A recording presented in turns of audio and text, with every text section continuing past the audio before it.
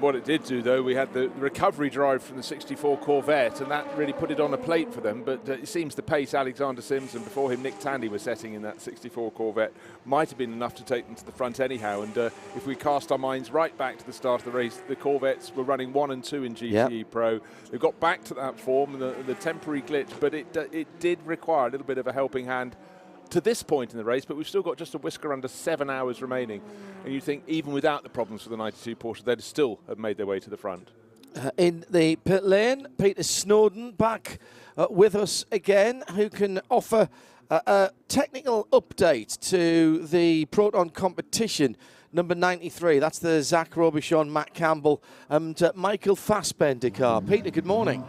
Good morning. Yeah, Matt Campbell just got out of that car and it's gone back into the pit box. I'll try and get Matt in a minute. It's perhaps not the best moment, but when they got the right rear off there, they were going to have a little look under the wheel arch there, which turned out to be the stay for the rear wing. It's actually loose and not really what you want, is it, the rear wing moving around. So more dramas for this 93 Proton competition car. I will try and have a quick catch of Matt Campbell if I can. Thank you very much, Peter, but also John and I have just been talking about cars running over curbs, and that is something that really, over the jagged sort of alligator curbs, really does loosen car parts, and I would have thought that's partly a contributory factor to the rear wing coming loose on the 93 Porsche from Proton. A couple of threeries coming in, hashtag Hagerty RLM on our Radio Le Mans breakfast with Cayman Island and Sacred Coffee. Maybe the P2 and GTE Am crashes are happening as a result of the Am driver being backloaded, and most of the Ams are due to do the bulk of their 6 hours on Sunday. Ooh, I'll have a look at that later on. Matt Campbell down at the Proton competition pit with Peter Snowden.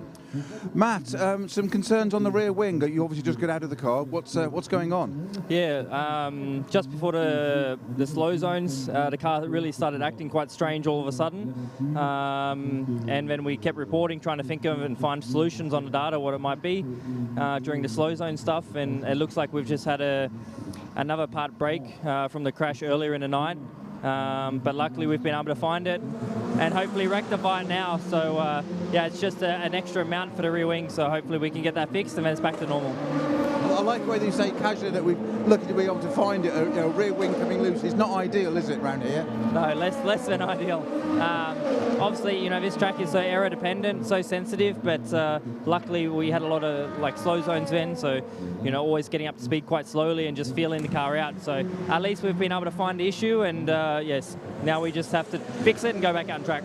A relatively quick fix, and second question really, so a little bit of reassurance for Michael that just got in the car. Yeah, very much so. Obviously now it should be fully fixed, make him comfortable once again, because for me it was even quite very unnerving at times, so hopefully we can get it repaired and get back out there. Matt Campbell, thank you very much for your time. Smashing lad, Matt Campbell. Yeah, very good. 9:10 in the morning, Le Mans breakfast with Cayman Islands. Back open, of course, and time, the perfect place to go and spend a little bit of downtime. Talked to Darren Turner not so very long ago about going over there and swimming with the manta rays, as well as all of the other wonderful tourist attractions, and check out the bread and chocolate bistro. My two favorite crepes. Great French toast for breakfast. Book your flights when you get back from the mall. Yeah, that's the way to go, John. Absolutely. One day I'll have a holiday. I promise.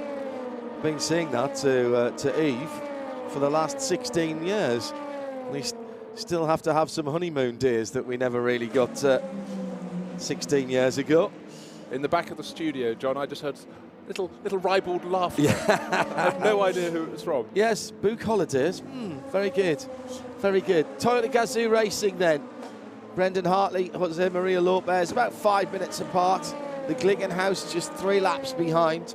And then this epic battle in LMP2. It's still not... I mean, you wouldn't be writing your headline in your first few paragraphs right now if you were sitting up in the press room. Not in ink, maybe in pencil, in the old style, but no, certainly. And many a race over the years here, John, you could pretty much insert a couple of cars at the top, but this year we'll still keep talking about it right till one of these Toyotas gets the finish of the race, because they have both been fragile in previous rounds and both had a fail. Pit lane suddenly becomes busy. It's extraordinary. It can be empty for ages, and suddenly you get two neighbouring garages with cars coming in. It's just how it always seems to be at Le Mans, but that looked like a fairly standard pit stop for the leading number 8 Toyota. Brendan Hartley brought it in. Brendan Hartley takes it out again, but still with these slow zones around various points on the circuit. First chicane, still got the slow zone there after Brendan Uribe's car went off, the number 56 Project 1 Porsche. And so it's a little bit frustrating, John, when you've got through the night, you've had a few hours of sleep perhaps, you're up there, then the light is up, the light is good, and you just want to go racing properly, but to have to run slowly when you're out there must be really, really frustrating. And I reckon this is where attention starts to wander a little bit. It's like any sport. I think if you're at it 100%, you're fine. Certainly used to be the case in rugby. If you didn't go in at 100%, you'd be the one who was injured when you were doing the tackle. Yeah, be committed and be decisive.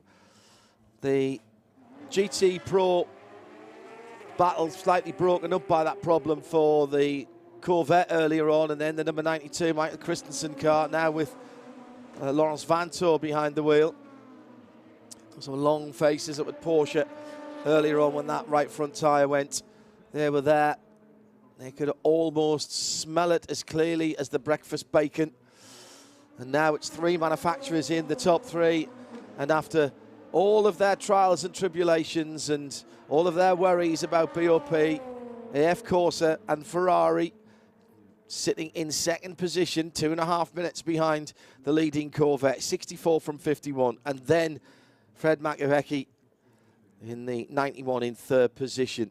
I mean, that's just indicative of the fact the AF Corsa, particularly the number 51 entry rather than the 52 so much, has had a run without problem, but it just hasn't been able to knock out the laps at the speed the Corvettes could do, or the Porsches. But James Collado, well, he'll take what he can catch, but maybe it'll just come their way by dint of others having problems. But for now, it's still Corvette Racing leading the way in GTE Pro. That's down in 31st overall, but Alex Sims at the wheel at the moment, and actually racing on a bit of track with very few cars around him. So that's actually, as we still have this slow zone into the first chicane, that's quite comfortable for him, and he's sitting, as John said, on a lead of more than 2.5 minutes over James Collado's Ferrari. So, once again, the cars have clumped together, and so it's the odd sound of car noise. Well, by odd, I mean the less than total sound of car noise across the slow zone out at, oh, that's the Turk Rouge one, yes, of course. I like slow zones in that they allow us to keep racing over the rest of an 8.5 mile circuit.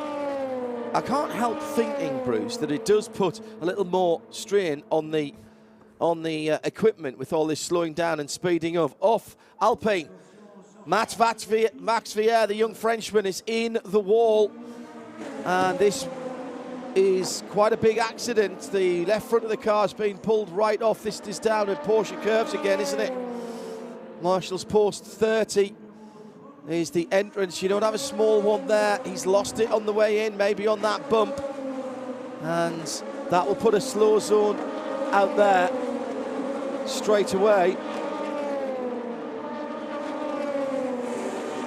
And it has not been the race that the French manufacturer wanted. Had the, oh, he's right in behind the GR Porsche and got offline, hit the bump, lost the front end. Valiant fight to try and keep it out of the tyres, but it was in vain.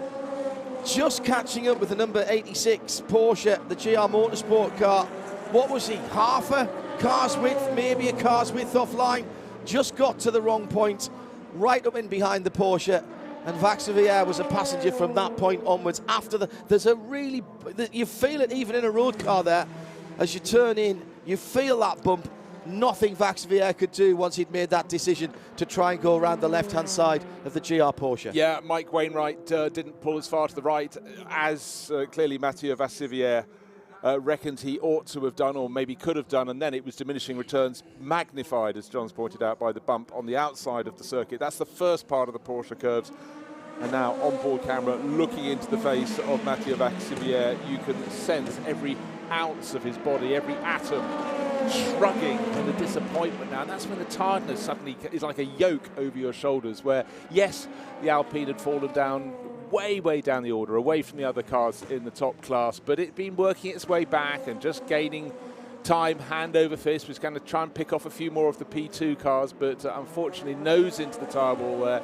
The good news is, unlike the incident with Jean-Baptiste Lehay that really damaged the barriers on the second part of the Porsche curves and also sprayed a load of polystyrene all over the track, it shouldn't take so long for this one to be cleared up, because the impact with the wall, it was a tyre wall rather than a barrier, and the tyres, of course, have absorbed a lot of the impact. And then when John, that 36 Alpine is pulled away from the tyre wall, we'll get to see what the damage is, but we can already see it's very tattered front left corner. Car 77 in the pits, that's one that's been going very well. It's coming from third place in GTE Am, that's Christian Reed. Not a bad time to be in the pit lane when, of course, you've got slow zones out on the circuit. So out goes the Proton dark green number 77. Not the, no, excuse me, that's the 93 car. My apologies. The one that Bruce was just talking about. I should have actually let my brain process that fact before I opened my mouth and put it into gear. Keeps it interesting, keeps us on our toes. So that should be Michael Fassbender, who took over from Matt Campbell. And don't forget, not so long ago, they had the rear wing of this car working itself a little bit loose, they think, as a result of an earlier impact during the race. Anyhow, that has been made firm. And if you're just tuning in to see what it's like at Le Mans with 6 3/4 hours remaining, the conditions are absolutely tip-top perfect, but we have 2 slow zones around the circuit. Might need to have somebody down to the 93, because we were talking to Matt Campbell not so very long ago.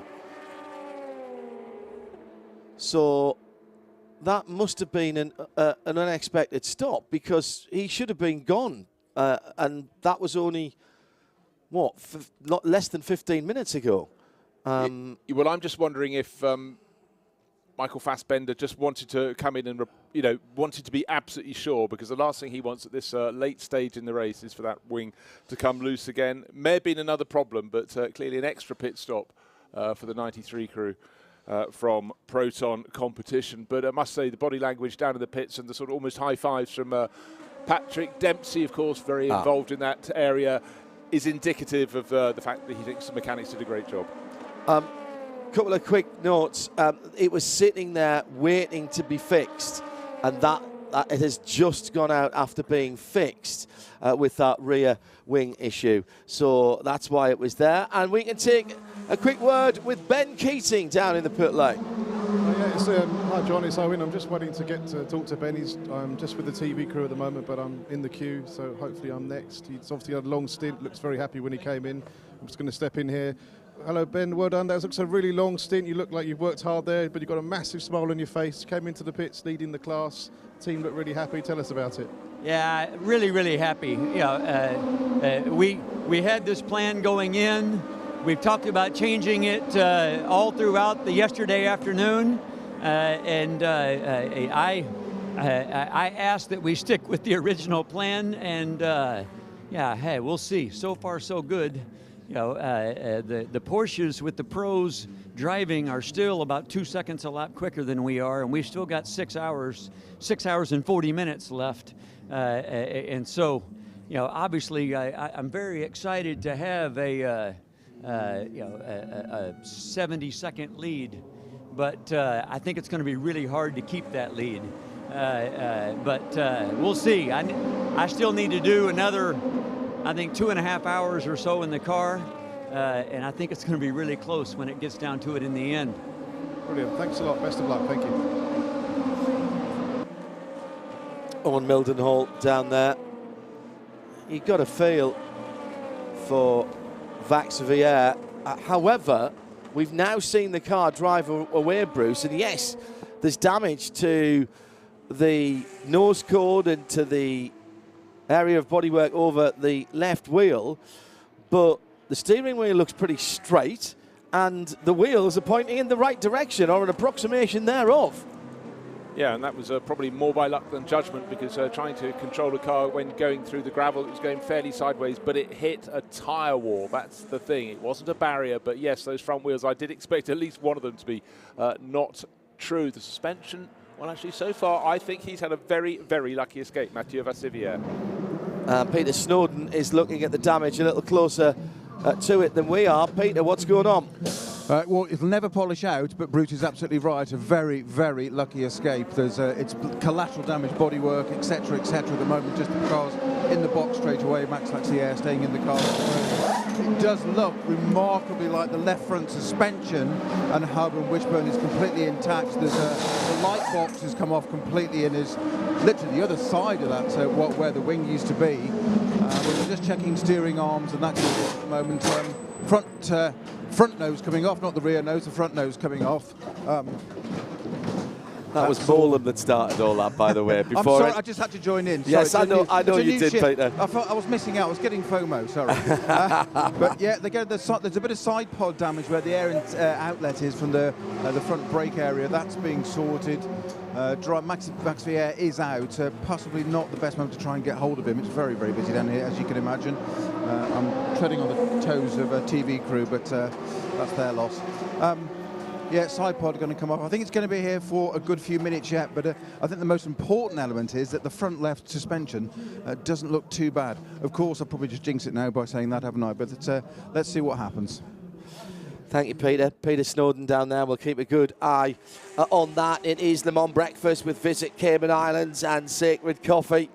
And if you like a bit of egg-based breakfast, scrambled, fried, how about crepes? Lauren's is the place to go, we're hearing on hashtag HaggertyRLM. If you've got a favourite spot down there in the Cayman Islands, let us know, and let us know what you eat when you're down there. I know Blur Fiend is heading down there from some vacation time, so I have to have a full report, Blur, if you don't mind, after you've sampled the hospitality of the Cayman Islands.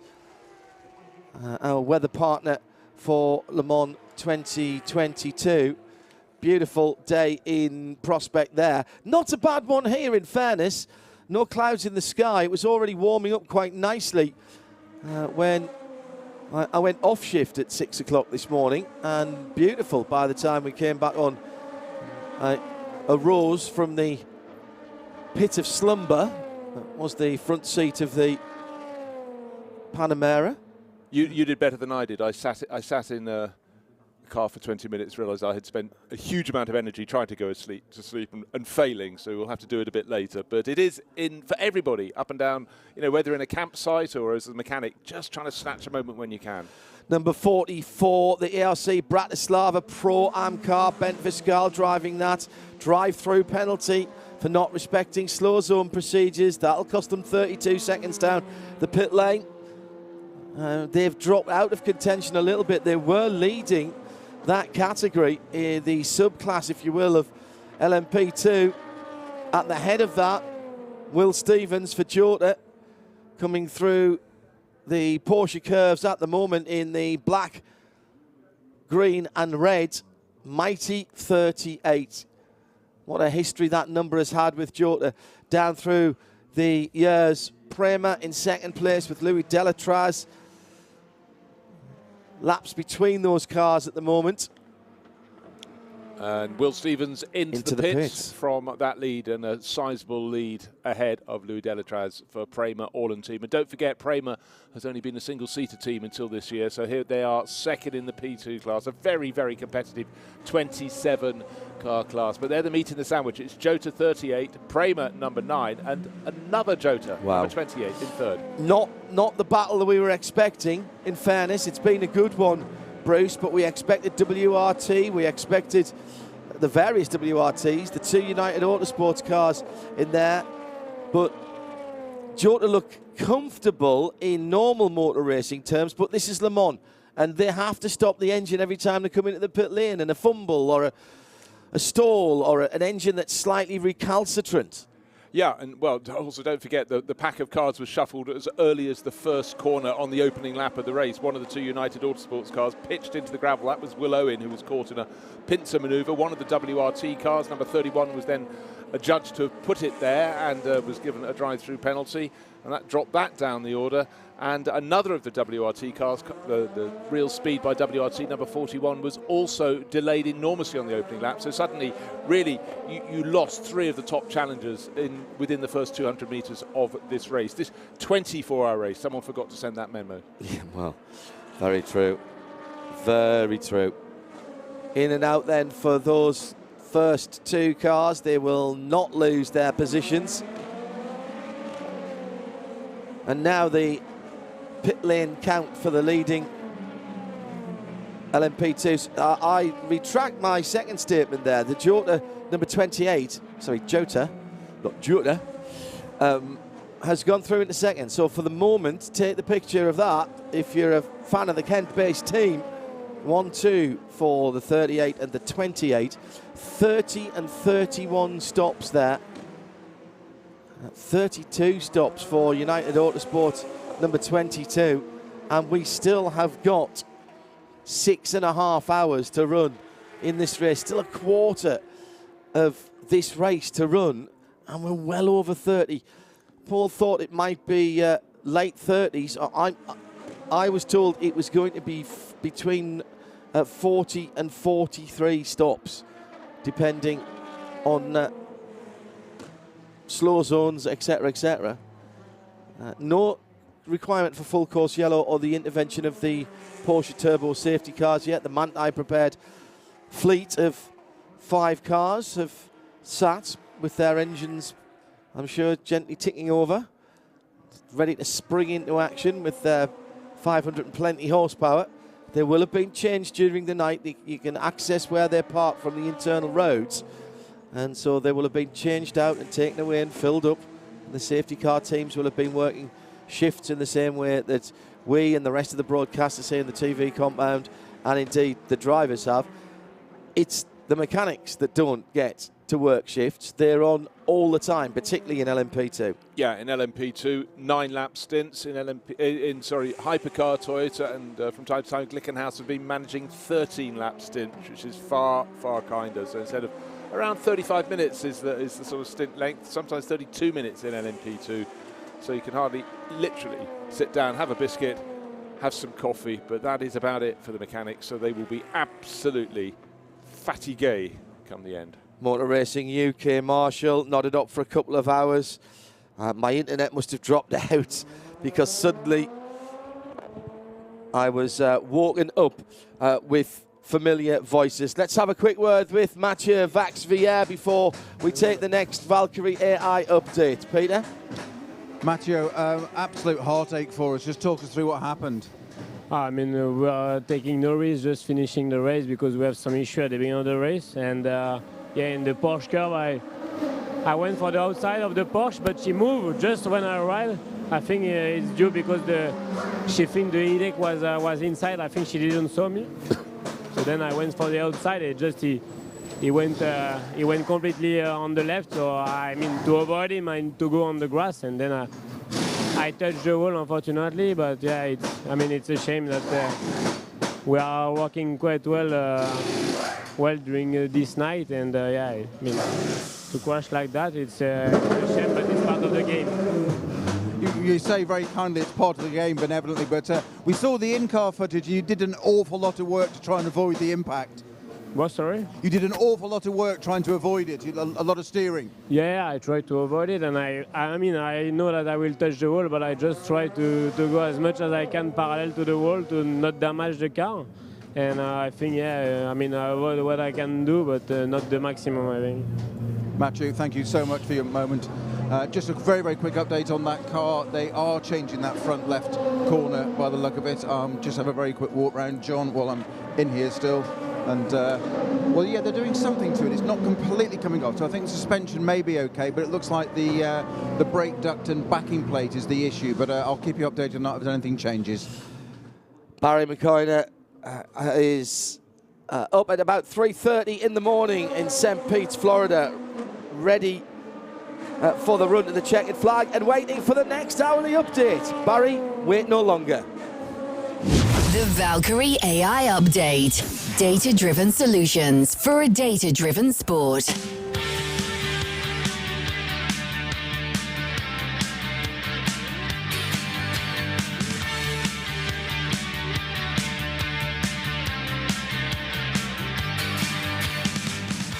So just after 9:30 in the morning, the sun has been up for a good 3 hours now. Temperatures beginning to rise. The track temperature at the moment, 25.5 degrees. Air temperature round about 16.5 degrees. So coming up by about a degree and a half every half an hour or so. And here's how it stands. The leaders, Toyota Gazoo Racing, 8 from 7 after that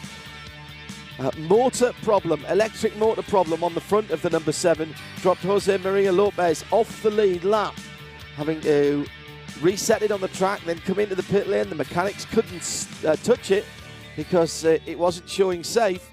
And now 4.5 minutes behind Brendan Hartley, who leads the motor race with 279 laps under their Michelin tyres.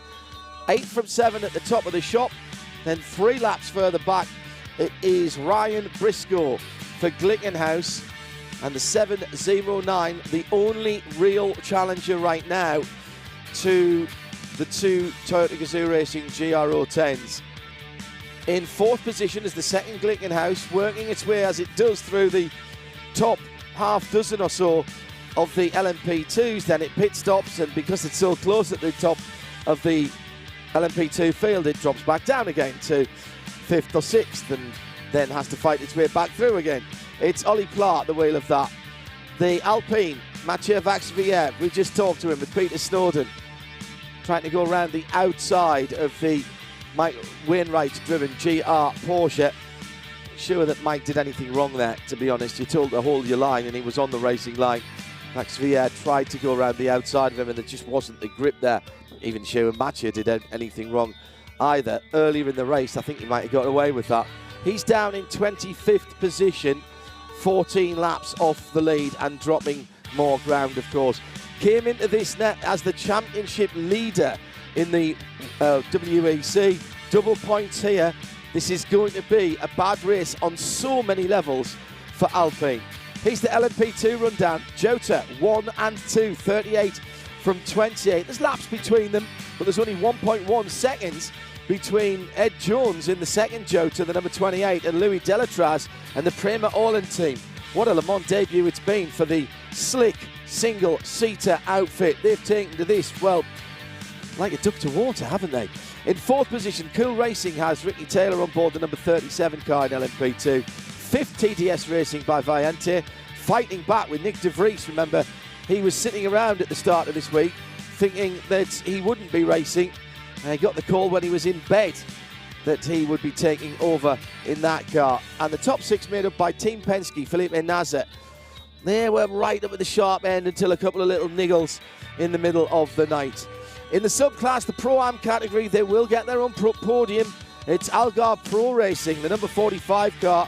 Well, they've put a full shift in this week as well, having to rebuild one of their challengers, Stephen Thomas, in the number 45 car, now leading that class from AF Corsa in 2nd position.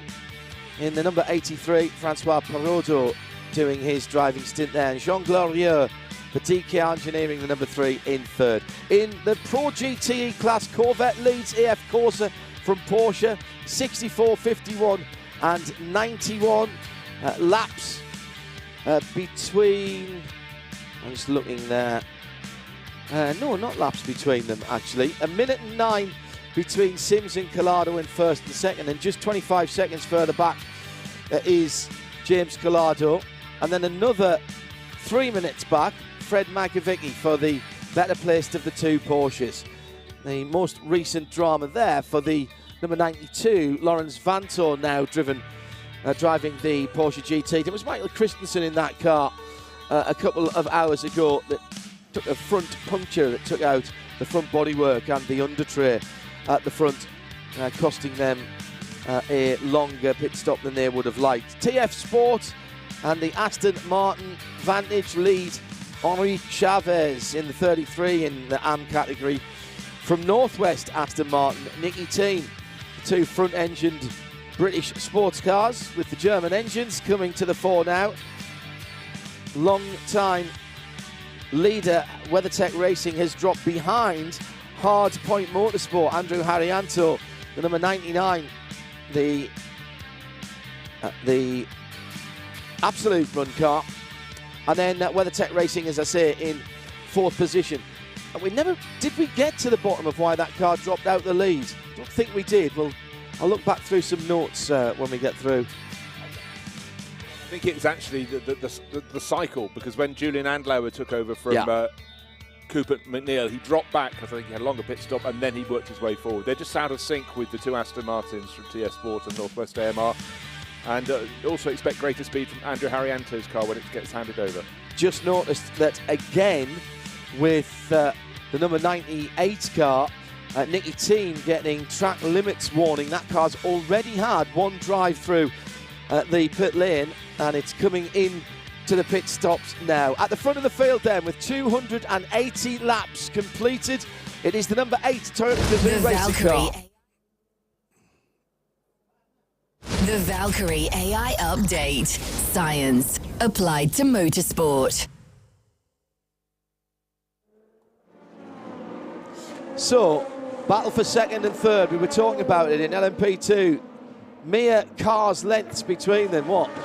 Maybe 4 or 5 car lengths coming into the second chicane in the early morning sunshine. Love this time at Le Mans. Everything's still possible for those cars still running. We've gone past the 18-hour mark, by the way. So some cars have been retired. The Inception Racing car stopped at the side of the track, the number 59. Alexander West looking very disgruntled in that car. We'd lost earlier on Spirit of Race and Team Project One, the 71 and the 46. Still haven't had official word on D-Station Racing. And they haven't actually been officially taken out because they have done enough laps to still be considered at the 18-hour mark. Well, that really is quite extraordinary, John, because it was in the 8th hour of the race that Charlie Fagg told us, and now we've moved to almost double that in the race. But the thing that's good right now is we get the cars up to full racing pace again. Those slow zones have been withdrawn, and most recently the one that ran from Tête Rouge all the way down the Mulsanne Straight to Mulsanne Corner. At first it was only to the far side of the first chicane, the Daytona chicane, and then it was extended all the way to Mulsanne Corner. But good, it's clear now, and let's see particularly this battle for second place in P2. Ed Jones just holding off by under a second from Louis Delatraz. Okay, work continues unabated, as you can imagine, down here in the 36 Alpine team. The front left side pod has been replaced. They are replacing it. Well, it looks like they were going to replace the whole front left suspension. They haven't. There was one on standby, so it was actually the top. It was the steering arm that was the issue. That's the only bit they needed to replace there. So very, very lucky for Mathieu Vaxivière. They've now just plugged in Andre Negreau in the car. It's down off its low jacks now. They're literally, the technicians are now just getting ready to put the front nose section back on. New tyres on it all round in the pit box ready. Just that front right's on already, front left about to go is on, and it is going to be imminent. Now they're doing the thing. Of course, what do you do when you've got a hugely multi-million-pound expensive Alpine to keep it on the road? You use cable ties, of course. Nick Damon will be proud of them. He does love a bit of gaffer tape, cable ties, 10-pound lump hammer, and of course the addition to every race mechanic's arsenal now, a mobile phone torch. And another thing, going back to the cable ties, I did notice that one of the crews, one of the mechanics, was sleeping across 2 chairs. The other mechanics didn't like it, so they cable tied his legs for when he woke up. I saw that, yeah. Don't take up, moral of that story, don't take up 2 seats. Second place in LMP2 into the pit lane. And Nick Damon is down there. Yeah, it's going to be a full service. They are changing drivers. Ed Jones has got out. Oliver Rasmussen is getting into the car, and that obviously means that it's, again, a 35-second fill of fuel. They're giving brand new boots. I took the second one, the tyres had a bit of wear on it because just some of them made the Goodyear side a bit scuffy, so I'm treading on that. But there's his new set of boots for Oliver. They slightly recalcitrant on the rear right. That fires away. And the ever-improving Jota juggernaut continues. Back on the apron for the 36 Alpine. They've given it a bit of a wipe down. There's a wee bit of rubber scuffage on the left-hand side pod where it ran down that retaining conveyor belt style material. I know it's not that now, but I still think of it as that. And very unlucky for Mathieu Vaxvier as it goes back into the field. It is Andrea Negrão who took that car back into the fight. So Prema all-end team, Louis Delatraz back up to second position now and sitting a couple of laps, one lap away from the lead. Jota, number 38, they've completed equivalent pit stops, although the Delatraz car's now done one pit stop more, but they seem to be on a relatively similar fuel strategy, so not quite sure where the extra pit stop came from for them. I can't remember them having to take a pit stop, a drive-through penalty. Cool Racing, Ricky Taylor into the pits as Oliver Rasmussen had left. Royal for Nation back in the team, WRT number 32 leaving. That's another one of the P2 cars. As above, see above comment for Esteban Gutierrez, but in the 34 into Europol yellow and green car. And Stephen Thomas in and out in the Algarve Pro Racing number 45. And I reckon he's done that without losing the lead of the Pro Am category, Bruce. Yeah, I think he had that capacity to do so. I'm just looking to see who's started to pick up the pace now, because we've had these slow zones that have really limited a lot of the runners when the conditions are good. It's eking up, the temperature is rising all the time. I think you came up with the figure a while ago that it's going up 1.5 degrees every half hour, but I reckon that rate of gain will be accelerating. Now, one of the Corvettes diving into the pits, is it the one for the GTE class lead? I couldn't see if it was 64, the class leader, or the delayed 63, but very busy down to the pit lane. And with Ed Jones fresh out of the 28. Ed, it's been a long sort of battle. You're just relentlessly moving towards the front, aren't you? Yeah, it's been a really tough race. You know, full credit to Jota. They have two really fast cars. The other car's in the lead by quite a gap, so still a long way to go, but kept making our way forward. And again, as you see, it's between us and like 3 or 4 others. It's been back and forth during the pit cycles and things like that. And it's just been tricky, especially with the slow zones there. Cold tires, cold brakes. A lot of people are making mistakes. So did what we could, went as aggressive as I could without taking too much risk. How difficult is you as a driver who wants to get on and get forward when you've got those slow zones? Is it very frustrating? Does it affect the concentration? It is hard. You know, I was at the end of my stints, really. I was on my 4th stint there. Of course, then you start needing to go to the toilet. You start, you've been in there a long time. So it can be difficult to keep focused, but you just got to do what you can and get to the end. The trial professional race driver, thanks, said you can go to the toilet now, mate, it's fine. Yeah, I didn't realise what I was stopping him doing. I thought he just wanted a snack. Did you think he was doing a little dance for you there when he was hopping from foot to foot, Nick? He seemed very happy to see me. Really? Well, really? Okay. Moving right along. Thank you, Nick. Down into the second chicane.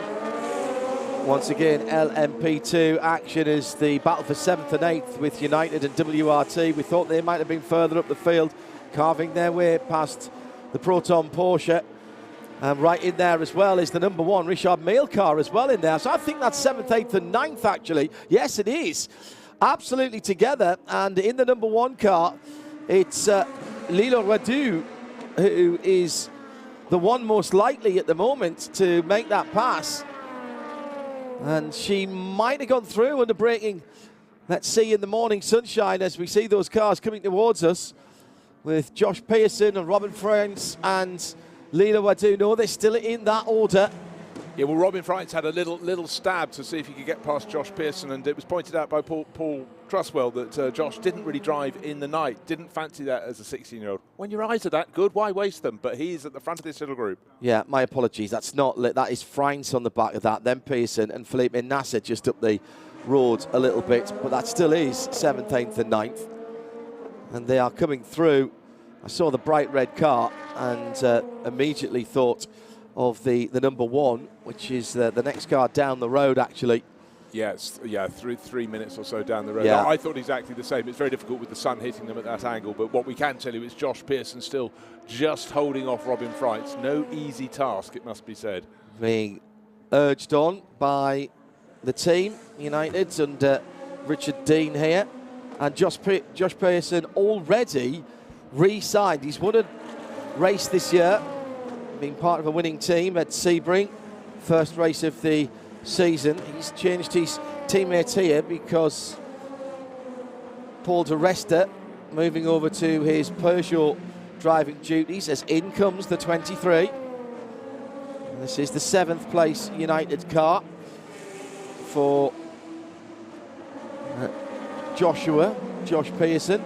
And of course he loses a couple of positions immediately as Nasser and Freins, or Freins at least, goes through. Nasser was a little bit further up the road.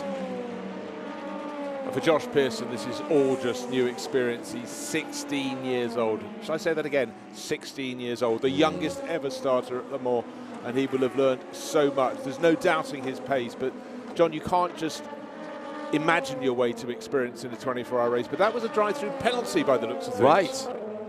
Right, okay. So I wonder if that was track limits then, or has he had a... it's a slow zone penalty, overtaking into a slow zone at Tertre Rouge. Well, I think he got that done before the yellow flags. If the evidence that we've seen is what he's been convicted on, he may feel a little hard done by that. Yeah, unless there's a yellow flag tucked away that we couldn't see on the entrance to Tertre Rouge, but the one we were looking at was on the exit, clear line of sight from the driver as they were turning into the corner. But for Josh Pearson, that has dropped him from 7th in P2. And he'll be running around in, it should be an 8. He's just fallen behind Robin Freitz, but some distance behind. Bear in mind they were nose to tail beforehand. Down in GTE Pro, number of fastest laps are being set. Slow zones have been withdrawn, but the number 51 Ferrari leading the Class A, of course, James Carlo just in front of a yellow car. It's a Corvette, and a 64 car fighting back. That is the lead in GTE Pro. Yeah, sorry, there's a 63 car. It's the Corvette that was troubled early on in the race in a horrible half hour for Corvette, where they were 1st and 2nd in class, and suddenly they were down to 4th and 6th. 3 different manufacturers in the top 3 in GTE Pro. Sims then, target acquired on the James Collado AF Corsa Ferrari as they come down to the Forest S's.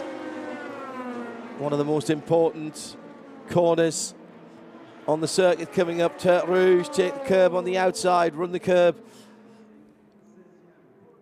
Just get the little vibration. And now running down to the Daytona chicane.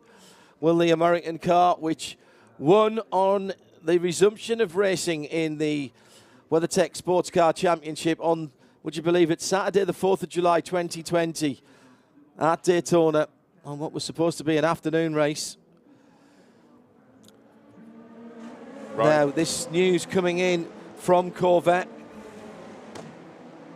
from the team. Officially now, the 63 has been retired due to significant mechanical damage. Just off has gone the 64. That's a huge off for the second Corvette, the remaining Corvette. There was a little touch there with LMP2 cars coming through, or did he hit the back of the AF Corsa car? No, I think it was a prototype coming through. So just as we're reading the retirement of 63, the car that was a 1/10 of a second down on the class lead has now been put in the barriers. Laura Wontrop-Klausner, the head of GM Racing. They came out of the Daytona chicane. It was 3 wide, and this is going to be a billiard ball. Oh, that is so unlucky for Sims. It was not his fault at all. That's going to be a significant penalty for the LMP2 car weaving around in the middle of the road. But it wasn't the one doesn't move. It wasn't the one that hit him that did the weaving. The one that came through the middle was the AF Corsa Pro Am car, and the car on the right-hand side of the track as they went down moved across, and unfortunately that then bounced the AF Corsa Orica into the side of the 64 Corvette. This is a team that was dominating, was pegged back, was just announcing the retirement of its 63 car, and then that is not how we want a class battle sorted out. It could so easily have been first and second. It's the second car in GTE Pro and Corvette's run, which has been extraordinary in GTE Pro down through the years. At one stage, they were batting 500. Half of the races they had entered here, they had won. And there looks to be damage on the AF Corsa car as well. But what was the other prototype involved that I think was being lapped by the AF Corsa prototype? I'm just scanning through to see who was around there. Sims is getting out of the car. He's just making sure the steering wheel's on and such like. I think it was one of the Algarve Pro Racing cars, which could give us a choice of 45, Stephen Thomas, and 47, just trying to see where that is at the moment. Broken left rear toe link on the AF Corsa. That's the Starburst car, isn't it? Or the Rising Sun black and silver car. Simsy walks off to compose himself. Yes, I think. exactly that was what I was going to say. A big hit, but B, nanoseconds before we were saying there's a quarter of a second between first and second in class, and the 64 Corvette was right on the tail of James Colado's Ferrari when it happened. Absolutely not the way Corvette wanted to end their run. So first and second in GTE Pro, and there was a jink and a very guilty look from the driver in the other car. And it was definitely an Algarve Pro Racing car that went across on it. Just a small, it was a small movement, but it was the enough. 47. It was John Falb, and that was John Falb's helmet. Shea Adams listening, and I'm pretty certain that that was John Falb's helmet with the yellow on it. She is the absolute expert on spotting helmet colours. I think that was the 47, and that's it for the Corvette run at Le Mans 2022. The sad sight of the remains of that car. Let me read what I was about to do. The 63 car retired due to significant mechanical damage seen and unseen at the rear of the car. Too early to speculate if this was a continuation from the earlier suspension issue. Every effort was used to get the car back into the race, and in most cases we would use a car that was lapsed down to gather data to help the remaining Corvette, which at that time was in second place and battling for the lead of class. Since we aren't confident the 63 could achieve the needed level of performance for the data acquisition, in lieu of that and safety concerns for our drivers and fellow competitors, took the decision to retire it. Oh my goodness me. John, I literally, as I started reading that, you were in the first sentence, and I'm just trying to think across the years and decades how many times, and it's very, very few, you've got two cars entered by a team, and as one is being announced that it's retired, the other one is punted off and out of the race, and head in hands. Oh my word. Let's go down to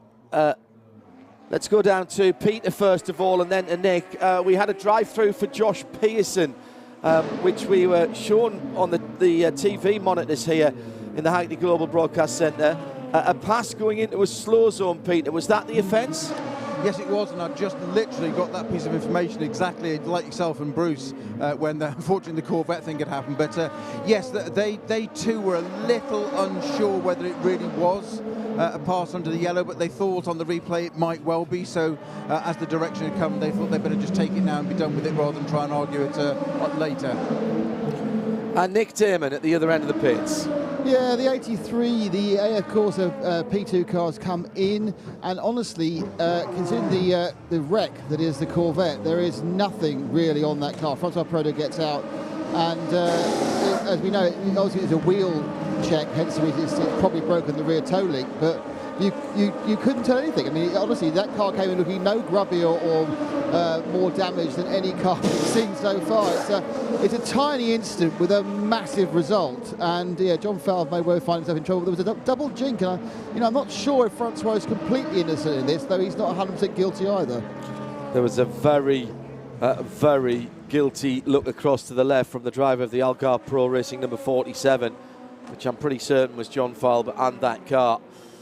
It is the Le Mans breakfast with Visit Cayman Islands and Sacred Coffee. Visit CaymanIslands.com and sacredcafe.co.uk. Some big news coming from sacredcafe.co.uk. They are going global shortly.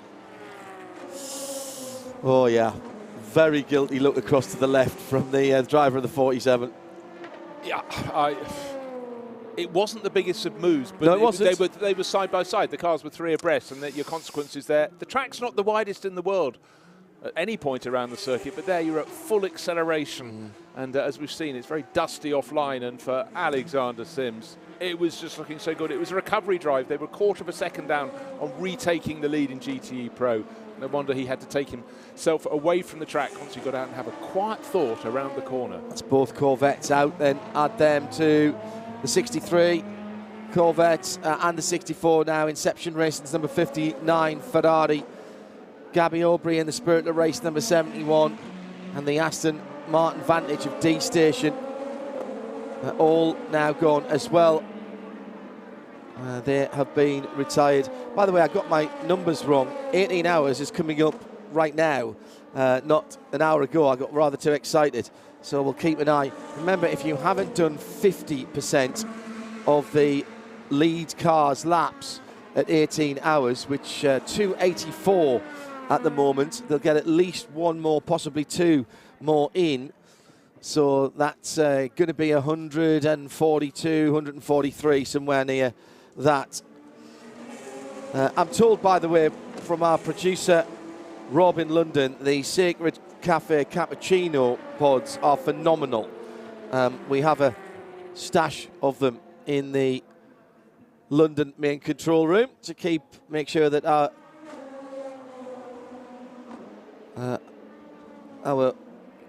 speakingness, our noise is going to the world, our audio feed, powering Rob and Curry and Tim this week as well.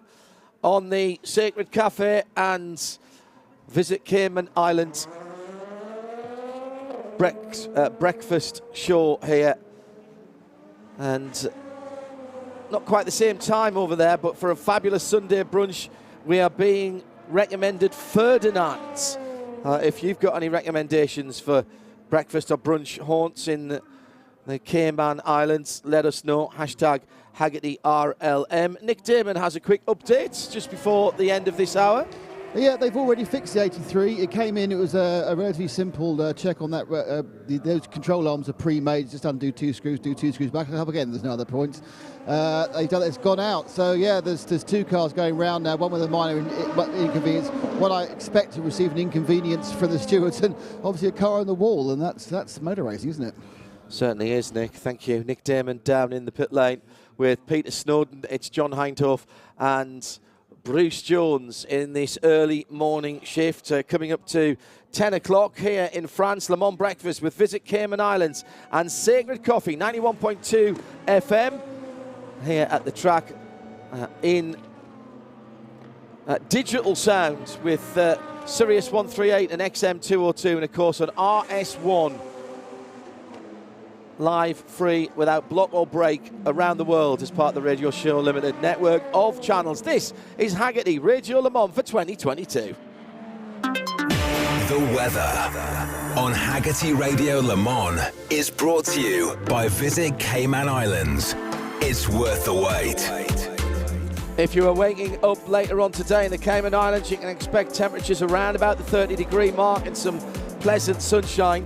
Maybe not if you were in a 3-layer Nomex and driving a car, but nice for lazing on the beach and having people bring you iced drinks. Here at Le Mans, the high will be 24 degrees. A little bit of wind coming in from the north. 0 chance of precipitation. It'll drop down to around about 13 degrees overnight. So if you are leaving and heading north for the ferries, you've got a reasonable drive home. Tomorrow on Monday, 22 degrees for the dash back to the Channel ports. The most comprehensive coverage of the world's greatest motor race anywhere on the planet. This is Hagerty Radio Le Mans. The sound of race cars at just after the 18-hour mark. 6 hours to go, 10 o'clock in the morning, and Toyota Gazoo Racing continue to lead overall and in the hypercar class with the number 8 GR010 some 4.5 minutes ahead of its team car. Brendan Hartley driving the lead car at the moment. Jose Maria Lopez Pachito in the number 7. Glickenhaus and Ryan Briscoe's just been in for a scheduled stop and is back out in 3rd position. Now 3 laps away from 2nd and 4 from the lead. LMP2 has Jota leading the mighty 38 from the number 9 of Prema. There's laps between them. The 2nd Jota car on the podium spots at the moment, the number 28, Oliver Rasmussen, is just 90 seconds behind 2nd. And in Pro-Am, Algarve Pro Racing, what a story this could well be. Stephen Thomas, who had the accident earlier in the week, and that 45 now leading Pro-Am and up to 16th in LMP2, so working its way to just short of halfway through that LMP2 field with a quarter of the race still to go. In Pro, it's now Ferrari, Porsche, Ferrari.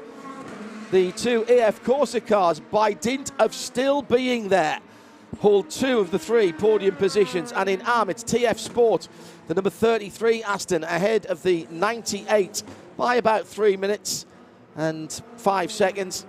And the WeatherTech Racing Cooper McNeil driven number 79 Porsche is there. They're changing around because they're not on the same pit strategy, Bruce. So the next time, it depends for the next time I look at that, it could be the WeatherTech car back on top of that particular category. Yeah, and just to give you an example of the gap between 1st and 2nd, between the number 8 Toyota in the hands of Brendan Hartley and Jose Maria Lopez, it's the next closest thing to an entire lap. Listed as 4 minutes 20 seconds, but just now exiting Mulsanne corner is the number 7 Toyota, and just entering the corner right now is the race leader. That's Brendan Hartley, the Kiwi, already a Le Mans winner. And it's going to be a mountain to climb for the number 7 crew to get back on board, get into the challenge for victory for this race. And don't forget, it was all going very well, and then suddenly Jose Maria Lopez, John, remember, pulled to the side of the circuit, put the brakes on, and this was a problem the sister car had and brought it back to the pits, and they had to go through the whole protocol of resetting, restarting, and then it went out, lost almost an entire lap, and that is exactly how far it is behind at the moment. Glickenhaus in 3rd place, that's the 709 car, Ryan Briscoe at the wheel, but he's 3 laps down. There's a new spring in the step of the Porsche number 92 mechanics. They're in the pits at the moment. Yes, they are many laps down to the leaders, but with the Corvette going out, that's still an opportunity for them to get further up and get more points for the championship. Meantime, United Autosport stopped whilst we were doing the weather, and Peter Snowden was watching that one.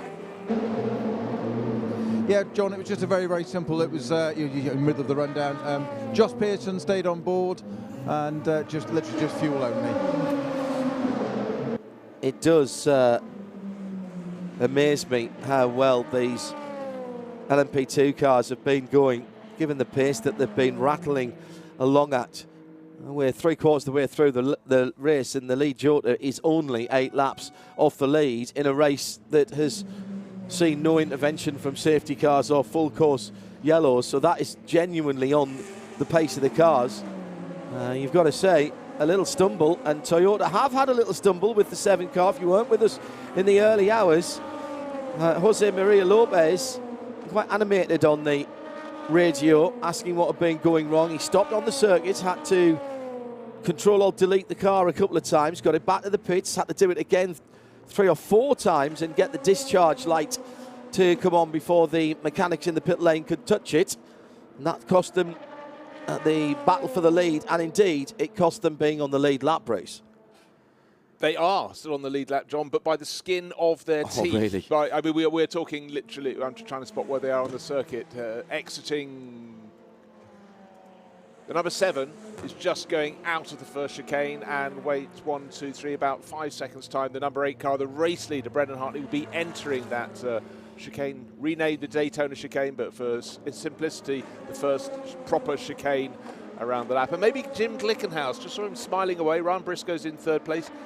few laps down, but maybe, just maybe, one more little slip up from Toyota. Either of its cars having these electrical problems and the ignition problems, and it could suddenly fall their way. And to get second place at Le Mans would be absolutely mighty for Jim Glickenhaus and his crew. They looked so promising when we found out. We got down here in test day, found they could do the same number of laps between pit stops as the Toyota. We knew the only other car in the class, the Alpine, could not. It didn't have the fuel efficiency to do that, and the lap speeds were very good. In race trim, however, the Toyotas suddenly found the legs over the Glickenhauses, but the two Glickenhauses are still there, 3rd and 7th overall.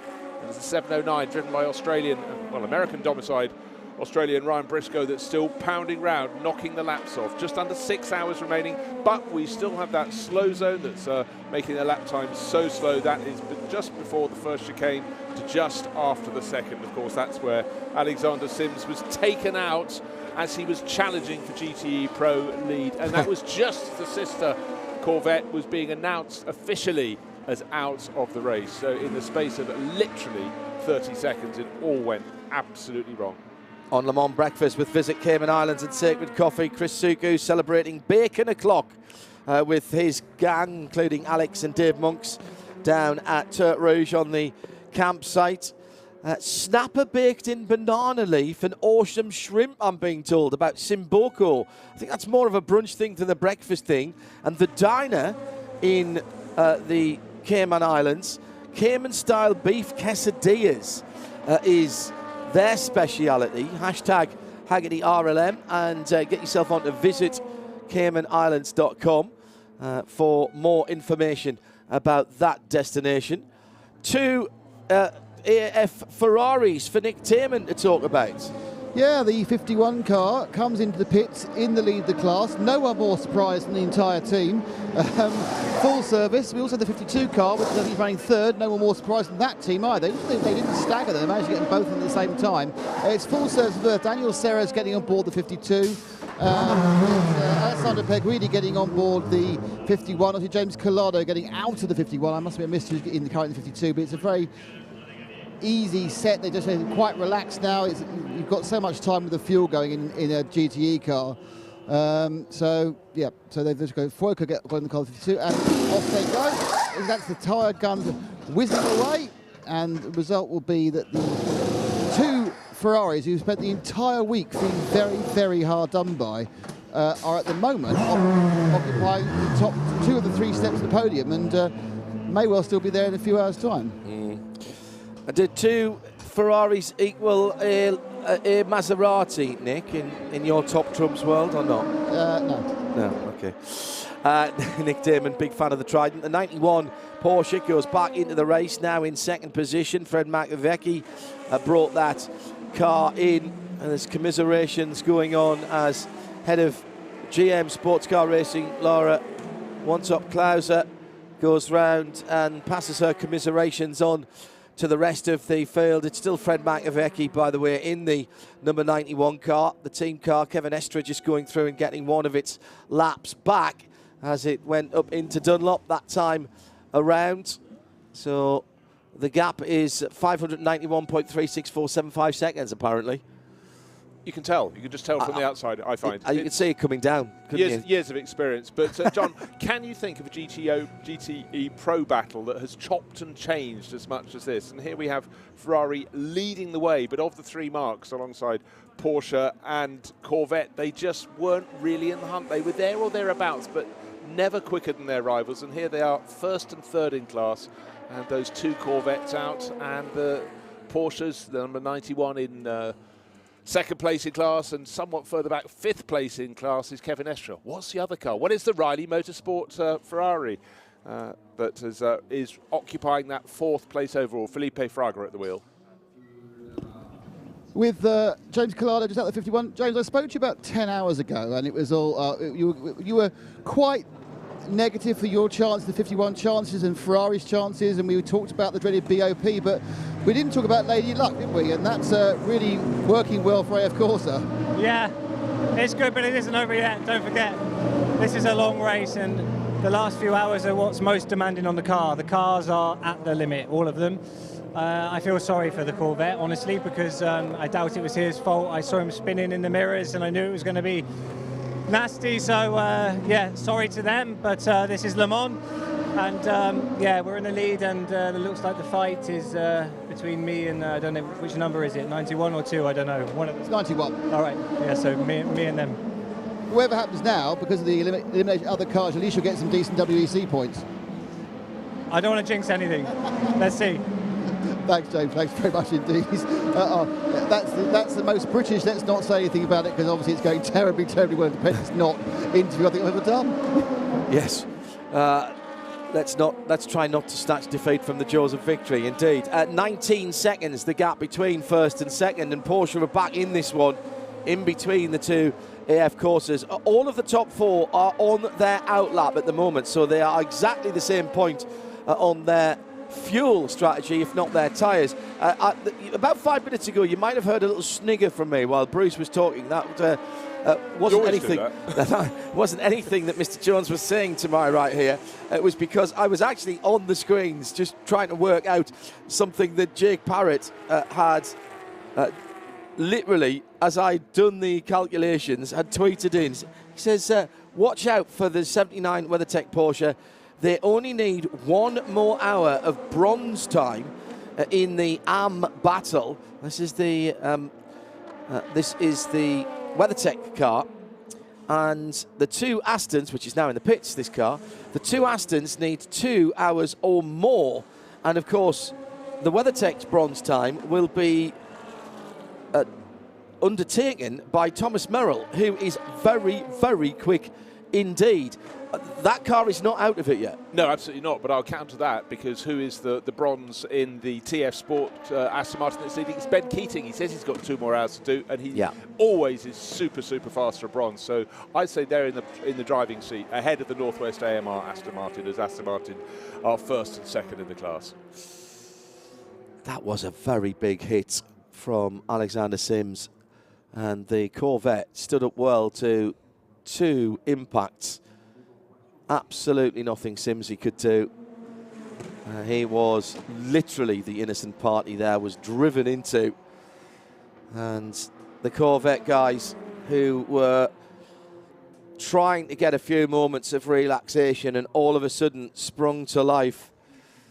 And absolute dejection as Alexander Sims walked out. Francois Perraudot, who is one of the most gentlemanly gentleman drivers you will ever hope to meet, looked genuinely shocked there at what happened. I don't believe, certainly that wasn't deliberate. He was trying to avoid the other car moving around, and he knows he made contact because he broke his rear toe link, and he will be devastated. I will be surprised if Francois doesn't have a walk down to Corvette and have a word with him, because that's the sort of bloke he is. Let's pick up some more driver comment from the pit lane on 91.2 FM. This is Hagerty Radio Le Mans. I'm with Cooper McNeil, who just got out of the 79 WeatherTech Porsche. And Cooper, first of all, conditions out there starting to warm up now? Yeah, it's starting to warm up. A little messy with all the slow zones. Glad everybody is okay, first and foremost. But WeatherTech Porsche is still running strong. No issues all race, so, you know, fingers crossed it stays that way. The Astons are getting quicker, so we'll see what happens with that, but there's still, you know, almost 6 hours to go. So still a long way to go. Anything can happen, and, you know, as the clock ticks down, everybody starts driving more aggressively, which is why we're seeing some more issues on track. But yeah, so far good. So far so good for the WeatherTech Porsche. Well, as you say, the people starting to get a little bit more aggressive now, but it's also in a 24-hour race, 6 hours to go. It's still 6 hours, not time to get complacent, is it? Yeah, one of my next IMSA races is the 6 hours of Watkins Glen, so there's that duration left. But then again, this is Le Mans. You know, best drivers in the world are out here, and everybody wants to win, so everybody's pushing hard. You know, it's not a 6 hour endurance race or even a 24-hour endurance race. It's a sprint race, and we'll see the temperatures rise, but I'm sure we're going to see some pretty fancy lap times too. Cooper, we've discussed throughout this race the differences in drivers within a team, and I can't help but notice that you're not the shortest of people, whereas Julian Andlau that's got in the car is slightly different in height. Yeah, it'd be interesting to know who the tallest driver at Le Mans to do the 24 Hours of Le Mans ever was. I would say I'm definitely up there. But I see what you did there. Definitely up there. Ha ha ha. Yeah, I mean, we, Porsche does a great job engineering the cockpit, and the pedal box moves fore and aft, almost 12 inches, as does the telescoping steering wheel. So all he does is throw in a seat insert, hops in, moves the pedals towards his feet, moves the steering wheel towards his hands, and he's off. It's no big deal. Okay, so is that your last stint in the car now? Are you done, or will you do a final stint today? I'm all done. You're all done? Yep, thankfully. I've had enough. That's why you look so relaxed and smiling. Yeah, exactly. Cooper, thank you very much for your time. I'll let you get out of those overalls and get chilled. Thank you very much, Cooper. So, end of the race now, taken by his two driving partners in that number 79, being Julian Andler and Thomas Merrill. Thomas, I think, has only got an hour or so to go. In real terms, he may be doing a wee bit more. Very interesting tactics here. They are not out of this for the win. They dropped down into the Am category. They've raced in Pro before, and that was down to the fact that they found what they thought was a secret weapon. They knew that they had to find a good bronze, and a good bronze was found. And as I said, Francois Perraudot has gone down to Corvette. He's talking to the management down there and offering his apologies and condolence. That's a classy move by a classy driver. And Amato Ferrari, the boss of AF Corsa, down there with him, and maximum respect. And I would have thought that would exactly, like you, John, been the behaviour from Francois Perraudot. Oh, it was a couple of little manoeuvres and little moves, and Francois just moved away from the 47 Algarve Pro Racing Orica, but the consequences for Alexander Sims, it'd be bad enough if he was just racing on his own, but he was a quarter of a second down on taking the lead of the class, regaining the class lead after earlier setbacks. I think that was Jim Campbell that he was talking to from GM, and also Laura Wontrop Klauser, the head of GM Sports Car Racing. 3 minute stop and go for the AF Corsa Francois Perraudot driven car. Amato Ferrari there, and as well, just apologising. But that penalty for Francois' car, the 83, suggests that he's taken the rap for the entire incident. Yeah. Unless the other one is still being considered and heard. I mean, you could say, did he need to go down the middle and thread the eye of the needle? Maybe that's what the stewards are thinking. Well, he came out of the chicane so behind, much quicker, but much faster than the Algarve Pro Racing Orica, and was overtaking that, but unfortunately that made it 3 abreast, and 3 abreast often doesn't work, particularly if one car moves and another doesn't, and it was that billiard ball moment, John. Yeah. Into the Porsche curves for the leader, who is closing in on an interesting little battle for 6th and 7th between the Team Penske Emmanuel Collard driven number 5 LMP2 and the WRT Robin Freinsch driven number 31, both in similar machinery, and the leader comes to them now. It is Emmanuel Collard. I had a quick chat with him this morning. Team Penske are being looked after by Porsche in the paddock, and I saw Emmanuel Collard up there, had a quick chat with him. I think he's driving as well as he ever has, if I'm honest. Long-time collaborator with Francois Perraudot, interestingly, and still drives with Francois in a lot of the classic races, including a very lovely Porsche open-top Spider and Peugeot 908 as well. And the moment Collard is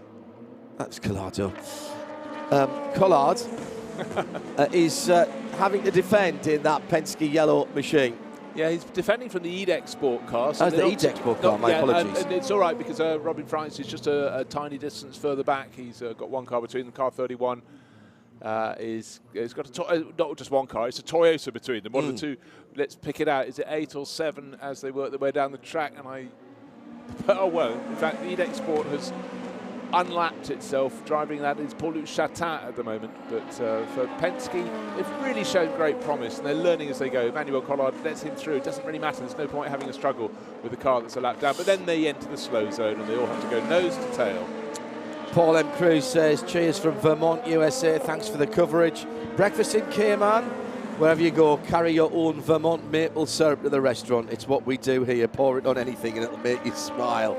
Welcome back to Paul Truswell, who's had his Le Mans breakfast with Visit Cayman Islands and Sacred Coffee. And thank you very much to to Matt and the team at Go Global Catering, who've been looking after some of our team this week. An entire banoffee pie has come down for brunch, and Nick Damon hears that and all of a sudden leaves the pit lane. Is that right, Nick? Are you on your way back? Did you not know thy shifts? Oh, they brought that down just for you and Bob to share, have they? Well, yeah, I did say, look, I'm off at 11:30. Come on, well, yeah, it's always better to deliver early, isn't it? Certainly is. Welcome back, Paul Truswell.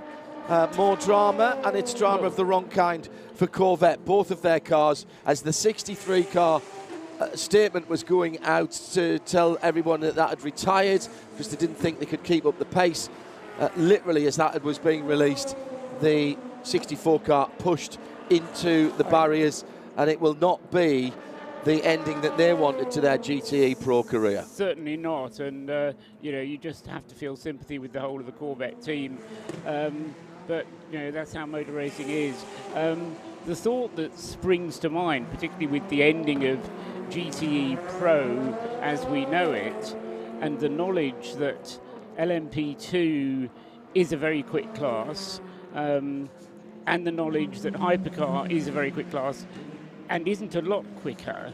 I just wonder if, in considering the future classes, the ACO, whilst they obviously will consider and maintain multi-class racing at Le Mans because it's such an intrinsic part of it, but consider the deltas, but consider the differences between the different classes, because part of the reason, I think, for that incident was that you had P2 cars running in a Pro-Am class overtaking GTE Pro class cars full of platinum drivers.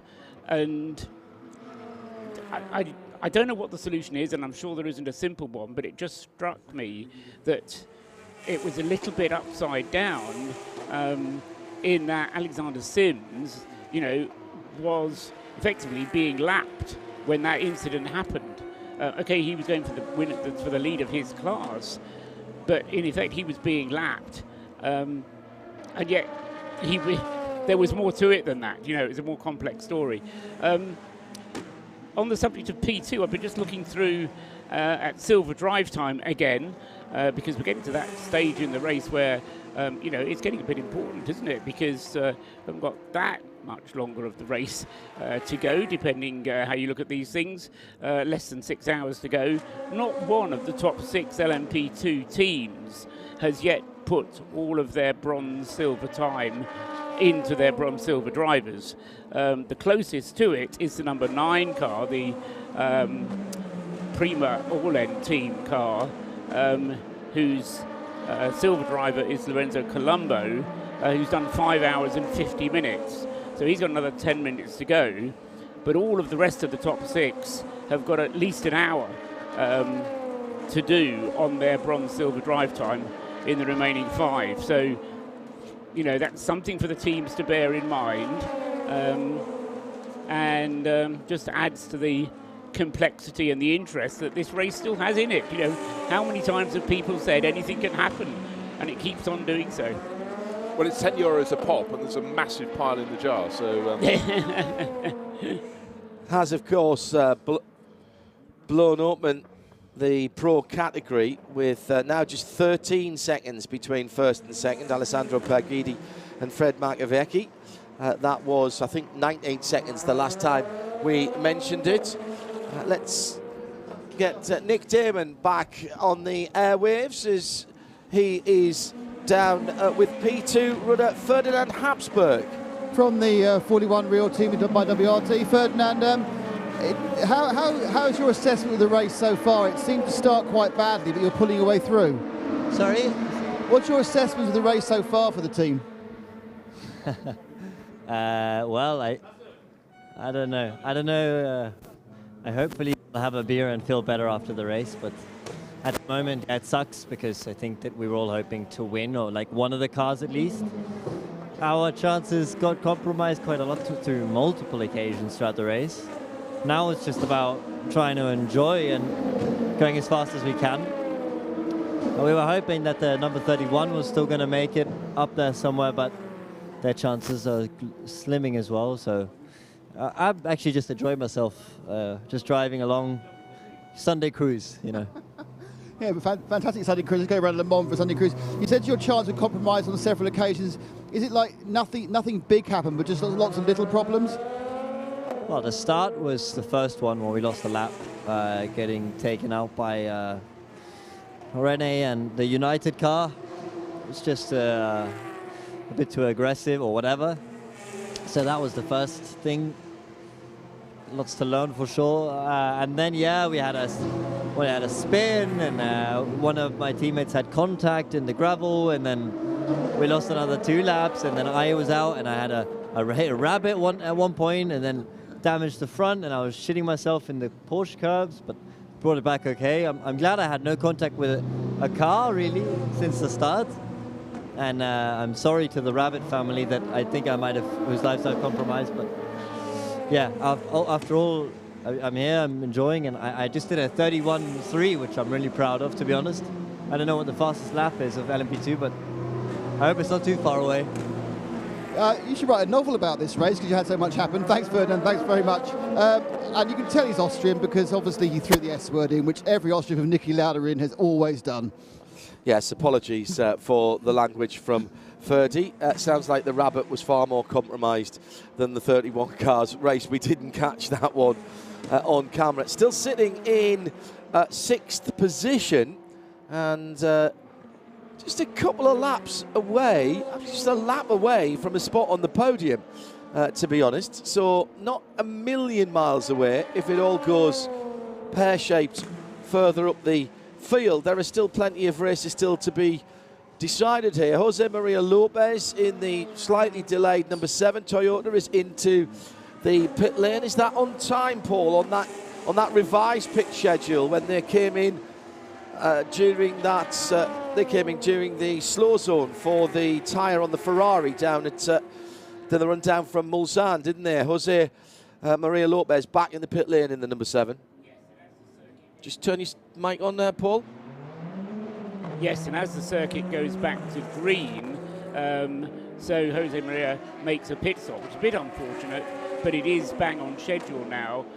Interestingly, and I've only just noticed this, I need to just go back and double check, but the 2 Toyotas now doing 13 laps on a stint of fuel, and that has only been happening since I went for breakfast. Both Brendan Hartley and Paquito Lopez 13 laps on their 2 most recent stints. So I just need to double check on that with the secondary computer system because of a couple of issues that I've been having. But it seems as though Toyotas, I think somebody was suggesting, I think it was Johnny Molam, that they were going to take things a little bit easier as they've pegged things back. So they've been able to improve their fuel consumption, and that's enabled them to go 13 laps on a tank full. Just a lucky escape there for Josh Pearson going into, yes, the Porsche curves, all but kissed the barriers. The tyre wall, in fact, that was hit not so long ago by the Alpine. Don't know if it was a push or a shove, but Josh Pearson has emerged from the cloud of dust and rejoined the circuit. Oh, yes, he was a long way into the beach. There was somebody trying to give him a ticket for a lounger and a parasol there. He was that far into it, but the car's a bit more dusty, but they carry on. Hello to Zoe Charlotte and Jazz. Lots of love and hugs to Francois Perrodo and D'Amato Ferrari, yeah, of course, for going down to Corvette Racing. Francois says Jazz could teach a lot of other so-called sports stars about sportsmanship and absolute start. I absolutely knew he was going to do that even before he did it, and lots of people commenting on that bit of sportsmanship. It is a big family, and a lot of these people see each other there every 3 or 4 weeks, of course, in the FIA WEC or in the European Le Mans Series, or indeed in other sports car series around the world. It is like the circus coming to town. You bump into people, you see them again, and Francois is honestly one of the most genuine people in the paddock. I had no doubt that he would be down there as soon as he's composed himself. Well, the second we could see him take his helmet off, he was aghast with what had happened. He was. He'd had a part to play in that, whether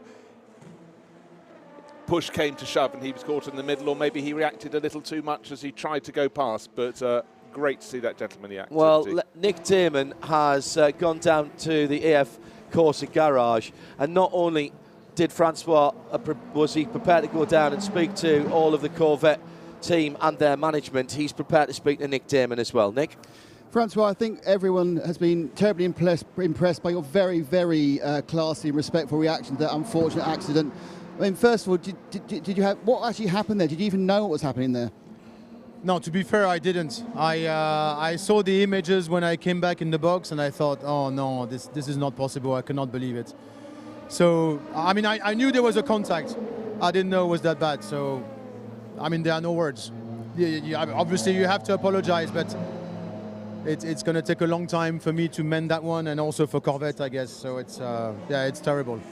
Was it? Did you see the slight movement to the left of the Algarve car on your? Was that what you're just trying to get away from that? Because it did seem to move a couple of times. Yeah, I mean we're three on the road. There's plenty of space, and obviously we're going straight. I see Steven moving ever so slightly to the left. Of course, it's not his fault. He moves left, and then I react as well. But I move even more, and the Corvette is in my dead angle on the left-hand side, and I send him into the wall. So the images are horrible. Francois, thank you so much for talking to us. It is one of those things. I understand how upset you are, but genuinely your reaction is fantastic, and you've really done some work for the family. Thank you so much. It's the least I could do. Thank you. The Valkyrie AI Update. Data-driven solutions for a data-driven sport.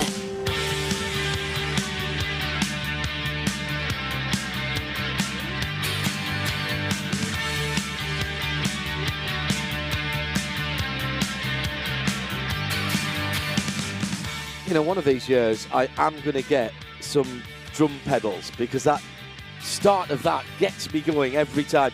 5.5 hours to go.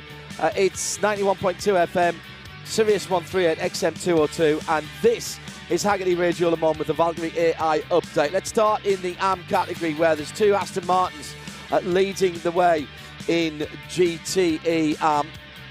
People are getting a bit fractious out there, maybe getting a bit tired. The pace of this race has been relentless. TF Sport leading with Enrique Chavez in the lead of that AM category from Nicky Team and Northwest AMR. About 1 minute and 13 seconds between those two. Julien Andlau, WeatherTech Racing, in 4th position, and between them and a spot on the podium is Martin Rump and Hardpoint Motorsport. Cooper McNeil has finished his driving, so it'll be Andlau and Thomas Merrill to take that car to the end. A little more of the bronze driving to be done by the two Aston Martin teams by my calculations. It's Alessandro Perguidi who leads in Pro, 31st overall in number 51 AF Corsa Ferrari, with Fred Makovecki now just 11 seconds away. Fred's just been gently pegging that Ferrari back over the course of this stint. Antonio Fuoco in 3rd position for AF Corsa. So it's 51, 91 and 52. Riley Motorsports now just over 3 minutes away in the number 74 car from a podium in GTE Pro. Roy Carroll will be licking his lips with that one. In LMP2, great battle going on between Richard Mille, the number 1 car, and the 22 of United. That's 10th and 9th position. Lila Wadu trying to hold off Phil Hansen, two of the new young stars of endurance racing, having a battle on the way down to Indianapolis. And in the class as a whole, it's Jota that leads. Will Stevens behind the wheel of the mighty 38 in 4th overall from Louis Delatraz and the Prema Orland team. Number 9 in 2nd. Oliver Rasmussen is in 3rd for Jota, ahead of Nick de Vries in the TDS Racing by Viante, number 13. That was supposed to be an Am car, of course, but when Nick was drafted in, it became a Pro car. Top 6 made up by Cool Racing. It's Ifeye who is driving the 37, and WRT Robin Freins, the number 31 car in 6th. In Pro Am, Algarve Pro Racing, the number 45, René Binder now driving that car, leads Pro Am from DK Engineering, Alexander Cugnot in the number 3, and Nielsen Racing's Ben Handley in the 24, and that guy's in 3rd position. And in the hypercar and overall, Toyota Gazoo Racing have 3 minutes and 5 seconds between Ryo Hirakawa and Kami Kobayashi. It's 8 from 7, with Ryan Briscoe 3 laps down on 2nd position, but holding a strong 3rd for the 709 Glickenhaus. 5 hours and 24 minutes to go. The leading Toyota Gazoo Racing GR010 has completed 294 laps here at Le Mans 2022. The Valkyrie AI Update. Science applied to motorsport.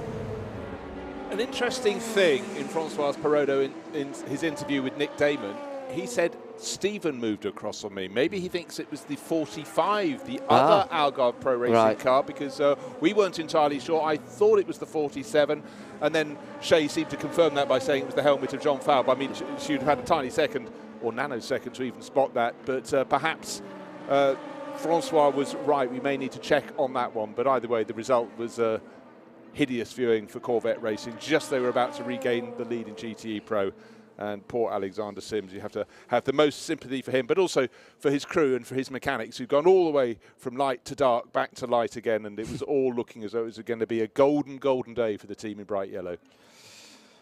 What should be the least stressful section of track, says Ian McCarthy, bites people so often. The wider and straighter the road, the more likely 3 or more abreast becomes, I suppose. Toughest way to go out for Corvette Racing. There'll be a lot of Corvette fans around the world who will be tremendously disappointed. We're into the last 5.5 hours of the race. You get this far, Paul, I think it's the cruelest time when you get into the last quarter of the race, and the closer you get to the end, the more I don't want anybody else to have any problems, if that makes any sense. You're absolutely right, but it's stupid.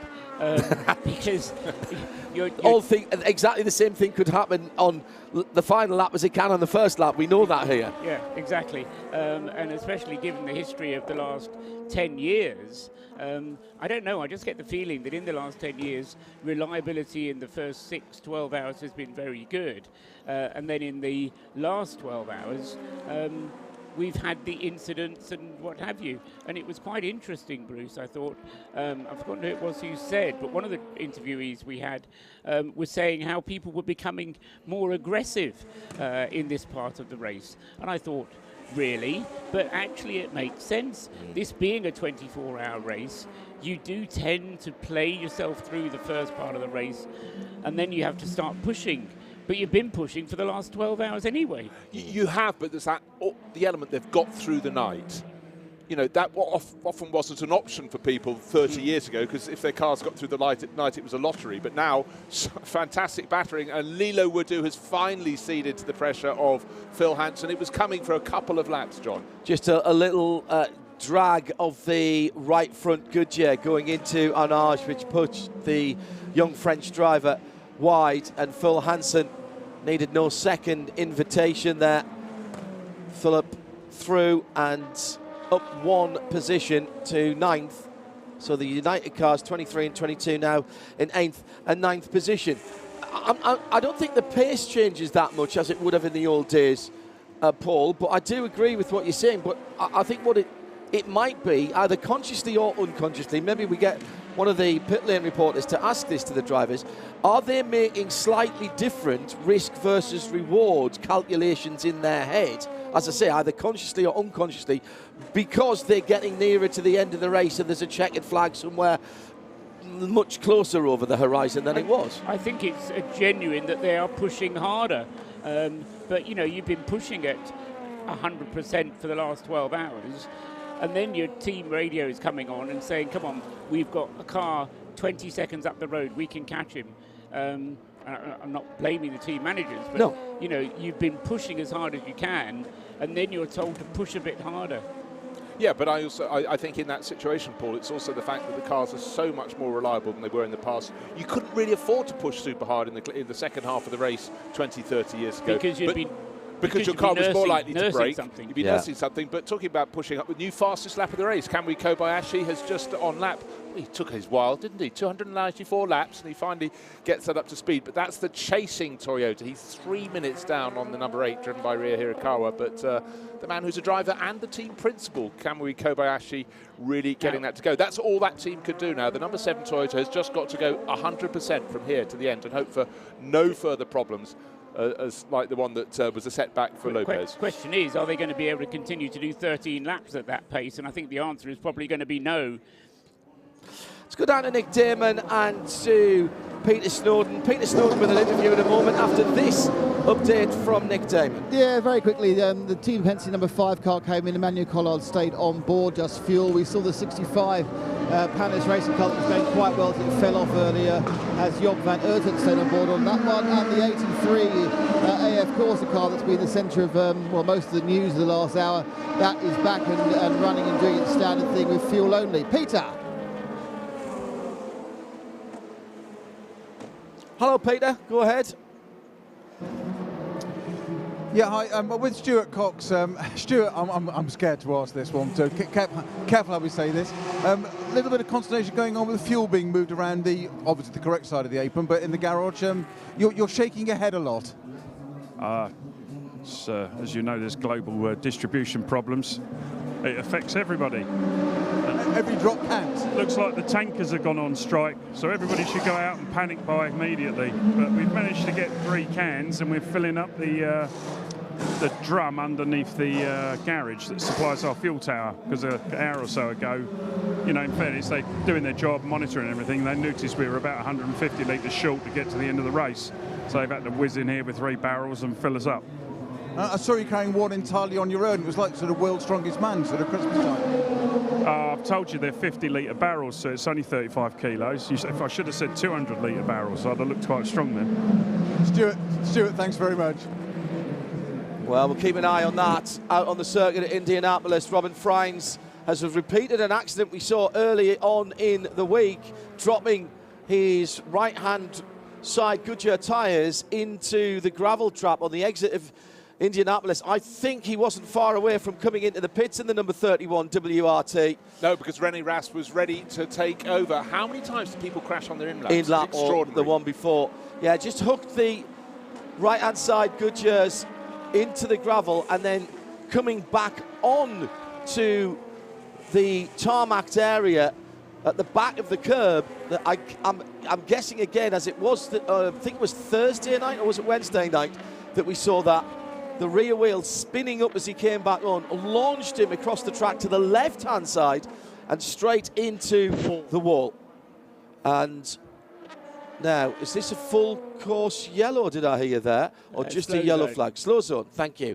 Slow zone. So Ramsey Fires, our race director.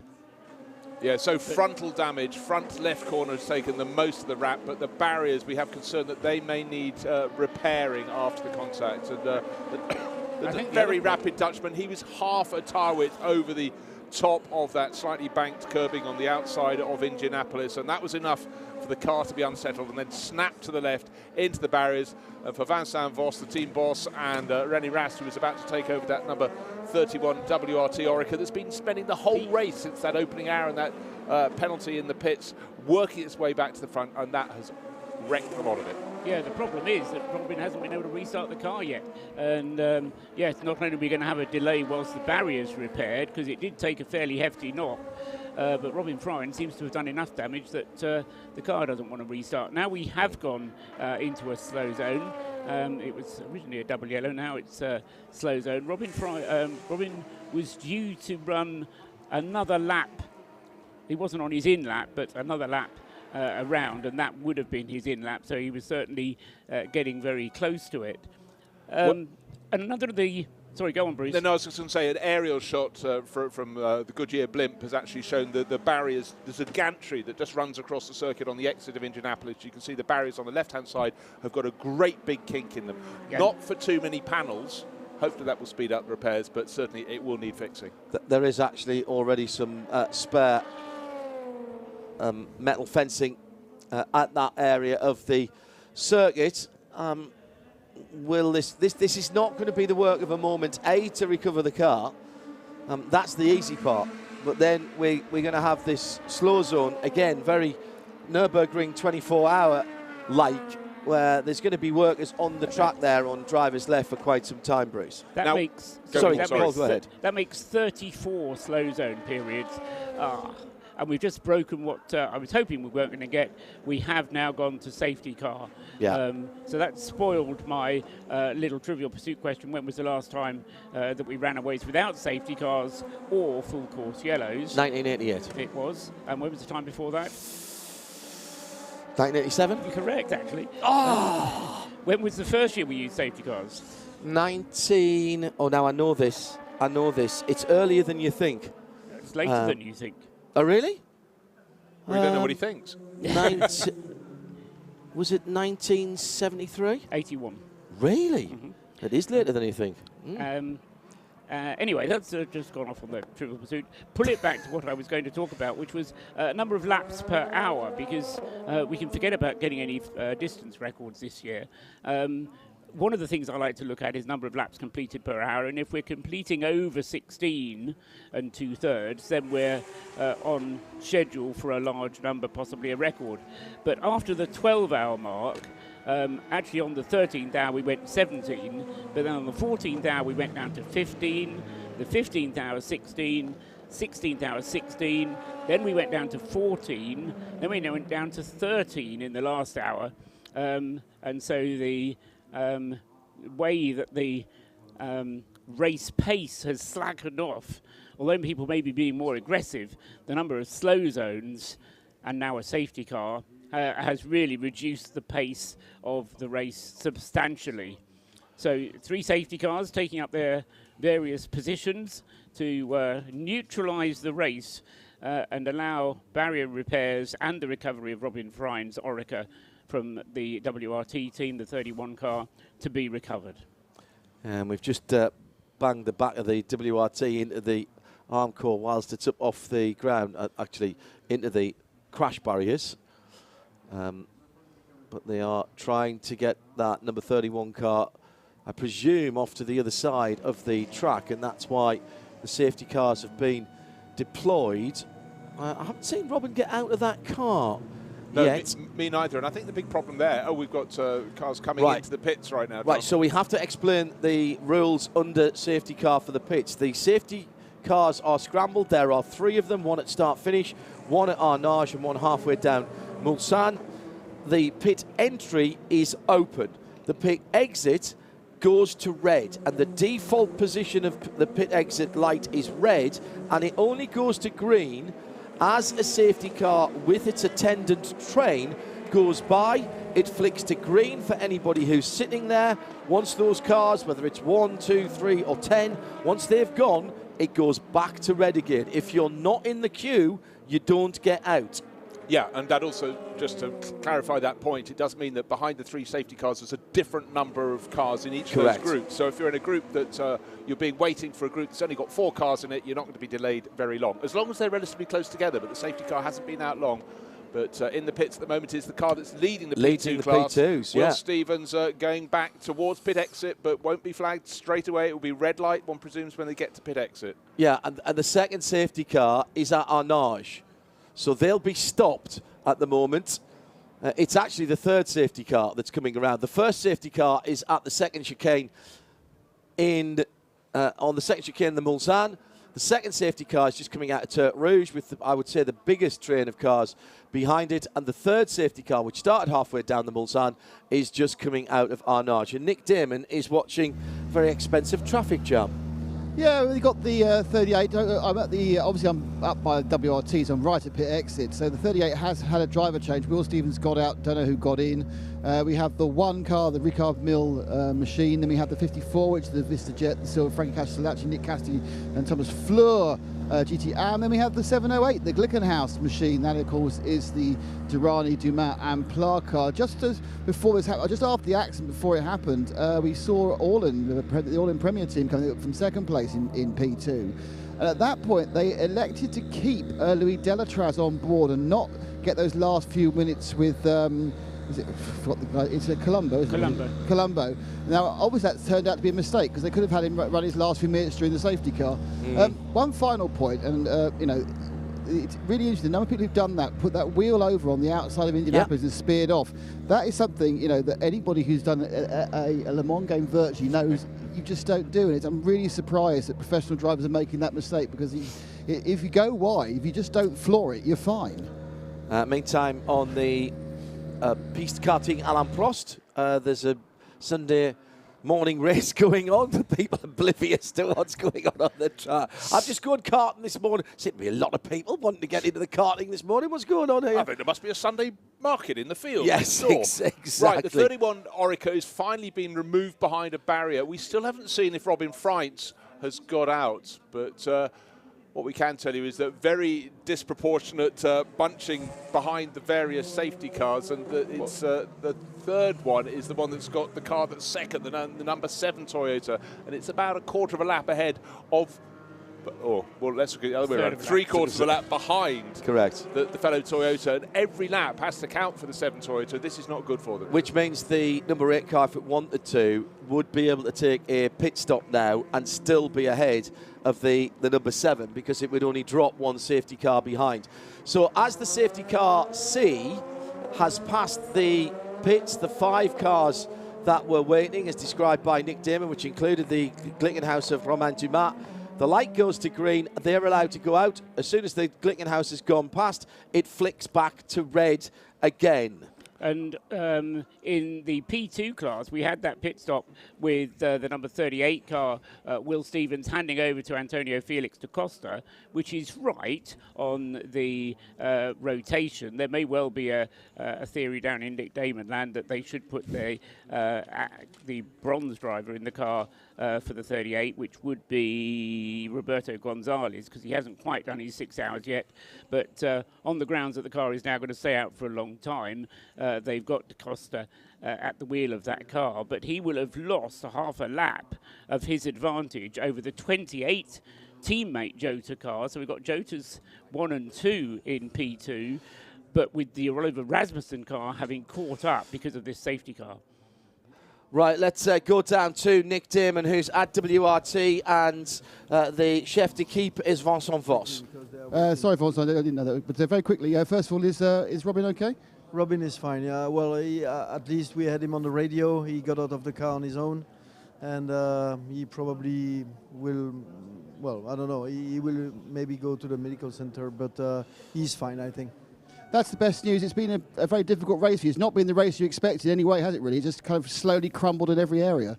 Yeah, well, it's some race you have to accept. I mean, it is how it is. We know this race can be hard. We learned it last year for one of our car, and yeah, let's see, and let's just prepare the future.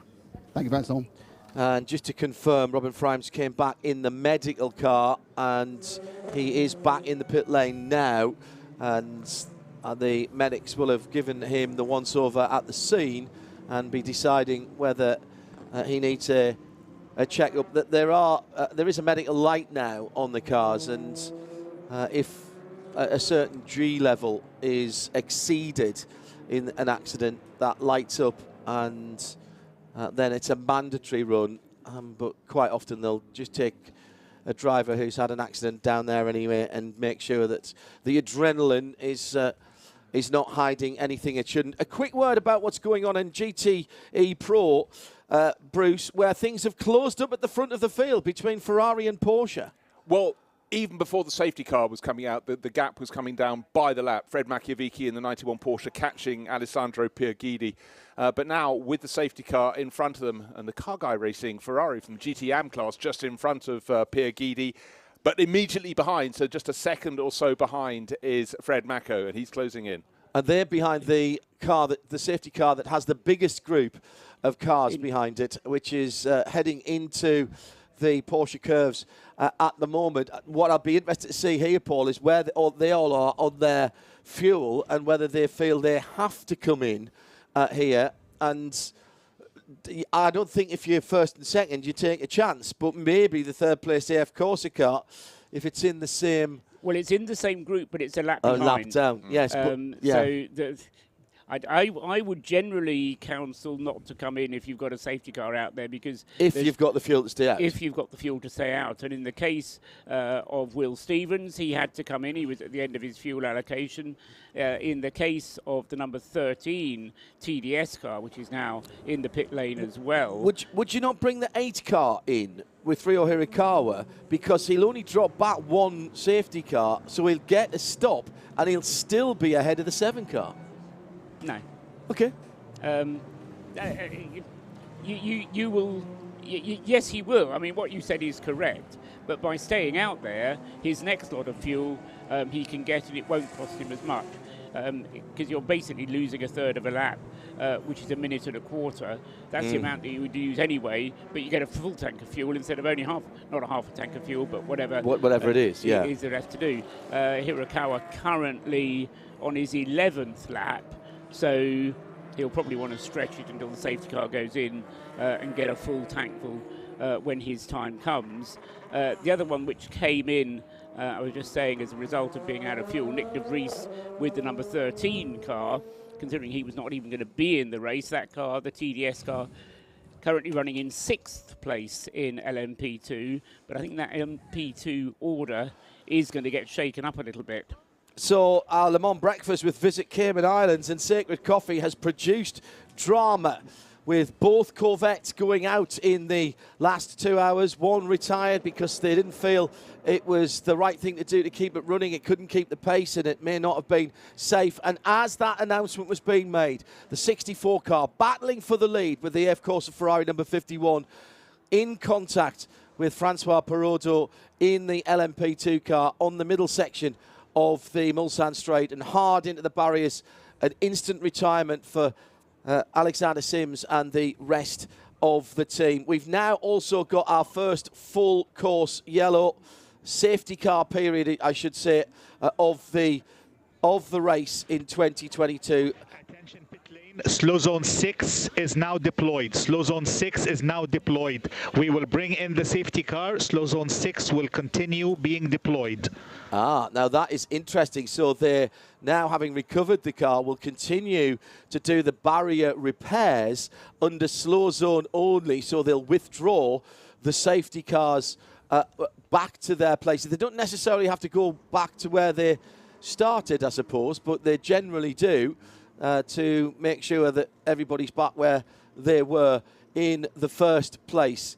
So Robin Freins having the accident that's brought out the safety car, and it looks like long-term slow zone at Indianapolis and through Arnage to repair the barriers. Our final suggestion for eating on the Cayman Islands, Vivo super healthy ceviche speciality. I do like a nice ceviche, nice and fresh. For a brunch or a breakfast. Thanks to visitcaymanislands.com and Sacred Coffee at sacredcafe.com, and providing breakfast here at Le Mans, and Sacred Coffee with their Wellington pods and the Auckland blend, as well as the new Porsche roast and, of course, the Lotterer. And we will get to do a breakfast show at some stage, I'm sure, from the Cayman Islands. Coming down to 5 minutes to go, 91.5 minutes, 5 hours to go, 91.2 FM. This is Hagerty Radio Le Mans. The weather on Hagerty Radio Le Mans is brought to you by Visit Cayman Islands. It's worth the wait. Over in Grand Cayman, it's looking to be a fantastic day. Temperatures around 30 degrees, a little bit of cloud cover. Sounds like a lovely day to be doing not very much at all. Meanwhile, here at Le Mans, 5 hours to go. Top temperature today, 25. We're climbing up towards the late teens and the early 20s at just on 11 o'clock. Clear blue skies through to 4 o'clock and the traditional time for the end of the race. Going home tonight, it should be a decent run to the Channel ports and round about 22 degrees tomorrow Monday if you're making the dash back to Calais. Visit Cayman Islands. It's time. Cayman time. The most comprehensive coverage of the world's greatest motor race anywhere on the planet. This is Hagerty Radio Le Mans.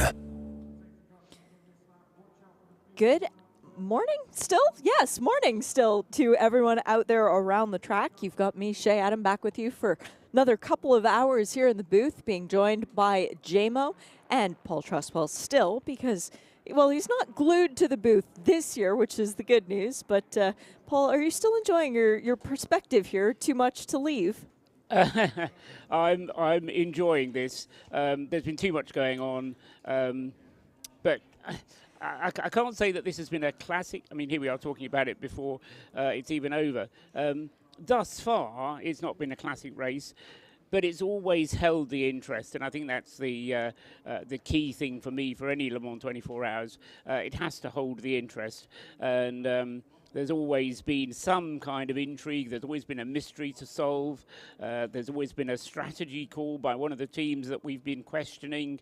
There's always been a good drive, a hero drive being done by somebody. So, yes, I mean, it's been a fantastic race so far, and I'm thoroughly looking forward to the remaining 5 hours. Safety car is coming in at the moment, Shay, but don't forget we've still got that slow zone up in slow zone 6, which is the run from Mulsanne Corner down to just after Arnage. So you'll be able to use 8/9, very nearly 89% of the racetrack. But coming out of Mulsanne Corner down to Arnage, there's going to be this slow zone in place, I would guess, for at least the next 20 minutes or so. Yeah, it was significant barrier repairs that needed to take place with the guardrail that was damaged. It's an older spec of guardrail that we use around these European circuits, Johnny Mullum, and so it does take a little bit longer to try and get in place than perhaps some of the newer stuff that our American viewers would be used to. Yeah, I wonder if they're charging it by the meter like they do at Nürburgring to the person that hits it. I don't think they do that at Le Mans, actually. Oh. So I've just come in, so I've missed that Robin Frinn's accident. I thought it looked like it was Indianapolis, but clearly not if they're still fixing a barrier in these slow zones. So where was it? It was at Indianapolis, but the slow zone begins at Mulsanne as the safety cars did split up the field a little bit, but thankfully not the GT battle. And right now, battle for the lead in GTE Pro is between the 51A, of course, Ferrari, and the 91 Porsche, with some of the GTE Am leaders in the mix as well. The Northwest AMR Aston Martin of Paul Delaune are doing a very good job to stay out of the way of both the Porsche and the Ferrari, allow them to have their race to continue. There are a lot of GT cars all in this one gaggle together, Johnny. Yeah, they ended up all back together again, didn't they, Paul? It's we were thinking that the LMP2 was going to be the fight where they were all on the lead lap, 6 or 7 cars at the end, and that may still happen, but at the moment it's GTE Pro that are doing that. Well, and speaking of the LMP2 battles and what's been going on, we haven't heard from Richard Dean yet. Joe Bradley's going to set that right for us. It wouldn't be Le Mans, Richard, if I didn't pull you to one side and have a chat about how things have gone. United Autosports had a great qualifying, and you came into this weekend with such promise. However, Le Mans can do that. It's probably one you want to forget, isn't it? Well, not quite yet. I was coming to that. Yeah. But yeah, I mean, you know, we got sandwiched with a 22 car that qualified on the front row, got sandwiched between the 2 WLT cars at the start with nowhere to go. So I think Rast thought that it was a 24-second race rather than 24-hour race. But, you know, we're chipping away. You know, they lost 2 laps at that point, so makes for long race when you start your first lap 2 laps down. But like I say, we're chipping away, both cars in the top 10 in the class. You know what? I've always had this saying that endurance races are won on the pit wall. Those two boys on the pit wall have brought your two cars back into contention, I would imagine. Yeah, it's tough to make a difference to everybody else. You're trying to do something different. Sometimes it works, sometimes it doesn't. But the very experienced pit wall, very experienced in the back room here, trying to claw our way back. We need a little bit of luck as well. Yeah, thanks, Richard. I'm not going to say anything more, mate, because I can only hex it. So best of luck to the finish. Yeah, cheers, mate. We definitely don't want the hashtag blame Bratters, as the battle rages on in the GTE Pro category, but they're coming into the safety car area. Yeah, the number 80 Ferrari there, diving back down the inside of the Porsche, the number 91 Fred Machiavecchi Porsche, putting himself in between him and Alessandro Preguidi in the GTE Pro leading 51 Ferrari. That is critically important for when they come out of the safety zone, because he can actually be a little bit hesitant to get back on the throttle and allow Pierguidi to get a really good jump coming out of this safety zone. And do you know why it's funny? The driver who did that, J-Mo, is Giancarlo Fisichella, the former championship teammate of Jimmy Bruni, car number 91. So even though it's Frederick Machiavecchi, it's still Giancarlo Fisichella affecting his former teammate. Yeah, but he's a factory Ferrari driver. Yes, I think that's what really it boils down to. And he would have been told on the radio what was going on, who was coming. He let Pierguidi come down the inside of him into Mulsanne really nicely, and it looked like he was letting the Porsche through as well, and then just released the brake and did a lovely move around the outside just before they reached the slow zone, which I don't think Machiavecchi was expecting at all. Yeah, I mean, the thing is that whilst we're having this battle, and it's great to do so, we can't have 5 hours of it, surely. I mean, 5 hours of nose-to-tail running would be lovely. It's not going to happen, Paul. It's not going to happen because the Porsche is quicker in a straight line. The Ferrari does not have the straight line speed, unfortunately. That's my point, is that we're not talking about a dash to the flag yet. If it was, 5 laps to go, half an hour to go, then, we'd be talking about what tactics the Ferrari could employ to stay in the lead. What they need to be thinking about is how they're going to be able to win this, as Joe Bradley was just saying to Richard Dean, on the pit wall by clever strategy. And that's where it's going to need things to be clever. And I said a while ago, from 6 hours out, you can start back timing this. You can start looking at what your options are to do something a little bit clever on the strategy, especially if you don't have the fastest car. You've got far more flexibility if you've got a fast car. If you don't, then you need to be clever. It is Machiavecchi who has dispensed of Giancarlo Fisichella, though, and once again sets sights on the Ferrari up ahead. That is Alessandro Pierguidi. A little bit of a gap now, about a second between those two cars as P2 traffic makes its way through them as well. Next behind, should mention, is Antonio Fuoco, the new factory driver to Ferrari as far as the GT status is concerned, but someone who's been on their radar from open wheel for a very long time. Came in and actually won the 12 Hours of Sebring this year in the GTD category.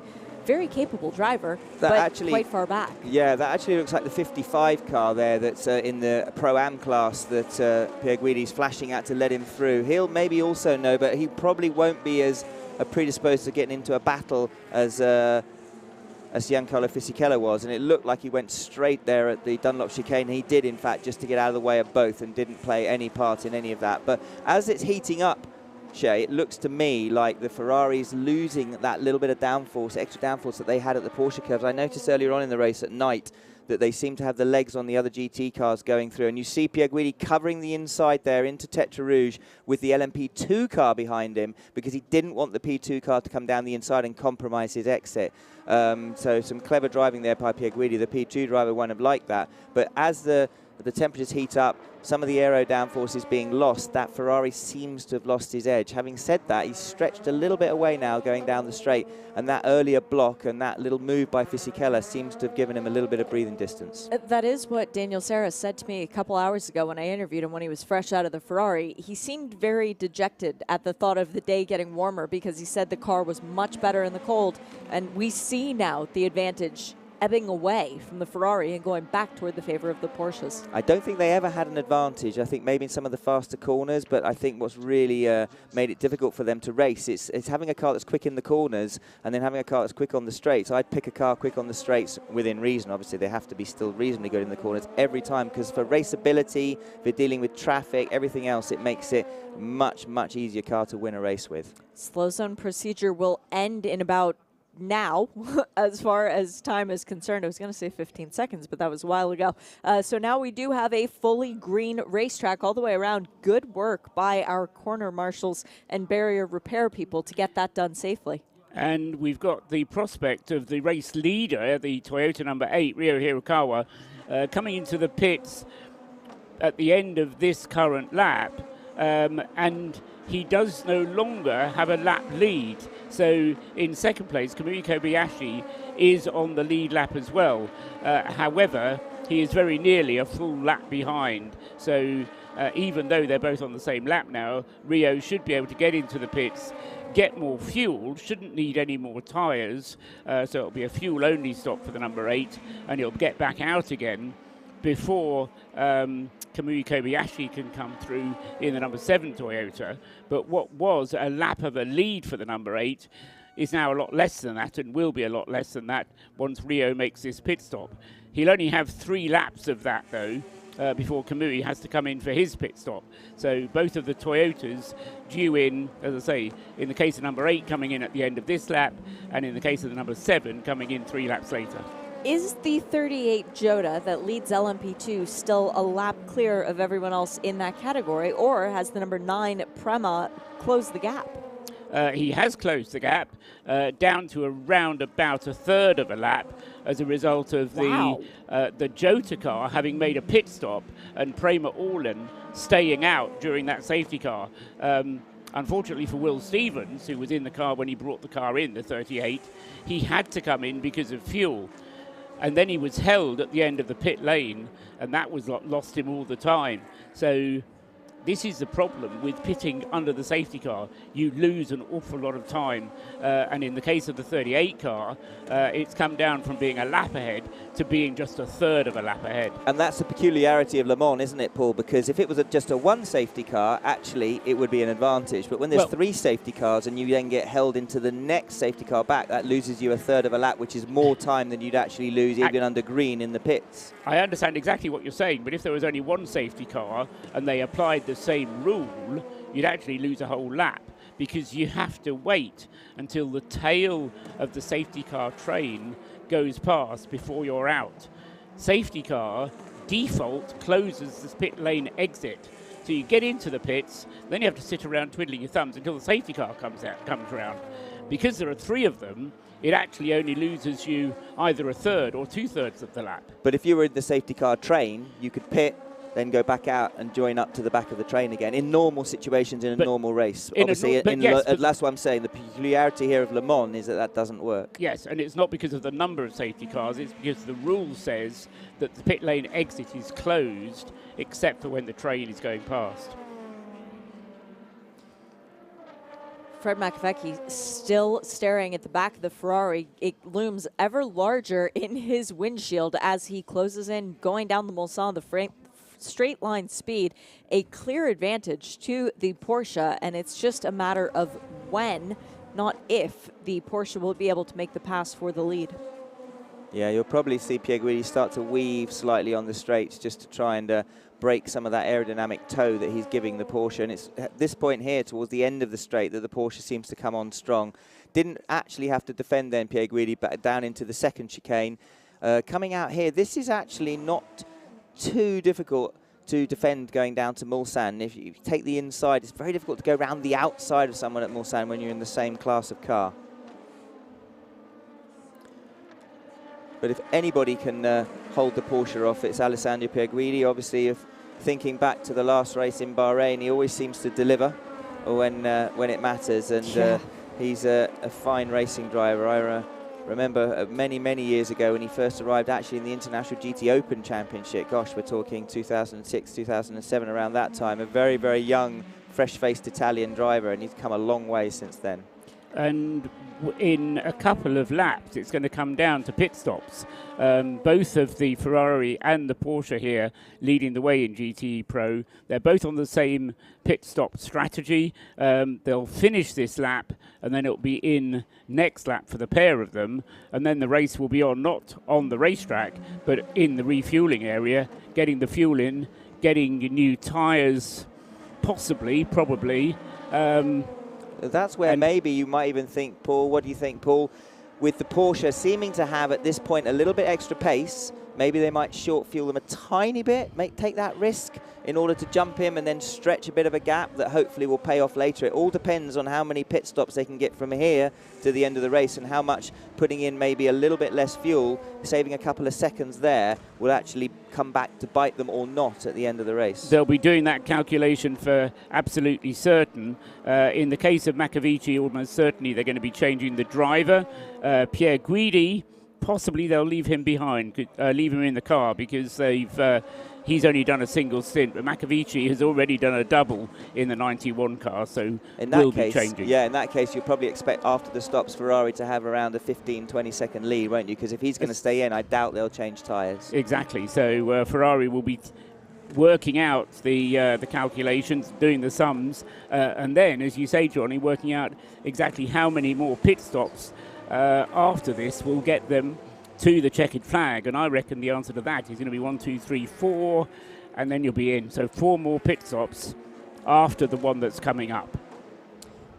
The lead Toyota is into the pit lane, and as Paul Trustwell said, this should not result in a change of lead if everything goes according to plan. Just noticing on the timing screens, we've got some blue popping up for the first time in a while, at least on the timing screens that I'm looking at. Fred Makovecki with the personal best Sector 2, but it's the car behind him that got my attention. Fastest lap of that car's race for Antonio Fuoco. And also Kevin Estra, as you rightly point out, J-Mo, he's on a charge too. Yeah, absolutely. And that 48.356, 3 minutes 48.356 for Kevin Estra. Paul, perhaps in a moment you can let us know if that's actually the fastest lap for that class in the race. I suspect if it isn't, it's close. It's not purple, so it wouldn't be... I don't think they only do purple for the overall fastest lap, I believe. I think they do them for class as well. Do they? I believe they do. Fastest lap in, we're talking about P2. No, GTE Pro. GTE Pro, sorry. Fastest lap there is from car number 51 a while ago, in fact on lap 92, so last night, 3:48.356.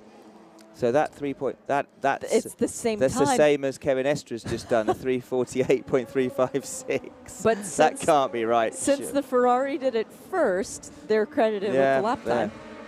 He's going to have to find another thousandth, isn't he? Yes. Double check that because it's so rare that happens. It's true. I was going to say that does seem. Great observation, though, Johnny. And it is funny that the cars make their power at different times during the race. They have different strengths in the different conditions. And we always say you want a fast race car for the end of the race. You want to just have a car that everyone else can hang on to for the rest of it.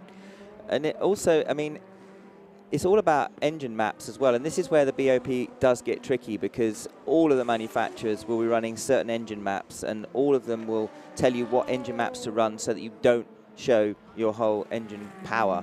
As we see the WeatherTech Porsche. No, sorry, that's the Fisichella car, isn't it? The number Yes. 80 Ferrari there, going straight at the first chicane with the number 55 car, the Griffin Cameron Perel car right behind. You have to think that's some kind of a failure because Giancarlo Fisichella doesn't miss his braking points. He's only human. It doesn't look like there's been a failure there, but obviously I'm not in the car. But at this stage, you know, depending on when they did their brake changes, brake pedal might be going long. And again, this is where tiredness can creep in and you don't realise, you know, and at this point, Fisichella's not got a massive amount to fight for, so that motivation's not there. Apropos of which, tiredness is creeping in over this side of the commentary booth as well, because that 3:48.356 was the Kevin Estra time. I was reading the columns the wrong way round, so mea culpa. So yes, fastest lap of the race in GTE Pro for the 92 car, Kevin Estra at the wheel a few moments ago. You were right, J-Mo. I'm shocked. I would have sworn I'd seen purple for other classes I've before. only ever seen purple when it was overall, but wow. Yeah. There you go. Every day's a school day. Yeah, learn something new every day. We've got in the GTE Am category, TF Sport leading the way. Enrique Chavez in the Aston Martin has nearly a lap on Julian Andlauer. How and when did that happen? I missed that occurrence. In third is Hardpoint Motorsport with car number 99. It's Martin Rump, the first ever Estonian driver to take part in this race. And then in fourth is the Paul Dallalana driven Northwest AMR Aston. Feel like he's been in that for a little while. But first, down to Joe Bradley in the pit lane, who has the 92 Porsche into the pits. Yeah, I just pulled up on its pit box, fueling going in. Nothing else being ready. However, I do have a tyre man with a stack of tyres. We will see. Tear-off comes off the windscreen. Pretty standard procedure so far. Fueling still going on. Not sure whether any decision's been made on tyres. The tyre man might be ready with his stack of 4, but there's nobody else ready with wheel guns and sort of with a sense of urgency. In fact, the lollipop man just steps forward, kind of to reiterate, do not go anywhere, as if he can. So it's Kevin Estre at the wheel, you guys telling me. And yeah, they're on a mission, aren't they? No tyres, just fuel for Kevin Estre. He's back out there. It's kind of what you want to do when you've got Kevin Estre in your car, but on track, Fred Macavecchi. Pierre Guidi is driving beautifully, Shay. I have to say, he's not missing his braking points, he's not missing his apexes, he's absolutely getting his exits right, and with the kind of pressure he's under, that's beautiful. They didn't pit on that lap, so I'm assuming from what Paul Trustwell said earlier that they will pit on this lap. They must be close to it. Well, and what I was going to say is Fred Macavecchi is throwing everything he has at Alessandro Pierguidi, and Pierguidi's just removed his rearview mirror and said, no, I feel no pressure. I think he's managed to, Pierguidi can just stretch it through the Essex a bit, and also at Tetra Rouge, and that's such a critical corner because it leads you onto the long straight down to the first chicane. It's easier to defend a little bit at the second chicane because it's so bumpy on the inside there, but also if you can just a little bit get a great exit out of there, then Mulsanne, Indianapolis, Arnage, it makes it easier to defend. You're absolutely right. They have got an extra lap, 16 laps now for these two. Neither of them came in during the safety car period, and fuel saving under the safety car is what's enabled them to do. There you go, Paul. Tires and fuel. They're going to change the fuel. That is number 91 Porsche, so I would imagine that is Richie Leitz getting back into that machine. But yeah, you were correct. You said they should pit, and so the pit wall had to tell Fred to come in. Yeah, and do you think the Ferrari will be coming in as well then? Yeah, probably, almost certainly, I mean, assuming, I can't imagine that even under safety car conditions they'd have been able to save enough fuel to go 17 laps on a stint. So 16 is already pushing the envelope as far as these GT cars are concerned. I can bet that engineers would have been calling for fuel numbers a lot the last couple of laps. Well, and shouting at them to, because didn't you notice during the safety car there was an awful lot of weaving going on, and I'm thinking that's not saving any fuel at all. You know, if you're going to save fuel behind the safety car and get an extra lap, you just want to sit there gently. It's a double-edged sword though, Paul. When you go green again, you don't want to have completely cold brakes and tyres either. So it is a balancing act. We do have confirmation from our pit team, by the way, that AF Corse is ready for both of their pro Ferraris to come into the pits this lap. That was not Richie Leitz on the pit apron waiting for Fred Macavecchi to come in. It was Jimmy Bruni. So the man who knows quite a bit about the prancing horse getting ready to go do battle with them out on the circuit, as both of those cars are into the pit lane, as well as the WeatherTech Racing Ferrari. So Julian Andlauer, there was a closing of the gap of the Porsche as it went onto the pit lane speed limiter behind the Ferrari. Joe Bradley is watching the Porsche box and will be able to take us through this stop. Well, the third place 52 Ferrari's in. The first place 51 Ferrari passed underneath me, and then right in front of me, the 91 Porsche in second place in GTE Pro. Pulls up, driver change there, and it's Ginny Bruni who will take over from Fred Macavecchi. Let's talk to teammate Richard Leitz. Richard, are you guys sticking to your plan? You're not being dragged into any kind of fist fight with the Ferraris? Well, I don't think that you can plan the race, exactly. And now we are in the race and we are going for the win, of course. But If it would be Corvette in the front, we would fight with them. It was not, according to the plan. So at the end, we push and we see. At the end, the car looks like the temperature and the tires is working now better than in the night, and there is some pace with more heat in these tires. Interesting words from Richie Leitz there. And the Ferrari is at the other end of the pit lane. Is that Peter Snowden who's down there? No, it's me. Oh, Nick. Hello, Honestly. Good grief, woman. Sorry, Nick, on talkback, you sounded a bit muffled. I think you sounded a bit posh, which is the other reason for it. Yeah, they came in very well synchronised, actually. There was just kind of enough lead for the 52, obviously a lap behind, but to get in, adjust itself properly, because it's the car that's further forward, further towards pit exit of the two. That shuffled down. The team did the fuel service only. Again, fuel service and a windscreen tear-off. Same thing in 51, but it meant that the 52 had left again before the 51 came in, so it gave them a clear exit. So all going particularly well there, and they are back into battle again, but they'll have both Ferraris have the same tyres and the same drivers. You probably could detect from the voice of Richard Leeds that it's been really cool, wasn't it? Yeah, we're just doing what we're doing. And you know what? Fred McAvecchi got out of the car, took his helmet off, took his balaclava off, put his cap on, and then he's literally sprinted across from the garage to the pit wall to converse with the engineers to just, make sure that they're crossing the T's and dotting the I's in this next 4.5 hours or so. He wants to make sure that they have a car that they can win with. I noticed then, Paul, that there was only 12-second advantage gained with the 51 Ferrari against the 91 Porsche, which seemed, I was expecting a little bit more than that. So that wasn't a particularly fast, it wasn't a particularly fast stop, as we see Pierre Guidi, when he came out of the pits, I'd already noticed, blew the Dunlop chicane there.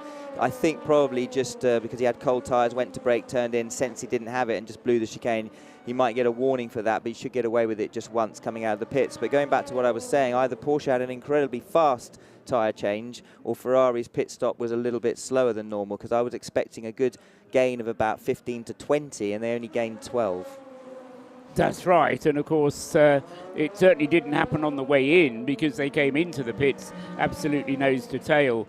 The Ferrari's pit a little bit further up, so yeah, it was probably a slight advantage to Porsche there, although it may look to be advantage Ferrari because the gap has gone up, but it's not gone up as much as we would have expected. But as I say, we now have to count down to the end of the race, and I wouldn't be surprised if both of these teams are trying to work out how they can put a new set of tyres on at every pit stop.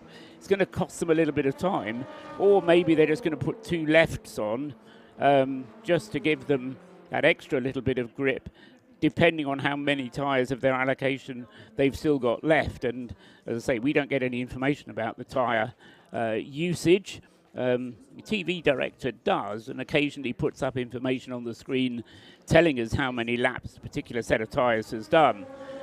But as I say, that information doesn't get through to any of the systems that we have available to us here. Now, interestingly, the 51 car is only a few seconds behind the 52 sister car, which could come into play later on. If the 52 were to let the 51 pass, then they would actually, albeit they're in third, they'd be a lap down, but the buffer, they then could become a buffer between the 51 car and the chasing 91 Porsche. Yeah, possible problem for Alessandro Pierre Guidi.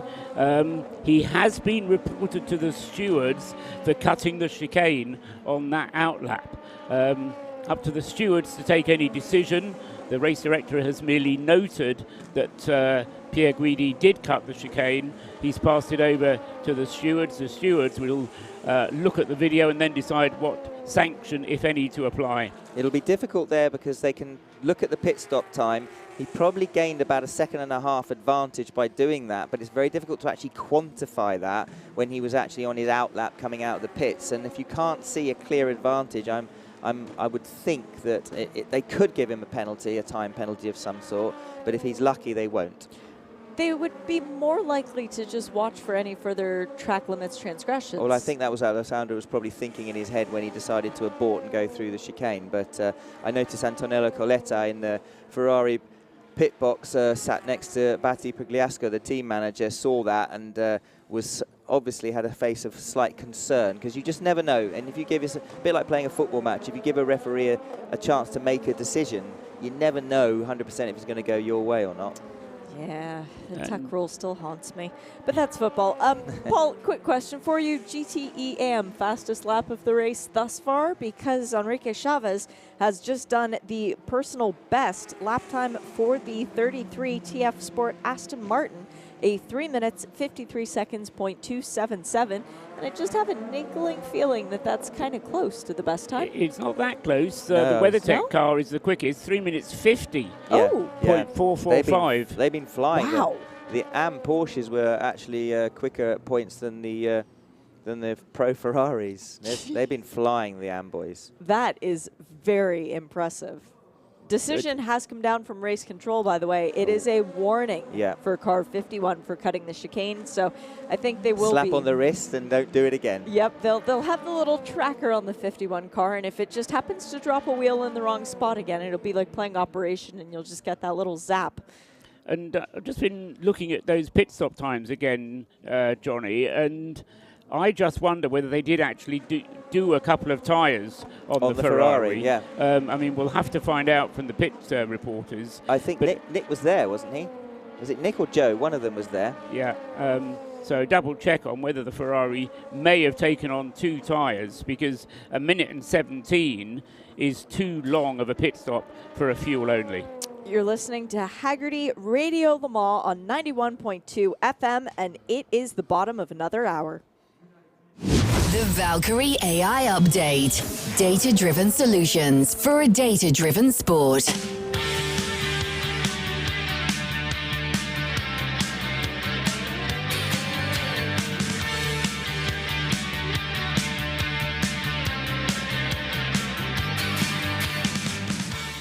Four and a half hours left in this race, and your current leader is number 8 Toyota of Ryo Hirakawa. In the Toyota, having completed 306 laps. Second in class is his teammate Kamui Kobayashi, out on track in the number 7, but just under a lap behind. In third place, Frank Mailloux in the Glickenhaus, number 709. The first of our LMP2 runners is Joda, and the second of our LMP2 runners is Joda as well. Car 38, the mighty 38, still leading the way. Antonio Felix da Costa piloting that car at the moment, and Oliver Rasmussen is in second in the 28. Third in class and fresh out of the pit lane is Lorenzo Colombo for Prema Orleans team. He is a further 33 seconds behind the second of the Jodas. In fourth in category TDS, racing by Valiant. A brilliant race so far for them, just sort of sneaking their way forward. And fifth in class, the 37, Cool Racing, Yiffy Ye behind the wheel of that car at the moment. In the Pro Am category of LMP2, Algarve Pro Racing, Renee Binder in the number 45. That is the Orca that was rebuilt from nothing in the practice earlier this week. Second in class is Nielsen Racing in car number 24. A few vehicles between he and the next, as far as the Pro-Am leader is concerned. A little bit of work would be taken to get up to the lead, but it can happen. There's time yet in this race. In the GTE Pro class, it is the 91 Porsche for Jimmy Bruni leading the way, and back into the pit lane is Alessandro Pierguidi. We'll have to find out what's going on with that in a moment. Third in class is the other A, of course, Ferrari, that being the 52 of Antonio Fuoco. We've got in the land of GTE Am, Aston Martin, Porsche, Aston Martin, Porsche. It is Enrique Chavez for TF Sport in the number 33, who is the lead of that class ahead of Martin Rump, the Estonian driver for Hardpoint Motorsport in the number 99. Then in third is WeatherTech Racing, Julian Andlauer still aboard that Porsche, ahead of Paul Dallalana in the Northwest AMR Aston Martin, and rounding out the top 5 is the 77 Dempsey Proton Racing Porsche. That is Tinks currently piloting that car. The Valkyrie AI Update. Science applied to motorsport. I think we have an answer as to why the AF Course Ferrari dove into the pit lane, and it was because we had a double yellow at Marshall's Post 23, which is on the run from Mulsanne up to Indianapolis. It was for the 22 United Autosport car of Phil Hansen. Came to a stop at the side of the circuit, has gotten moving again. Perhaps it was a control-alt-delete, but Johnny Mollum, this has not been a race for United. No. It's funny how when it starts going wrong early, it just seems to continue. It's like a deck of cards. It just slowly just collapses level by level, and sometimes unrelated, sometimes related. But I do feel for that car because they qualified on the front row, the United Autosports 22 LMP2 car with Felipe Albuquerque and Phil Hansen. And Will Owen, obviously, with that pincer movement at the start, and it just seems to have gone downhill from there. They fought bravely to get back up there and feature, but never, to be honest, ever looked like really making it back even into the top 10 on merit when the strategies were playing out. The 23 car, on the other hand, sort of back up into the top 6, 7, but even for them to get back up into the top 4 or 5 is proving difficult, even with the pace that they've shown.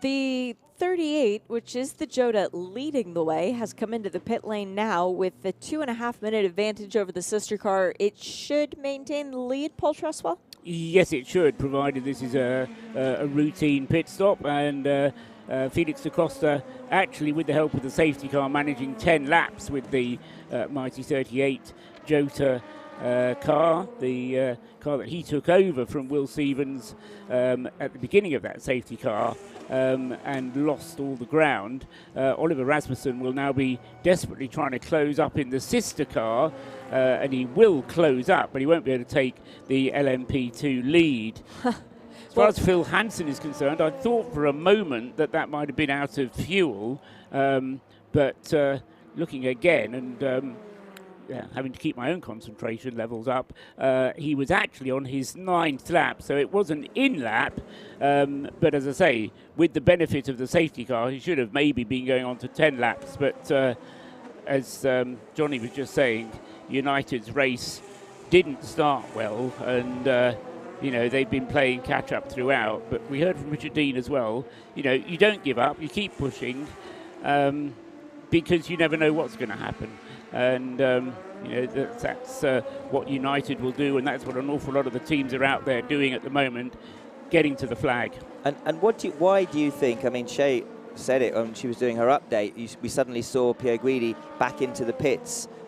That soon after fueling, you wouldn't take an opportunity to come in and do a splash at that point, would you, Paul? I don't see that as particularly logical. He was in for about 30 seconds, straight back out. It was almost like it was a drive-through, but I didn't see him being served with any penalty or anything like that. He got a warning for cutting the Dunlop chicane, exiting the pits, but I didn't see any penalty. We weren't told of any, that's right. And I'll do a little bit of homework now on that, having dealt with my United crisis. It was a 48-second visit down the pit lane. Paul, how long does it take? How long is the pit lane delta? Did you say 30? 30 seconds is what a drive-through costs you. 27 seconds is the time down the pit lane. Okay, so he definitely stopped in his box then and took a splash of fuel, perhaps just trying to elongate one more lap? Yet he'd only just been in. That's what doesn't make any sense to me at all. Doesn't make any sense at all. Well, even if they thought that meant that they could now get to the end on a certain number of stops. I just wonder whether they changed the other 2 tyres. We surmise they changed 2 tyres. Pierre Guidi may have said, this isn't working, they're out of balance, let me have the other 2 as new as well. They might have short-filled them as well. They might have short-filled both of the Ferraris to try and leapfrog the Porsche and get even more of a gap. But their pit stops were too long for that. They didn't have particularly good stops. Yeah, it is a bit of a mystery. We've got a drive-through penalty for the 32 WRT team entrant is Rolf Eischen, who has had too many transgressions off the circuit. So for not respecting track limits, it is a drive-through for that car. And Oliver Rasmussen, we were talking about how he might want to get the hurry up on to try and catch up to his teammate while his teammate was in the pit lane. He also got the ire of race control and was warned about abusing track limits. So perhaps he wants to get the hurry on, but not quite that much and not in that manner. I'd love to find out where they're getting the track limit warnings, because it's definitely not Tetra Rouge, and it's definitely not the exiting the chicanes. It's not exiting Mulsanne either. So I'd love to know where they're getting them, because the cars all night were going miles over, especially at Tetra Rouge. They were going right over, even beyond the blue, with both wheels. And when we were on board watching that 51 Ferrari battle, and it looks like a... Which Ferrari is that into the pit lane? Is that the 51 that again? That is the 52. Oh. It's the one that's further out. No, it is the 51. It's the 51 again, yes. For the splash of fuel. It's the, That's oh, a it's replay. Replay. So There we go. Right rear. Right rear only. Oh, gosh. Maybe they had a slow puncture. Yeah, could have been. Yeah. And what a fortunate opportunity for them to have had that while there was a slow zone out on the track. Yeah, if it's going to happen, that's good for them. It still means that Pierre Guidi is now 32 seconds behind Jimmy Bruni in the 91 Porsche, as opposed to being in his number 51 Ferrari about 14 seconds ahead. Yeah. So we've seen how quickly this race can change, though. Absolutely. I mean, you can't count even the Jota lead.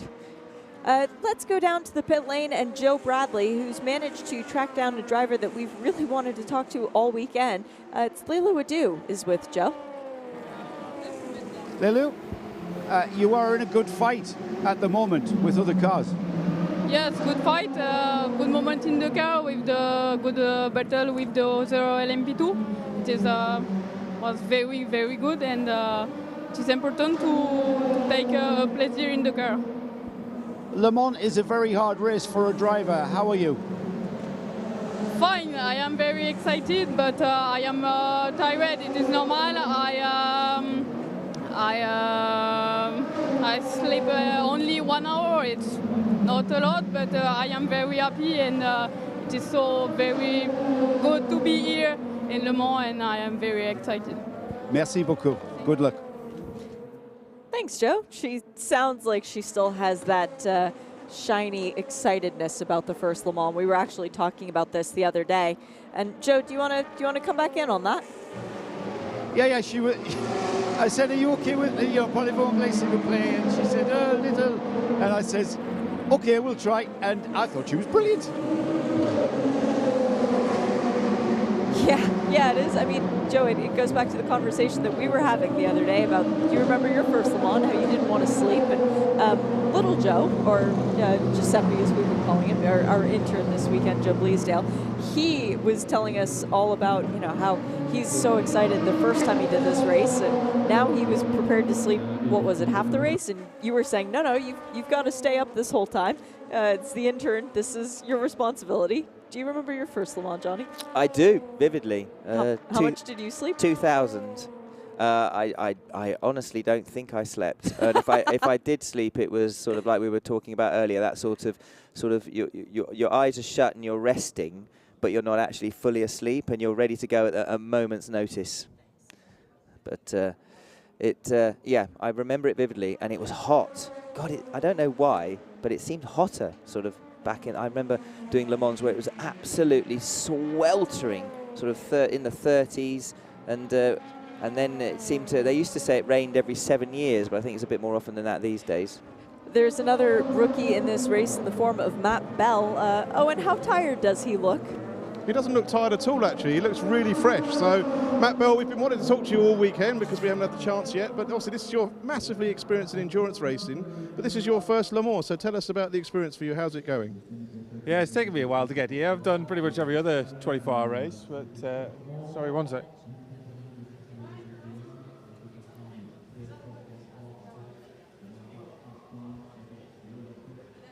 Yep, Matt's sorry, I'm a class leader. Just went off. I saw that. Yeah, apologies for that. That's okay. Just getting all excited because we're in the podium fight, which is a pretty cool place to be for first Le Mans. So, it's been a fantastic experience so far. The race has been going, it's had its ups and downs. We had a couple of issues overnight. Nothing that forced us into the garage, but it forced us to have a couple of longer stops, which had dropped us out of the lead fight for now, battling for second at the moment. as we all know, Le Mans is its own beast and anything can change. So we're just keeping our heads down and trying to keep it clean, trying to keep it fast and see where we end up. Brilliant. Thanks a lot. I hope we see you again here soon. Thank you. Moment of excitement was brought to you by the fact that the 45 Algarve Pro LMP2 Pro Am leader was off the track at, I think it was the first chicane, into the gravel. Yeah. We do have an opportunity for another conversation with the driver. Joe Bradley has tracked down Nico Mueller, another one of these rookies to Le Mans. Joe? Nico, your first Le Mans, tell us, good, bad, what do you think? Yeah, I'm really enjoying it out there. Unfortunately, in terms of results, it's looking a bit difficult for us.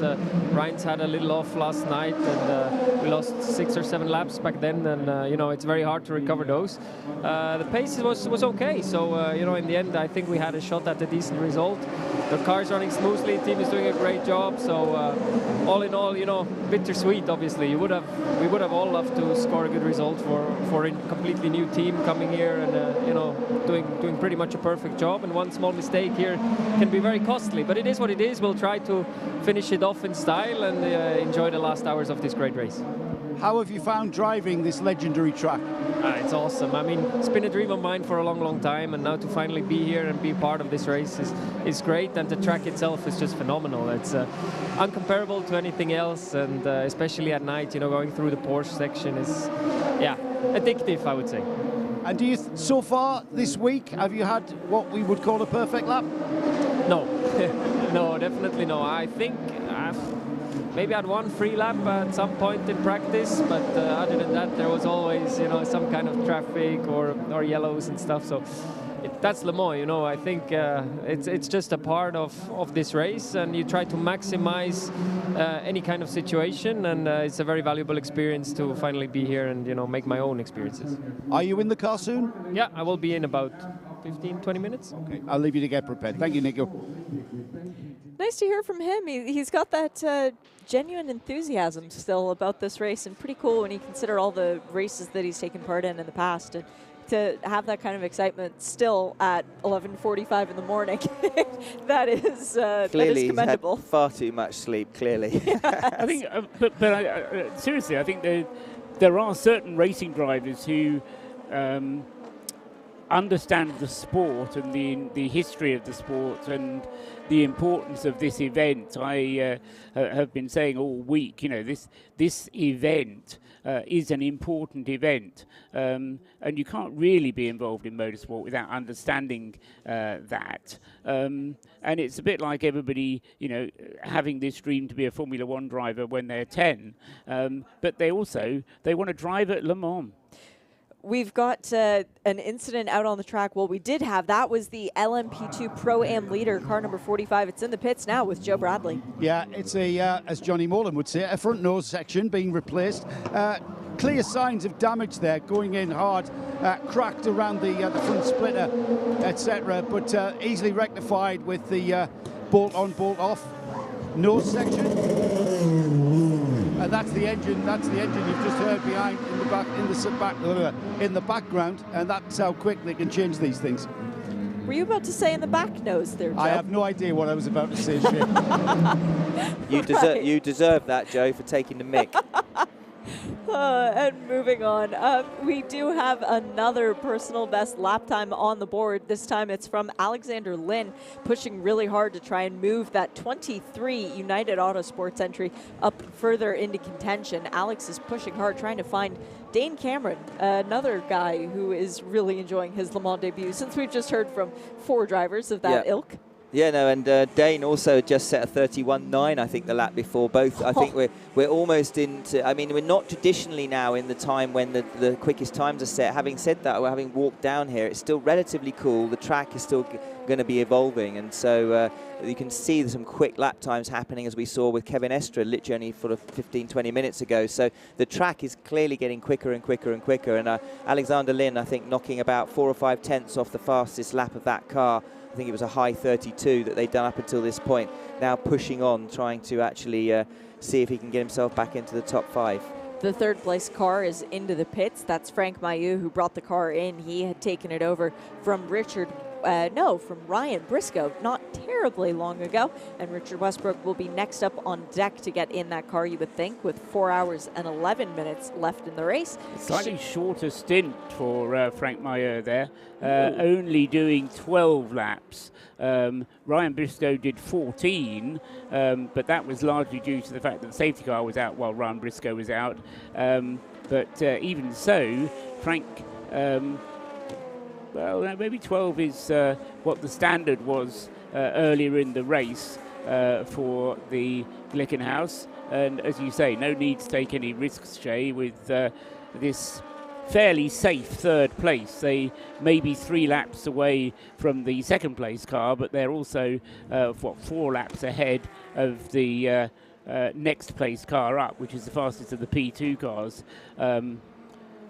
Chance was there for a P2. Chance is still there for a P2 to get a place on the overall podium, but it's going to take one of these 3 hypercars to hit a severe problem if that's going to happen. And thus far, I mean, it's worth making a note, actually, and giving credit where it's due to Glickenhaus. They may not have had a fault-free run, but remember, this is only their second time here at Le Mans. You know, and even Tom Walkinshaw with his Jaguars said it would take him 3 years to win Le Mans, and he got there in the end and did win it after 3 years. But it is often said that it takes you 3 years to get to grips with all of the vagaries of Le Mans. The first year you're just learning, the second year you're putting right the things you've learnt, and then the third year you win. So there's pressure for Jim and his crew at Glickenhaus. If only it were that easy, hey, Paul? Quite. Well, I think, you know, the more you get involved in this race, it's undoubtedly true that you do learn more and more about it. But hypercar's going to be getting more and more competitive, so I think that's going to sort of, you may gain with experience on one side, but it's going to get harder and harder in terms of the opposition. And these cars are so difficult, they're so incredibly complex. I mean, I think the only advantage that Jim Glickenhaus will have in 2023, assuming that he's here, yes, the competition will be greater, but he's learned 2 years worth of experience already. Now, you know, you don't take lightly entries from Peugeot, you know, even though it will be their first time here next year. You wouldn't necessarily rule out a debut win for the car. So you're right, it's a tall order, but as I've said before this weekend, I just love the fact that someone like Jim Glickenhaus can come along with his tiny car manufacturing company and go up against the world's biggest car manufacturer and go toe-to-toe with him. You know, he's going to hopefully be up there and not that far behind after 24 hours of really hard racing. Yeah, after 24 hours to finish 25 miles behind the leading car is quite an accomplishment, especially, as you rightly say, going up against a giant like Toyota Gazoo Racing. It's only a mile an hour you're losing, exactly. Which, I mean, that's not bad. No. If you actually work out the average speed on that, and Paul no doubt will in the next 30 seconds and tell me, then that's probably not that great. No, and think about doing a running event. If you're running with somebody who's one of the world's best sprinters and you can still almost touch them by the end of 100 meters, you're doing a really good job. Yeah, absolutely. Although this is a bit more of a marathon than a sprint. It really is. But I was thinking more Usain Bolt versus the cheetah, and it's, Yeah, no, absolutely. Paul, can I ask something to keep you occupied? I'd love to know, in the LMP2 Pro Am category, we have the Algar Pro Racing with James Allen on board leading, Ben Hanley in the Nielsen car in second place. Well, it looks actually maybe a lap behind still, even despite that problem that this 45 car had going off and damaging the nose and needing replacement. And then you got Laurent Hoare in the LMP2 number 3 car, DKR Engineering. So those three in the fight for the overall win in that class. How much of the slower driver time, if any of those 3 cars got left to do? That I will need notice of, and I'll work it out. My guess would be that because of the nature of the team being weighted towards the AM drivers, they're going to use the they're going to have to use the hours of the Am drivers, the silver and the bronze drivers, right to the end of the race. So it would be a surprise to me if, until we get to the last stint, when the idea will be to get the pro driver in the car for the last stint. Until that point, it'll be all down to the silver and bronzes to do the driving. The reason I ask is because we have 4 hours to go, and at the moment, certainly in the case of Ben Hanley and Laurent Hoare, you would say that those are the 2 quickest drivers that those cars have in the car. That is for the number 24 Nielsen Racing car, doing really well. I have to give them a special shout out, and the number 3 DKR Engineering with Laurent Hoare. For sure. We've just had word of a bronze driver staying behind the wheel of the car. No new tires for the 98 Northwest AMR either. So Paul Dallalana is how close to reaching his drive time, Paul? I will task you with that one. Because I feel like he's got to be getting pretty close and getting ready to hand over to David Pickard and, of course, Nicky Thiem to the end of the race. This in the 98, the Northwest AMR car. Yes, that car. I think Dallalana has already. Let's just have a check. He's just done another pit stop and stayed in the car. Yeah, he should be done by the end of this stint, surely. Yeah, he's going to go out and do another stint, and then he'll be done. So he's 4 hours 55 minutes at the moment. If he does a full stint, that'll take him up to 6 hours just. Excellent. Because remember, the time spent in the pits, as you said earlier on, Shay, doesn't count. So if you do a double stint, it may feel like you've been in the car for 2.25 hours, but actually you've only been in the car for 2 hours and 10 minutes. The Hardpoint Motorsport Porsche is also into the pit lane. Martin Rump bringing that car in. So the Porsche will drop down behind the WeatherTech Racing Porsche, at least for the moment. And there is a driver change going on there. That is Alessio Piccarello getting into the car, Martin Rump getting out. And are they going to do tires? Yes, they have the new Michelins alongside. And typically you do new tires when you give a new driver. Ooh, that might have been speeding into the pit lane. Big lockup from Rump as he hit the boards that denoted pit lane speed limit starts. Well, it's a good job they were changing tyres, because those would be flat spotted. Yes, Piccarello still belting himself in, looking down into his lap to try and make sure that he gets all of the hooks in all of the right places, the 5-point harness.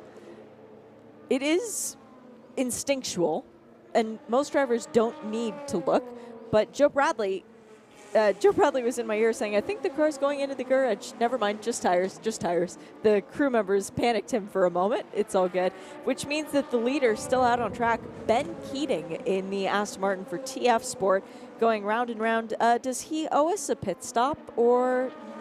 Nope, he has been out for a while. Joe, you doubted yourself, and now you're undoubting yourself?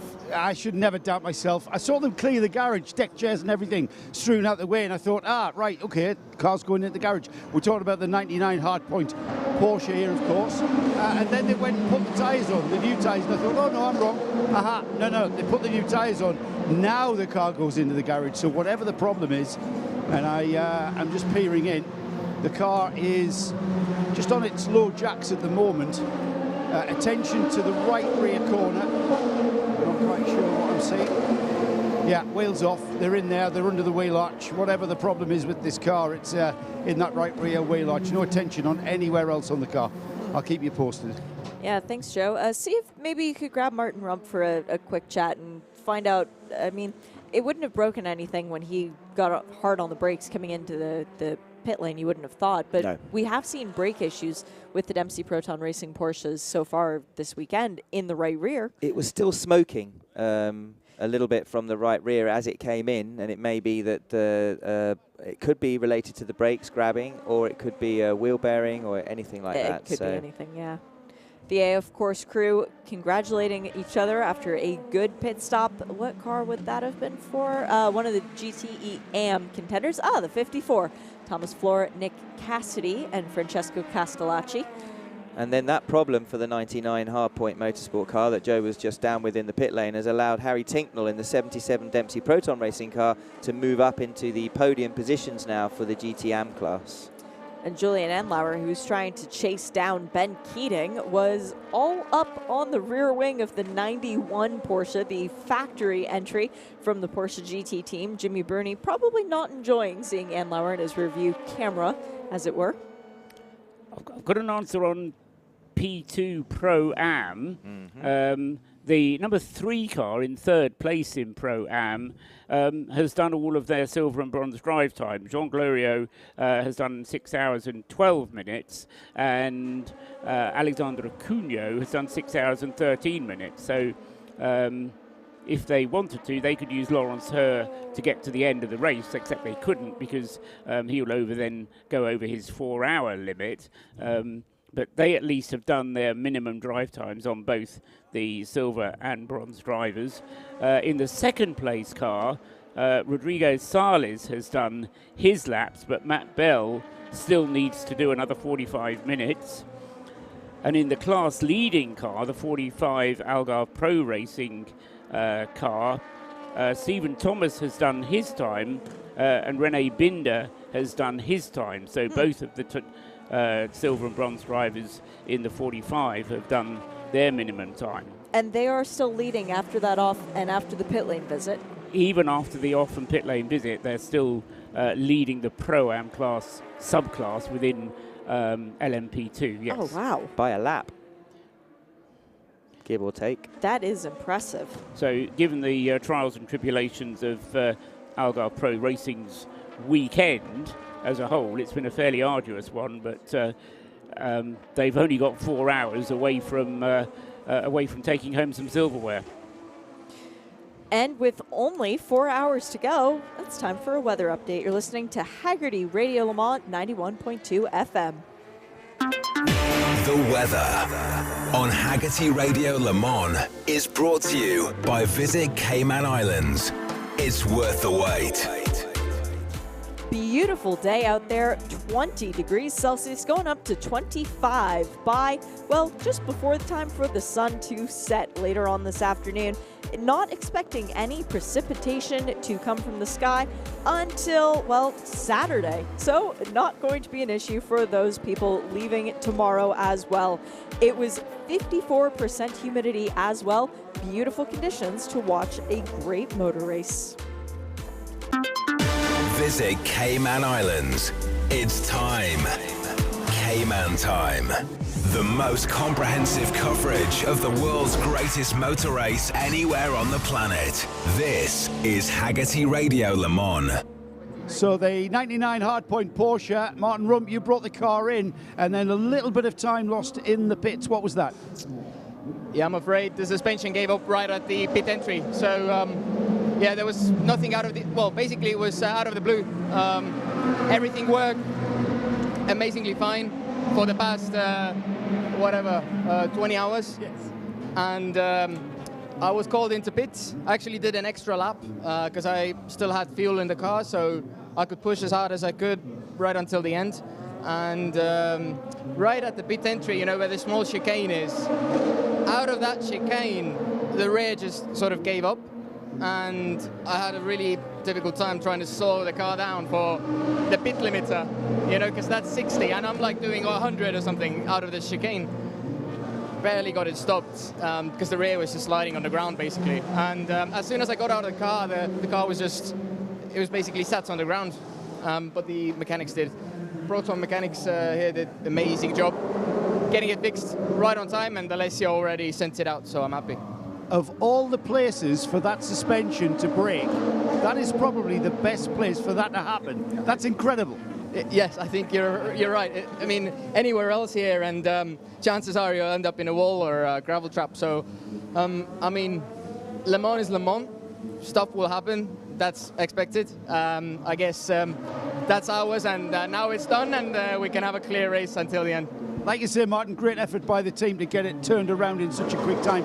What's next for Martin Rump? Are you going to get back in the car after some rest? Sorry, what's that? What are you doing? Are you back in the car soon? I think my job is actually done. I've already completed 8 hours or so, maybe even a bit more. So, yeah. I'll just stand by. Maybe I'll do a single. But if Alessio feels fine, it's probably going to be Andrew and Alessio until the end. Great stuff. Thanks, man. Thank you. Sounds like a really nice young man, Martin Rump. I'm gutted for him that the suspension let go, but at least it did where it did. That's a huge benefit to Hardpoint Motorsport and Absolute Racing, who's running the team. Absolutely, and I think that's obviously what we could see smoking from the right rear was probably the splitter sort of rubbing on the floor as he came in and generating smoke. And to get the suspension change, it never ceases to amaze me. I know you always expected it from the Audi in the old days, didn't you? Even before, when they were allowed to change gearboxes, then it had to be internals, and they could do an internal change on a gearbox in, I don't know, Paul will tell me clusters, in a second. Clusters, they could change. Clusters, gear clusters and everything else. So you get used to Le Mans with various LMP1s that are built for it and incredibly fast. But now, even on these GT cars, which are based on sort of sports car GT prototype, but they are not prototype in the sense of, say, an LMP car, but more based on a road car version, it's incredible how quickly they can change not just brakes and discs and everything else, but a suspension component. And they'll have everything set up in the garage, the top teams. They'll have all the rod ends and the rose joints to the right threads to make sure that they're not suddenly going to throw a load of tow in on the rear or whatever and have to adjust it. It'll literally be a part-for-part replacement. But nevertheless, that's impressive how quickly they turn that around, wouldn't you say, Paul? And it's all about preparation as well, because all that time we spent up here talking about the 3 practice sessions, they were putting those parts on, making sure they fitted, put them over there, ready just in case we need them for the race, and they'd all be neatly catalogued. And there's a long story I could tell you about the race in 1995 when Courage lost the race as a result of precisely that, pieces having been taken back to the factory because somebody thought they weren't needed, when in fact they were being left out ready for the race. Anyway, what we were looking at what Martin Rump was just saying to Joe Bradley down there. Said he nearly done 8 hours. Very nearly right, slight exaggeration, but 7 hours 45 minutes behind the wheel for Martin Rump. So I think that's plenty enough for him. The car will need another 4 stints to get it to the flag from here, but it's going to be between the other 2 drivers to get it there, Martin having done at least his fair share. Well, and Alessio Piccarello would be expected to be the guy taking it to the checkered flag. We've got 4 hours left in the race. That would be a big ask to go in this heat of the day, but no more than 4 hours in any 6. He would technically be cleared to do that, would he not? Yes, he would. It would be a big ask, but Andrew Harrianti, I think, is probably going to share the duties with him. And who knows, they may surprise Martin Rump yet and put him back in the car before the end. Well, there is a little bit more to that story, Joe. Yeah, it was a damper failure, the damper that broke on the right rear corner of the 99. So that's a 2-bolt operation, isn't it? Bolt on, bolt off. So I think they were lucky insofar as that's what the suspension component was that actually failed on it. Thanks, Joe. So yeah, to let us know what was wrong with the car, and now that it's fixed, a little bit of peace of mind, hopefully, that it will be able to make it to the finish, and then Paul, you and I can figure out which driver combination they go with. Yeah, exactly right, yes. But as I say, it's been an impressive run for that car. The number 99 Absolute Racing entered, but Hardpoint Motorsport entered Porsche. There was just an off-track moment for the 55 Spirited Race Ferrari. That is David Pearl behind the wheel of that car still, the South African. No harm, no foul, don't think, unless he picked up a puncture potentially. But running off through the gravel as faster prototypes were coming through. Yeah, just went in a little bit deep, didn't he, again? That famous Mulsanne corner, but wasn't locking up. So that was good. Probably that was why he went in deep, because he didn't want to lock up. And then that meant that he had to skirt the gravel on the outside, and I think it was the Glickenhaus behind him which probably caught his eye as he's going into the brake zone there.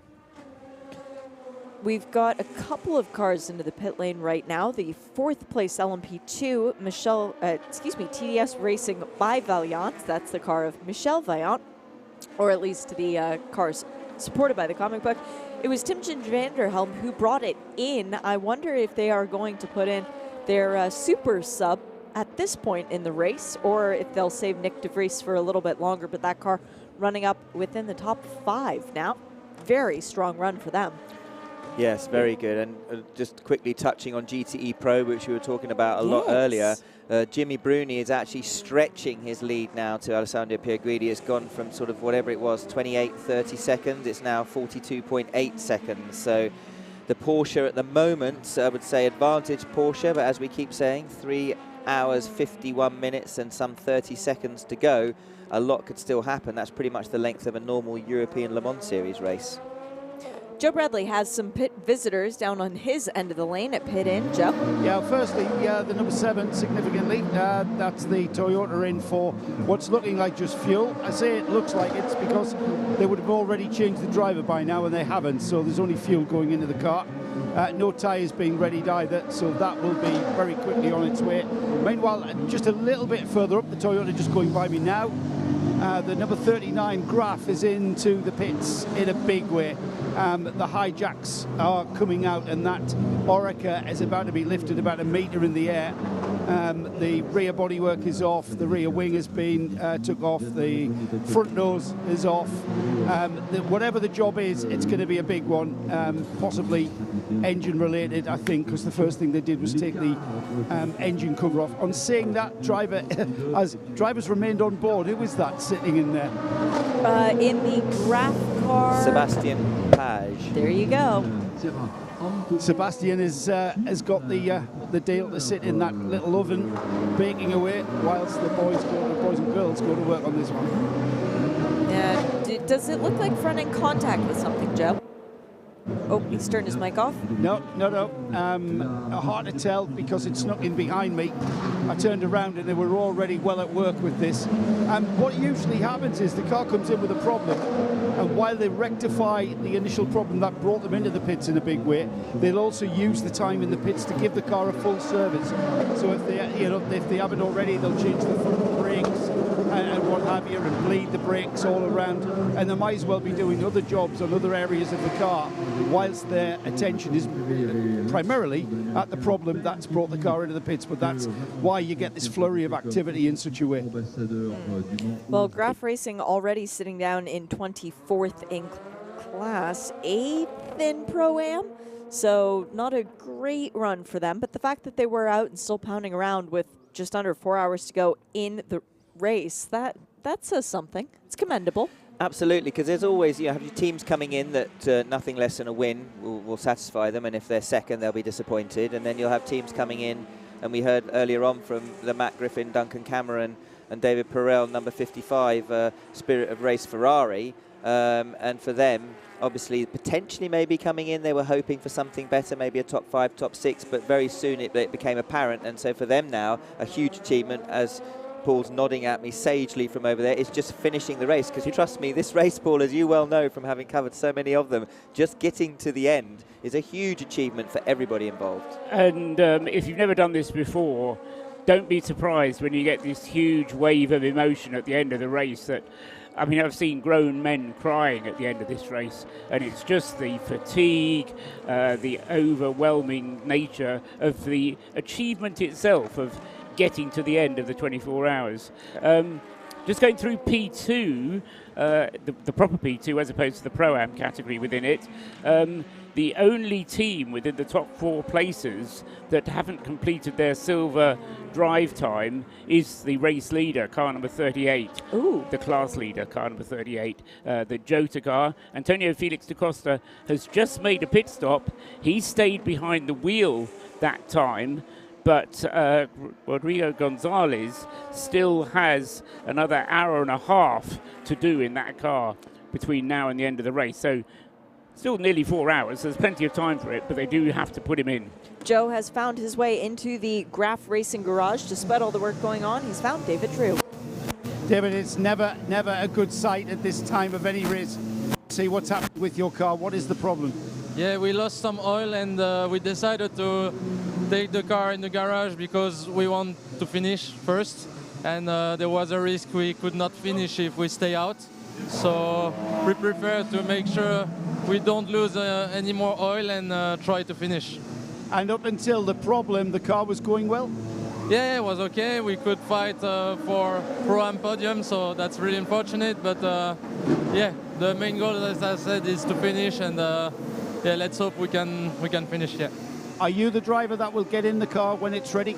Yeah, I will, and I will end the race. It's oh, that's a long stint. It's very frustrating for a driver to see the car when you just want to get on with it. Sorry? It's very frustrating as a driver to be here. Yeah, for sure. You don't want to see the car in the garage, but that's Le Mans, and you have to deal with it. Merci. Very well spoken for a rookie. That's Le Mans, and that's what you have to deal with. It's true, and it sounds like words from a sage veteran there, John. Yeah, David Drew, I actually came across him in the Ultimate Cup Series 2 or 3 years ago when we were racing against him in LMP3, and he was a young, quick lad then, and it's nice to see him getting his shot at the big race in the Le Mans 24 Hours. A shame that it's not really gone their way, although to be fair, I don't think that Graf racing car was ever going to feature in the sort of top 4 or 5 or fighting for a podium, but nevertheless they would have hoped for better than sort of dead last in class, which now seems they've got pretty much nailed on. Yeah, but they're still going, and there is pride exactly in that's that. what we were just talking about. I mean, it's a huge achievement. I mean, going back to what Paul was saying about grown men crying, I remember in 2011 in the Lotus, myself and James Rossiter and Jonathan Hershey driving, we were blowing engines up literally every hour and a half. And so we went into the race, and I was saying to James, right, well, I'm starting, that's 3 o'clock or 4 o'clock when it was, I reckon by 6:30 we'll be on the way home. And the car finished, and not only finished, it finished 7th in class and 3rd of the WEC runners, because we were doing the WEC then, or the Intercontinental Le Mans Cup, as they called it back then. And I think the entire crew were all in floods of tears because it was such a huge, and to this day, even though it's not a great result, it was probably one of the greatest achievements I ever had at Le Mans because we just did not expect it. It's your sympathetic driving style, Johnny. I don't know about that. I had James Rossiter with me. He was the lucky charm. Into the pit lane comes the second place LMP2 machine. This is the 28 Jota. Oliver Rasmussen brought the car in. He will be staying in the pits because that's Jonathan Aberdeen climbing aboard. So driver change there. Jonathan probably not going to take it to the end. I would imagine that will be Ed Jones, given the responsibility of taking it to the checkered flag, especially if the cars are potentially 1-2, as the team would hope that they stay. We did see Roberto Gonzalez getting readied, Paul, and I say that because he was being worked out. His neck was being stretched by a physical therapist. I was going to call it a masseuse, but physical therapist. Yeah, physio. I think physio is... So how much more time does he have to meet, Paul, you said? Well, Antonio's going to be in the car for about another 25 minutes. And if it were me, I'd be putting Colombo in the car after Da Costa. Give him his double stint. Actually, maybe let Da Costa do another stint yet. So certainly at least another half hour, possibly another hour before he gets in the car. And how are the others looking, Paul, in terms of that class, the LMP2 class that we're talking about at the moment? The number 5, for example, Team Penske car with Dane Cameron. Does Manu Collard have a lot left to do there, or has he managed to get through it all? The 23 United Autosports car of Alexander Lynn. Has Josh Pearson, for example, done all of his as well? Josh Pearson, I think, has. Manu Collard still has another hour to do in the number 5 Penske car. And we just double check Josh Pearson. While you're double checking, Paul, we'll throw it down to Joe, who's got something for us on the car sitting 5th in the GT Pro category. That's Riley Motorsports. Yeah, never stop learning in this sport, do you? So I'm watching the 74 Riley Motorsports Ferrari in for a pit stop. Fuel only, by the way, no tyres or driver change. And there's a mechanic comes and he puts his finger in a cloth. And with his finger, he kind of rubs this tiny little spot just under the rear wing. And I'm thinking, why is he just cleaning that tiny little size of his finger spot? And of course, it's the rear view camera, isn't it? That's how these boys and girls know what's behind them in these Ferraris. There's a camera pointing backwards, and they've got a little video screen in the cockpit that they can see. And it must be, it must get really grubby really quickly. I mean, probably by Tête Rouge that you can't see out the camera, I would imagine. Yeah, they do get dirty, but that's why it's part of every pit stop in every series that somebody is tasked with cleaning off the camera, whether it's a 100-minute race or a 24-hour race. That is part of the deal with these GT cars. Paul. And I have to say, if it didn't work, then how do the drivers see behind them? Because the wing mirrors are less useful. So I suspect that there's probably more than just that wipe by the mechanic's finger. But I do know exactly what you mean.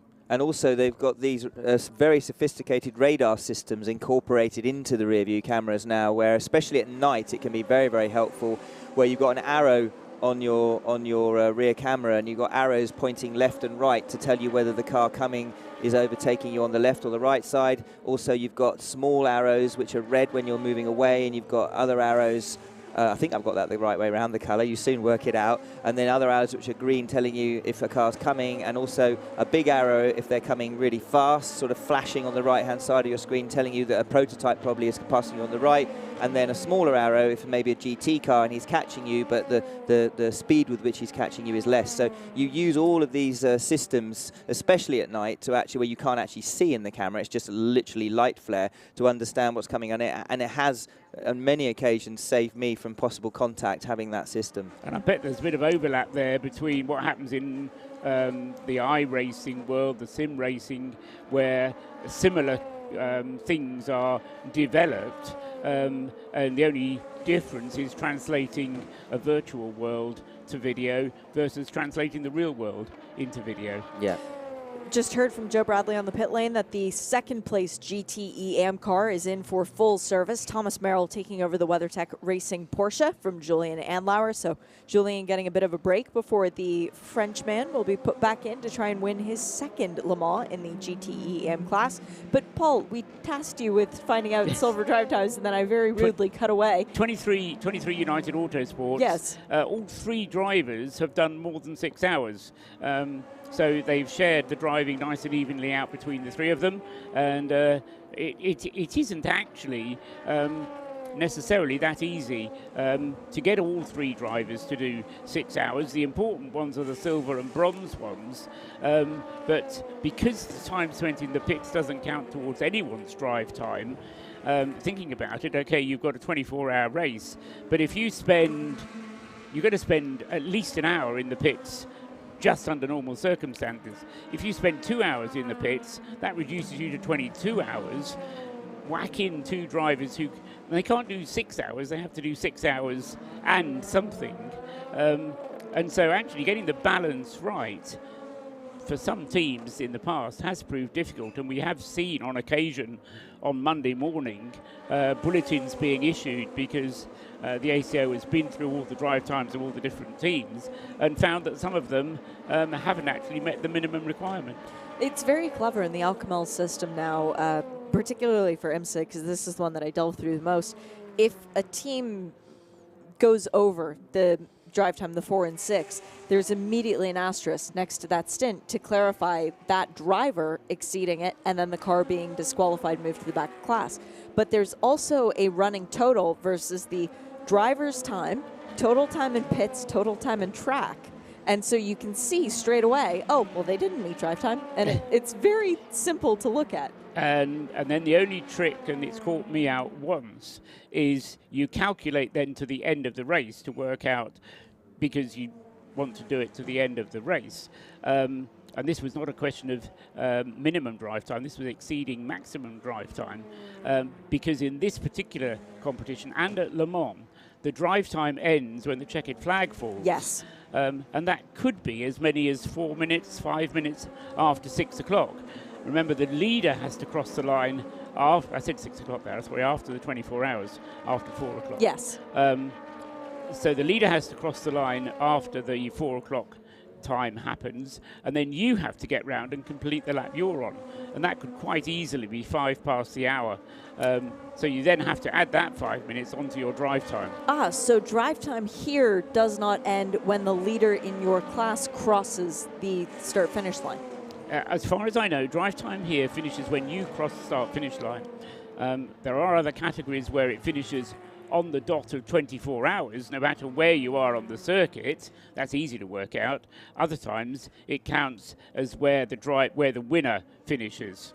We do have a battle going on track for the Pro Am lead in LMP2. Joe Bradley has made his way down to DKR Engineering and the number 3, which currently sits second. Alex Cuneo. Alex, you're about to get in the car, I take it. You feeling good? I'm feeling very good. I'm a bit tired now, but it's my last stint, so we will push till the end. And you are fighting for Pro Am? Yeah, we are fighting for the win, so finger crossed. Yes. Is that the sort of job you like when you're fighting? Is that the sort of job you like when you're fighting for a podium? Yeah, you prefer that, of course. Yeah, of course. But it's always the same goal. We have to make no mistakes, and you see at the end. And is the car good so far? Yeah, the car is really good. Thank you to the team. Yeah. Big thanks. Great stuff, Alex. I'll leave you to your preparation. Thank you for talking to us. Thank you. Merci. Bye. Merci. Good use of your French there, Joe. That's the extent of the vocabulary. And it was a really good conversation. We talked with Alex the other day as well, and he still sounds as happy about this race as he did then. I love the enthusiasm that we're getting from the rookies, and the fact that it's 12:30 in the afternoon on Sunday, and people aren't sounding as exhausted as normal. Part of it has to be the energy from the crowd being back, and you just feed off of that little bit extra. Ooh, good note for the notebook. We've got Roberto Gonzalez into the 38 Jota. That was the car coming in from the lead. And Van Gisbergen, I have heard that Shane is with us. Joe Bradley, have you managed to catch the tall Kiwi?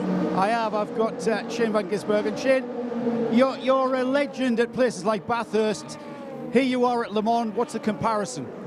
Oh, very different, but yeah, it was a cool experience yesterday, the start, and everyone lined up before the race. Certainly enjoyed it, but yeah, the race is very spread out, and we probably lost a bit too much at the start, but yeah, it's all going well. Dare I say, I kind of see you as a proper racing driver. That's a technical term. What do you think of the track from a driver's perspective? Yeah, the track's pretty fun. It's a bit quiet in the middle of the straights, but the first sector and the last sector are awesome. So yeah, proper track, and these GTE cars, they're really quick. I know you've got lots of experience in McLarens, Mercedes. What's your Ferrari like? It feels like the McLaren, yeah, that's what it reminded me of. The way it turns in, the mid-engine, the way it moves around. So yeah, familiar, yeah. Enjoyed the experience so far? You going to come back? Yeah, I'd love to come back. I just wish we were a little bit quicker. Our cars got quicker as the day's gone on, but just lacking a little bit of speed. Thank you, Shane. Cheers, man. Another one of those enthusiastic rookies, eh, Paul? Yeah, I think he had his enthusiasm for the chicanes fairly well under control. I like the first sector and I like the last sector. What about them all sounds great? Obviously, wasn't so impressed by that, but I can understand why he says that. But great to hear from Shane Van Gisbergen. I've seen him race at Bathurst, and great character, understands the sport. Again, I was saying about people who understand the sport, and Shane certainly falls into that category. A rather exhausted looking Felix da Costa there, having just recently got himself out of the class leading Jota Oreca, the number 38 car. And he didn't look particularly happy, did he, Paul? He didn't. On the one hand, I thought he might be going to do another stint, and I wondered whether that was why he was looking unhappy, because he was saying, I should have done another stint. I'm looking down at his times here, and his final stint was a short one. His final stint was only 4 laps. 4 laps? So, and that's, I know, P2 stints are short, but they shouldn't be that short. 9 laps would be the normal. So, not quite sure where Joe Bradley is, but if he can just go up to Jota, that to me just seems to need a little bit of investigation, because although the 38 Jota car does have this useful advantage, doing a short stint won't help their progress, and they're now just a minute ahead of the second place car in P2, which is Lorenzo Colombo, at the wheel of the Prema Orlen car. So, yeah, just a little question mark over the mighty 38. Mighty, mighty not. So, as I say, a short stint from the 38 car and only a minute of an advantage. This race just keeps on bringing questions. Yeah, it does. And for people following along at home, we will give an hourly update here in a couple minutes' time. But before that, the Glickenhaus that is on the recovery drive, that one being the 708 Romain Dumas behind the wheel as it is now, up into 6th overall and has now gotten ahead of the 3rd-placed Jota machine. There's a driver change going on down at the 51 Ferrari. That was Alessandro Pierguidi out. I think it was Daniel Serra's helmet getting back in, a darker helmet with orange accents, or was it gold and white? Because if it was gold and white, it would have been James Collado. You got me second guessing myself. It didn't look like James Collado. Yep. But going back to your point about the Glickenhaus 708 car coming up through the ranks, again, we've spoken about this before, and the closeness of the P2 on their lap averages, the LMP2 against the hypercars. And I think that's one of the reasons that the hypercars, when they've fallen behind, and you saw it with the Alpine as well, who's really struggled because they've had further problems to come back up through the field, is that there is no real pace advantage. There's a small one, but not a massive one. And the way they're coming back up through the field is actually based on the fact that they can do more laps, sort of 12, 13 laps, 14 laps potentially, as opposed to the sort of 9 laps total that the LMP2s are. And so that's kind of what's bringing them back up, the less pit stops, but obviously that's a slower process. Going back into the LMP2 world for a quick moment, we heard from Richard Dean of United Autosports earlier on about what it's like to be behind an LMP2 team. Well, another person who knows very well that is behind Inter-Europol competition, that's Gerda Flaming. And she currently has a car in 12th and 14th in class. She's with Joe Bradley. Well, when you start working in motor racing, you become part of a family. And part of my motorsport family is undoubtedly Cara Flaming, who I probably met over 20 years ago, Cara. But here we are, we're at Le Mans, blue skies, the sun has risen on your last Le Mans. You're telling me that you're stepping back and you're going to, I think you said, lie by a pool or something, didn't you? Is this really your last Le Mans, Cara? I'm afraid it's really my last Le Mans.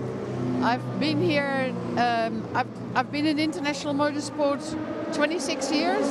This is my 19th Le Mans, and I'm just going to go and enjoy my life a little bit more. I'm just taking back my life a little bit more. The job I've been doing for Inter-Europol competition has been the logistics for the whole team, the hotels, the restaurants, getting people here and there, as well as doing the PR, writing the press releases, doing the social media, and it's become a little bit too much for me because the logistics is 24/7. So I really am looking forward to having a Saturday night, not being called by somebody said, "Oh, you speak French? Can you help me with this phone call?" And then I get handed to somebody I have no idea who I'm talking to. So yes, it is with a lot of emotions, but I think it is actually the right choice. But it's not easy. Well, everyone at Radio Le Mans wishes you well. We're going to miss you. I know you're going to miss this circus, but you will think of those Saturday night phone calls whenever you get sad about it, and you'll think, nah, this is the right thing to do. I'll miss all the most lovely, wonderful, knowledgeable, passionate, hard-working people I have had the honor of meeting over the last 26 years. And I am not sure I will miss the racing, but I will miss the family, as you say, I've had all these years. And we laughed a lot, we cried a little, and we always found each other to look after each other. And I think that is one of the most beautiful things I have ever had in my life. I had a blast these 26 years, and I'm extremely grateful that I've been able to do this. And it's been, it's going to be hard, but I have to do it. Absolutely. Congratulations. Thanks, Cara. Thank you. The Valkyrie AI Update. Data-driven solutions for a data-driven sport.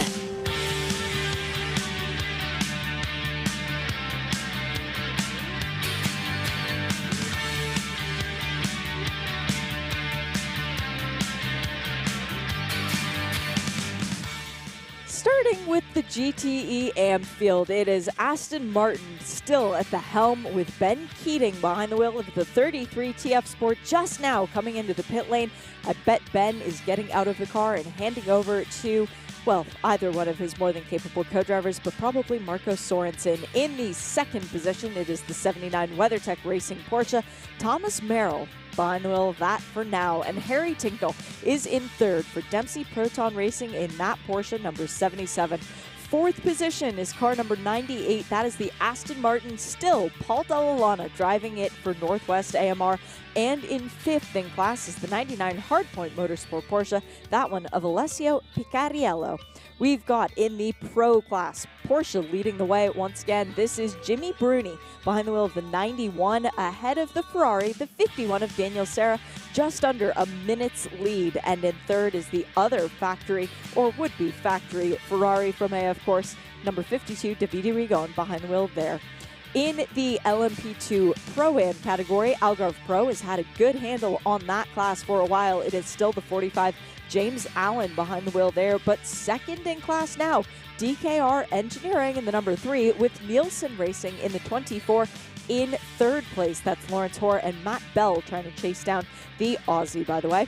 In LMP2 proper, it is Joda with first and third for car number 38. Roberto Gonzalez having just taken over from Antonio Felix da Costa, down to 52-second gap to second, though. Lorenzo Colombo in the number 9 at Prema Orleans team, chasing down the leader. And third, Jonathan Aberdeen, the South African driver, placed back behind the wheel of that.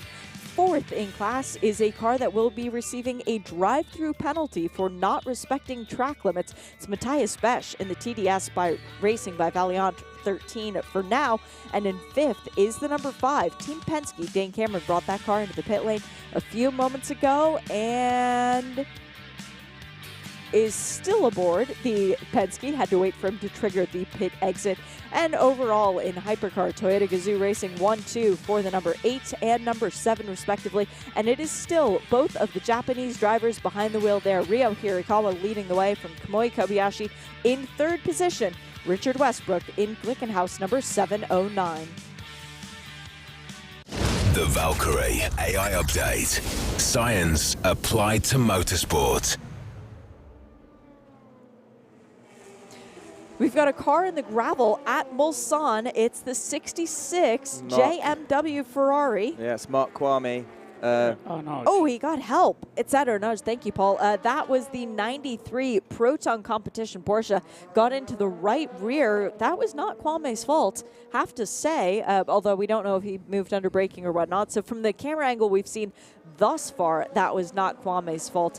In the Proton competition car, it's Zachary Robichon. That being said, Zach does not make mistakes very often, and he doesn't hit other cars. So I feel like we need to see a little bit further back before the contact began. Yeah. But the Ferrari is stuck.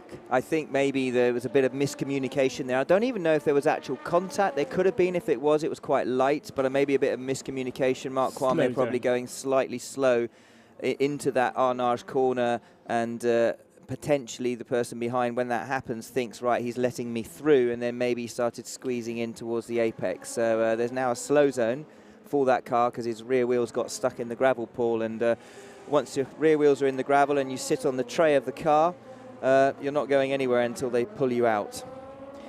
Joe Bradley informs me from the pit lane, by the way, that Ben Keating did not get out of the TF Sport Aston Martin. This is a man who has way too much fun driving in 24-hour races. He drives multiple cars at Daytona because he enjoys the smell of barbecue from inside the race car.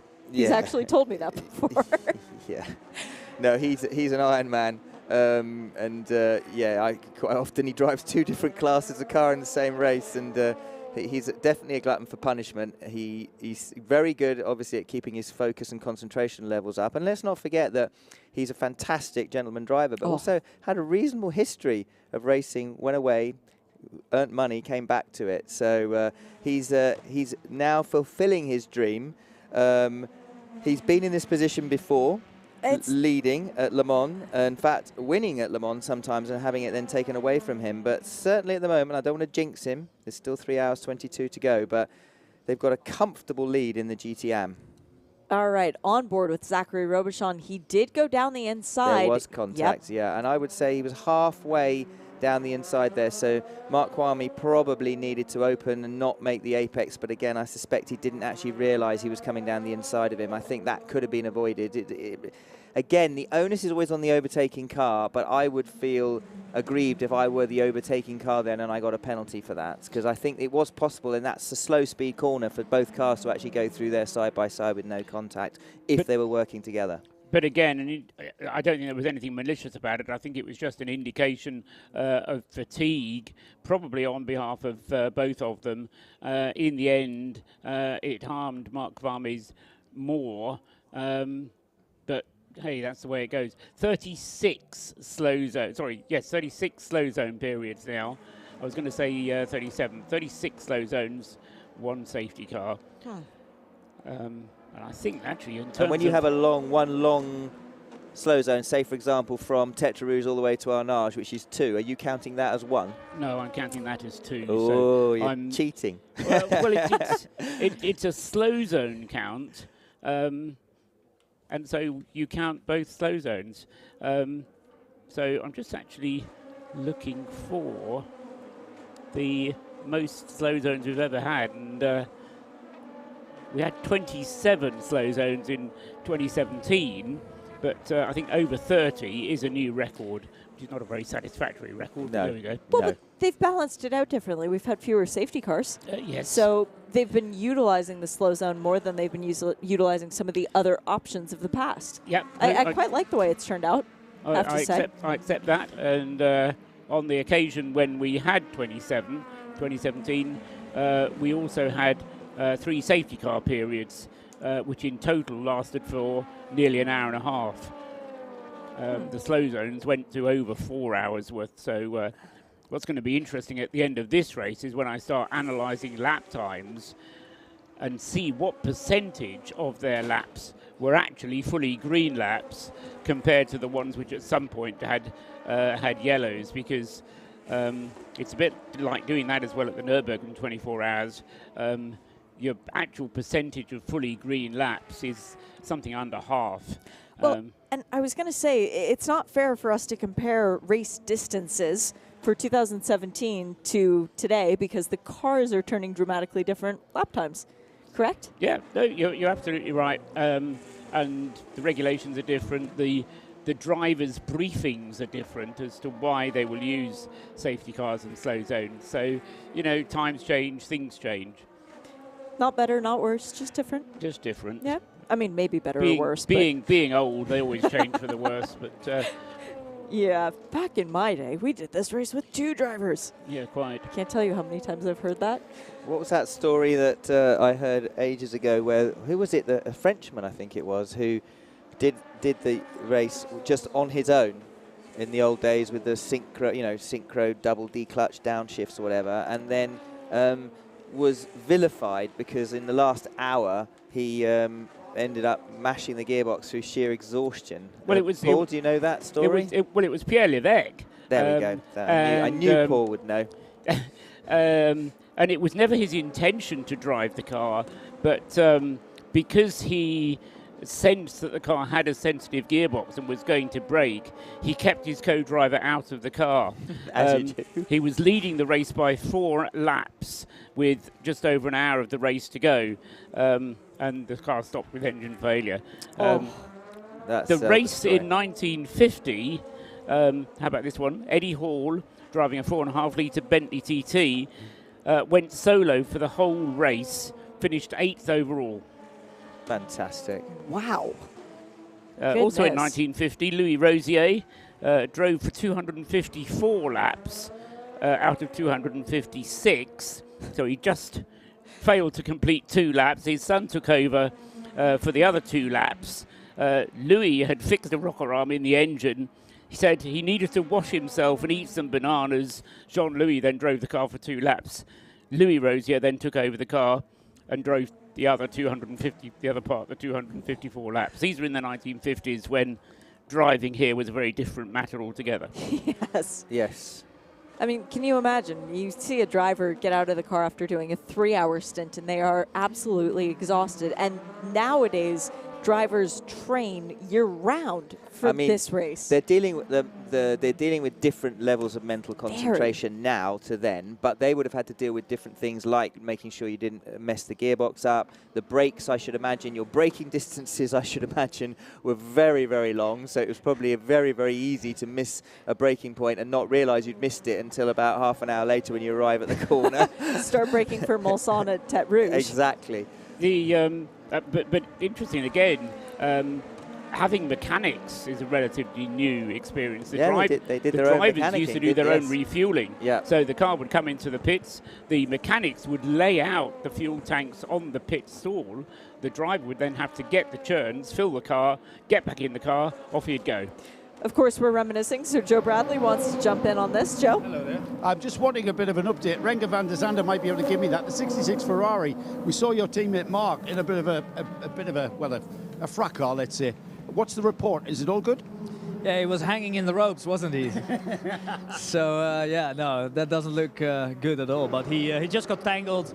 He spun him around, and they got him out of the gravel. He's going again, so no trouble at all. We're still going in circles here in Le Mans. Fingers crossed. We do have a steward's decision on that contact. Car number 93, that is Zachary Robichon, drive-through penalty for causing a collision. So no matter how you look at that, the green Porsche not having a great Le Mans and now needs to do a drive-through to top it all off. That seems to be a bit of salt in the wound.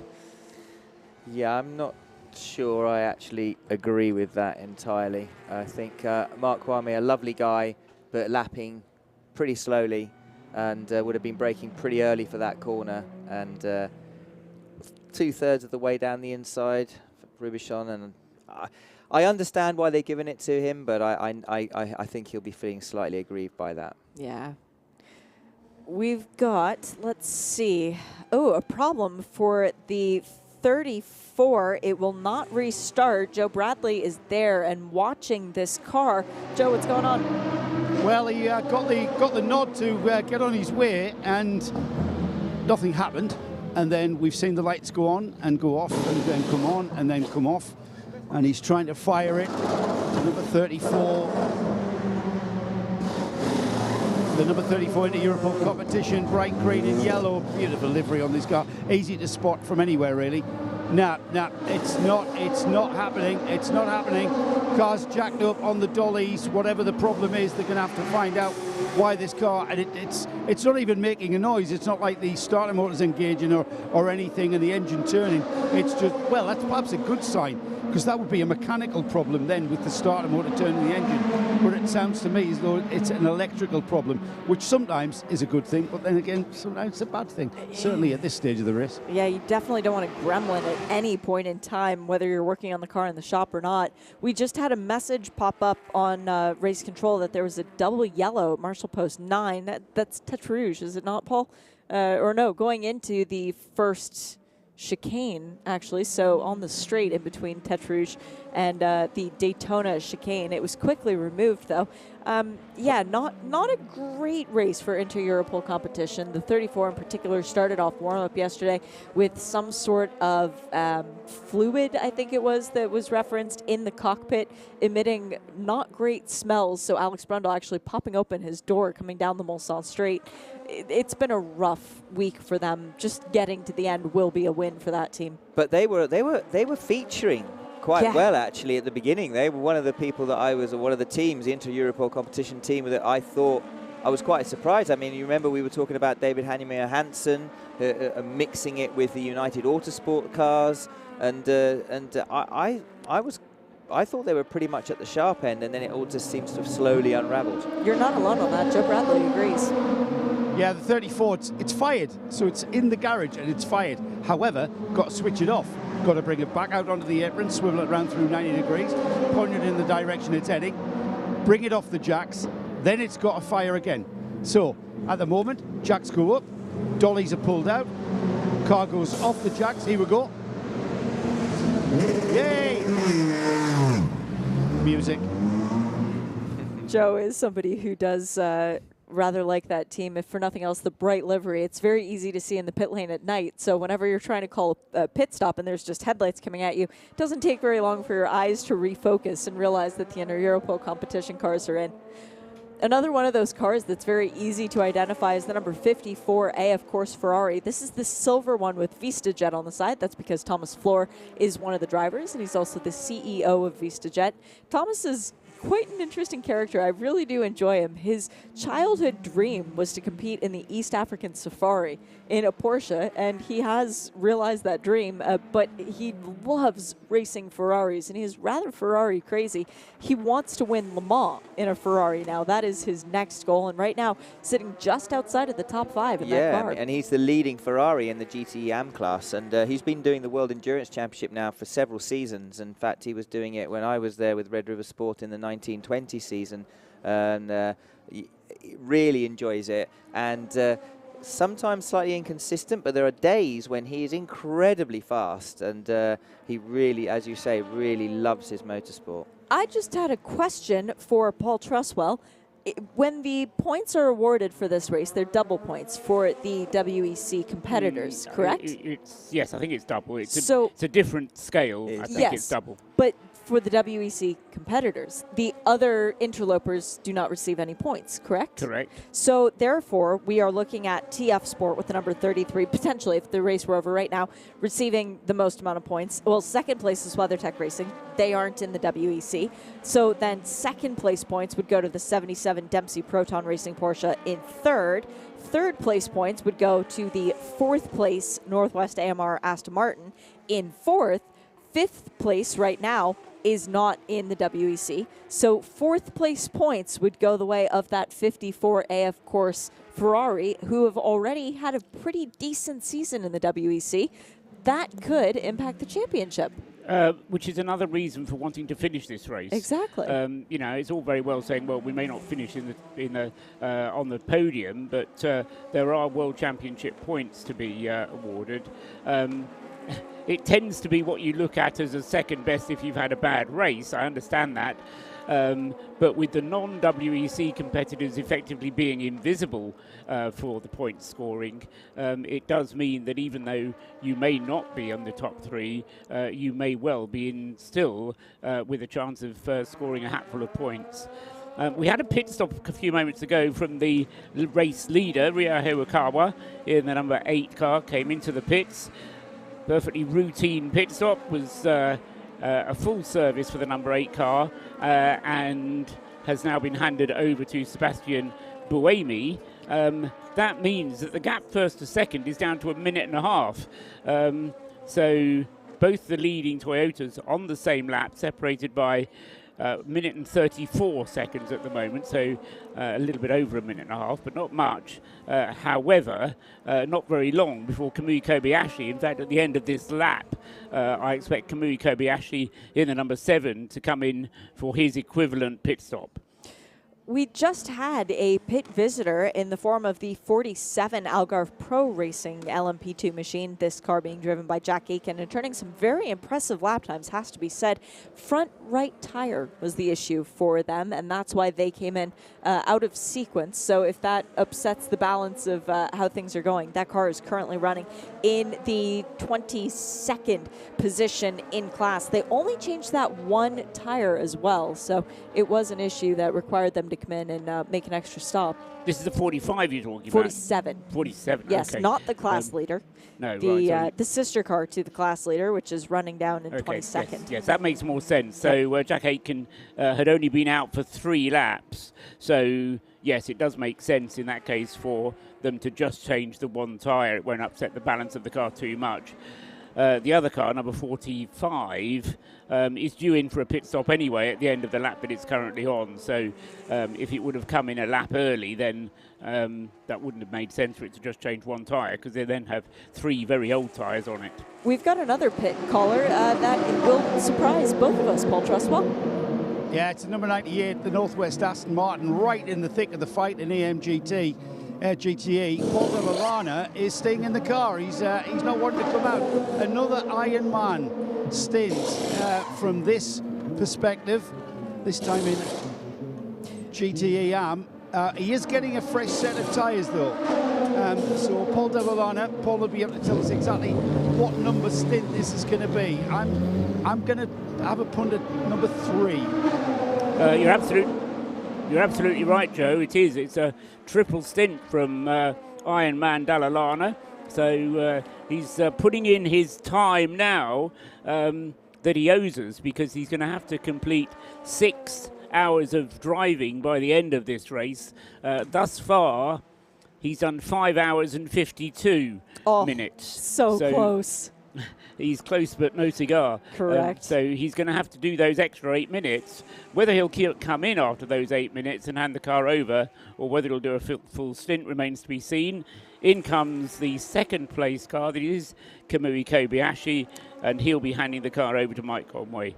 And Mike into the end, potentially? I mean, I would. If you have a Mike Conway on your roster, you put him in to strike out the competition, that's for sure. Mike Conway with a big hill to climb, 1 minute and 38 seconds behind the sister car when he came into the pit lane. That gap will elongate. They are doing fuel, tires, new drinks bottle. It's nice when they make it so that the drivers don't have to share the drinks bottles. We do have a yellow flag out at Marshall's Puffs 34, so that's Ford chicane, or just before. Left side tires going on the Toyota now. Those are the final ones to go on. Run back around the side, hit the big red button, signboard goes up. Double yellow at 34, single yellow at 33. So who has stopped out on the circuit? Clean stop for the Toyota, by the way. Yes, I wouldn't expect Mike Conway to go to the finish, Shay, although you're right, theoretically he could, based on the regulations, but I would expect them to come in and change before the end of the race. Oh, big hit for the 60 Iron Lynx. This is the minion Ferrari. Claudio Schiavone That's going to be behind contact. the wheel. That's going to. I was going to say there's no way you go off there without contact, and that was contact between the left rear quarter and the 65 Panis Racing LMP2 machine. That's big damage. That car, the 65, being driven by Nico Jamin. And Claudio Schiavone, the man behind this program, is the guy in the car. Oh, that's just heartbreak. Again, it's a difficult one there, because you can go a bit like the kink going down to Indianapolis. You can go through there side by side, but it needs both cars to be working together. It's harder for a GT car to sort of not cut that a little bit and do the sort of not take the dollar sign, the line through the middle of the dollar sign, so to speak. But for an LMP car, it's easier. They have more grip and more downforce. But nevertheless, that again is 2 sort of points joining in one, and that's really unfortunate. And I suspect that prototype will be getting a penalty, because that is a lot more clear cut than the earlier one we saw with the 2 GT cars at Arnage. It definitely is, Johnny. I would agree with that assessment. This is heartbreak for Raffaele Gianmaria and Alessandro Balzan, as well as Claudio Schiavone. The trio teamed up for the first time in this race. Claudio's been doing a lot of driving this year, ELMS, WEC, whatever he can get his hands on. And the gap between first to second in the GTE Am category, And 1 minute and 24, and two bronze drivers. And 2 of your countrymen. Yes. Hey, look at that. Yeah. Team America represent. Although with TF Sport, it'll be your country's anthem that would play the national anthem. And quite right, too. Yeah. But if it's WeatherTech, Star Spangled Banner, baby. Dempsey Proton Racing as well. Quick question that I have is whether or not they're going to be able to get the 60 car back to the pits, because it was quite a hefty hit into the barrier. That was huge, and the front left looked really damaged, didn't it, Paul? Yeah, I don't know quite what the steering will be doing, but of course it was Claudio Schiavone at the wheel at the time, wasn't it? It was. Yeah. He's close to pit entry. That's the only bonus. Exactly, and if any of the 3 drivers would bring it home, he is the best qualified of the 3 drivers to bring it home. Do you remember years ago there was a Viper that was just at pit entry? Was it the Viper? Yeah, it was an FFSA entered car. Yes, and he spent hours and eventually got it into pit lane. I can't remember the year. Must have been. And there was another one. There was another one with the Delta Wing where they went off round there. Well, as well. that was the Izod. Yes. That was the electric one. Yeah. Yes, I remember that. But I remember one particular year with the Viper, and he got it in. I remember it literally took him about an hour and a half, but he got it in. Yeah, stories of getting the car fixed and bringing it home eventually. Legendary. Henri Pescarolo back in the 80s brought his car back once, and the team had packed up and gone home. No. They were in the process of clearing out the garage, but they then had to unpack everything again. That's a good problem to have. I can imagine Henri Pescarolo's reaction to that. But again, it was a 2-hour or 2.5-hour job, and you're working out there. And nowadays, it's not such a common thing because basically, no disrespect to drivers, but if they can't fix it in 15 minutes, then that'll be it. Late great Jeff Krosnoff stopped on the start-finish line once and managed to wedge a screwdriver into the drive shaft to get his car round and back home again in order to get the car to the pit lane. Unfortunately, it was a car that could have won the race, and never happened. That was 1994, if memory serves. Oh, gosh. Well, we have upgraded from, or downgraded, however you wish to look at it, upgraded in terms of safety. It is now a slow zone at Marshall Post 32, which is slow zone 9 at Marshall Post 33. So one more slow to zone for the tally. It's next slow at Marshall Post 32, I should say. It would be interesting actually to get a driver's eye view of this, because I find this frustrating, but then I'm not driving it.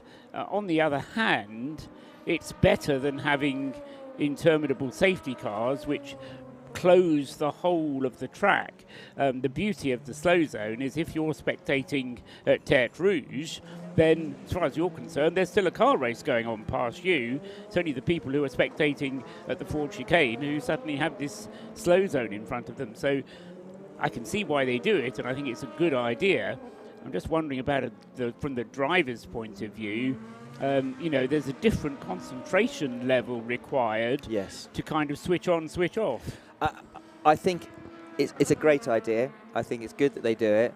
I remember the first year they introduced them at Le Mans. I was actually in the race that year, and there was multiple, as you'll probably remember, Paul, accidents of people entering slow zones because all of us were trying to gain an advantage by absolutely going flat out until the last possible moment that we had to. And so you'd come to a slow zone, wouldn't quite read it correctly, and 3 or 4 cars would be doing 60 or 80, and you'd be doing like 200 and something. So once we got our head around that, and that was really down to the drivers to accept that this is what was going to happen, and they became a lot stricter as well with the sanctions to that, then it all sort of settled down a bit. But I do think they're a great idea.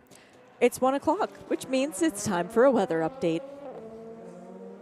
The weather on Hagerty Radio Le Mans is brought to you by Visit Cayman Islands. It's worth the wait.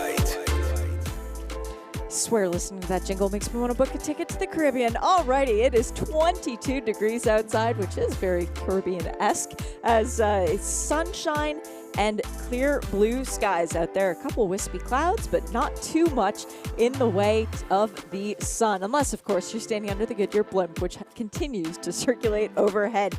The low tonight going down to 12 degrees, but tomorrow, another beautiful sunny day, high of only 24, meaning that your travel home should be uninhibited by weather. Visit Cayman Islands. It's time. Cayman time.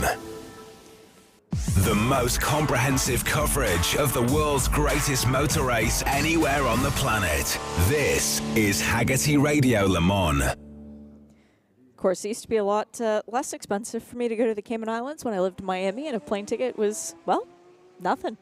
Practically a good place to go on vacation and just enjoy some time on the beach, which sounds nice right about now, but not if you're a race car driver, because if you beached your car, you've done something wrong. And hang on, Nick.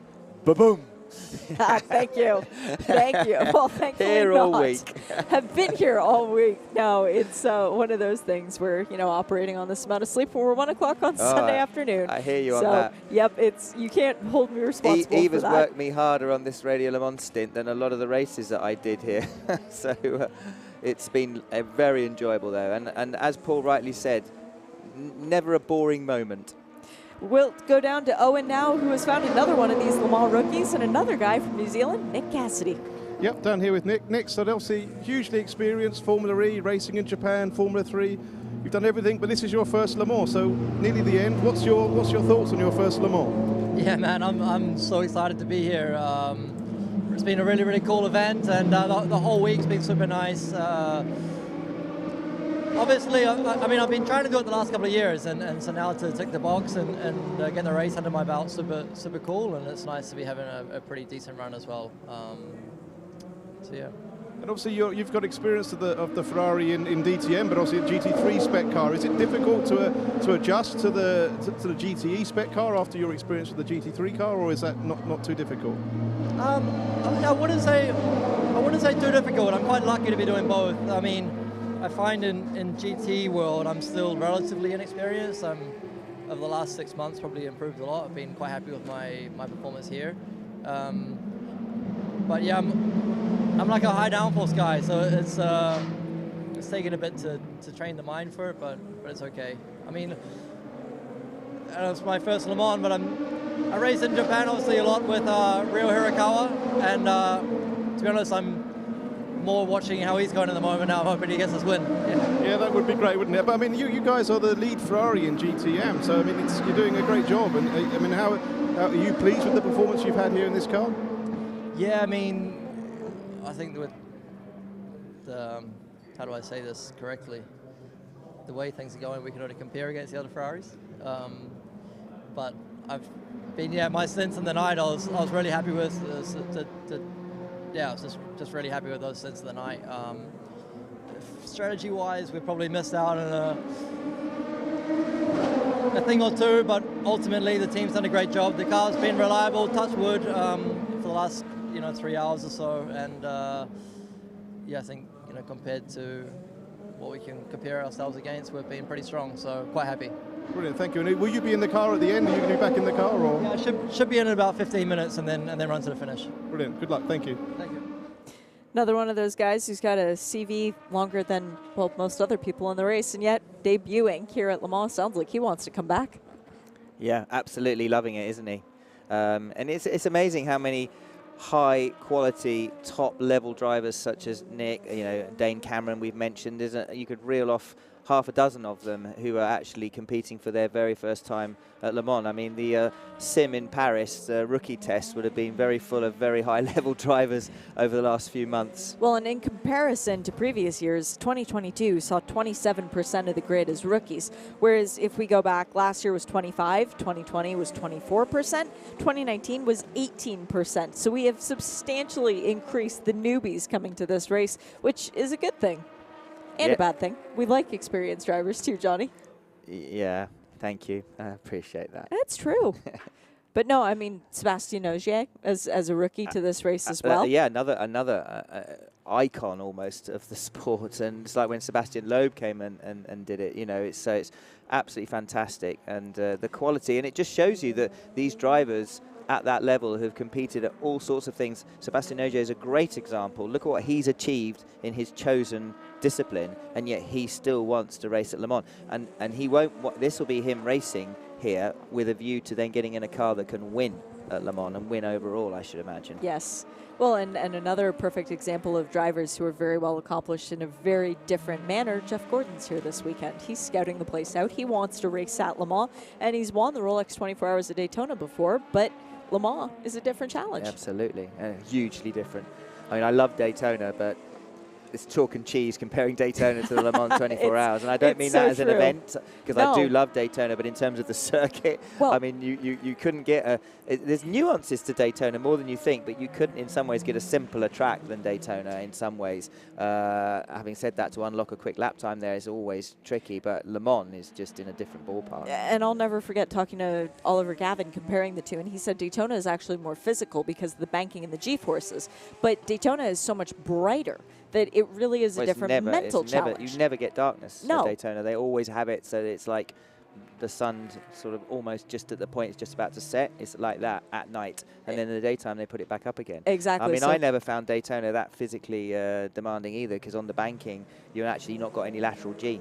Because that's you're being true. pushed into it. So Daytona physically is actually one of the simpler races. Sebring, that's another matter. Sebring is physically way more demanding physically than Le Mans is even. That's a really tough circuit. But mentally, I still go back to it. Mentally, for me, with so much fast corner entry, Le Mans is one of the places you really have to wits about you at all times. We thought that there would be a penalty coming for the 65 Panis racing machine for causing a collision with the Iron Lynx machine of Claudio Schiavone, the 60.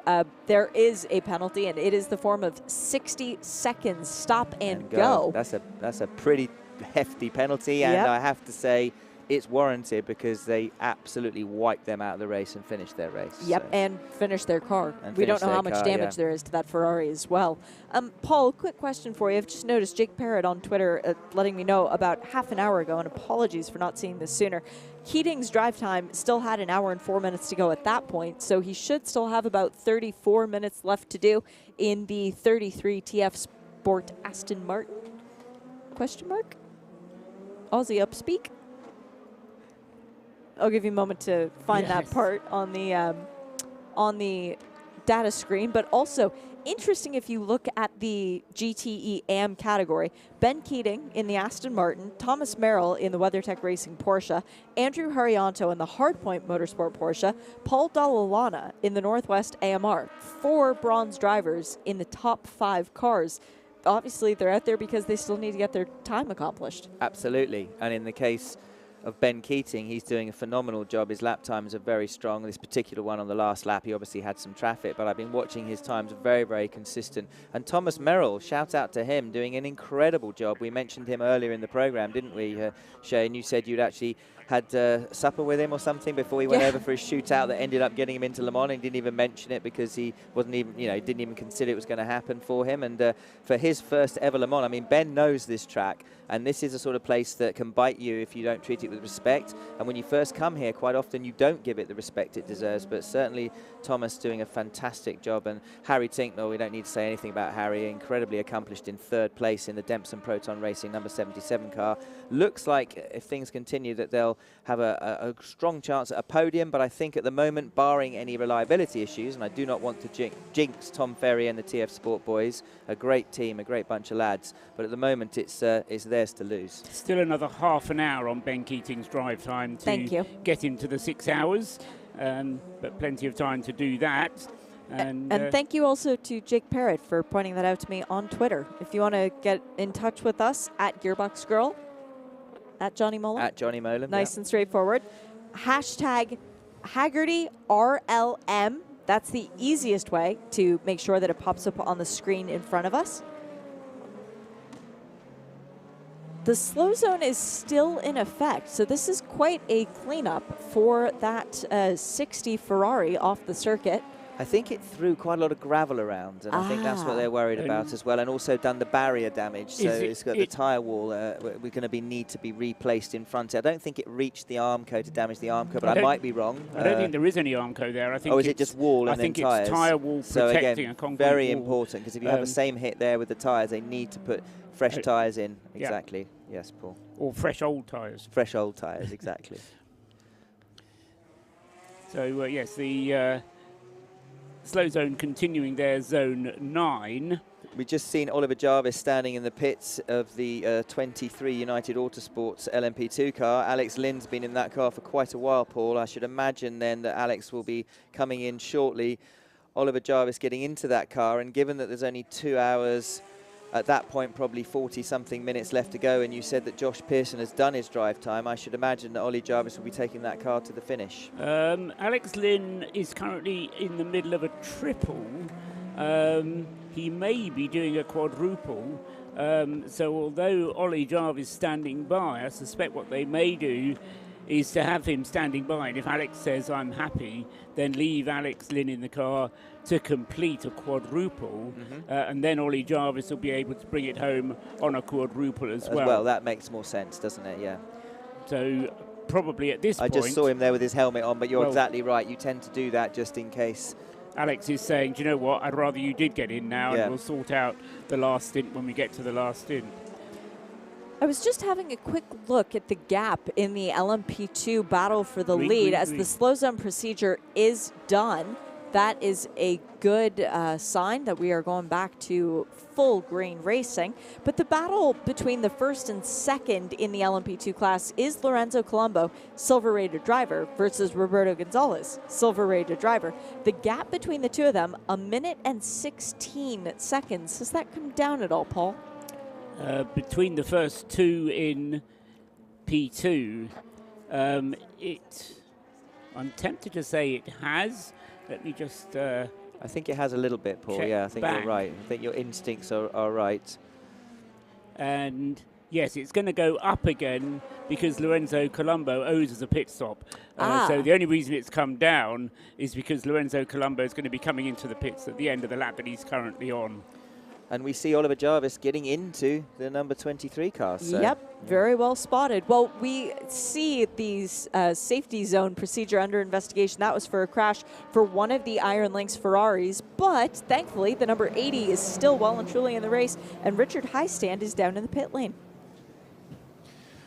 Richard, mixed emotions for Iron Lynx at the moment, this close in the race. You've got a hashtag race to inspire on your overalls. It must be very difficult for either side of the garage to feel really inspired at the moment. Yeah, I guess so. I think you race in a situation like this for your teammates and for all the guys and girls that have put in so much work going into the weekend. You know, you do it for each other and you keep going, and you remember that you're at Le Mans driving a Ferrari, and that makes you one of the luckier people in the world. So you have to, it's all perspective. You have to keep those things in mind, and that's what keeps you going. But it's not what we came here for, and it is disappointing, and it sucks, and it's tough, and it's a grueling race to begin with. It's extra grueling when you know you're out of it and you're just kind of, frankly, circulating, and yeah, it's tough. I love Le Mans. I don't think Le Mans loves me back, unfortunately. I've been here twice, and I've been on the wrong end of the stick. Don't jinx it. Yeah, wrong end of the stick. I will say the stick is a bit bigger here than I'm used to. I think the ACO need to, maybe they need to change their glasses or look into something, because we're all racers and we want to have a race, and we want it to be close. We want it to be fair.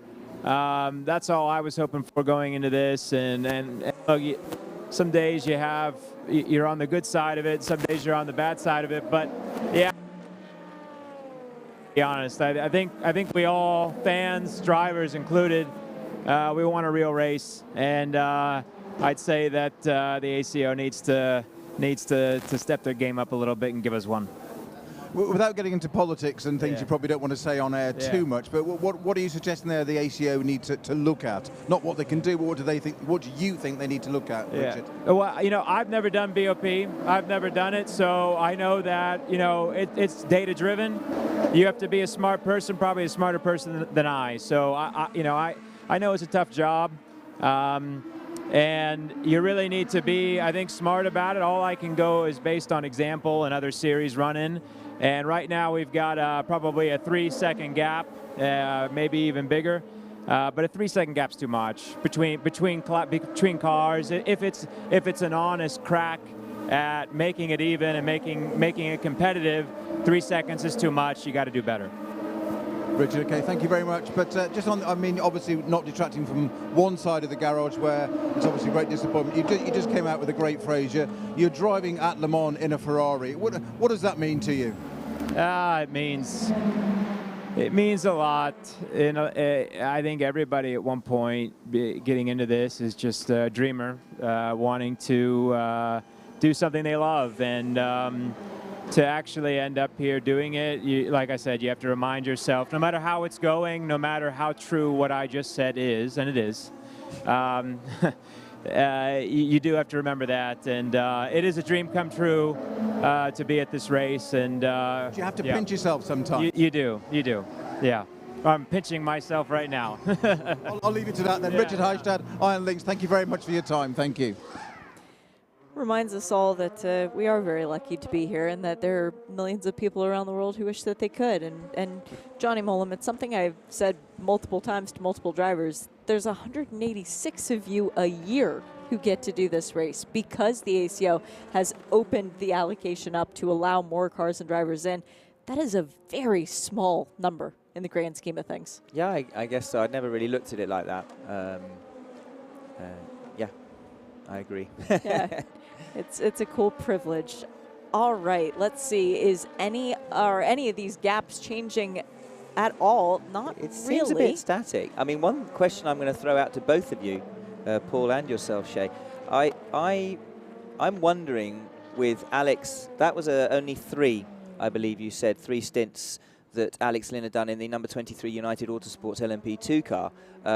Ollie Jarvis getting in. Obviously, he could run to the end, but then that would be like a quintuple stint, I guess, with the half an hours that they're doing, more than. So I'm wondering whether rather than not keep Alex in and then put Alex Lynn back in at the end, whether they're thinking if they're in a situation where they're not going to lose or gain, because that's kind of, they're in a bit of no man's land at the moment in 7th place in class, whether they're going to let Josh Pearson finish out the race. Why ever not?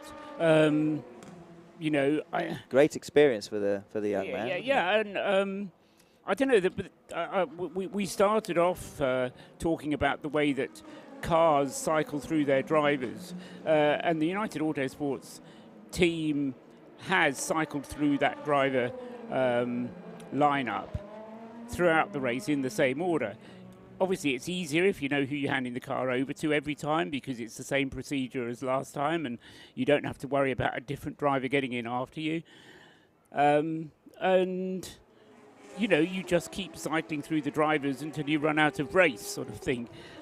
So for my money, I'd put Josh Pearson in the car and then realise afterwards that you've made history by getting youngest ever driver to the end of the race. Yeah, and also the reason I thought that is because it looked like they'd shorted Alex. That was the only reason, because he didn't do a quadruple, because it would have been a quadruple for him, then it would have been like a quadruple for Ollie, and then you probably would have only had 1 stint left. Yeah, but now it looks like you're going to have like 2 stints left after Ollie does a quadruple. The only other option, which I think is the one that the 77 Dempsey Proton Porsche is taking advantage of, they've just pulled Harry Tinknell out of that car, put Sebastian Priaulx in. I doubt that they would give Seb a triple to the end of the race because 2 hours and 40 minutes to go means that it would be 2 and a bit. They could do that. But I would think that they'll put Seb in for 1, maybe 2, and then put Harry in for the last blast. Have the freshest driver that you can.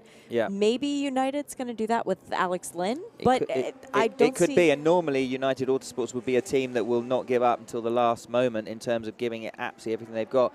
I only suggested that because I was surprised they shorted Alex, or looked like they shorted Alex, and then also the fact that they're, at the moment, kind of stuck in the middle of nowhere.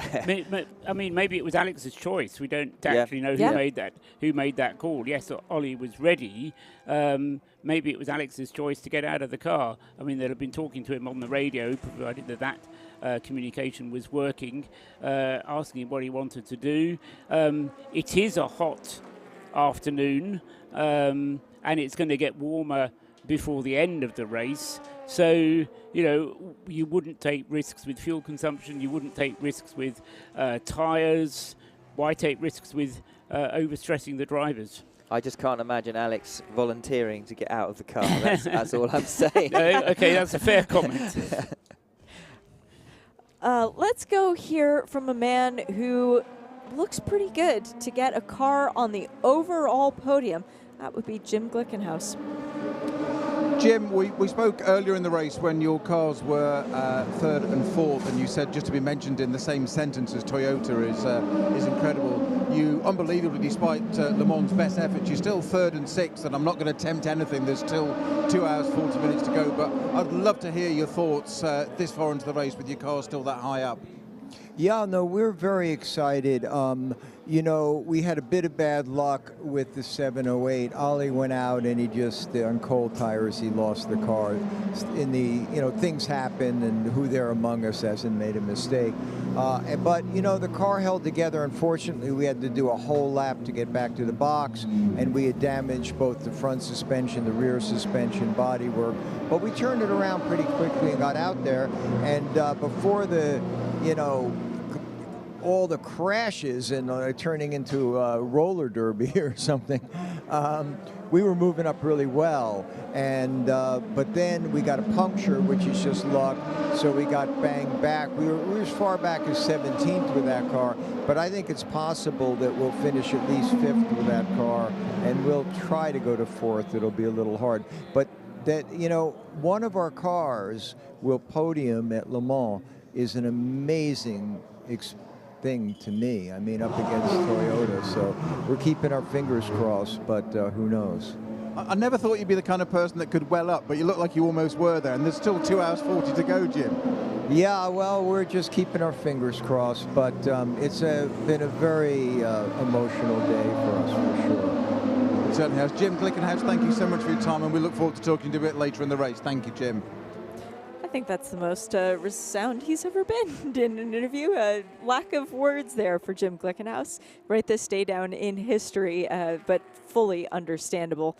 Hello to James Edmonds, to the Nash family listening in Jacksonville, Florida. Emily, we know who you're cheering for. Tom Firth has used the hashtag HaggertyRLM. He asks, what is the distance prediction now? Mr. Trustwell, safety cars and slower cars will have put it way off of a record. Thank you for the coverage. Yeah, I'm looking at 380 laps at the moment. And the record is 394? The record is 397. 397. And just comparing with recent years, probably the easiest way is just to run through the winning distance in recent years. Last year it was 371, so we're likely to beat that.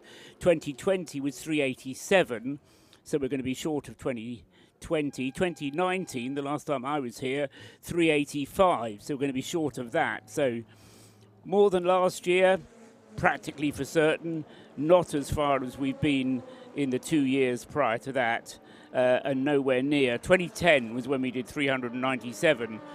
But bear in mind, the cars then were considerably more powerful, more developed, more sophisticated hybrid systems on them. And to be honest, that's one of those records which, a bit like the old 1971 record before they put in the Porsche curves, that looked like it never was going to be beaten. But one day I have a dream that we might get to 400 laps at Le Mans. Without them having to change the circuit too much. We've got a good question for you, JMO. You've talked a lot about getting a fast entry into a slow zone, but as a driver, how good of an overtaking opportunity is it leaving one? Do you get nervous if there's someone hanging on your rear exiting a slow zone?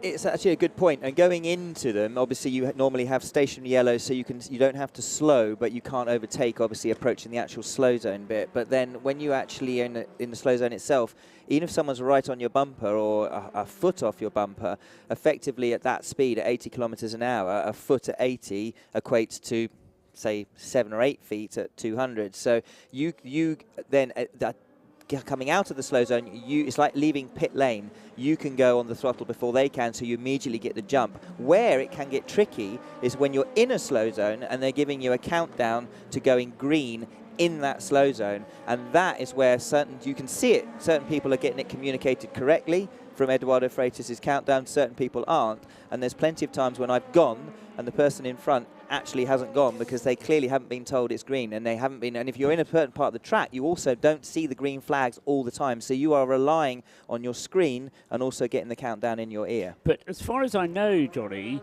and I don't know if you've looked at the circuit closely enough, there is no white line across the road marking where the slow zones start and end.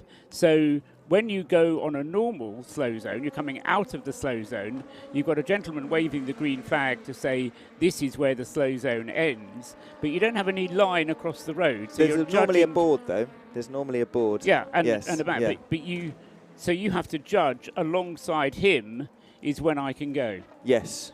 Right. So as soon as you get to him, literally the same man standing at the line. I don't tend to look at the line coming out of pit lane. I look at the board that's on the line. Okay. That's all right. That's interesting. Yeah. As I say, never having done any of this, it's just how these things I've never work. actually been done for speeding in a slow zone, apart from the one time when I came out of the pits and forgot that there was a slow zone at Dunlop. and went steaming into the chicane, and then suddenly thought, rubbish is what I thought. Yes, bother. Slightly bother. Double bother. It began with a B, and and then I was praying that no one would have noticed. And they might get the number wrong. Yeah, exactly. Yeah. But of course they had. Thanks to Marley for that question. That was a good one. Johnny, it's coming to the end of our time on air here. Yes, it's been an absolute pleasure. I'd just like to thank everyone for their very, very kind comments. It's been an absolute pleasure to be part of this whole team. And I look forward to doing it all again next year. Yeah, well, I think... But thank you to everyone that was listening and all the nice comments. I think if Twitter is anything to go by, you are now a permanent member of the team. So. Well, I don't know about that. The fans have spoken. No, oh, Nick doesn't want him. Nick doesn't want me back, clearly. Well, it's been a lot of fun to Thanks, have you well beside done me to for all you. those Well done, everyone. Well done, stints. Paul. Yeah, we still have 2 minutes before the bottom of the hour. But I think if Carrie is ready, maybe we'll do the hourly update just a little bit early and give you a couple more cars. The Valkyrie AI Update. Data-driven solutions for a data-driven sport.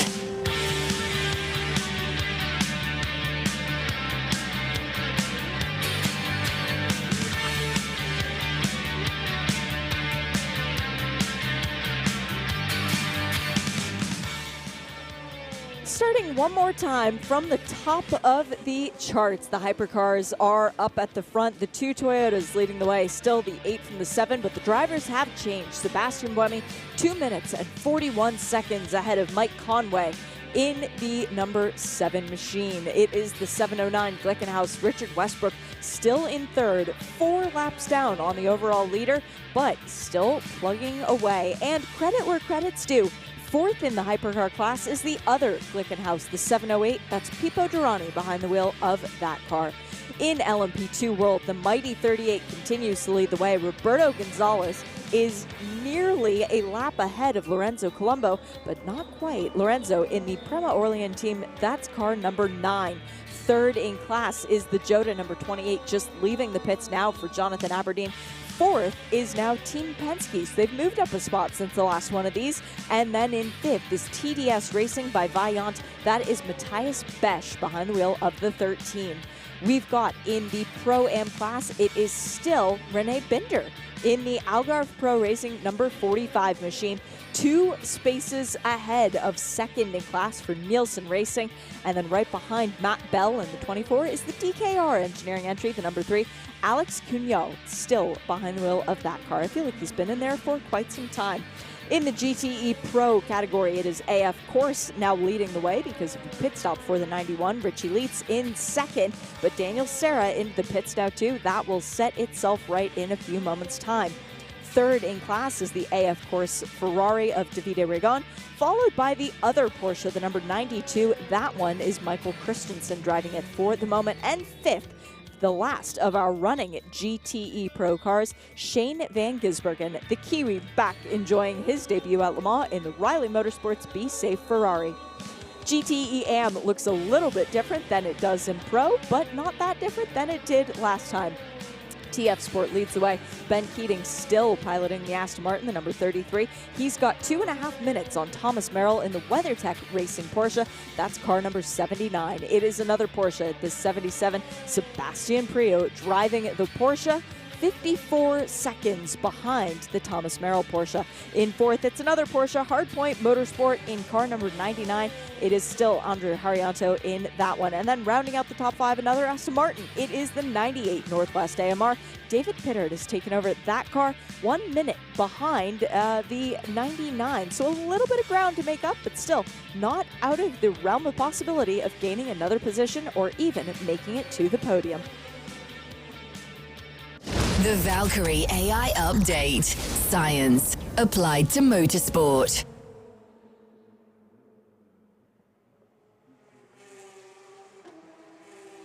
So less than 2.5 hours still to go. Sebastian Buemi has been into the pits. Perfectly routine pit stop for him, another 12-lap stint. He's on his way once again. Again, although he could theoretically go to the checkered flag from here, it's unlikely, I think, that he will. He'll do a triple stint, as has been the norm for that car, I think, and then the car will be handed over to Brendan Hartley, most likely to bring it home. The gap first to second is still not huge. It's a minute and a half at the moment, but that's artificially small because we're still waiting for Mike Conway to make his equivalent pit stop to the one that Sebastian Buemi has to do. The only, is it a glimmer of hope for the number 7 car? Probably not, but the final pit stop for the number 7 car is going to be a shorter one than the final pit stop for the number 8. So Mike, or whoever's in the car at the end of the race, will have every opportunity to close the gap with that final pit stop.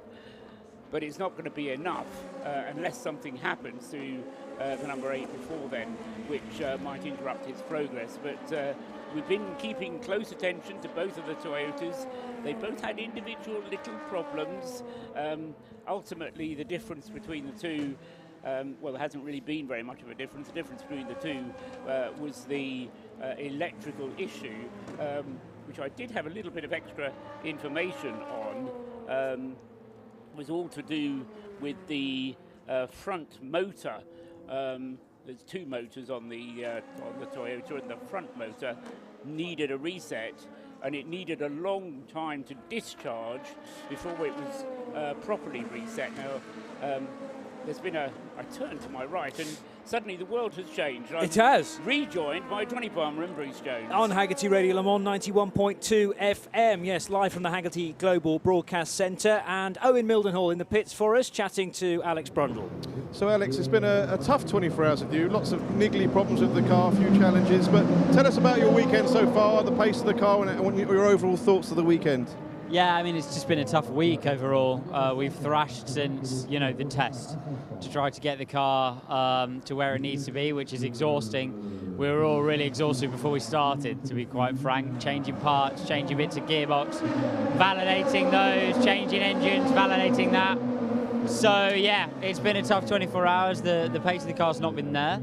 But, you know, we look like we're going as well as can be expected now with Esteban, and we'll carry on hopefully to the finish.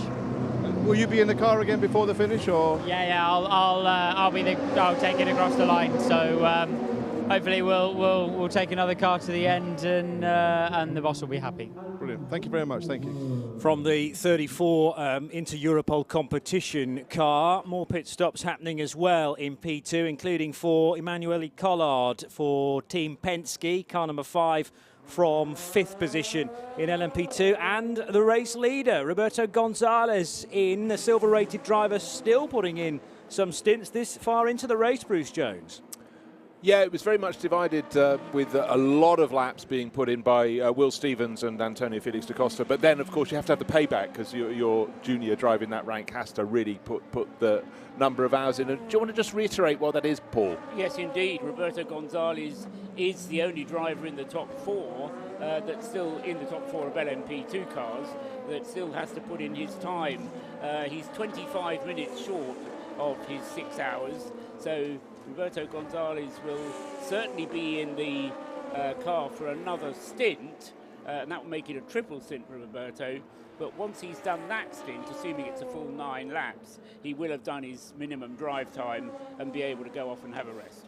Lorenzo Colombo's a silver in Prema, though, isn't he, too? Is he short of drive hours, or is he just so quick that they're happy to utilise him now? They're happy to utilise him. He's done his 6 hours, and just looking down to see how many he's done in total. He went over 6 hours quite a long time ago. He's actually done 7 hours and 50 minutes. So, yeah, he's done...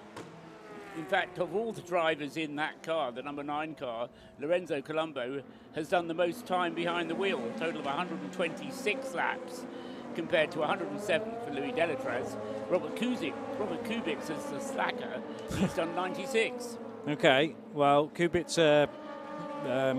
triple stint maybe to finish things off. It would make sense to me as soon as we've got that car into the pits at the end of the stint that it's currently on. Colombo currently on his 7th lap of a 9-lapper.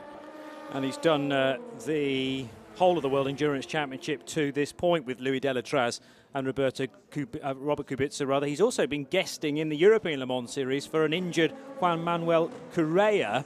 And I just wonder whether the team there have almost thought, well, we'd like to keep Lorenzo now for the rest of the season, although I hear that Correa will be stepping in for the next ELMS race, which will be at Monza next month. But it's been a bit of a find, Lorenzo Colombo. No. That's kind of the point of the Prema Iron Lynx combo. No, exactly. I mean, he was pretty good in Formula Renault in 2019 and 2020, but last year, so-so. Okay. FIA Formula 3 for Campos Racing Team, but he really has... You know, sometimes the driver just takes a sort of proper step up, and maybe it's also because he's got that pressure, knowing that the drive isn't really full time. He's got Juan Manuel Correa about to come back, and actually all along it's sort of, I think I'll be back at the next one. Actually, no, I'm not. It's a foot injury, isn't it, for Correa? Yes, it is. Which I don't know whether it's proving pretty tricky to heal, and also, you know, to be fit. With your feet so busy in the pedal box area. But it's only the ELMS drive that. I mean, I think it was always down Colombo to be in the World Endurance Championship car, which is this, the number 9, and they are currently second, so on course for double second place points. Also It's a 77 Dempsey Proton car that has been going, is third in the class in GTE Am, and it's having bodywork repairs. And being shown a replay, was the contact that led to that? No, it's going slowly, being overtaken. But clearly something untoward. Oh, actually then driving off the circuit, and the handling not all that they want, but was there a strike with the barriers? Front right corner bodywork taken off. And also a bit of suspension work going on. Maybe there was a side-by-side clash. We'll be good to find out from the Dempsey Proton crew. Car number 77, and Seb Prio brought that in. Yeah, very late on, and in a potential podium finish, Owen Mildenhall down at Dempsey Proton Racing. Look, watching this stop for Seb Prio. Yeah, I'm not quite there yet. I'm sprinting down the pit lane as fast as I can go. I'll be there very shortly, so I'll come back to you if that's okay. Yeah, okay, well, it's minus the front right wing on car 77. Whilst you make your way, Owen, let's go to the other end of the pit lane to Peter Snowden to bring us what, Peter? Yeah, just a very little bit of information there from 33 TF Sport, the Aston Martin Vantage from the GTE Am category. Tom Ferry's a little bit busy at the moment, although it's the first time in recorded history he's actually said no to me, but we won't mention any more of that on air. We'll move on from that. But Ben Keating is in the car. He's got to finish his dry time, and I think you guys have mentioned, I think they're only about 4 minutes short of that. All things being equal for the moment, what will happen is they're going to leave him in for possibly a full stint, obviously depending on slow zones or a safety car. Hopefully there is another one of those. But I can confirm it will be Marco Sorensen who will bring the car across to the flag at the end of the race, because where else would be the flag, of course. Yeah, so it's maybe a 60-minute stint, maybe Marco in for both of the closing affairs, but Seb Prio losing positions, hand over fist with the car in the garage. What do you know, Owen Mildenhall? Yep, so I'm down here now. The car is up on high stands, and the front bodywork is off, the front right fender is off. There's a lot of work going on to what looks like the lower wishbone or the underneath the upright. So I think, to me, it looks like there's a suspension damage on this car. A lot of work going on around that front right suspension. Quite how that happened, we are still rather puzzled. The in-lap will remain away from us because the way that Alcamel's timing system works, as soon as a car pits, it just gives us the car's best sector times of the race so far. Normally I like to use those to find out how long it's been an issue for, but being overtaken by the 75 Iron Lynx car on the run-through Porsche curves, 75, unfortunately for them, has kind of been nowhere, being driven at the moment by Nicola Varone, but made quick work of Seb Prio with these difficulties, front right corner for 77. What we haven't seen in any replays is any clash. What we did see for Seb Prio was him running off the circuit, the car clearly with front right suspension damage, just not able to turn in where he wanted it to. What has happened is the 99 Hardpoint Motorsport Porsche, Andrew Harrianto at the wheel. We know it's really effectively absolute racing. Up to third place in class now, and that's maybe a chance for Northwest AMR to make it to Aston Martins on the GTM podium, because certainly David Pittard is doing what he's done throughout his debut at Le Mans. He's closing on whatever car is in front, but he's got quite a margin to catch up, 44 seconds, but certainly the young Brit really giving it a good shot. All those sector times for Seb Prio last time around are slightly extended. Was it an outlap for Prio? It took him 1:41 through the middle sector when it would normally be taking you 88 seconds, and then a 2:11 in a final sector, which is a 1:46. So. Well, we don't know where the suspension damage occurred. It might have been quite early in the lap. Well, I think it must quite possibly in the middle sector, maybe heading into Mulsanne. But remember, we've had those two big tyres, big tyre failures or heavily stressed tyres that went bang coming out of Mulsanne for the 92 Porsche and for the 75 Ferrari that we've just mentioned from Iron Lynx. So yes, big issues for the 77 after that had been going so well, and it's now dropped down to 5th and set to descend even further with the sister car at Dempsey Proton Racing, Fred Pordad's 88, about to overtake as well. Well, and we've also got double waved yellow at Marshall's Post 4 and 5, and that puts it where? 79's gone down towards Maison Blanche instead of turning right through the Porsche curves. This is the second place car of Thomas Morel, the Porsche from WeatherTech. How well did he recover from that moment? Must have stuck on the handbrake to pitch it through 90 degrees, then skated through the gravel and has reappeared right in front of the 88 car of Fred Pordad. They are on different laps, so that's not a scrap for position, and he had a 3.5-minute advantage over the third place Hardpoint Motorsport Porsche of Andrew Harrianto. But it's all kicking off right now, Paul Truswell, in GTE Am. Isn't it? Yeah. You suddenly get these sort of sudden rushes of blood to the head, don't you? Just looking down at Sebastian Puyo, about whom you were expressing doubt on the lap. A 5-second longer Sector 1 time, and then considerably longer in both Sector 2 and Sector 3. So it suggests that whatever happened to Sebastian, it may have happened before he got to Tertre Rouge, and we'll see whether or not he brings the car in at the end of the lap, or whether whatever it is clears itself. But looking at sector times at the moment, it hasn't done, and even through the Porsche curves, he's lost another 7 seconds going through there. But yeah, quite remarkable save from the 79 WeatherTech car. Thomas Merrill, the least experienced driver in the car, but drove that as if, okay, it seemed to be driver error that caused the problem in the first place. Yeah, I think it was, yeah. He had the confidence to drive it across the gravel, and whether that was well judged or not, it wasn't misplaced at least. Only lost 17 seconds in the final sector on the best time in that final sector, which is actually the absolute best for the race in GTE Am.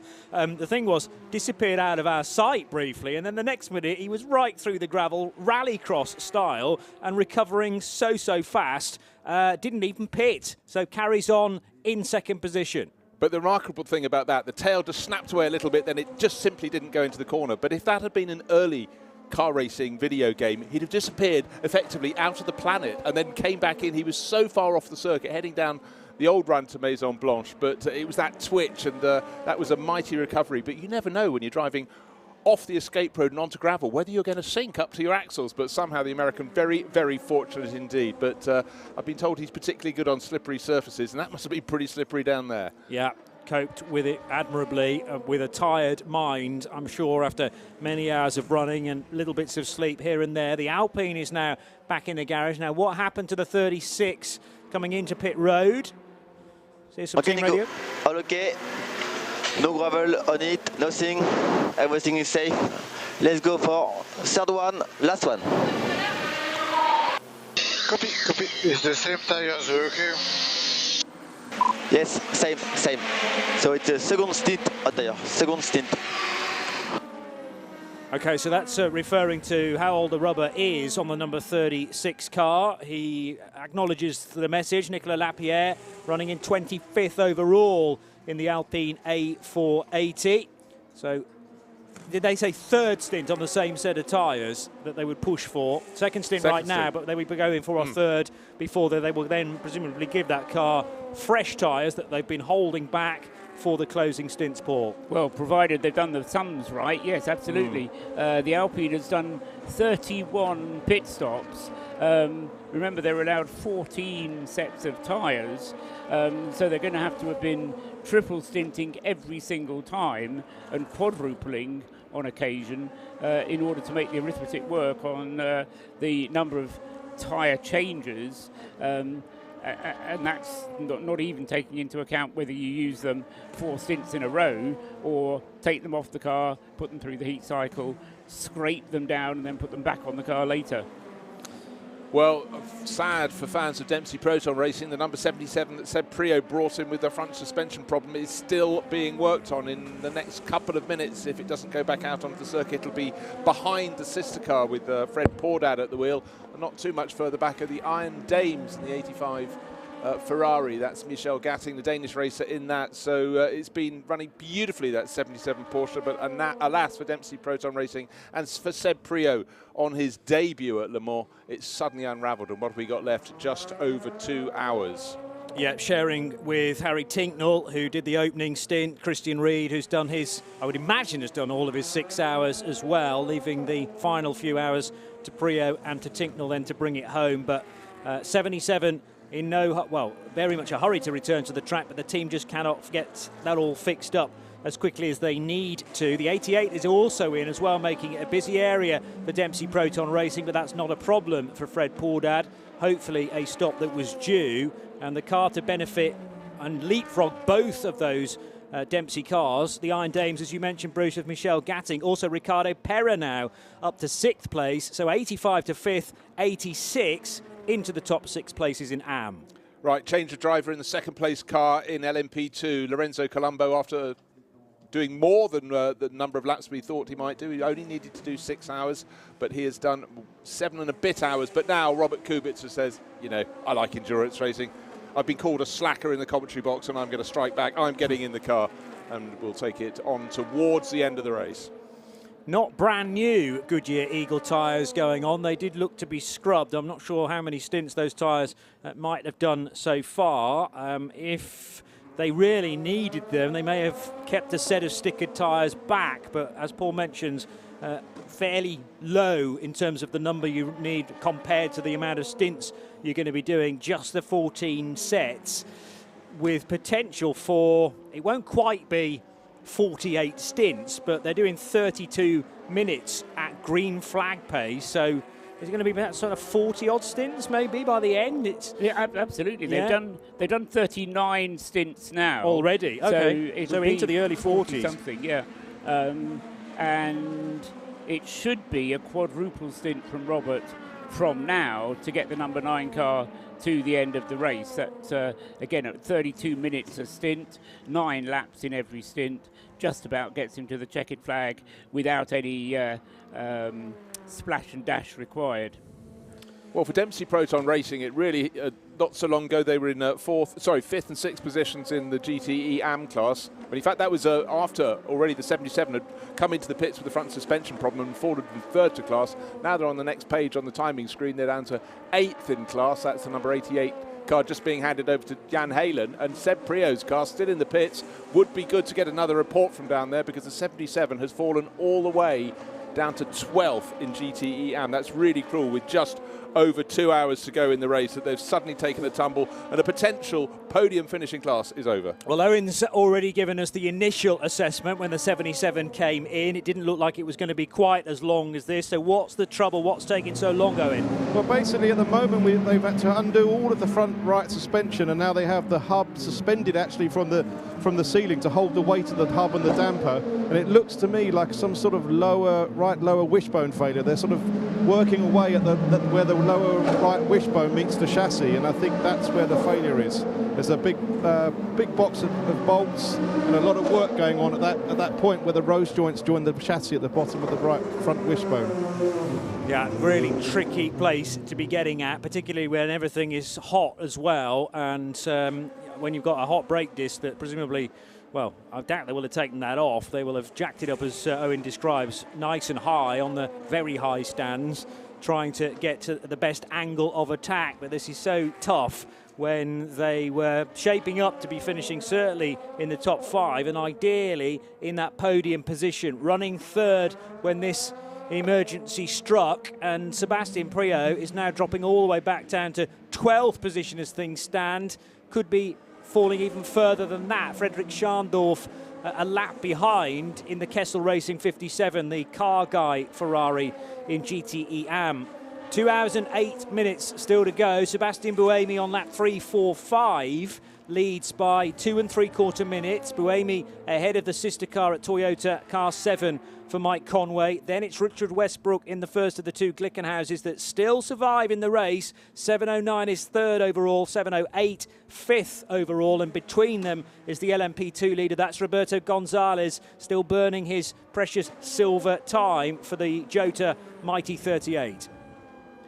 Nick de Vries preparing himself as well for the TDS Racing by Vaillant car in the readdressed lineup. I thought they would stand a big chance of getting a good result this weekend. Car's just come in from 4th position. I'm not sure it's ever been in the podium positions, but has been inching closer to them. The second of the Jotas stands in its way right now. Yeah, it certainly actually had fallen out of the top 10 in LMP2. But it has been chipping away, going back and back and back. But Nick de Vries, he's starred here before, and he's just settled in so quickly. Of course, a driver of his calibre and his driver of his experience in lots of different types of racing cars. You'd expect him to adapt, but he wasn't here on the test day. It was only when Philippe Cimodono just had a few too many mistakes, a few too many accidents, was told he couldn't be the Am in that car. They don't need an Am. They didn't replace him with an Am, a very much not Am. It's Nick de Vries, and the Dutchman has been absolutely flying. Over the rise underneath the Dunlop Bridge will go Robert Kubica chasing Roberto Gonzalez, but the Prema car with those 2 illuminated blue dots on the side of the car to tell us it's running in 2nd place in P2 and ahead of Jonathan Aberdeen.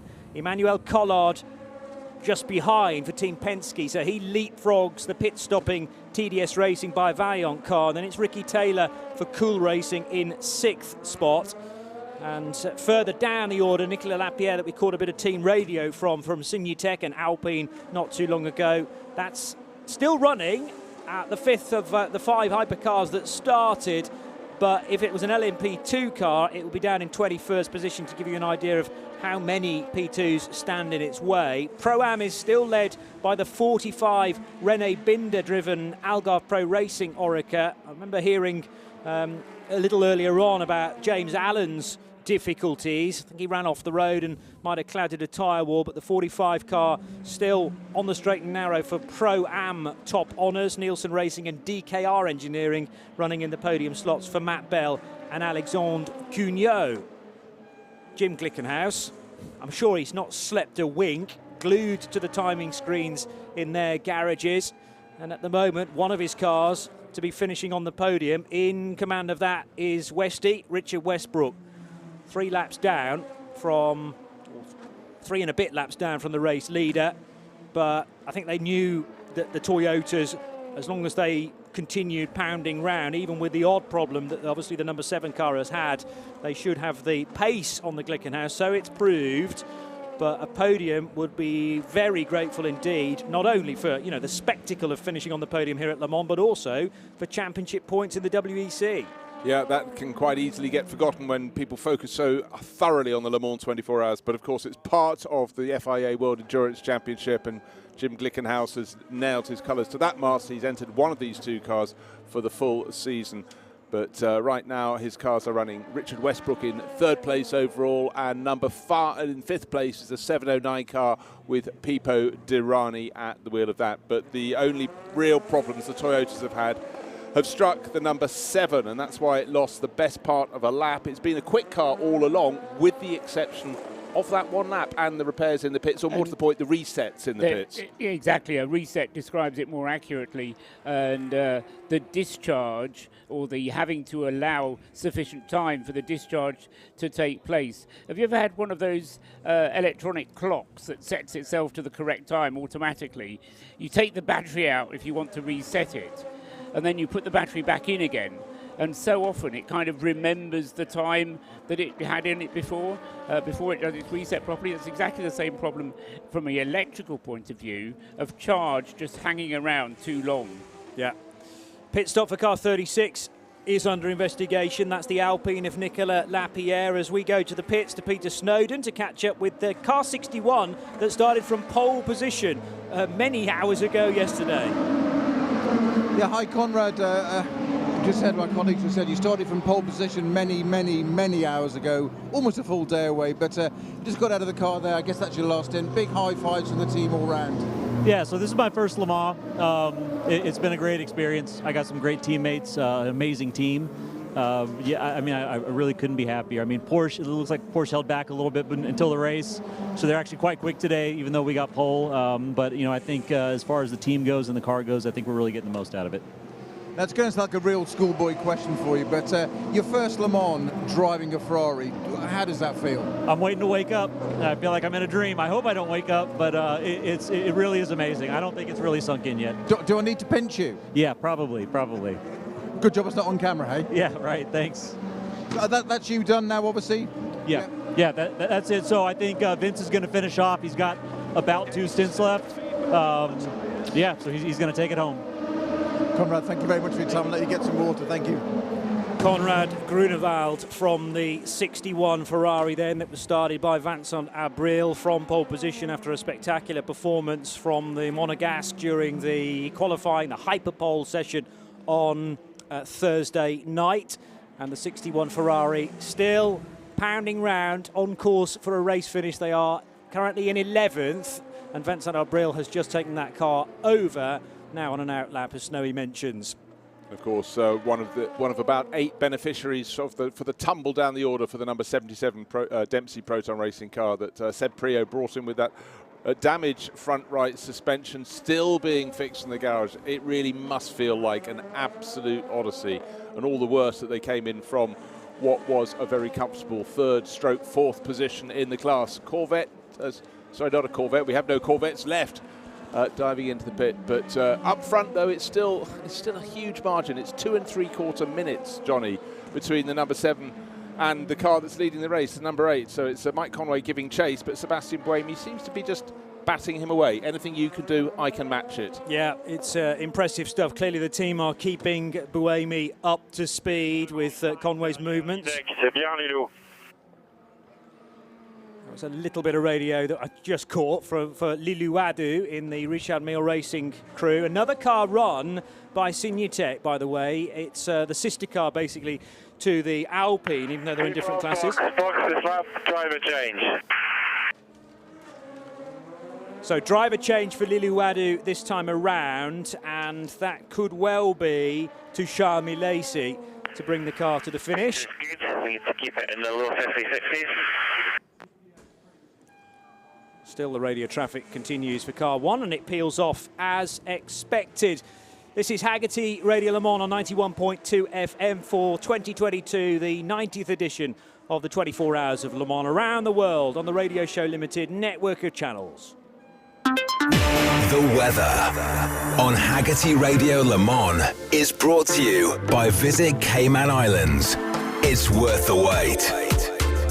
Lovely warm day here at Circuit de la Sarthe as we're nearly at 2 o'clock and therefore 2 hours to go in this year's race. Current temperature is 22 Celsius with very little wind indeed and 0% chance of rain, thank goodness. There shouldn't be a sting in the tail for this year's race. The high will be reached in a couple of hours, perfectly timed for the end of the race at 4. That's 24 Celsius, and then a clear night expected with a low of 10. Tomorrow, another really nice day in this part of France with a high of 23.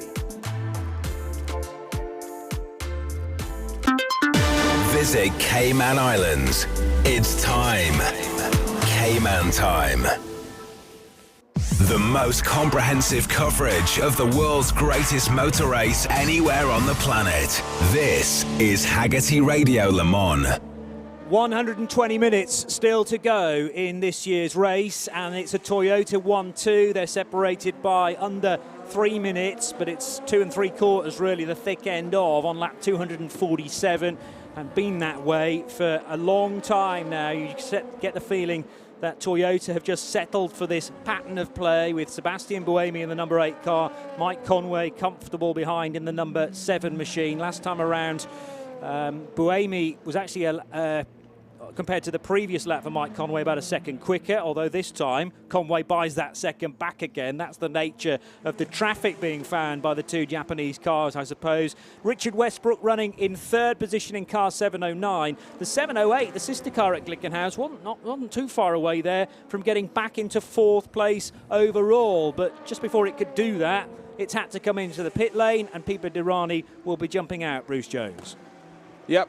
The gap would come down to just about 15 seconds. It's out a little bit more because obviously a slower entry to the pit lane. But, well, we've got just under 2 hours remaining, and yet we may yet have the 4 of the 5 remaining cars in the hypercar class running in the top 4 positions. But it just shows how well the 38 Orica from Team Jota has managed to go in this race. Roberto Gonzalez, the Mexican, still on board, but he's still ahead of the second of those Glickenhauses. And, of course, the Alpine way down the order in 25th.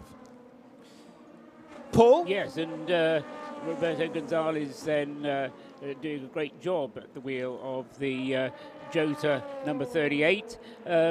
Just looking at the that gap that you were describing between the two Toyotas, 2 minutes and 3/4, it'll come down a bit before the end, but not really as a result of either of them going any quicker. It will purely be because of a shorter final pit stop from Mike Conway. Sebastian Buemi's times, you were talking about them fluctuating. On average, Buemi is about 2 or 3 tenths a second per lap quicker at the moment. So I get the feeling, we suggested this a while ago, Bruce, that the Toyotas, they're just relaxing a little bit now. They're aware of the fact that there's nothing that can go right now. All it can do is just keep on ticking out the laps and just keeping your fingers crossed that the little electronic glitch, which we've seen a couple of times, doesn't happen again. Yeah, and that gap is still, it's almost as though it's cast in stone. It's 2 minutes and 44 seconds between the race leader, Sebastian Buemi, in the number 8, and Mike Conway in the number 7. The only time it comes down is when Buemi comes in for his routine pit stop, which will be in another 3 laps, 2 and a bit laps now. He comes in for his pit stop, and then we have to wait another 3 laps before Mike Conway comes in. And for that period, the gap comes down to 1.5 minutes, and we all get very excited. No, we don't, because we know that Conway's going to have to come in for his equivalent stop. But it has been a fascinating duel between the two of them, and in a way, I'm happy that they've both stayed out of trouble. They've not been involved in any incidents. The only thing that has separated them has been the one mechanical glitch on the number 7 car, the front motor reset and discharge, which took the time. And to be honest, if you're going to have a problem, you don't deserve to win if you've got a competitor who's not had any problems at all. And the number 8 hasn't had any problems at all. Sorry, go on, Paul. Just to say something else about retirements. Yep. 1, 2, 3, 4, 5, 6, 7, 8, 9 retirements thus far. We're looking at a percentage, therefore, where did I write this one down, of somewhere, it will be a record percentage, yes, 14.5% of the field. If we keep the current retirements rate up, it'll be a 14.5% of those who started the race retired, and that will break all the records since the very first race in 1923. We're live on Hagerty Global Studio Vision. Me, Johnny Palmer, Bruce Jones and Paul Truswell. And if you want to sync up our radio coverage with any pictures you've found around the internet or elsewhere, then the Omologato race time is 1 hour 55. In fact, 54 and 57 seconds, 56, 55, 54 seconds to go in the race. We have had 22 hours. And Alessandro Balzan from the number 60 Iron Lynx Ferrari now joins Peter Snowden. Alessandro, thank you so much for your time. Probably the last thing you want to do is come and talk to us now. I can't begin to imagine your emotions at the moment, but you can tell us. Well, we are really bummed, you know. We were able to stay out of trouble for 21 hours, and Raffaele and Claudio and all the guys from Iron Lynx did a really great job. And till that, I watched the replay a couple of times. For me, it seems like that there was a very aggressive move from the prototype, and the prototype actually was 11th in class, a lap behind the 10th car. So really, no reason to take that big crash. I'm very glad Claudio's okay because there was a big shunt. You know, I think he went into the barriers around 180K. Ferrari was strong. The car looks a little bit, you know, needs some love, but it's a bummer because Claudio was basically done with his driving time. It was 5 minutes. I had no idea what happened because I was actually changing and getting the car to bring the car to checkered flag. And, you know, this happens, but the prototypes, I have to say, they were very, very aggressive, even from free practice. So hopefully, you know, they turn up a little bit things, ACO and the organization, because it was, sometimes was really sketchy, even for me, to manage some of the very aggressive driving style out there. I mean, obviously, the most important thing, as you say, is that Claudio's okay with that. That's great. That's the best news possible. But, I mean, have you had a chance to look at the car? How bad is it? Not the car, but I spoke with Claudio, and I saw, you know, he's born in Italy, and of course I saw his Italian side. He was very angry, and I understand because I had no idea. It happened also in Imola with a very similar situation. So now he's not feeling respected out here, you know, in some other series. The race director does really big job on managing and understanding what are the expectation when you're on a GT car overtaken by prototypes. And the other car, the prototype that touched us, had right away a penalty that was very good. But I think it could be, you know, was easily to be avoid that really strange move, aggressive move on that part of the track. We understand exactly what you're saying. Thank you so much for your time, Alessandro Balzan. I'll let you go and get a bit of rest. Thank you so much for your time. Thank you so much. A big fan of your show. They're very kind, and we're big fans of you. Thank you. Thank you. Alessandro Balzan chatting to Peter Snowden. He is a multi-champion in GT Daytona and the WeatherTech Sports Car Championship with Scuderia Corsa from Rovigo in Italy, and allowing us a window into Claudio Schiavone's mind as well. Clearly very put out. It was a clash, by the way, with the 65 Panis racing car with Nicolas Jamin at the wheel at the time, yes, and heading through that sequence of corners which put the 60 car into the barriers. Yeah, I mean, at earlier points in the race, the Panis racing car was running in the top 4, top 5 in LMP2. Already had fallen down the order a bit. That contact wouldn't have helped it at all. But no. You really, really feel for the number 60 Iron Lynx crew. Because as Alessandro said, kept out of trouble for the first 20, 21 hours, and then that happened. Now, whilst we were listening to Balzan chatting to Snowy, we had a pit stop for the 38. I know Nick Damon was paying close attention there. What service did they do? They did everything. Everything. Yes, they took off the wheels, they put the wheels back on again, they put some petrol in it. Very good. They took out the driver because he was tired, and they put a new driver in. Which is Will Stevens. So Will Stevens is going to take the end. Antonio Felix da Costa is in his Civi, so Will will be running this to the end now. And obviously, Mr. Gonzalez has done a particularly good job. He's done his minimum driving time. They are a long way ahead, and they are now just praying nothing WRT Vintage 2021 happens to them.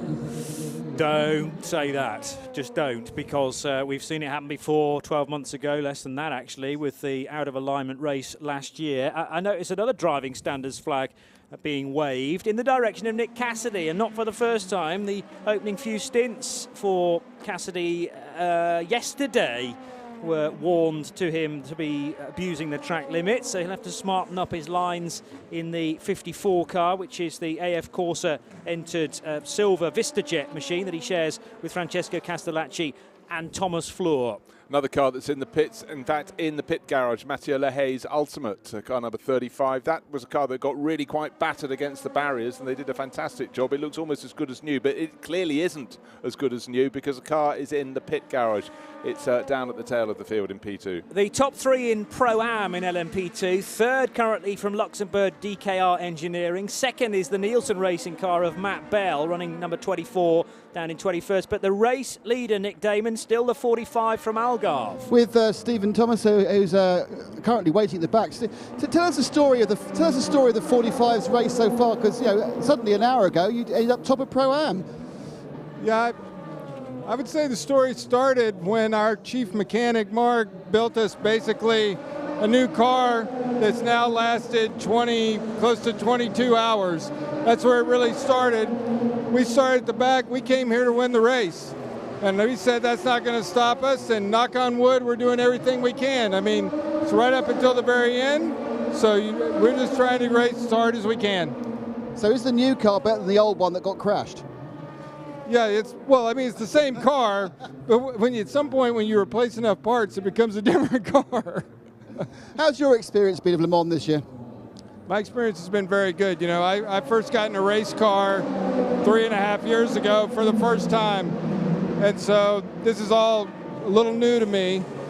Just trying to be fast as the other bronzes and be consistent. And with our team, it's just so much support here. Starts with my wife, Emily, my coach, Ross Bentley, and Felix, and then right down to the owners, Stu and Sam. I mean, the team is set up to try to give you a chance to succeed.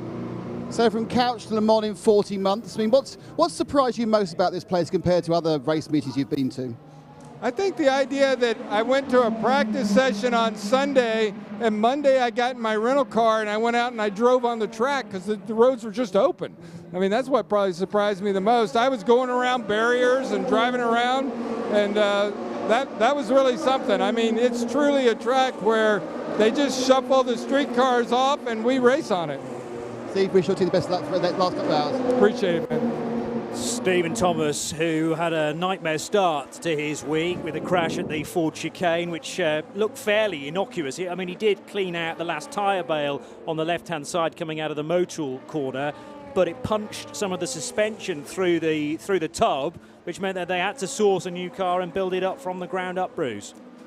Yeah, and there were other problems for the sister car as well, and the race hadn't all run smoothly, but there we are, as Johnny said, with under 2 hours remaining in this 24, the 90th 24 hours of Le Mans, leading the Pro Am class in the number 45 Oreca from Algarve Pro Racing, 19th overall, but importantly, the gap is the one we need to look at is how big it is back to the next car in class, which is 2 positions further back. It's Nielsen Racing's car, but Matt Bell, driver from the northeast of England, putting in some very quick laps, so he'll be able to bring that gap down. But is it going to be enough for Algarve Pro Racing with 45?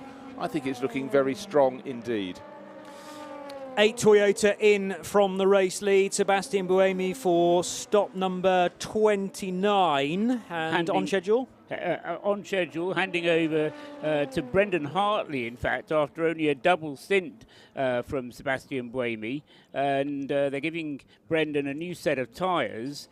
Brendan can now get to the end of the race on 2.5 stints. 2 stints will take him to a quarter to 4. And then he's just got the minor problem of that last 15 minutes. Nick was watching the stop, not entirely clean. No, it was all going beautifully well. Driver in, driver out, drinks bottle in, drink bottle out, fuel in, tyres off, tyres on, right until they got to the front right tyre, which just took a little bit extra seating. They had to have a couple of goes at it. The clack, clack, clack, clack, clack of the air guns. Sometimes you think, but it went on. So they only lost 3 or 4 seconds. But, you know, anything for a bit of drama down here now. Well, to be honest, Nick, it was slow. No. Let me just double check that, because it was a slower pit stop than I would have expected. The best way to find this out is to see how close the number 7 is when it comes round. But I think he may have lost a bit of time somewhere else as he went around there. And I was wrong. It wasn't Brendan Hartley getting in. It was Sebastian Buemi staying behind the wheel of the car. And we now wait for a couple of laps, and then the number 7 car will be in for its equivalent pit stop. But funny, I could have sworn that we saw Brendan Hartley getting himself ready. Maybe he was, and then Sebastian waved him away. Nick, what do you reckon? Did somebody get out of that car? I was walking back from my interview with Steve Thomas. I was sure I saw a driver getting out. I mean, it may have been that Sebastian just wanted to get out and sit back down again and perhaps rearrange himself, but... I thought I did as well, weird. Nick. So you and I are together, but the driver ID says that it's still Sebastian Buemi behind the wheel. Sometimes get that wrong, in fairness. Sometimes teams will utilise a driver as an extra body, though, to maybe change a drinks bottle or something. It means that you can use one more, doesn't it? Information from Mathieu. The braking of the first chicane on the left side. The 100-meter board is gone. There is no more 100 meters board at the braking, at the first chicane, on the left. Okay, so that someone's cleaned the 100-meter board out into the Daytona chicane on the Mulsanne straight. That was team radio from Alpine, their A480, and Nicolas Lapierre just getting some advice. We didn't hear a response because it didn't really necessitate one. But it's just useful. I mean, this is the sort of information that's buzzing around on the radios even this late on in the race, so that easily avoided mistakes aren't made, Bruce. Yes, and I think it also just the drivers will be flagging a bit now. Some have now already finished their races and their teammates are going to take it to the finish. Possibly if you're the first one to finish, you've still got both of your teammates still to complete their runs. But I think it's a concentration thing. It's an element just to give them another focus to stop the eyelids from becoming heavy, and it seems to be working so far. Car 92 in the GTE Pro class comes in from 4th place, Michael Christensen. Will this pit stop be long enough to let Shane van Gisbergen get ahead for Riley Motorsports in the 74 Ferrari? I don't think so quite. Paul, what do you reckon on that one? Will we have the changing position for 4th place in GTE Pro? Shouldn't do, provided everything goes smoothly for the 92 Porsche. And that looked pretty smooth. The driver change has already taken place. The fuel's still going in. Takes a little bit longer to get the fuel into a GT car, not least because more fuel goes in. And they also have these timers on the refueling units, which control the rate at which the fuel goes into the car and make sure that nobody does anything clever with the gravity feed. And then a nice smooth getaway from the number 92 back out onto the circuit. And that should be Michael Christensen handing the car over to Lawrence Vantor. Yeah, Lawrence Vantor on the rotation. Yep, and that's what's happened. So Vantor in for the closing couple of stints. For the 92 car. 91 sister machine leads the GT Pro element of the race with Richard Lietz at the wheel of that. Seem to remember over the years the 91 has just had terrible luck here at Le Mans. Well, the 92 has not been that much better in more recent years, but at least that does have had a history of winning at Le Mans. The 91 often the poorer sister, if you like, that doesn't struggles to get the results, will be taking, as things stand, a massive dollop of points, 50 of them in the World Endurance Championship, with a lead of 53 seconds over Daniel Serra's AF Corsa Ferrari, number 51, and Davide Rigon completing the podium positions as things stand with an hour and 41 minutes still to go in car 52. One thing that really strikes me, Johnny, is we had a clash, possibly a multiple clash, before we even got to Dunlop curves on the opening lap of the race, and I thought, 62 cars, maybe, yes, it's a record, maybe it's just a few cars too many. But actually, that said, since then, in the intervening 22 hours, the behaviour's been really pretty good indeed. Okay, Toyota not under pressure at the front of the race. Their only battle was between the number 8 and the number 7, Sebastian Buemi's car and Mike Conway's car, but they ran close, Paul, at times, down to a tenth of a second, and they chopped and changed, but it was always very clean and respectful. Yes, and I agree with you regarding the 62 cars. I was amazed at the respect that was shown in the first 12 hours through the darkness hours. Okay, I expected there to be a few incidents, and there were. What I was less expecting was the degree to which, come the morning hours and the temperature went up, meteorologically, it also seemed to go up in the race as well, and everything became more important. And there were a number of drivers coming in saying how particularly the prototype drivers, whether they be in P2 or hypercars, were becoming more aggressive as the race wore on, and there was a bit more to play for. And maybe in the first part of the race they were biding their time and waiting to see how the race would pan out. And that certainly had its impact, that first part of the race, on United for sure, and on WRT. I'm most surprised that we don't have a United car or a WRT car in the top 6. we almost had United into the top 6. We did have United in the top 6 a moment ago, but the Ollie Jarvis car, number 25, coming into the pits, number 23, I beg your pardon, coming into the pits now. And as I say, yeah, who would have bet on neither WRT nor United having someone in the top 6 at this stage? And United have just been in. Ollie Jarvis getting out of the 23 car. Alex Lynn getting in. 52 Ferrari expected and right on cue. Thanks to Snowy for tipping us off about this. Davide Rigon arrives on pit road, as does the GTE Pro leader Richard Leitz. But the AF Corsa car right to the very end of the pit lane, and to Peter Snowden watching.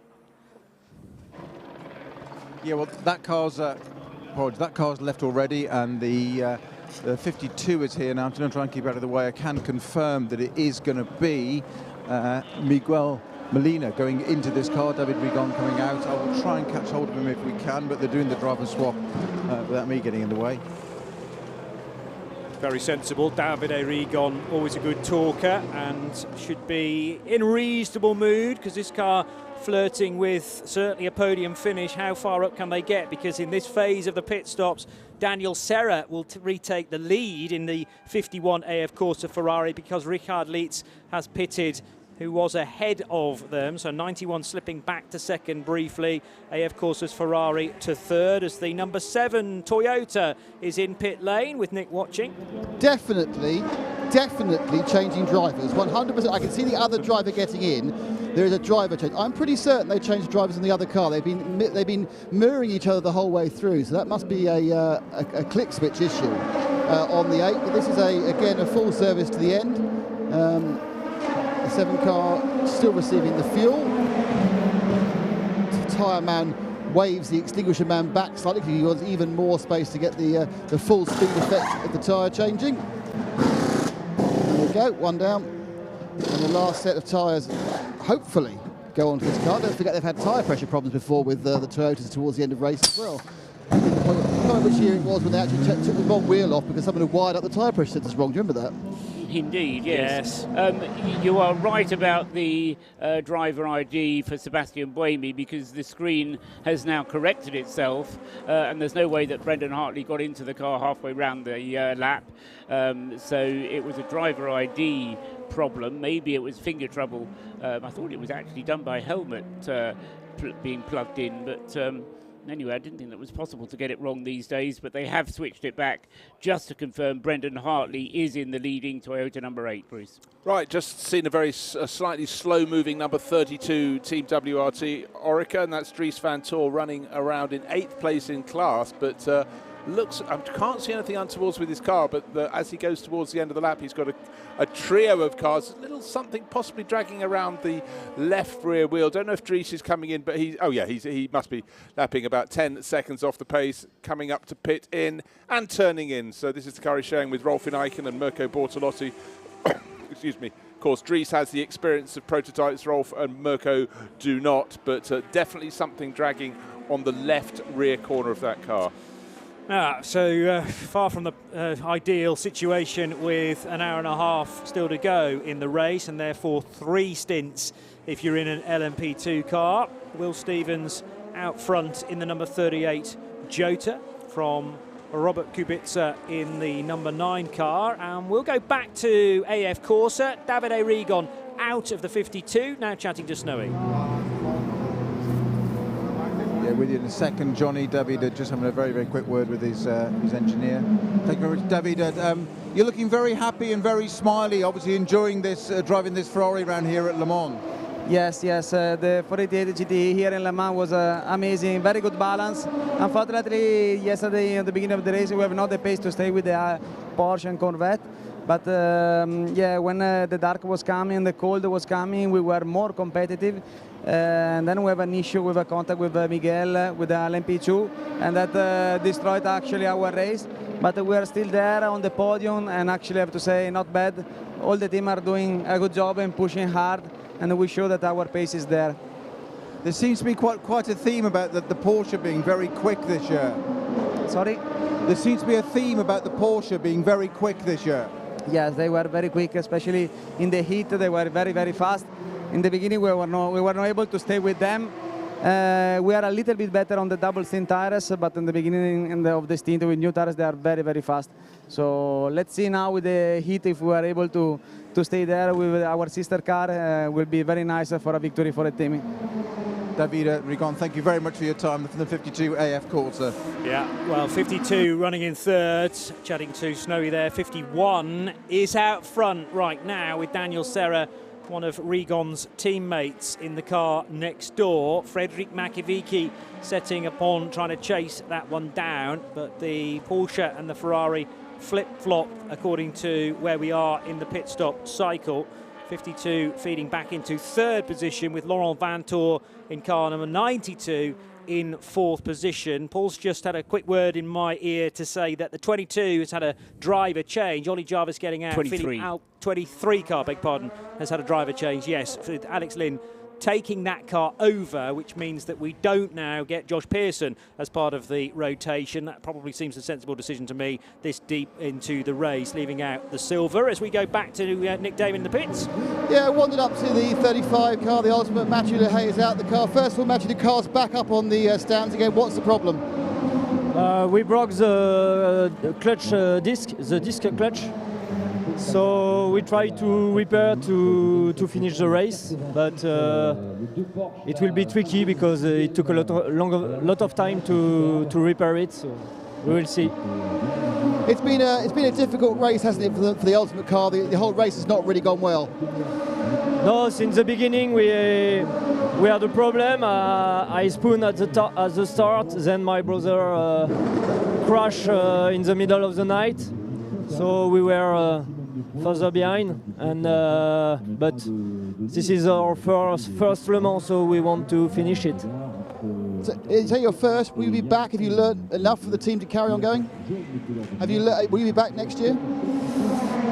We hope, but we have to work on it. We have to finish this season, and we will see what we are able to do next year. Thank you, Mathieu Lehay out at the 35. Excellent. We got a little project going on here at the Radio Show Limited network of channels to try and speak to all of the teams within the 24 hours of the race. Would you believe we've only got 3 to go now, 3 more teams of the 62 to tick off. And I reckon we can do this in the final 90 minutes. The car 80 now being reported to the stewards, which is the Iron Lynx Ferrari for Giancarlo Fisichella. Expected that car to be a little higher than it is currently, running in 13th position. The class is led by car number 33, TF Sports Aston Martin, and as promised by Peter Snowden a little bit earlier on, having had a chat to Tom Ferrier, Marco Sorensen did take that over in the previous stop, and the Dane plugged in, I'm sure, for the 2 closing stints there, leading by 1 minute and 24 seconds over Julian Anlauer's WeatherTech Racing Porsche, despite the skate through the gravel when Thomas Morel was at the wheel at the Porsche curves in the previous stint. That's still second. Nicky Team is third in the Northwest AMR Vantage, car number 98, ahead of Andro Harrianto for Hardpoint Motorsport and the GR Racing Porsche of Ricardo Pera, number 86. Just hearing about a drama in the pits for Peter Snowden. A car stuck there, you say? Yeah, Johnny, I'm just sprinting down to it now, but one of the LMP cars has just stopped in the inner sort of slow lane of the pits. I'm just getting down to that now. It's the number 10 Vector Sport car, Peter. I thought it was. Oh, Nick's there already. We've run together, and we've like a good pantomime. We've bumped into one another at exactly the same time. So Nick's the head of the Panther horse, so I'm going to let him take the lead on that one. Okay, Nico Muller is your man, Nick.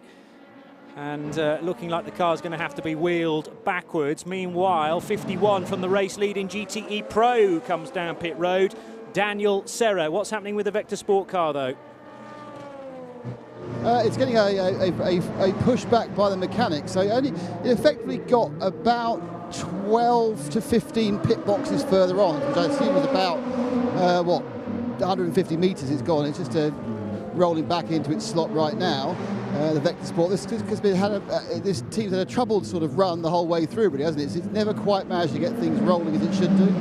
But you know, it's been a brave effort, he says, and now they haven't put the car into the garage. They just left it on the apron.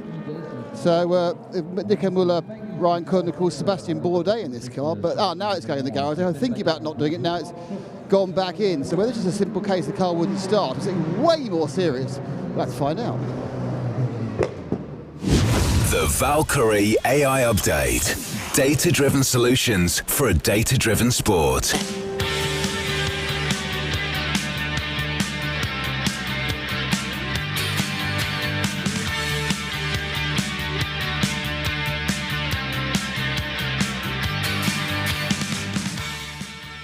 So 90 minutes to go, 22 hours and 31 minutes done, and Brendan Hartley is leading as we bring you continued live coverage on Hagerty Radio Le Mans 91.2 FM. He's on lap 3.55 and has just over a 2-minute lead now, Hartley, in the number 8 car. It's 2 minutes and 7 seconds back to Jose Maria Lopez in the number 7 Toyota Gazoo Racing GR010. Then the 709 Glickenhaus is the best of the 2 American cars. Ryan Briscoe running in 3rd position. 3 and a bit laps off the ultimate race pace. And then Jota's number 38 car, Will Stevens, running as the class leader there. Car number 38, the Mighty 38, has been at the top of LMP2 for some time. Then 5th overall, so sandwiched between the top 2 in LMP2, is the 2nd Glickenhaus, driven right now by Olivier Pla, number 708. 2nd in P2 and 6th overall is the Prema All-In Team car of Robert Kubica. Jonathan Aberdeen completing the provisional podium slots also for Jota in car number 28. 4th in LMP2 is the TDS Racing by Vaillant entry, another Oreca 07, this time for Dutchman Nick de Vries, who took over in the last pit stop, car 13. He's ahead of Team Penske's Felipe Nasser, car number 5. And in 6th place in LMP2, the 23 United Autosports car of Alex Lynn. Pro-Am LMP2, we've had a word very recently with the 45 crew for Algarve Pro Racing. James Allen back into that car. Stephen Thomas immensely proud of all of the efforts from Stuart and Sam Cox's team throughout. And they're on course right now for a class victory because they have best part of a lap's advantage over Nielsen Racing and Matt Bell, who's just come in for a pit stop from 2nd place in Pro-Am, car 24. 3rd position is the number 3 DKR Engineering machine still of Laurence Hoare.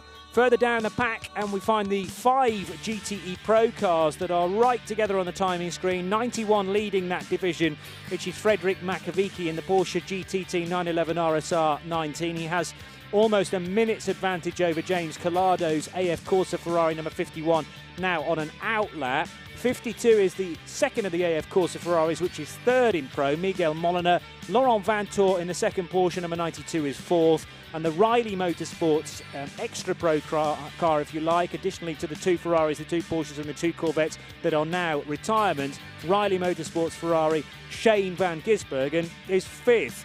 GTE Am looks like this. Marco Sorensen for TF Sports just run a bit wide coming out of the Motul chicane. That didn't affect his lap time too greatly and stays out front in car 33 in the 4 Horseman Aston. Then it's Julian Anlauer in the 79 WeatherTech Racing Porsche. 1 minute and 22 seconds down the road. 3rd is Nicky Thiem in the Northwest AMR car number 98. 4th is the 99 Hardpoint Motorsport car for Andrew Harriantu from the Absolute squad. Ricardo Pera is 5th for GR Racing number 86. And to complete the top 6 in Am, Jan Halen for Dempsey Proton Racing car number 88. One more update to come in 55 minutes' time. The Valkyrie AI Update. Science applied to motorsport. So we're really cracking on a pace here in the closing stages. Just under 90 minutes to go on Hagerty Radio Le Mans 91.2 FM. Let's start this segment by going back to the pits. And first of all, Nick Damon. Yeah, with the 10, the Vector Sport car. Now, when a car comes out the pit and stops 150 yards up the pit lane, what would you think the problem would be, Johnny? Clutch, gearbox, engine? No. They've come in and they've replaced a broken front right wishbone.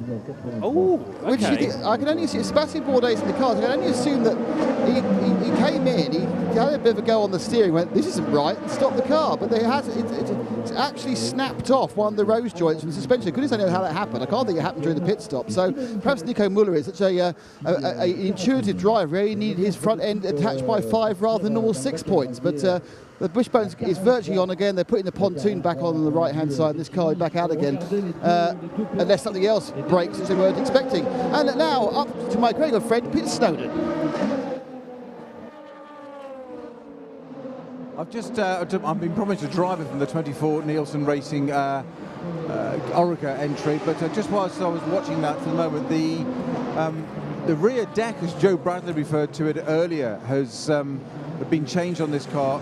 We mentioned a few other drivers. Alex Brundle said earlier in these LMP2 cars that it's extremely aero-dependent, this circuit, but a little bit of a gurney tab apparently come off on that. I've managed to get Matt Bell. So, Matt, thank you so much for joining me. I've got to say, I'm loving the overalls. Never mind the times or the car. The overalls are just, the psychedelic. It's 1960s Carnaby Street. Yeah, it's Mexican Day of the Dead theme for our teammate Rodrigo Salas. So he's half Mexican, and it's to celebrate his heritage there. You definitely can't miss us. Definitely no chance of that. No. I was just talking to one of the crew, just saying change the rear deck on into that pit stop because apparently the gurney tab had come off. To be honest, you know as much as I do. I had no idea. So I very much doubt it. I was just head down. I didn't want any information there. We're in a battle for second place, so it was just radio silence for me out there. So yeah, it's news to me. I just got out and went and took my helmet off and came out here. And I went and grabbed it and made it all a bit boring for you. Yeah, it's never boring around Le Mans, especially coming to the end. It's such a good fight with another competitor. So hour and a half to go. Just got to keep our heads down.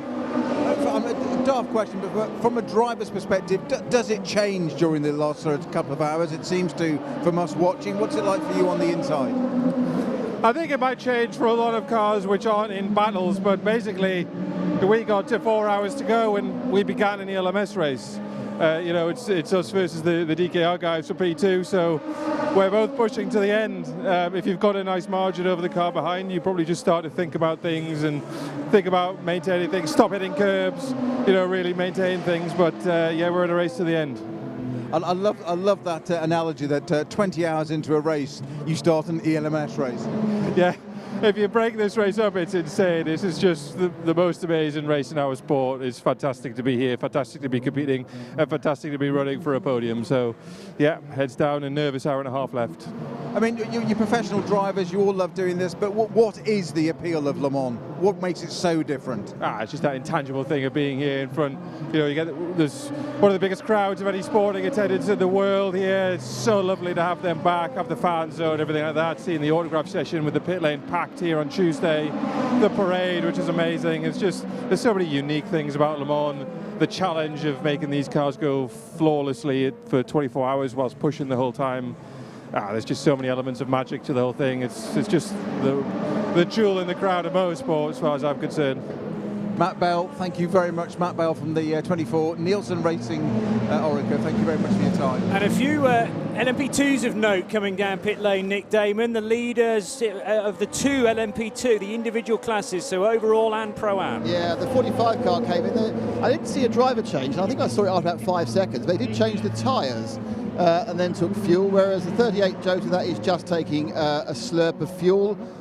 Slight delay. They're doing the thing they do with Oricas where they put a bit of pressurised oil in it at the end. So this is going to be slightly longer, this one. They've had a couple of goes getting the fuel hose in, and they popped up. And yeah, that'll be a slightly slow stop. When you've got 2.5 minute lead, 5 or 6 seconds don't matter.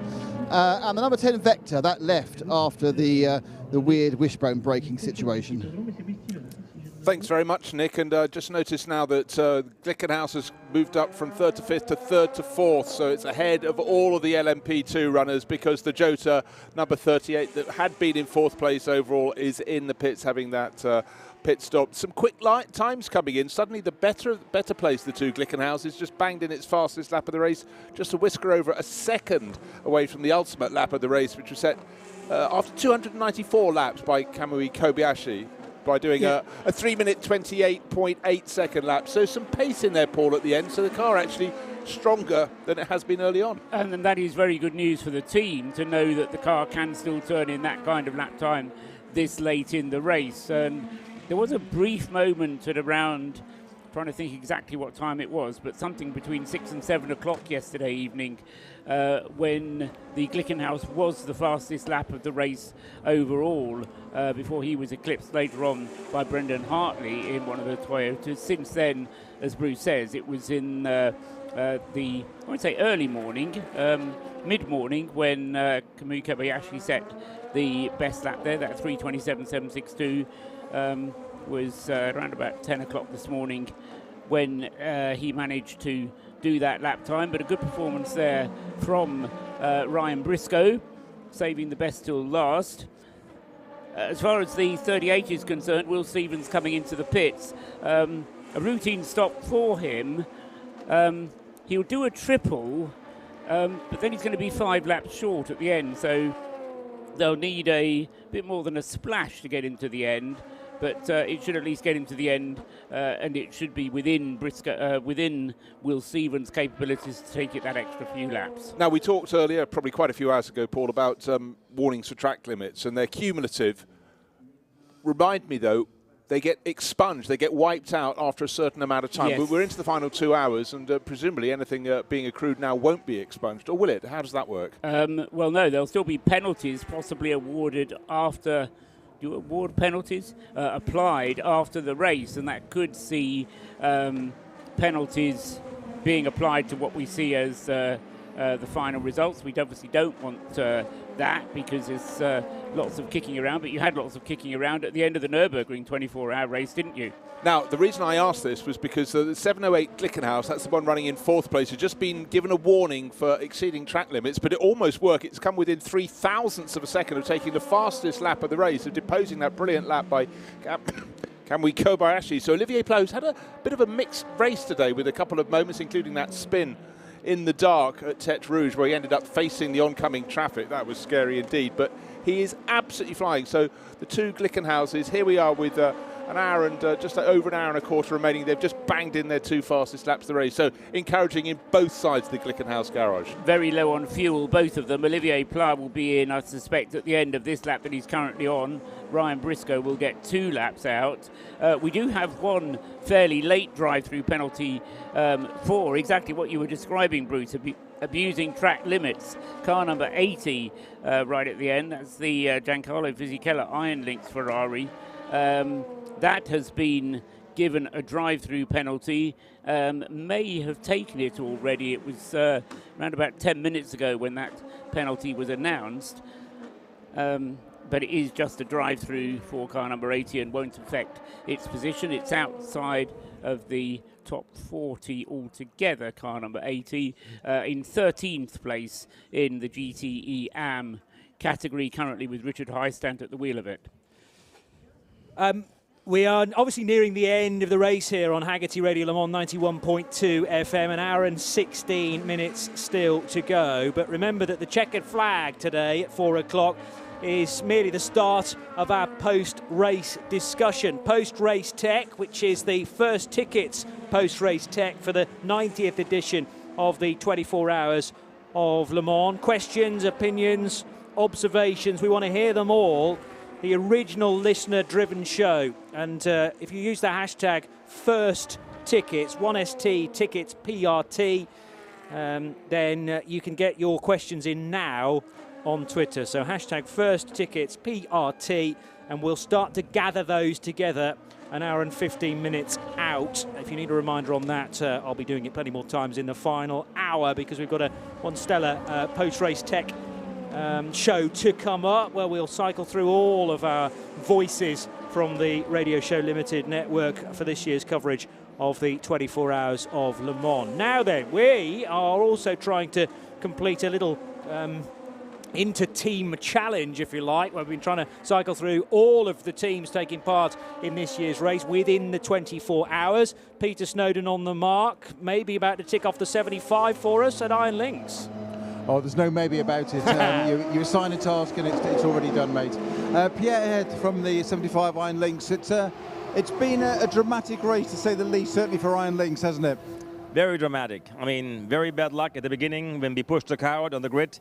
Power steering was gone. They fixed it, and then it was gone again later on. So we lost quite a few laps because of that. And then the one incident where where the LMP2 took me off the road. And then we had some other little problems, you know, later on. But from the beginning, we had bad luck.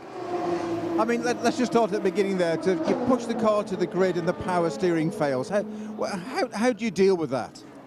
Well, you get, you know, it was very hectic, you know, because the driver was going out and said, hey, there's no power steering. And everybody went crazy trying to fix it. And when I came in and I reported there's no power steering, they thought they fixed it. They pushed me back into the garage. And they had it working while the car was here. The second I was going out, it didn't work. So we did this like 3 times until they realized there's a major problem and they had to take the whole system out and redo it. So really very helpful having power steering in the box, but not on the track where you need it.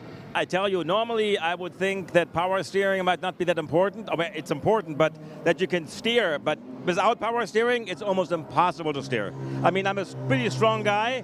You cannot even turn the wheel a little bit. I went straight on the chicanes and went to the little, you know, the little deviation courses because there was no way I could actually steer the car in the slow corners. Impossible.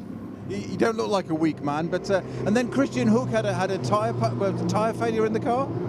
Yeah, he had a tire failure. He might have overdone it a little bit on the brakes because they changed the brake pads, and so then he slid a little bit out onto the curb and damaged the tires, and it blew, and that caused quite a bit of damage when he came in. But the team fixed everything as quickly as possible. That's basically it. You know, these were all the incidents we had, but they're enough. You probably just want to get this last hour done and go and have a lie down, don't you?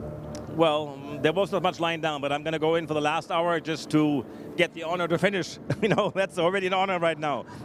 Pierre Hart, you're going to take over the car, the 75 Iron Lynx car for the end of the race, finish at Le Mans. Thank you so much for your time.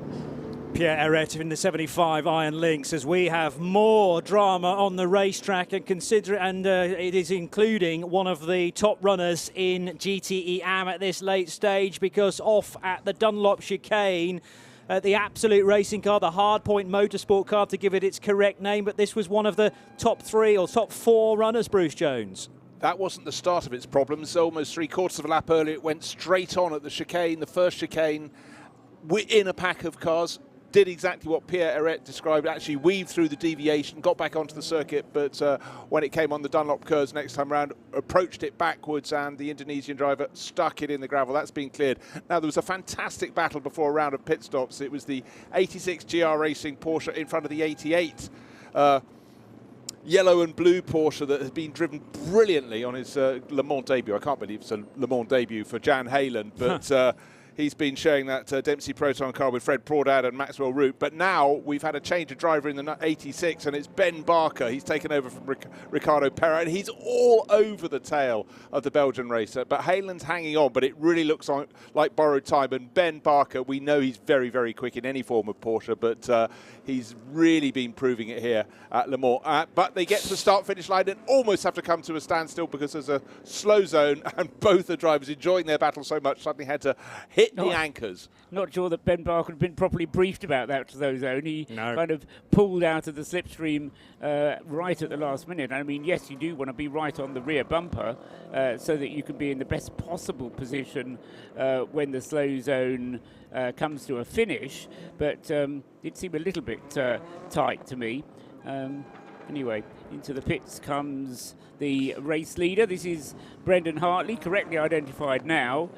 Coming in a little bit early. Okay. 10 laps on the stint. One might suggest it's to take advantage of the slow zone up at the Dunlop chicane. Mechanics leaping on the car, Nick Damon. Yeah, she's coming early. I mean, the problem is, I always think cars come in early. It's just the P2's coming in there normal, like 10 minutes apart, as they do these days. So yes, it's sitting there like it's got a kind of a feeling of a slightly squashed catfish look, that car. I've been thinking. I don't know what it reminds me of, but it's very flat with a wide mouth. It's now up on the. Usually there's. Well, they're changing tyres again. So that could have been a problem for Hartley's car. He's getting at least one tyre Yep, that must have been a slow puncture because he received a new tyre. I'm not totally sure, I'll be honest with you, because they're a long way away, which tyre on the left-hand side it was, but it got one left-hand side tyre at the stop.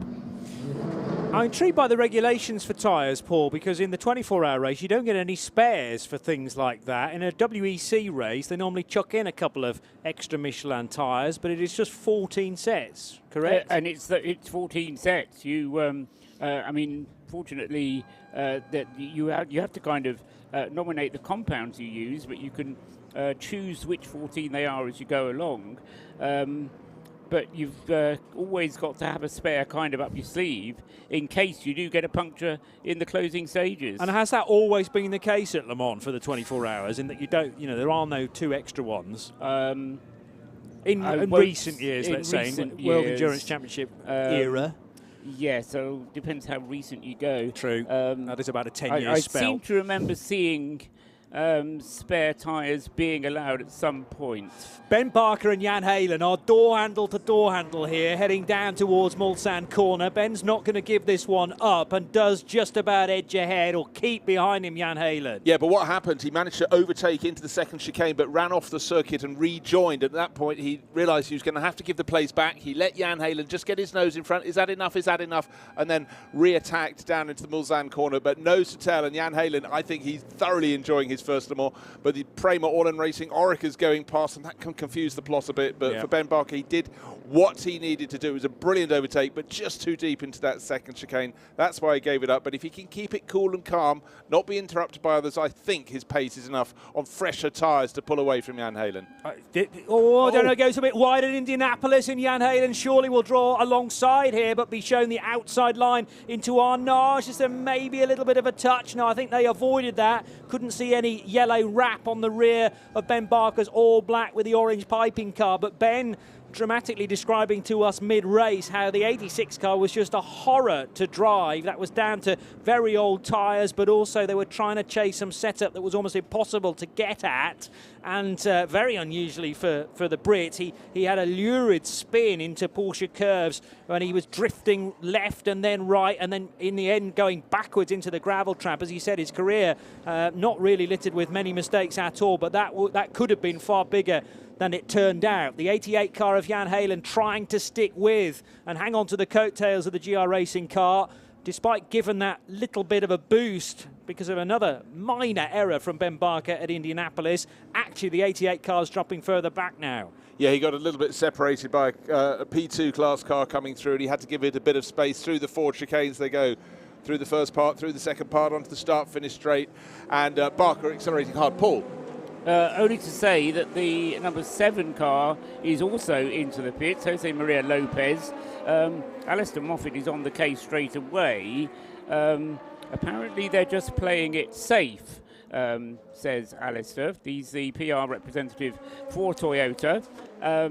I think what they're actually doing, and I'm not denying that what's been said is true or not, but I think what they're actually doing is kind of setting up the two cars so they both got a full tank of fuel at the same time, and therefore they'll both do the same final pit stop. They'll have one pit stop still to do after this one, and the gap between them can then be managed. I think we've kind of gone beyond the point where this is a race between the two Toyotas, where it now becomes a team managed finish to the race, but that's me being I won't say cynical about it, but the practical aspects of trying to manage two team cars who are actually having a fight can get very awkward, as we've seen on numerous occasions in the past.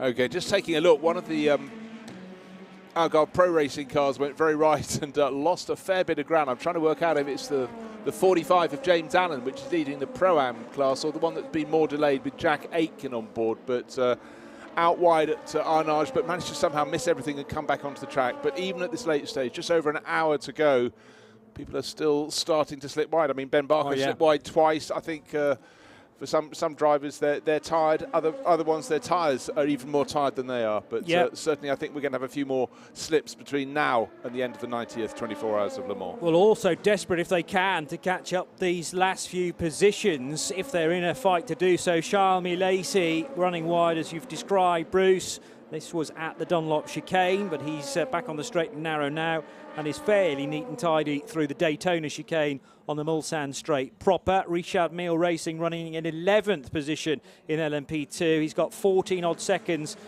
between him and Philippe Albuquerque, who's in the 22 car. They've not had a good race. It didn't start well at all with the contact at the first corner of a 24-hour race for Will Owen, which pitched him into the gravel after he received a pincer movement from those in P2's left and right of him, and the 22 has been in recovery mode ever since then. Paul-Luc Chatin back into the race for EDEX Sports. Rahel Fry's in good spirits though in the 85 Iron Dames car. That car running in 7th position with now Michel Gatting at the wheel. 37 seconds adrift of the Jan Halen and Ben Barker scrap. Well, of course, the hardpoint Porsche that had the off at the Dunlop curves, that's limping back round. That's the one that's just shed a position and is dropping down the order. 7 car of Jose Maria Lopez back into the race then, and in GTE Am, the Rahel Fry Ferrari that was being driven by her a little while ago. As I say, it's now Michel Gatting getting caught up behind a fellow GTE Am car from rival team AF Corsa, the number 21, now in the hands of Simon Mann. Yeah, Simon, European-based American who's done his racing in Italy, only 21 years old, having his first Le Mans, but for a lot of them, really your first challenge is to make it through the 24 hours. He should be able to tick that off. We've got, what, an hour and 3 minutes remaining in this 90th running. It's Toyota from Toyota. It's 8 from 7. It's Brendan Hartley from Jose Maria Lopez. It was a gap of 2 minutes 44 seconds about 20 minutes ago. It's down to 2 minutes 23 now, Paul. And just explain how the 20 seconds came off that advantage. Mainly because there was less fuel to put into Mike Conway's car, because there was more fuel in it already when they brought him in. So yeah, I don't quite buy this back timing at this stage, but it doesn't matter. And what I'm interested in is whether we're going to see the two Toyotas crossing the line nose to tail, and if they do that, whether they will do so a lap apart. Currently they're still on the same lap, and the number 7 Toyota is on the same lap as the number 8 car. The pair of them are 3 laps ahead of the 709 Glickenhaus, and another 5 laps then ahead of the 708 Glickenhaus. But whereas 12 months ago, actually it wasn't 12 months ago, in last year's race back in August, the Glickenhausers were, 4th and 5th. It looks like they're going to go one better than that this year and come home 3rd and 4th. Yeah. 88 still limping, sorry, not 88, 99. Thank you. I knew there was a double number in there somewhere. It's late in the race. 88's Jan Halen is going fine. 99 is the hardpoint motorsport car that Andrew Harrianto unfortunately lost control of at the start of this lap, and the car spun into the gravel trap at the top of the hill, Dunlop curve, and it's taken him this long to get all the way back again as he left the gravel trap underneath the Dunlop bridge, spitting out stones left, right and centre, which won't have helped many others heading underneath that bridge in the following couple of minutes. And I mean, it must be well north of 10 minutes here to complete this lap in the final sector, but only exiting Arnage. But you really wonder how damaged that car is. Maybe the damage was what pitched him off into the Dunlop curve. As I said, the lap before he went off at the first chicane, ran through it, but coming back so slowly. In fact, Alessio Picariello, one of his teammates, is waiting to take over, and has still got quite a few minutes until the car is brought back to his feet. And we've almost got precisely 1 hour remaining, Johnny. 1 hour and 50 seconds. Hagerty Radio Le Mans on 91.2 FM and around the world on the Radio Show Limited network of channels. The weather on Hagerty Radio Le Mans is brought to you by Visit Cayman Islands. It's worth the wait. So the weather at the moment in Circuit de la Sarthe, thoroughly pleasant with sunshine and barely a cloud in the sky. It's been like that for many hours now. Just a light breeze from the north at just higher than 10 kilometres per hour, but it shouldn't get much stronger than that for the rest of the evening and into the night time. We haven't quite reached the top temperature today. That's expected at 5 o'clock, 24 Celsius. Then another clear night, similar to Saturday evening. In fact, temperatures as low as 10 Celsius tomorrow at 5 o'clock. And if you're heading home on Monday, very pleasant indeed for your journey wherever you might be heading. 23 Celsius is the high by 6 o'clock tomorrow. Visit Cayman Islands. It's time. Cayman time. The most comprehensive coverage of the world's greatest motor race anywhere on the planet. This is Hagerty Radio Le Mans. For the first time, the first column of 3 now reads 0 because we're down to 59 minutes and 25 seconds on Hagerty Radio Le Mans 91.2 FM. On the home stretch, very definitely. But remember, when we get to the checkered flag at 4 o'clock this afternoon, that is just the start of our conversation, because it will then be time for the first tickets post-race tech. And if you want to get questions in nice and early for that, use the hashtag to RSL_studio. First tickets PRT. So 1ST tickets PRT. Include your question as well in the tweet, and we will work our way through those. I sense there'll be many from so many different topics and questions being raised from the annual ACO press conference that happened on Friday morning, the future of GT in the Le Mans 24 hours, and more hypercars heading our way, including next month in the next round of the World Endurance Championship, where Peugeot will join the party with the 9X8. Don't forget, if you haven't yet tuned to Hagerty Studiovision, you can find out what it's like behind the curtain. Johnny Palmer, Bruce Jones, Paul Trustwell in the Hagerty Global Broadcast Centre. Search Hagerty Studiovision and radiolemans.com for that. And if you are making sure that pictures are synced up with our radio coverage, the Omologato race time to go exactly 58 minutes now, 57 minutes and 56 seconds, 55 seconds, 54 seconds is the time left on the Omologato race time. It's a Toyota 1-2. Brendan Hartley, lap 364, he's currently working from Jose Maria Lopez in the number 7. The gap is a little over 2 minutes and 20 seconds with Ryan Briscoe in the 709. Glickenhaus now next door neighbours on the timing screen with 708, but there are in reality 5 laps between them. Will Stevens leads LMP2 for Jota from Prema and Jota, so 38, car 9 and car 28, the top 3 in LMP2.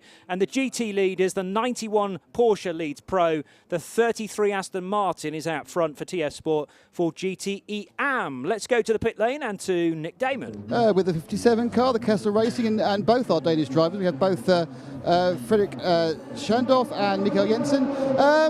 Well, guys, sum up the race so far with an hour to go. Yeah, it's been a difficult race for us. Already 5 hours in, we had a power steering issue. Now trying to survive. We were 5 laps down already. I think now 6 laps down. So I think we've done a pretty good race for the Ferraris, which have no pace compared to Porsche and Aston. So yeah, we're just trying to stay in there. But yeah, sad when you potentially see we could have been the best Ferrari out there, I think. Do you agree? Do you think this is one that's got away, as they say? Can you believe? Do you think this is a race that has got away? Yeah, it's a bit disappointing for us that we finished like already 5 laps down after 5 hours. So it's a long fight all night. Me and Mikkel shared all the night time, so it's a bit tough, but a really cool experience. So Freddie, I mean, you say it's a cool experience. What's been the best experience of the week? Of course, the whole event is just so cool, but especially the parade was a really nice experience. Thanks, guys. Congratulations. Well, thank you very much indeed. The 99 Hardpoint Porsche we've just seen off into the gravel trap. That car's made its way back to the pit, showing signs of that excursion. However, I'm not quite sure about cause or effect. It was probably an issue that's put the car into the gravel. We're changing rear left brake disc and calipers, so I'm not sure whether he's had a braking issue that's put the car off, but he's gotten away with it. The car shows no form of damage, the bodywork, little bit of rear diffuser, tiny bit of rear diffuser missing. So I think this car, other than losing time, it's going to be able to get back in the race. But unfortunately, I think this car is now out of contention for that GTE Am category. Yeah, and it was running fourth with some consistency, the Hardpoint machine. A real shame that when it looked like Hardpoint could not be here with their original lineup, and effectively the entry was given back to Proton Competition, who were due to run it, and instead given to the first reserve, an absolute racing entry, but that's also a Proton Porsche. So Proton hung on to the entry, switched effectively their names, and Andrew Haryanto benefited from that, but unfortunately it's a mistake from him, which means that the car potentially is out of the race, certainly out of contention anyway in GTE Am. We've got the 34 car for Esteban Gutierrez in the pit lane, also DKR Engineering running third in the Pro-Am part of LMP2. As we stay in the pits, and Nick?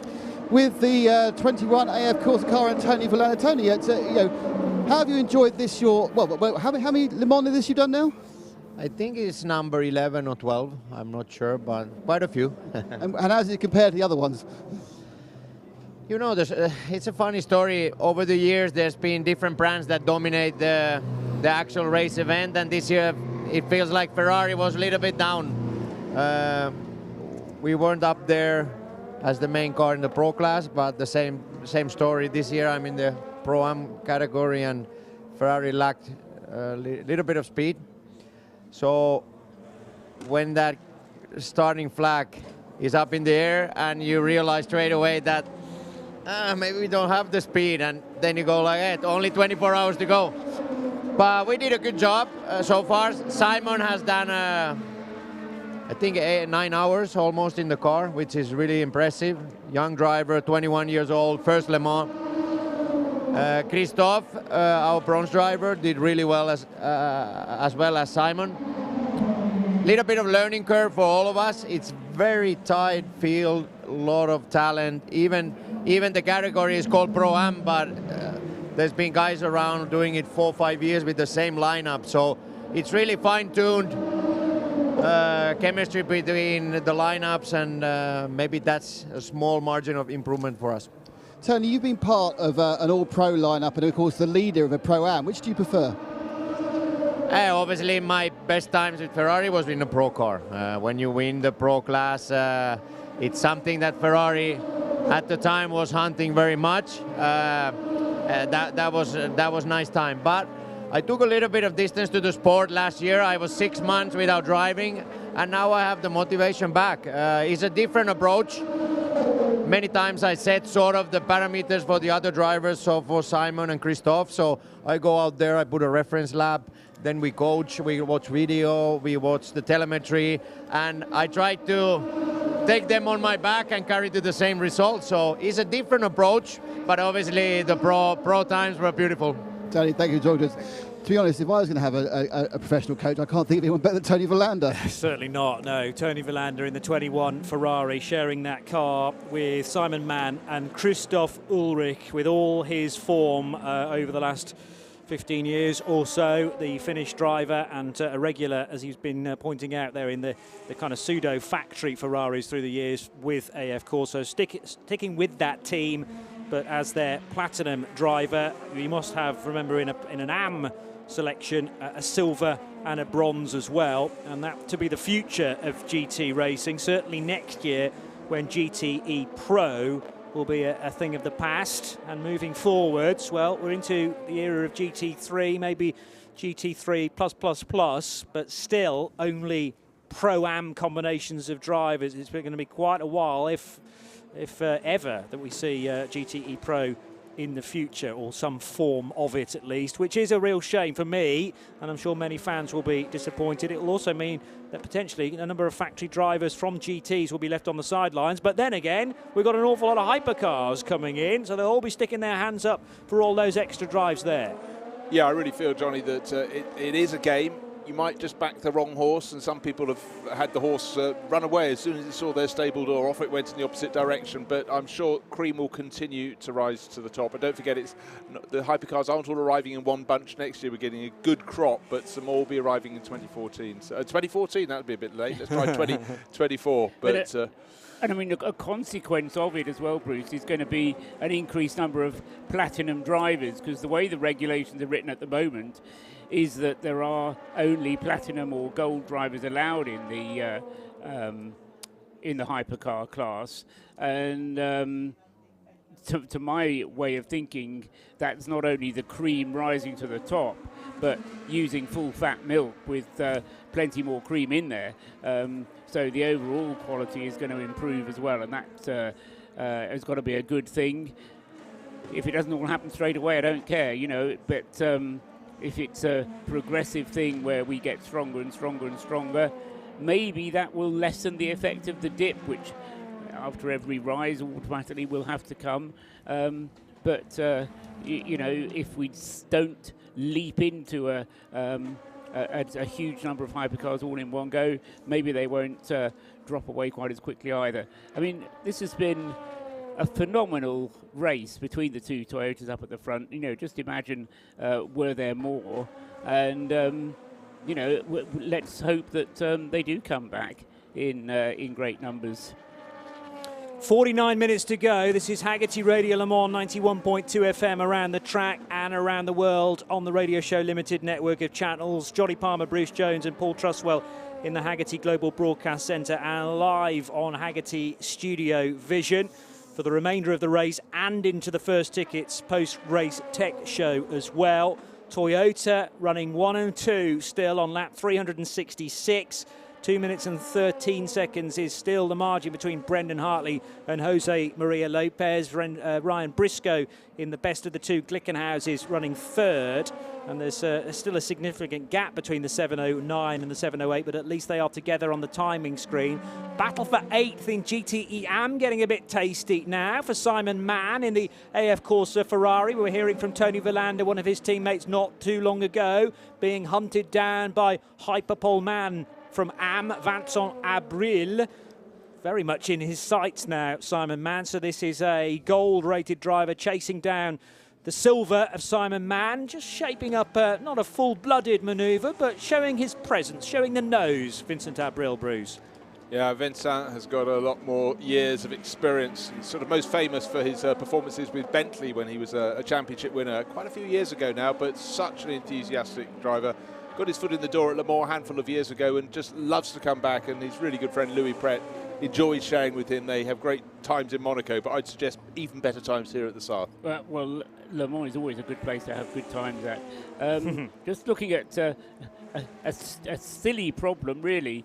Will Stevens due in for a routine pit stop at the end of this lap. Just over 45 minutes to go, but he's not going to be able to get enough fuel to get him to the end at this point. So Will come in, as I say, he'll this has been able to stretch his fuel, but 9 laps will be completed now. Here he comes actually into the pit lane, and so Will Stevens in the pit lane. He'll get enough fuel, but as I say, that won't get him to the flag. He'll have to make another splash. The car behind, Robert Kubica, the number 9 Prema Orland car, can stay out for another 3 laps, and it's going to be nip and tuck whether he gets to the checkered flag on the amount of fuel that he's going to get as well. So there's going to be a bit of splashing and dashing in the P2 class, just because the fuel restrictions are so strict here. Basically, you need to be stopping within the last half hour in order to be certain to get to the flag.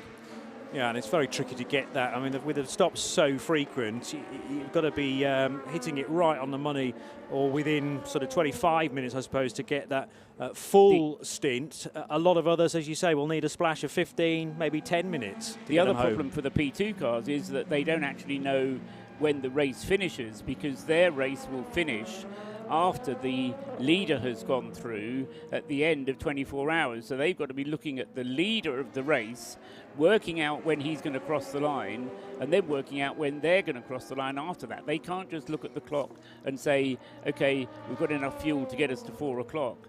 they might need a lap for that, a lap of fuel for that extra lap.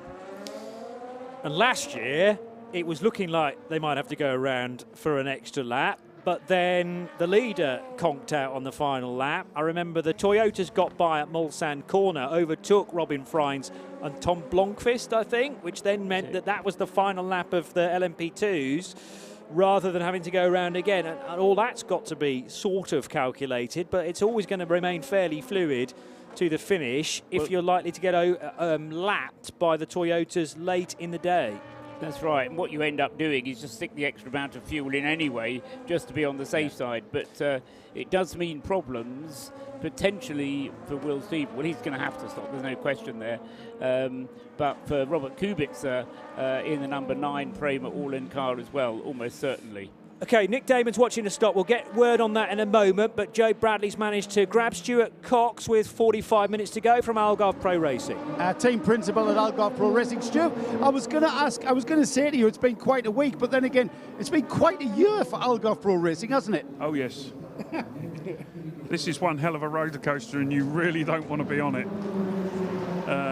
Yeah, with what went on at the beginning of the year and sort of losing all our funding, managed to bounce back and still get all 3 cars out. It was very important to Sam and myself to make sure all the guys that work with us and are part of the team, which is what racing's about, a team, all had their jobs. So Sam and I got our heads down and got networking, and we managed to pull it all together. So, you know, we still got, no one's counting any chickens here. It's looking not bad at the moment. We've got 45 minutes to go. Both cars have got one more pit stop to do for a bit of fuel. I'm a little bit disappointed with what's gone on with the 45 car, to be honest. It's going to take sort of any enjoyment away from this weekend because of what went on with that on lap 1, because I think Sophia, Jack and John, if you look at where they are now, they're 3 laps behind the leader of Pro Am, and we lost 5 laps at the beginning of the race because of a component that was fitted Thursday and, you know, shouldn't have failed. So, yeah, very disappointing.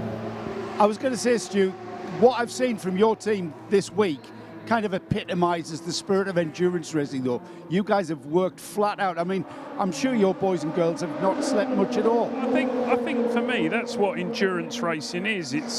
It's not all perfect. There's drama, there's problems that more money and more staff and more organisation can fix. But it all comes a bit, you know, too clinical then. And you know, the fans want to see some action, some things going wrong. And, you know, they come away for a weekend and they want to get a bit entertained. And that's our job.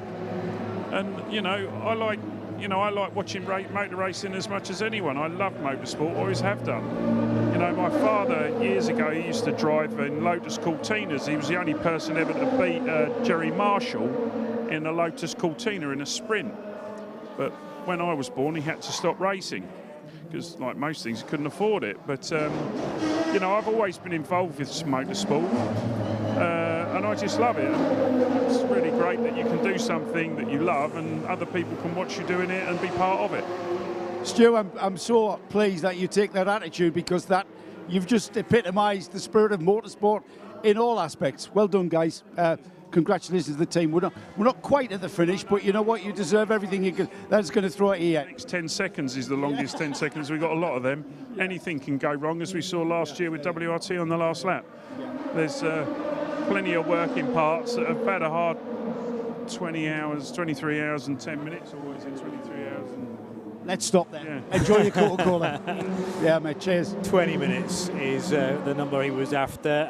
It shows how long a race it's been. Stuart got his cars mixed up as well. He was talking about Sophia Flörsch in the 47 car, joined by John Faub and Jack Aitken. And if they hadn't had all that bad luck at the start of the race, they would have been potentially well in the mix in the LMP2, the main class, or rather elsewhere in the Pro-Am class of that, because John Falb, bronze, meaning that both cars are in the Pro-Am part of LMP2. René Binder driving the 45 car that he shares with Stephen Thomas and James Allen. We heard from Stephen earlier on, chatting away to say that, 3-4 years earlier, he hadn't done any motorsport at all, and this short into his career, racing at Le Mans and potentially going to win his class, Paul. A penalty this late in the race for car number 34, the Inter-Europol competition car, currently in the hands of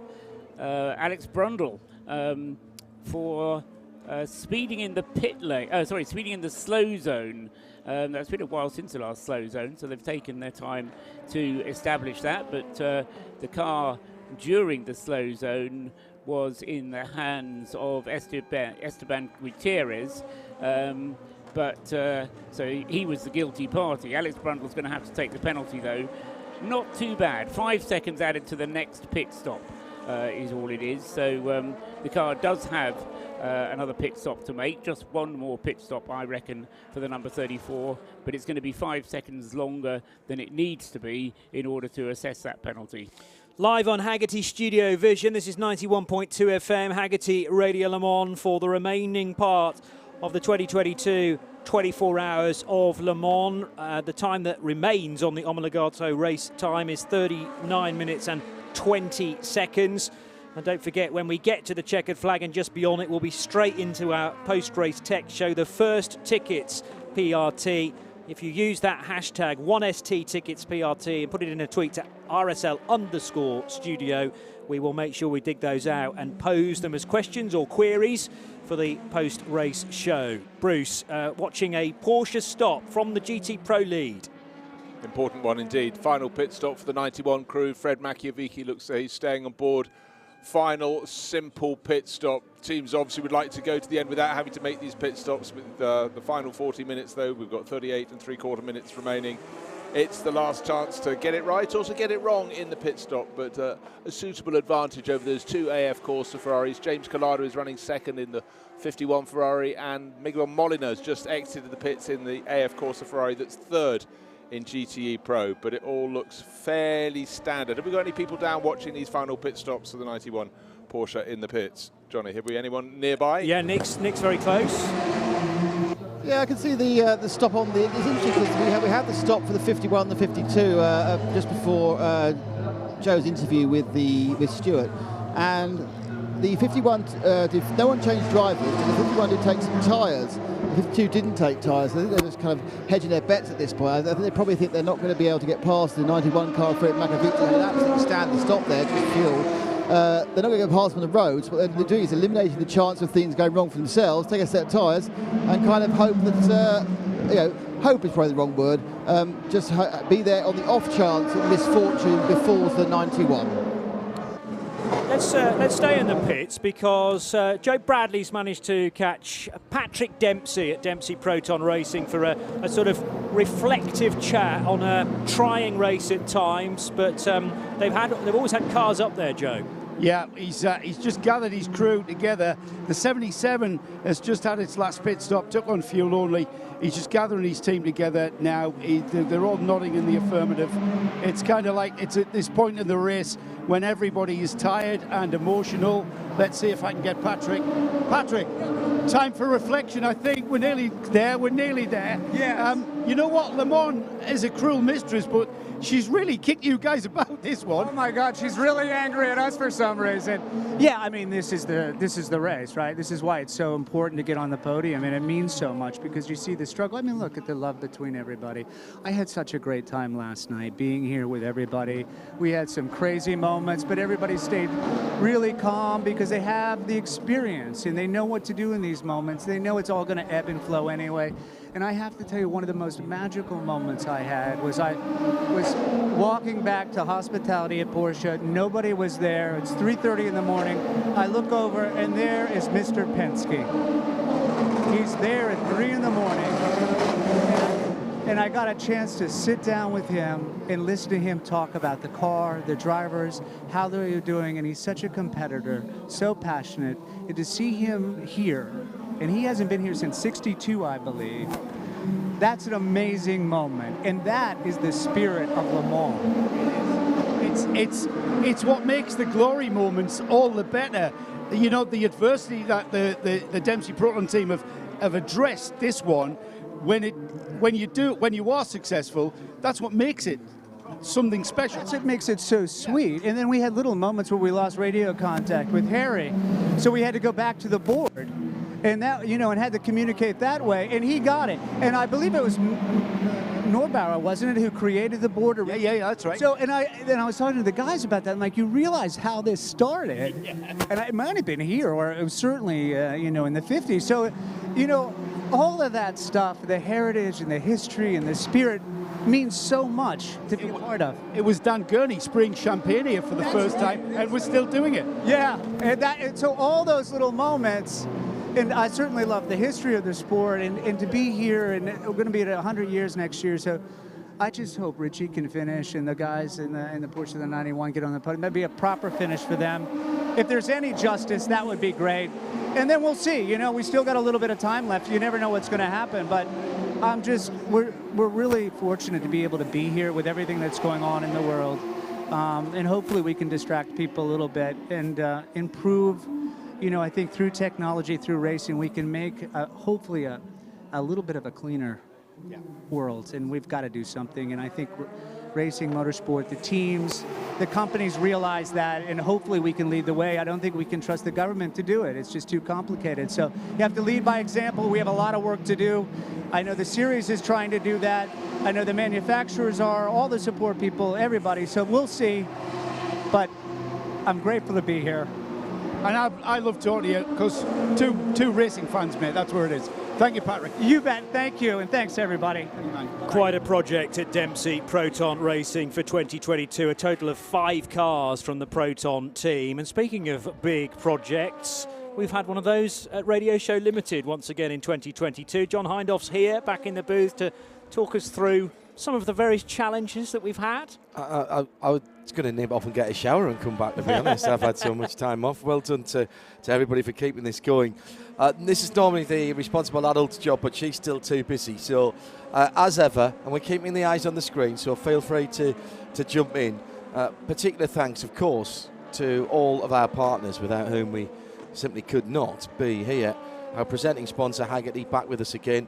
Michael Hagerty himself and the team, especially Erica Pasquino and Valkyrie AI. We've welcomed in this year as our season-long sponsor and partner for our stat attacks and the WEC content and continued live coverage of all the WEC races this year, which will roll over to Monza with the race debut of the new Peugeot 72. And Johnny will be taking you through that in a couple of weeks' time. Welcome back to Tubbs and the guys from Sacred Coffee, who've kept us going through the night. The Cayman Islands Department of Tourism, Adrian White, Kerry Flaus and Lance Baber.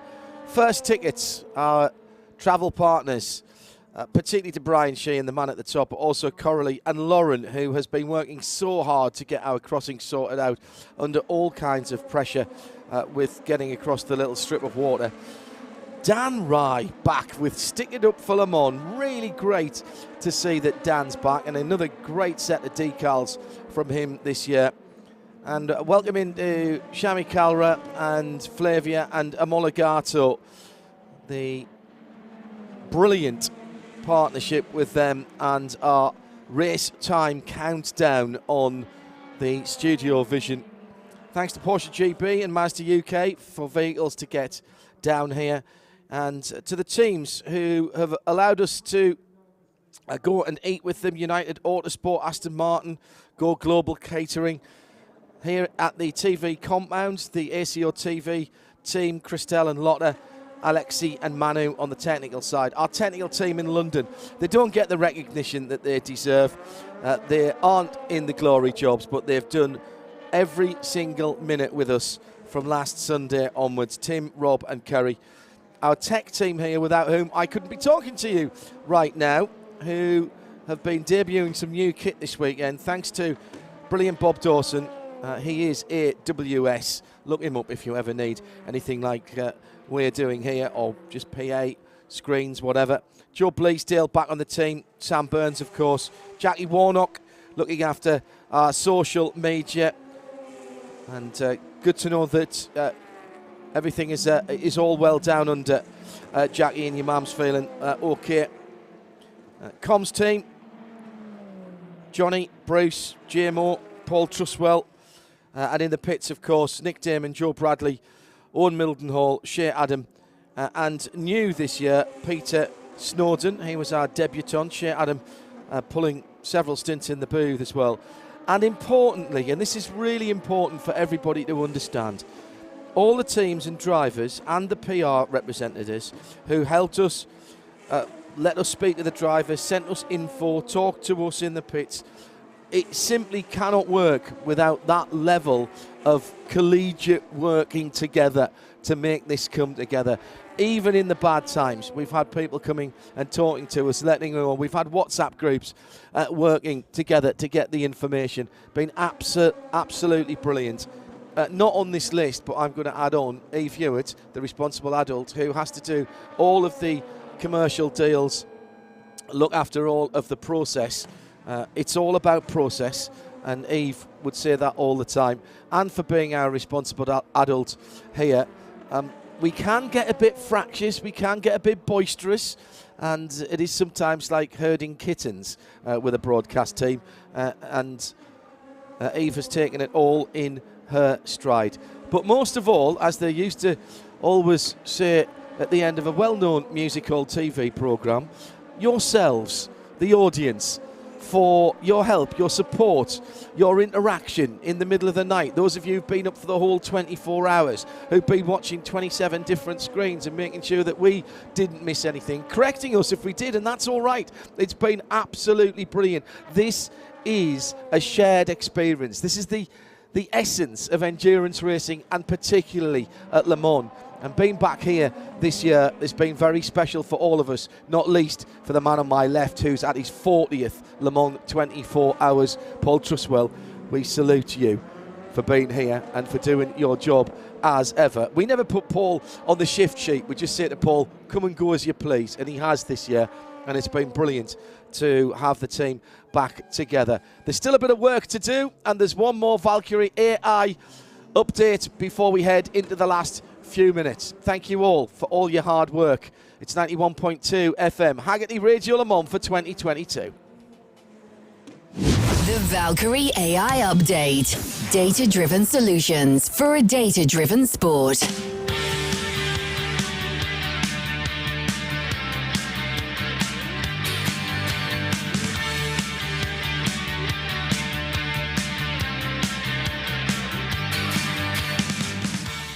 .371 laps done here on Hagerty Radio Le Mans 91.2 FM. It's still a Toyota 1-2.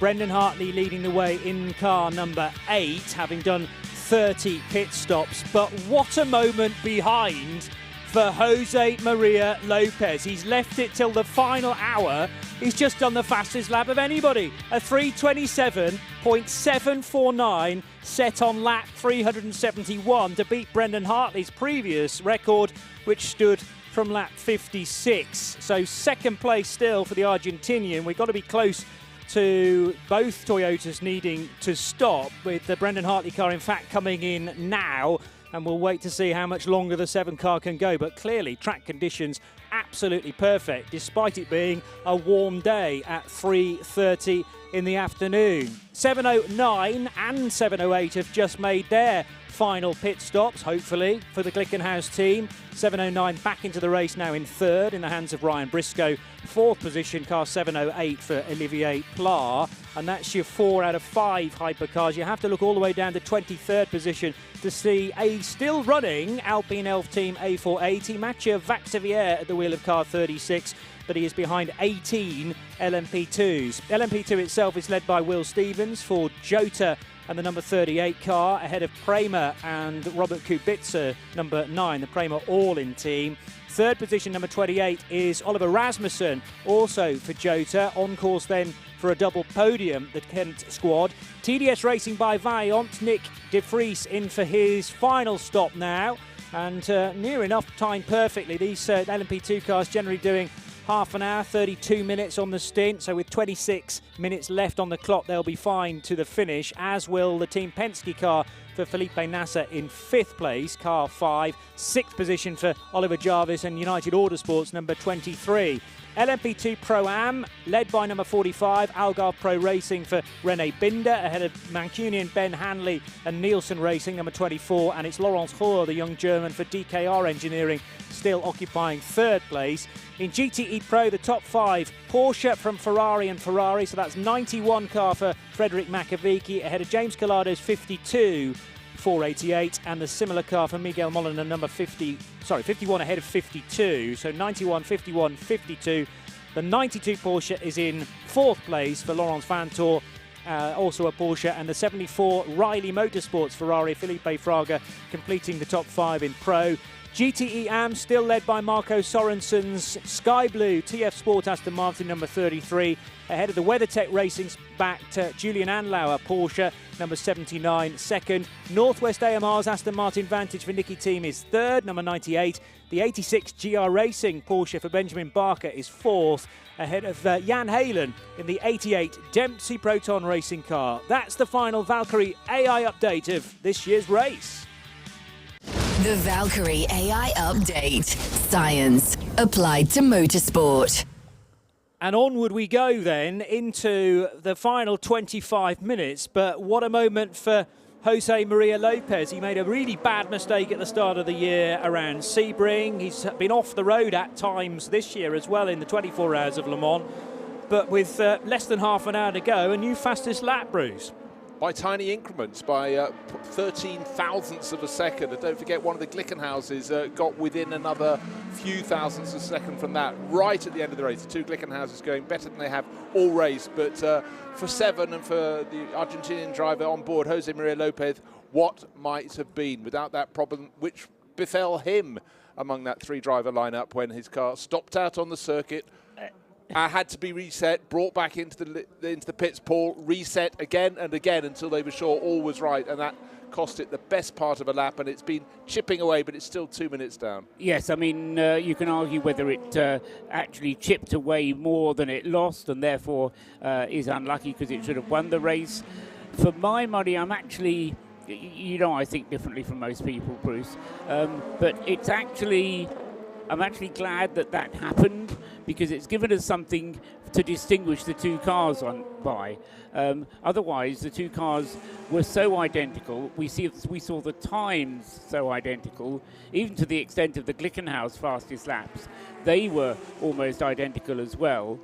The Toyotas definitely had the pace when it came to the pit stops, and they deservedly kind of got themselves ahead because of their ability to turn the car around more quickly, more efficiently in the pits.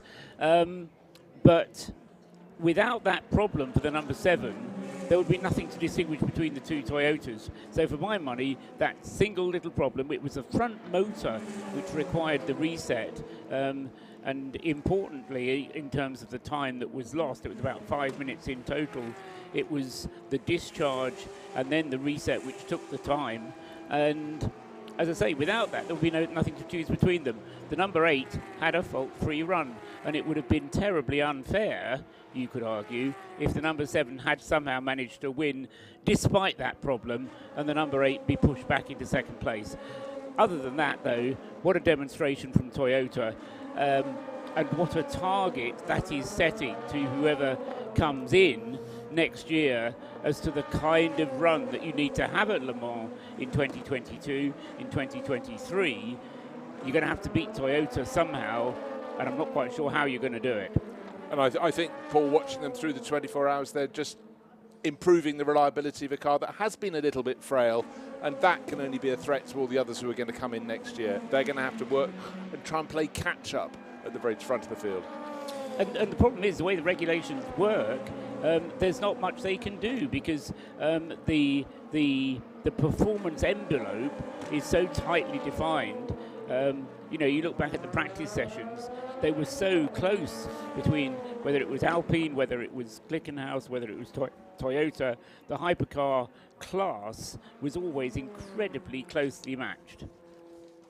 Brendan Hartley continues to lead then with 21 minutes to go, but also trying to keep the focus here on Hagerty Radio Le Mans on GTE Pro in the closing stages. Frederick Makovici heading out of Mulsanne corner now and down back towards Indianapolis. He has a lead of just under a minute over James Collado's 51 Ferrari.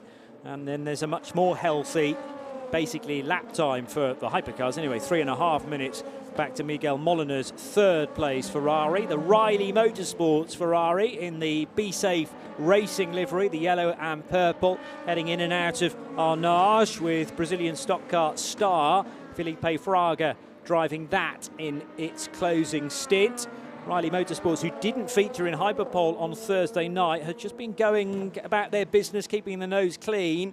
And as Corvette rather stood on their own toes. I mean, the problem for the 64 was by no means of its own making, but 63 hitting mechanical gremlins and also that damage as well that they needed to try and fix. And in the end, just too much for the 63 crew to fix in the time allowed. They could have thrown that car back out again, but figured it wasn't going to be quick enough, competitive enough to provide relevant information for the 64 that at the time was often in the race lead during the pit stop cycle, sometimes down to second, and a cruel retirement for Alexander Sims and the rest associated with car 64 with what, about 6 hours or so to go. Oh, I just, when I had a meal break, I was walking back down the paddock and I just saw someone looking very dejected, and I suddenly went, no, that's Alexander Sims. Those shoulders still aren't up.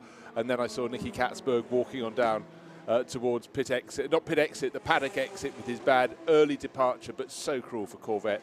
Announcing one car retiring as the other one is being thumped into the barriers. Really cruel. And that was a team, a mark, a manufacturer, Paul, that seemed to have this one in the bag. They had the setbacks, they were coming good, and then kapoosh, it all went wrong. Exactly, and they'd had early problems which they'd overcome as well. So it wasn't as if they got away at the front and then drew away at the front. They had early problems, they had to come back, they had to work at it to get themselves into a winning position. I think even they recognised that they had the fastest car out there. Yep. They had the most efficient pit crew. They were going to be the hardest to beat. But you've got to finish, and whether it's your fault or the others, you know, you've got to be lucky in this race. And Corvette were quick, they were efficient, but they were deuced unlucky. Yeah, and actually their early setbacks provided a much better race in Pro than what it looked like on paper initially, because they were scampering away, but the fact that they had to keep coming back from their setbacks, but such a smack into the barrier for Sims. So much damage done mainly to the front left corner where it first made contact with the Armco between the two chicanes. Sadly put that car out of the race. Final stop, or at least should be, for Robert Kubica's Prema All-In team number 9, Nick. Yeah, it looks like it's just a standard stop, just a light top up to get the last 20 minutes in. So Robert started this car so brilliantly, taking the lead, and he's finishing the car in similar finishing the race in a similar vein. And that is not the end. That's the engine of the number 30 car. The Ducati had a much more difficult weekend than the Prema. Also going out is a Ricard Mille number 1 car as these LMP2s stopped for the 112th time each. Paul, is it? Very nearly, yes. Yeah, I mean, the P2 cars have stopped 40, 41, 42 times. The highest of all, I think, is Nielsen Racing, number 24, which has stopped 44 times. Yeah. Well, 32 minutes. That's, you know, basically a pit stop every half an hour, 24 hours, virtually 48 stops. And all of them you need to get right or roughly right if you want to run at the front. The Vector Sport car receiving some attention now. So is the plan to get this car back into the race, so at least see it cross the line? It looks like that's the intention. I was about to say that there was a penalty that had been applied to that car, the Vector Sport car number 10. A 5 seconds added to the next pit stop for the number 10 for causing a collision earlier in the race. Whether it's going to make it out of the garage or not, though, whether it's going to become a finisher or whether it's going to become our 10th retirement, Well, we'll find out in the remaining 16 minutes. Well, the intention is there, Paul, because Sebastian Bourdais, local driver, who of course has flourished on both sides of the Atlantic, is sitting still on board that number 10 Vector Sport. It's a new team for this year. They will have learnt so much today, and in fact, and last night, and yesterday afternoon. But you learn, Johnny, in so many ways from the things that go wrong. It's how not to make sure they don't happen again. But they'll be learning, they'll be back. But good driver lineup there. And for Nico Müller, you know, I'm sure he'll have a sort of bittersweet feeling about his first ever race at Le Mans. And with thanks to the former media manager of the World Endurance Championship, Fiona Miller, who's been tip-top in keeping us informed about Car 10, its various trials and tribulations in the week. But they will feel, I mean, they'll feel a bit downbeat, obviously, about how things have unfolded, but they'll have masses of more experience now. A team based at Silverstone in the UK, and hopefully will come back fighting again in next year's race. The 93 Proton Competition Porsche in the emerald green, brushing fairly close to the safer barrier partway through the Porsche curves. Car 93 being driven by Matt Campbell now, rattling over the curves at Karting corner, the left-hander, and about to tick off another lap. Yeah, quite a few cars were in the walls and the wars, but actually when said and done in terms of damage, the number of accidents, bearing in mind we had the biggest field we've ever had at Le Mans, 62 cars, I think it was all fairly much kept in check. But for those who are still going and still going well, it's the vast majority of the field.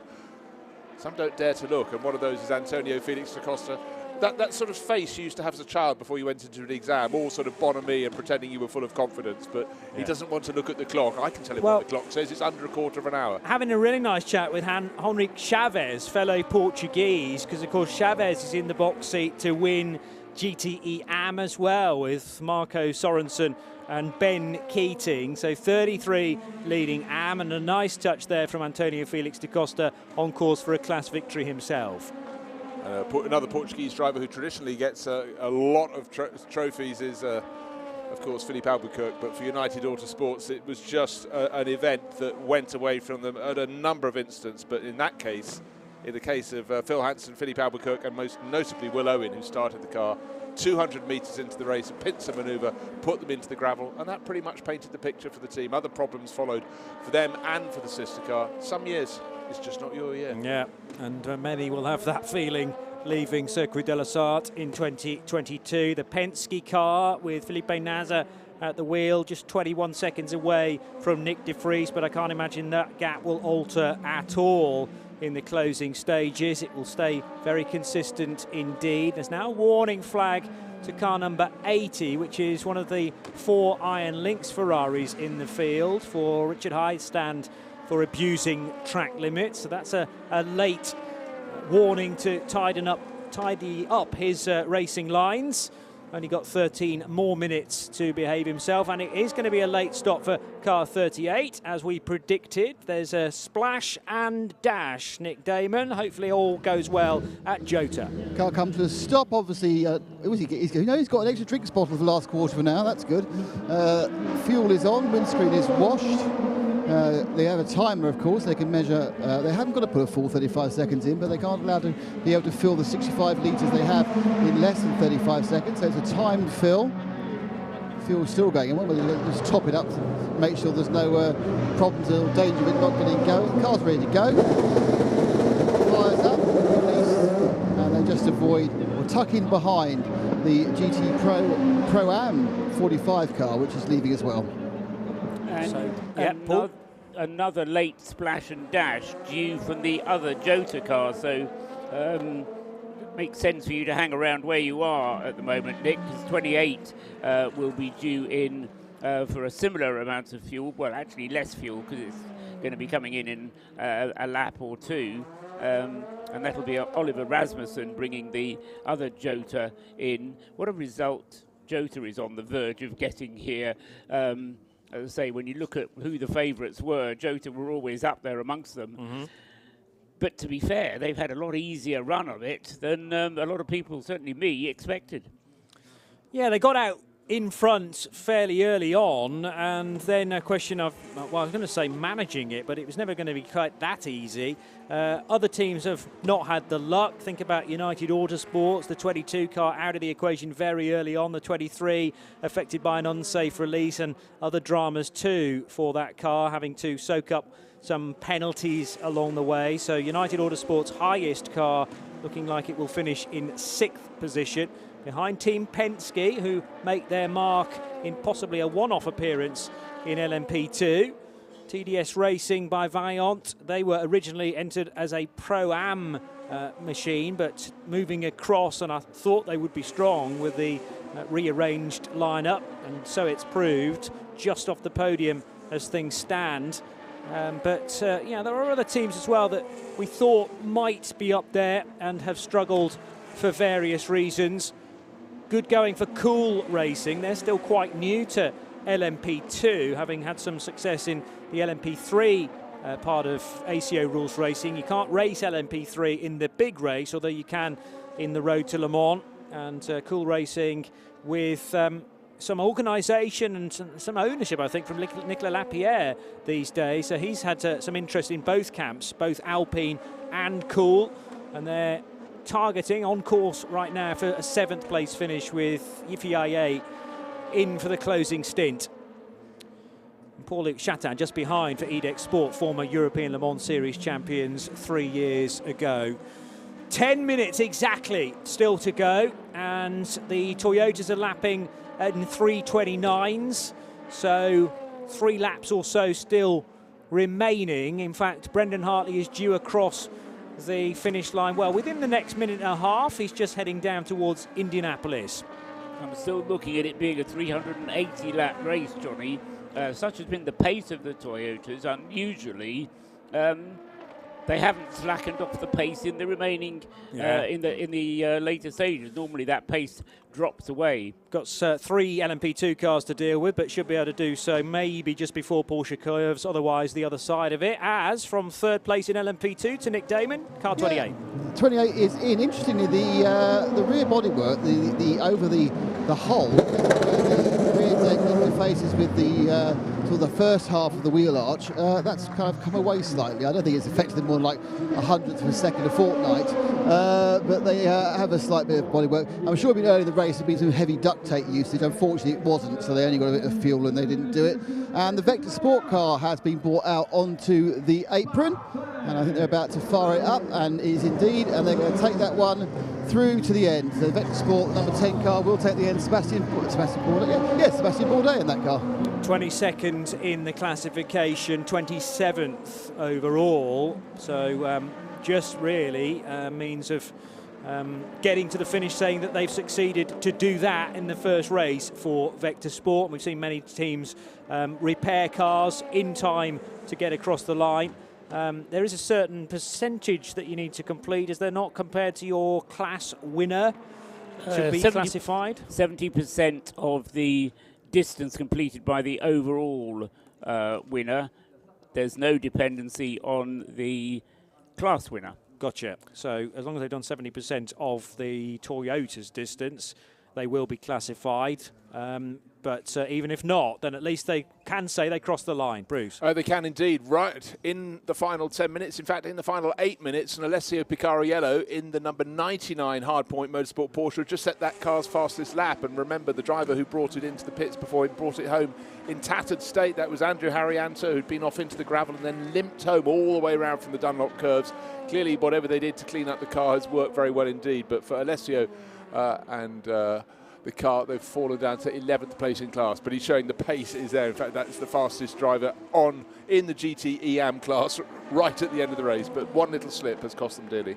So, in effect, just go back to your question, Johnny, the qualification is going to be to complete 266 laps, and that includes everybody who's running. So, subject to last lap dramas, we are... dare I say it, in danger of having 59 finishes. Let's get to the right page. No, it should be less than that. It should be more like 54? 53 finishes. 53. Sorry, yeah. 53 finishes, which will be a record. And even later, Splash and Dash, this time for United Autosports. Yeah, the 23 car in for a very late Splash and Dash, but we can't forget the history that has been made here with that number 23 United Autosports car. Josh Pearson, the youngest driver ever to compete at Le Mans in the history of the race. 16 years and 4 months. It's been a bit disappointing, hasn't it? The United Autosport team, both the 22 and the 23, after qualifying, had so much promise, and then incident. I've said it before, I'm going to say it again. Le Mans, she's a cruel mistress. She is for some, but very rewarding for others, and you get the feeling the more you keep wanting to take on the challenge, perhaps the more readily the rewards will come. That's always been Toyota's approach, and didn't they get battered for years and years? And now looking like another strong turnout for both of the Japanese cars. This was perhaps the result that everyone expected to happen in season 2022, with only 3 other cars up against the might of Toyota Gazoo Racing within the hypercar class. But they have had their difficulties. Car 8 earlier on in the week, which decided to turn itself off during free practice 3. Car 7 within the race, and a big drama for Jose Maria Lopez when he had to recycle the car several times over. First of all on the exit of Arnage, and then in the pit lane when the crew didn't even want to touch the car. We're just talking through the Argentinians' recycling process, and many of the drivers, including Ryo Hirakawa and Sebastian Buemi of Car 8, are down, linking arms, hands around shoulders, and they're doing the same actually at Jota as well, to again stamp home how much of a team sport this motorsport game is. Late stop for EDEC Sport as well, Johnny. For Paul-Luc Chatat from 8th position, but that was a very quick one indeed, just 49 seconds. So quick blast of fuel, and the Frenchman is back in the race. So EDEC feeding back into the mixture just as he left it. 2 laps to go is the message to Brendan Hartley on the Toyota Gazoo Racing team radio to confirm Paul Trustwell's thoughts. Yeah, 380 laps then, and we're currently on the 379th, or at least Brendan Hartley is. He is the only car on his 379th lap, because the gap back to Jose Maria Lopez. He's going to finish on the lead lap. They're not going to have a photo finish in the sense of any particular photo opportunity. There's going to be a couple of minutes between them, but on a 3.5-minute lap, in effect, it means that the Jose Maria Lopez car will finish around about, 8 kilometers behind after 24 hours, with just 1 safety car period during those 24 hours, but many, many slow zones. But it does mean that the bunching up effect of a safety car, or the 3 safety cars at Le Mans, only happened once in the course of the 24 hours.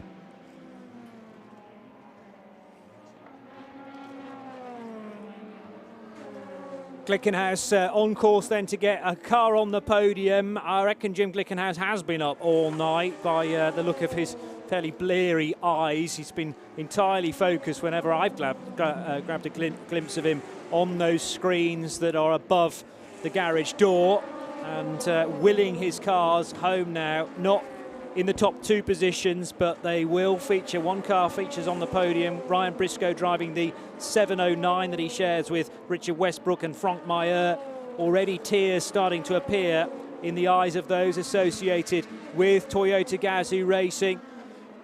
Only the 2nd year of this brand new hypercar. Remember, they have been affected by the altered hybrid as well, where that can be utilised around the lap in order to balance the hypercar field a little bit. So that was ramped up from 120 kilometres per hour to now north of 190, where they could engage the hybrid.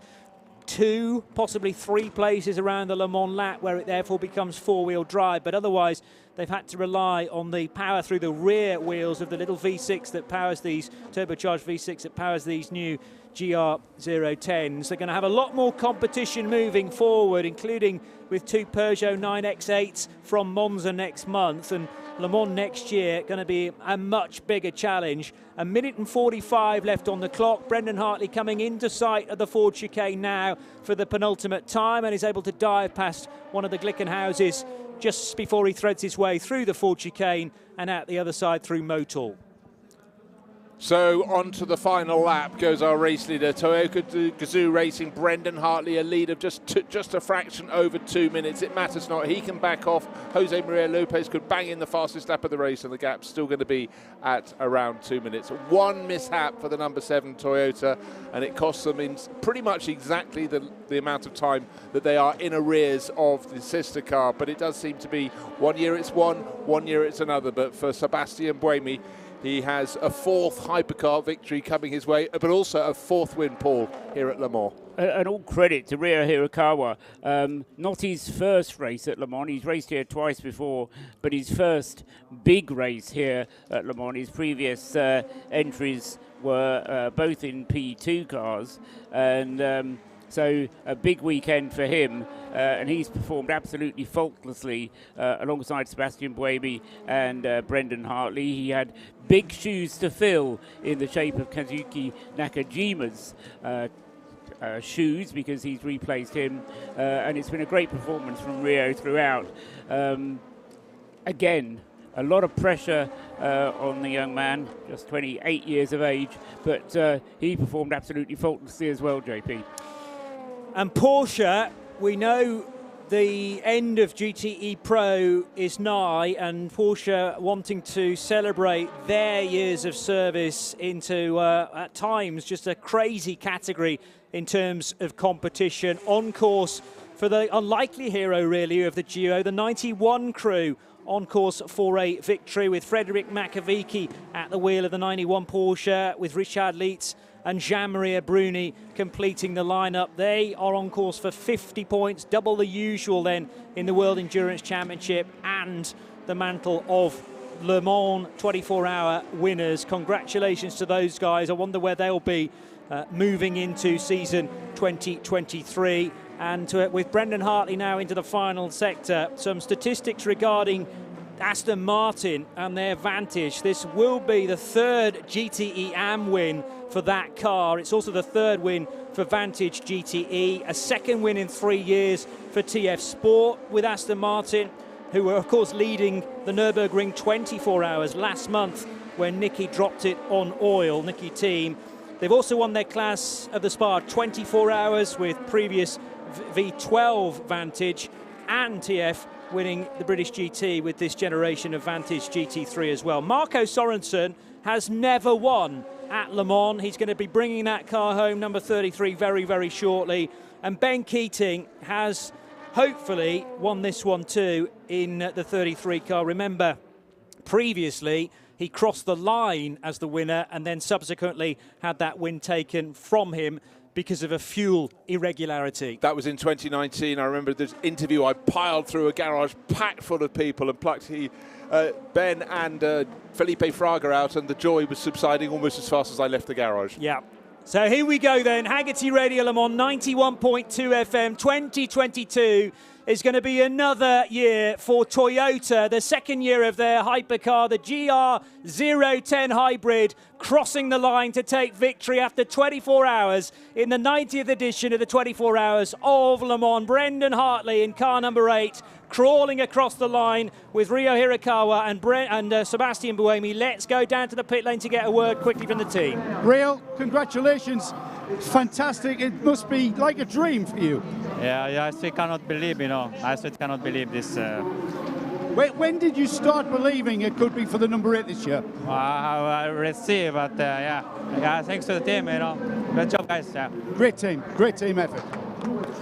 Ryo Hirakawa wanting to, of course, celebrate with the rest of the crew. Kazuki Nakajima down there as well, now in his ambassadorial role. And great that Kaz could, at the start of the race yesterday, bring one of his dad's cars from 1985 the wrong way down pit road, or main straight, in fact, with the trophy, Satoru Nakajima, in that Toyota 85C. And now all of the celebrations can begin with Toyota. We're still waiting for the second car, the number 7 machine, to cross the line. It is now in the final sector. Let's go back to Joe Bradley. Sebastian, when did you start believing it was the number 8 year? I don't know. Until the end, I don't believe it until I see it. It was such a great effort from both cars. You guys have won, though. It was tough. It was a tough race. And then obviously a small technical issue on the 7 car. But still, we had to push until the end, you know. We never knew what could happen. Thanks to Toyota for that. Kept those cars pushing all the way to the end. Sebastian Buemi with Joe Bradley. Jose Maria Lopez still waiting to call him across the line. Marco Sorensen's grin has broken out across the face because the TF Sport Aston Martin crosses the line now. Ben Keating's emotions erupt as well. He's about 2 bodies high there. He's clambered all the way up on the pit wall to call the 33 TF Sport Aston Martin home after they had such horrible luck 2 weeks ago around the Nürburgring Nordschleife. So 2 of the class winners already across the line. Jota as well, confirmed as race winners with Will Stevens in the mighty 38. It's Roberto Gonzalez and Antonio Felix da Costa. So 1 more to come home, because the 45 in LMP2 wins the Pro-Am part of P2. That goes to Algarve Pro Racing. But what, Bruce Jones, about the Porsche GT team? Well, they had to fight forwards, backwards, sideways, and they've just got a couple of corners to go. In fact, 3 Porsches in a row, but the important one is the third one. It's car number 91 coming through the final corner just now to win GTE Pro. They came ahead of the Ferraris and the poor Corvettes, both out of the race with half a race to go. The checkered flag falls on Porsche 91, close to the end of Mantai's run in GTE Pro. Let's get to Nick Damon, who is with the team. And with the celebrations have kicked off. It's taken a long time to have celebrations here, because it took about 4 minutes to get through. To see if I can grab a word. There's a lot of hugging between both Jimmy and Rickard Leitz with the engineers. Jimmy, your reaction? Fantastic, fantastic. I mean, it's for me, it was a big goal.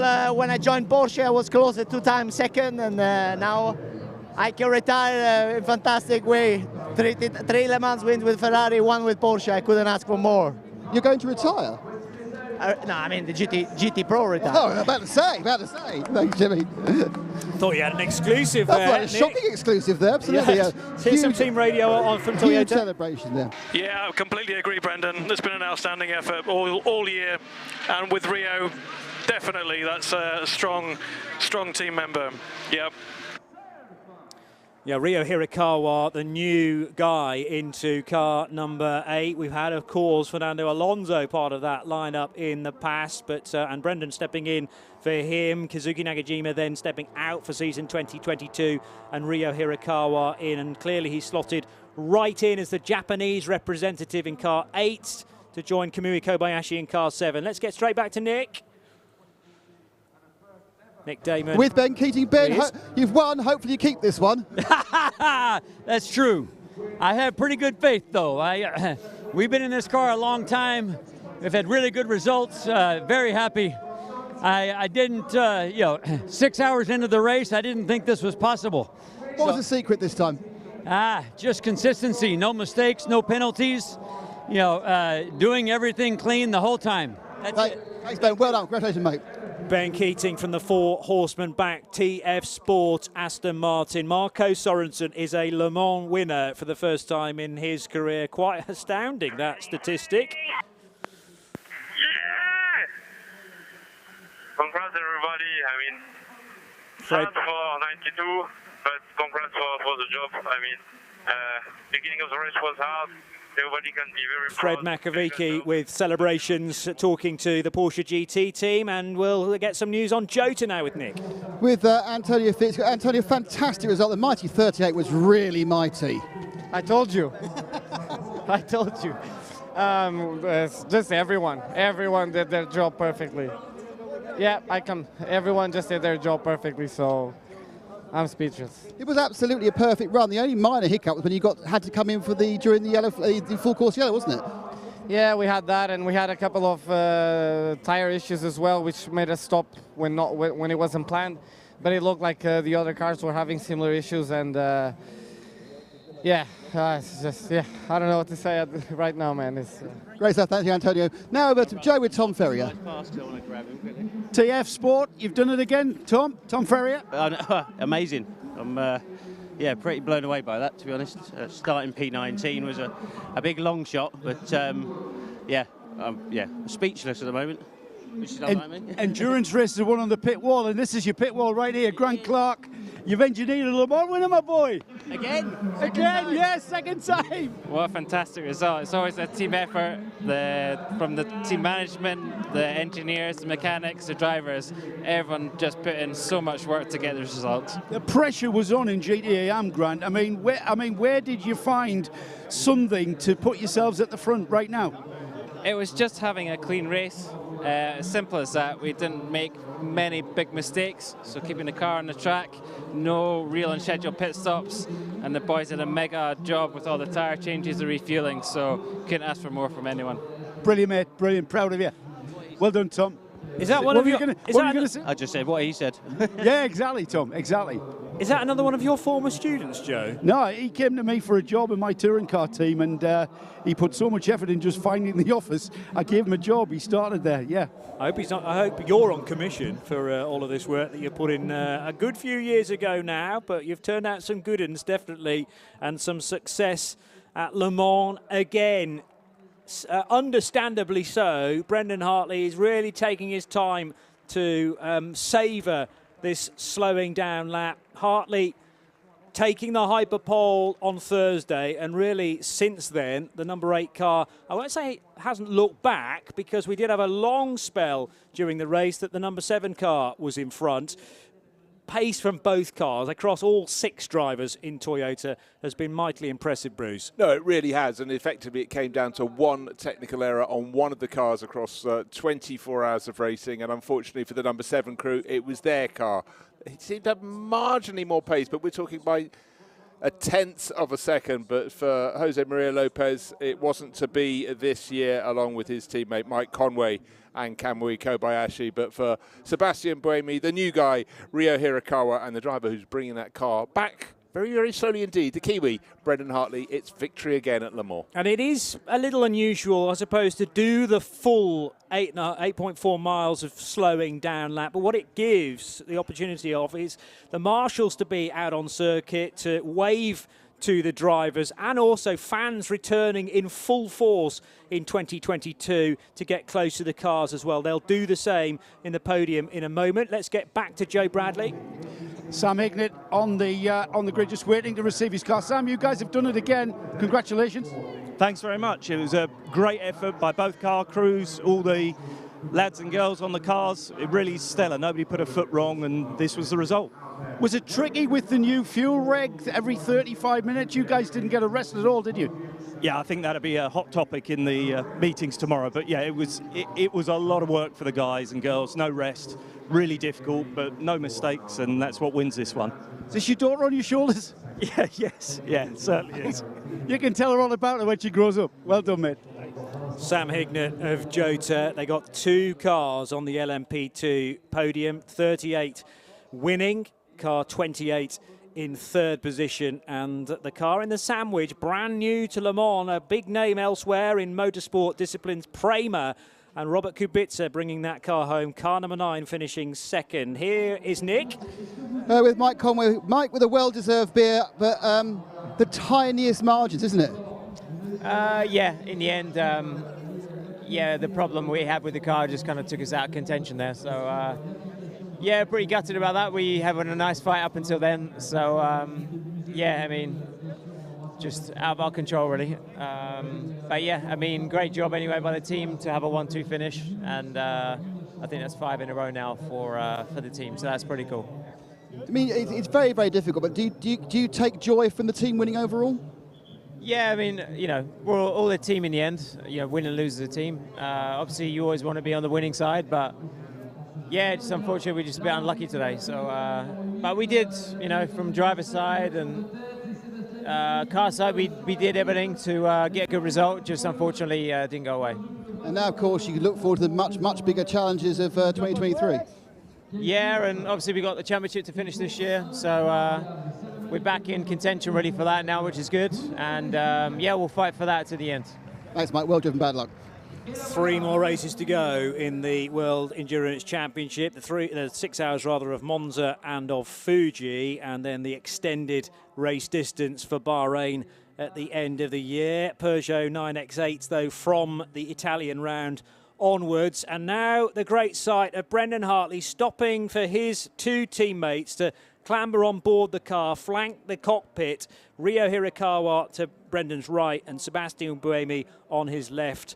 Sebastian, I think, grabbed the flag of Switzerland, has he not? The checkered flag in the hands of Ryo Hirakawa, and now the Toyota number 8 GR010 hybrid will inch its way forward in front of a massive crowd just the other side of the safety fence. The grandstands fit to bursting here at Le Mans as well. This is a wonderful sight, Bruce Jones. It's been very special from the moment the fans were here when the cars first went onto the track on Sunday for the test days through the course of the week, but most notably when the drivers were assembling back on the grid. Yes, we had some fans here last year, but not in the numbers this year. They were under control last year, but for the drivers on the grid in that special countdown to the race, it really was made all the more special. And hearing the drivers, they can smell the campsites, they can smell the barbecues. It just adds to the mix, and I reckon next year it's going to be even more packed as everybody who's missed this great race for several years because of the pandemic gets to come to their favourite race of the year.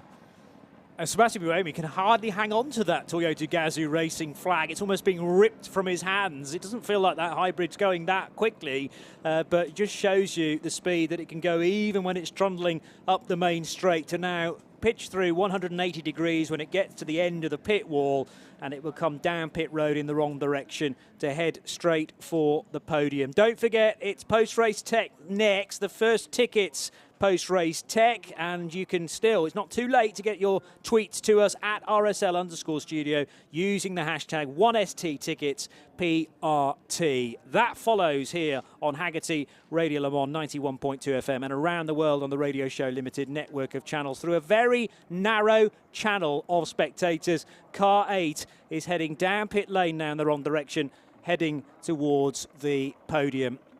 And a variety of flags, including a Porsche flag, I noticed there. We have Porsche in the top class in the very near future from LMDH, competing against the Toyotas in the hypercar class. Peugeot on the way, Ferrari on the way, and then a year beyond that, Alpine, Lamborghini. We're in potentially a real, rich vein of top-level sports car racing in the next 12 to 24 months, Bruce Jones. Older fans look back at the Group C era, think it was the greatest ever, but there was nothing like the manufacturer variety that we are heading towards in the next couple of years. It could be very, very special. Let's cross our fingers, because I think we've moved from a period that was fairly fallow to something that I really do believe is going to be very special. And apart from the fact, whatever the number of manufacturers, the cars we've seen that are coming our way look magnificent for the hypercar class.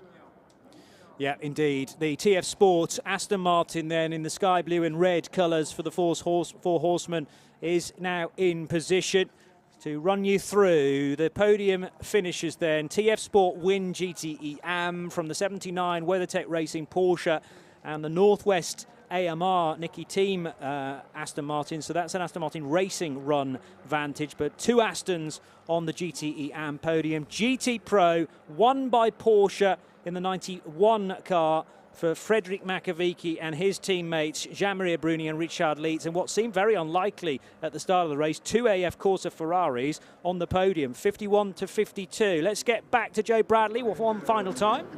Congratulations, Richard. Le Mans win in GTE Pro. You must be feeling very, very good. I mean, I think Le Mans chose the winner today. It was a very crazy hard race for everybody. Our car really turned to a rocket, when it was hot temperature in the night. We struggled a bit, but I'm very happy to be, part of this, last factory effort from Porsche GT Race Win here in Le Mans. It's sad that it ends, but let's see what the future brings.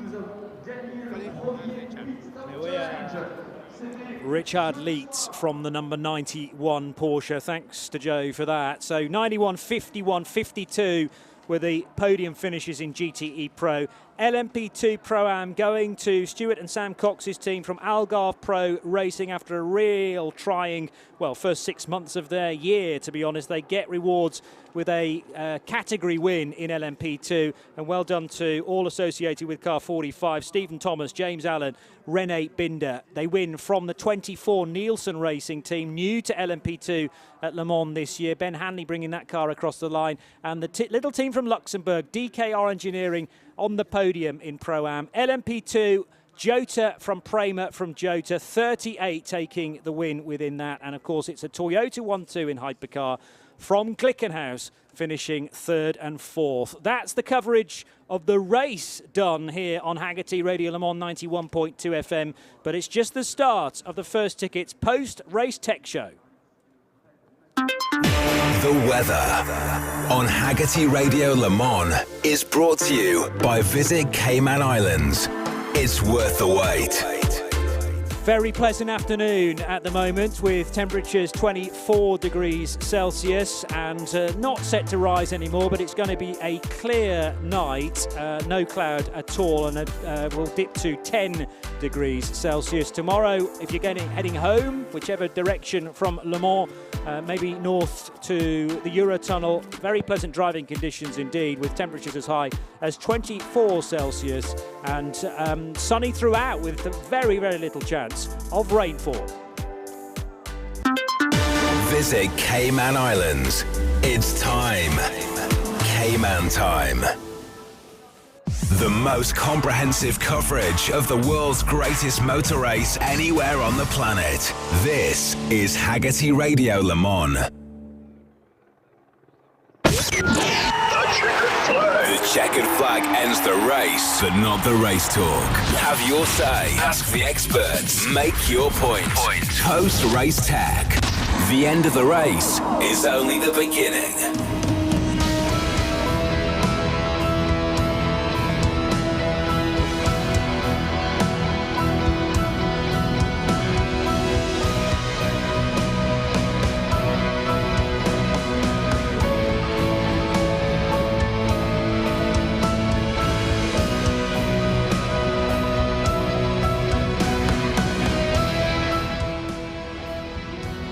First Tickets post-race tech for Le Mans 2022 and the 90th running in the 99th year of this great race has seen spectators come back to the Circuit de la Sarthe. I loved that last lap, reminiscent for me of last race laps in the past. Bruce Jones and Paul Trustwell staying with me for the first part of post-race tech.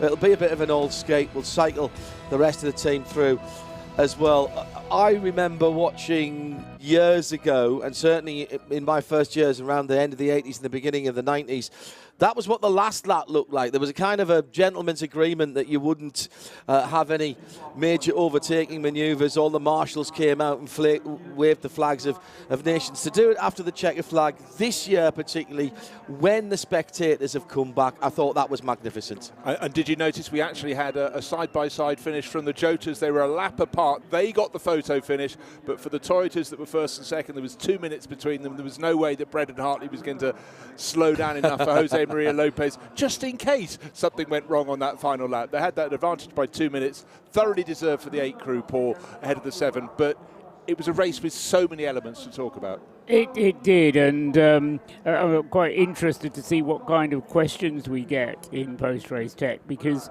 there were, as you say, so many aspects. At the beginning of the race, it looked like it might be a Toyota-dominated race. It turned into a Toyota-dominated race. But didn't you notice they didn't have it all their own way at all? There was always those Glickenhausers early on there. One of them fell away. He eventually managed to catch back up again. And, you know, we shouldn't overlook the Glickenhausers. They finished 4th and 5th here last year. They finished 3rd and 4th this year. They're making good progress. Let's crack into some questions. Hashtag First Tickets PRT. That's the number 1 ST Tickets, PRT. And BOP, we're looking back over the whole week, not just the race, not just the last hour or so. BOP was a hot topic, Paul, earlier in the week with 2 changes for Alpine. I don't like that, but what I will say, and it's not my job to defend anybody, but what I will say is that's a grandfathered car. It's not really meant to be competing at the sharp ends. So, all right, why have it there, as some people are going to say. But did the ACO get it wrong? Were they cynical? Were they naive? Nikolai B. and Andrew Mather asking similar questions. I think they're trying to do their best. The problem is with the tweaks is they're such minor tweaks, and what ended up going wrong for Alpine really had nothing to do with the BOP. There's a piece of me that says leave well alone. Yes, me too. And then I sort of think, well, yes, but you know the BOP is there in order to make the racing close, and you know it's like handing out extra lumps of lead to jockeys on horses. You use that as a mechanism of levelling up the playing field, and I don't see anything wrong with that in a way.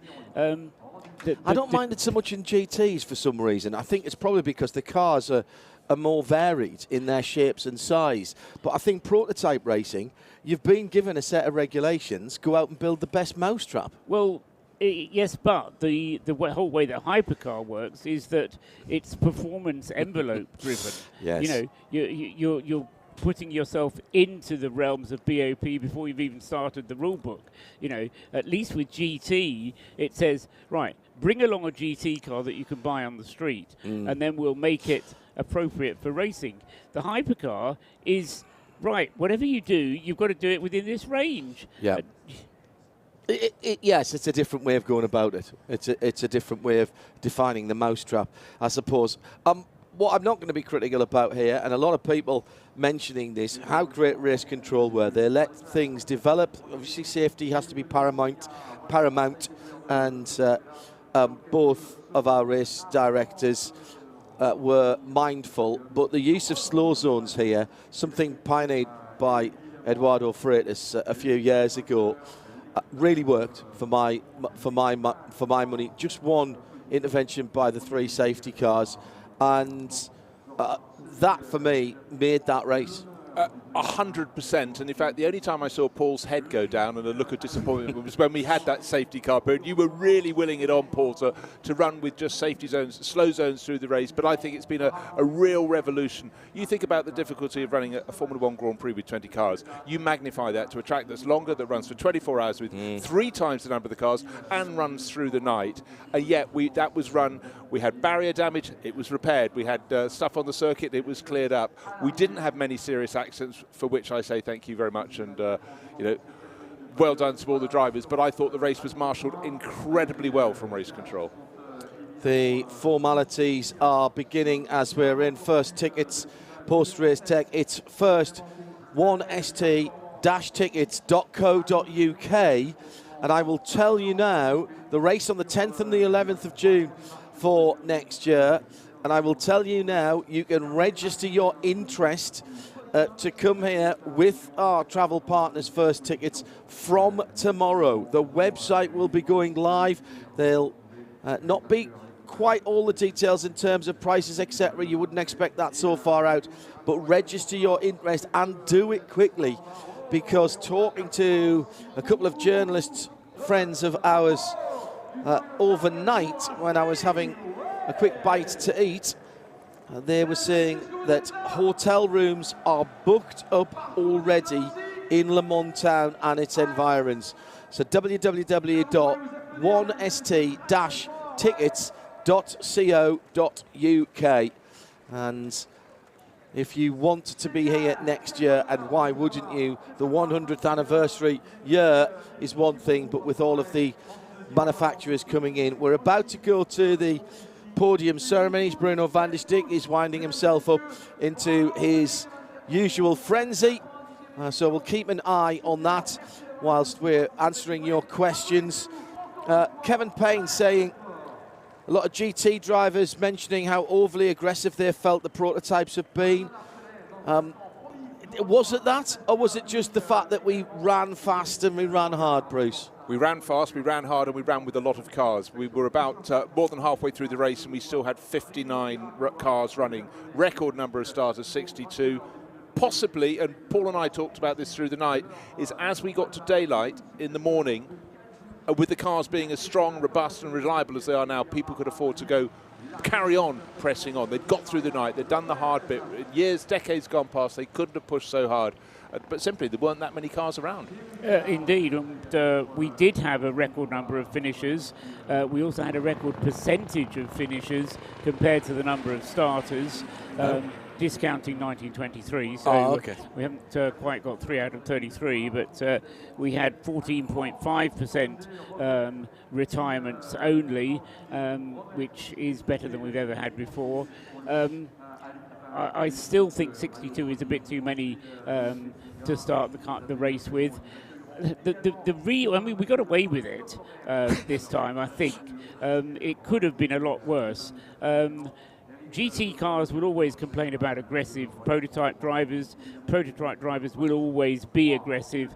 Partly it's the nature of the car, because the prototype is a very direct car. It handles more like a single-seater, whereas when you're in a GT car, you're always sliding around, and you just need that extra little bit of leeway to slide. Except cars like the Toyota GR10 and the cars that will come next year from other manufacturers are 1,300 kilos. So they're not the lightweight, nimble cars that they're used to be. And I think there's an element of that there as well. All right, the P2s, although they're running, I think, 125 or 130 kilos, maybe more, heavier than they were designed to, they're still the thoroughbreds. These things are kind of like a cross between a GT car and a prototype in their weight. They are not as dynamic. And that's my concern I raised during the race after the Corvette accident, is that you've got a class structure, but the classes are too close to one another. And when you're separating them based on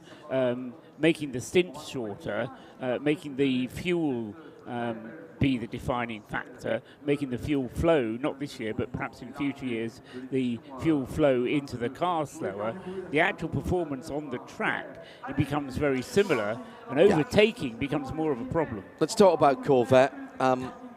Heartbreaking end, says Donald, to the Corvette C8. Are we going to see them back next year in some way, shape or form with all the GTE changes? I've been struggling to understand where they fit in the new arrangement. They won't come back as works cars, but surely, Bruce, after the performance here, there'll be an orderly queue, possibly a disorderly queue, forming outside Pratt & Miller in Detroit, and people ringing up Laura Wontrop-Klauser to try and persuade her to get those cars into semi-works or private hands, and maybe get some of the drivers for a final go at it for the Corvette in this form. It'd be rude indeed, it would be wrong if there wasn't an orderly and a disorderly queue looking to get their hands on those Corvettes. They were absolutely mighty. In the early stage of the races in GTE Pro, it was Corvette, and then the Porsches, and then the Ferraris. 2 by 2 they went in what you called your Noah Arc formation. Setbacks for both of those cars, but yet still the Corvettes worked their way back towards the front until it was like a double lightning hit, and out they went. But the cars were supreme, and they're always been big fan favourites here. When was the last time an independent manufacturer made the podium? Glickenhaus on the podium. They haven't made the podium before, Glickenhaus. No, they were 4th and 5th last year. Yeah. It would have been Pescarolo, and I'm not quite sure what year. 2016 off the top of my head, but I'd need to look that up. 3rd place for Jim Glickenhaus and his number 709 team of Ryan Briscoe, Richard Westbrook and Franck Mayer. An Aussie, a Brit and a Frenchman walked in to a Glickenhaus. It's not the start of a joke. It is a 3rd place on the podium at the world's greatest motor race. 2nd place for the number 7 Toyota Gazoo Racing. Heart-stopping moments for Jose Maria Lopez and his teammates Mike Conway and Kami Kobayashi, when the car stopped and wouldn't restart, and then it did restart, then it got to the pits and it wouldn't discharge, and all of those thoughts coming back from Spa and from here at Le Mans as well. But they've got that car home, And on the top step of the podium, the 8 Toyota Gazoo Racing, Brennan Hartley, who took the Hyperpole along with Ryo Hirakawa, his first win at Le Mans, first for Toyota, first run for Toyota, and Sebastian Buemi. Hard fought. They fought each other quite hard, Bruce. In fact, maybe harder than they needed to, or some might say harder than they should have, put themselves at risk. Well, look, just remember, in the cover of darkness, we had Sebastian Buemi saying, it's horrible, I'm not doing a good job. Ryo Hirakawa said a similar thing. They were pushing right at the edge of where they could go, but they had to because the sister car was pushing them so hard, Paul. Is that sending a message to those who'll come next year? Peugeot at the next race, Porsche coming as well, after the national anthem of the winning manufacturer, Japan and Toyota.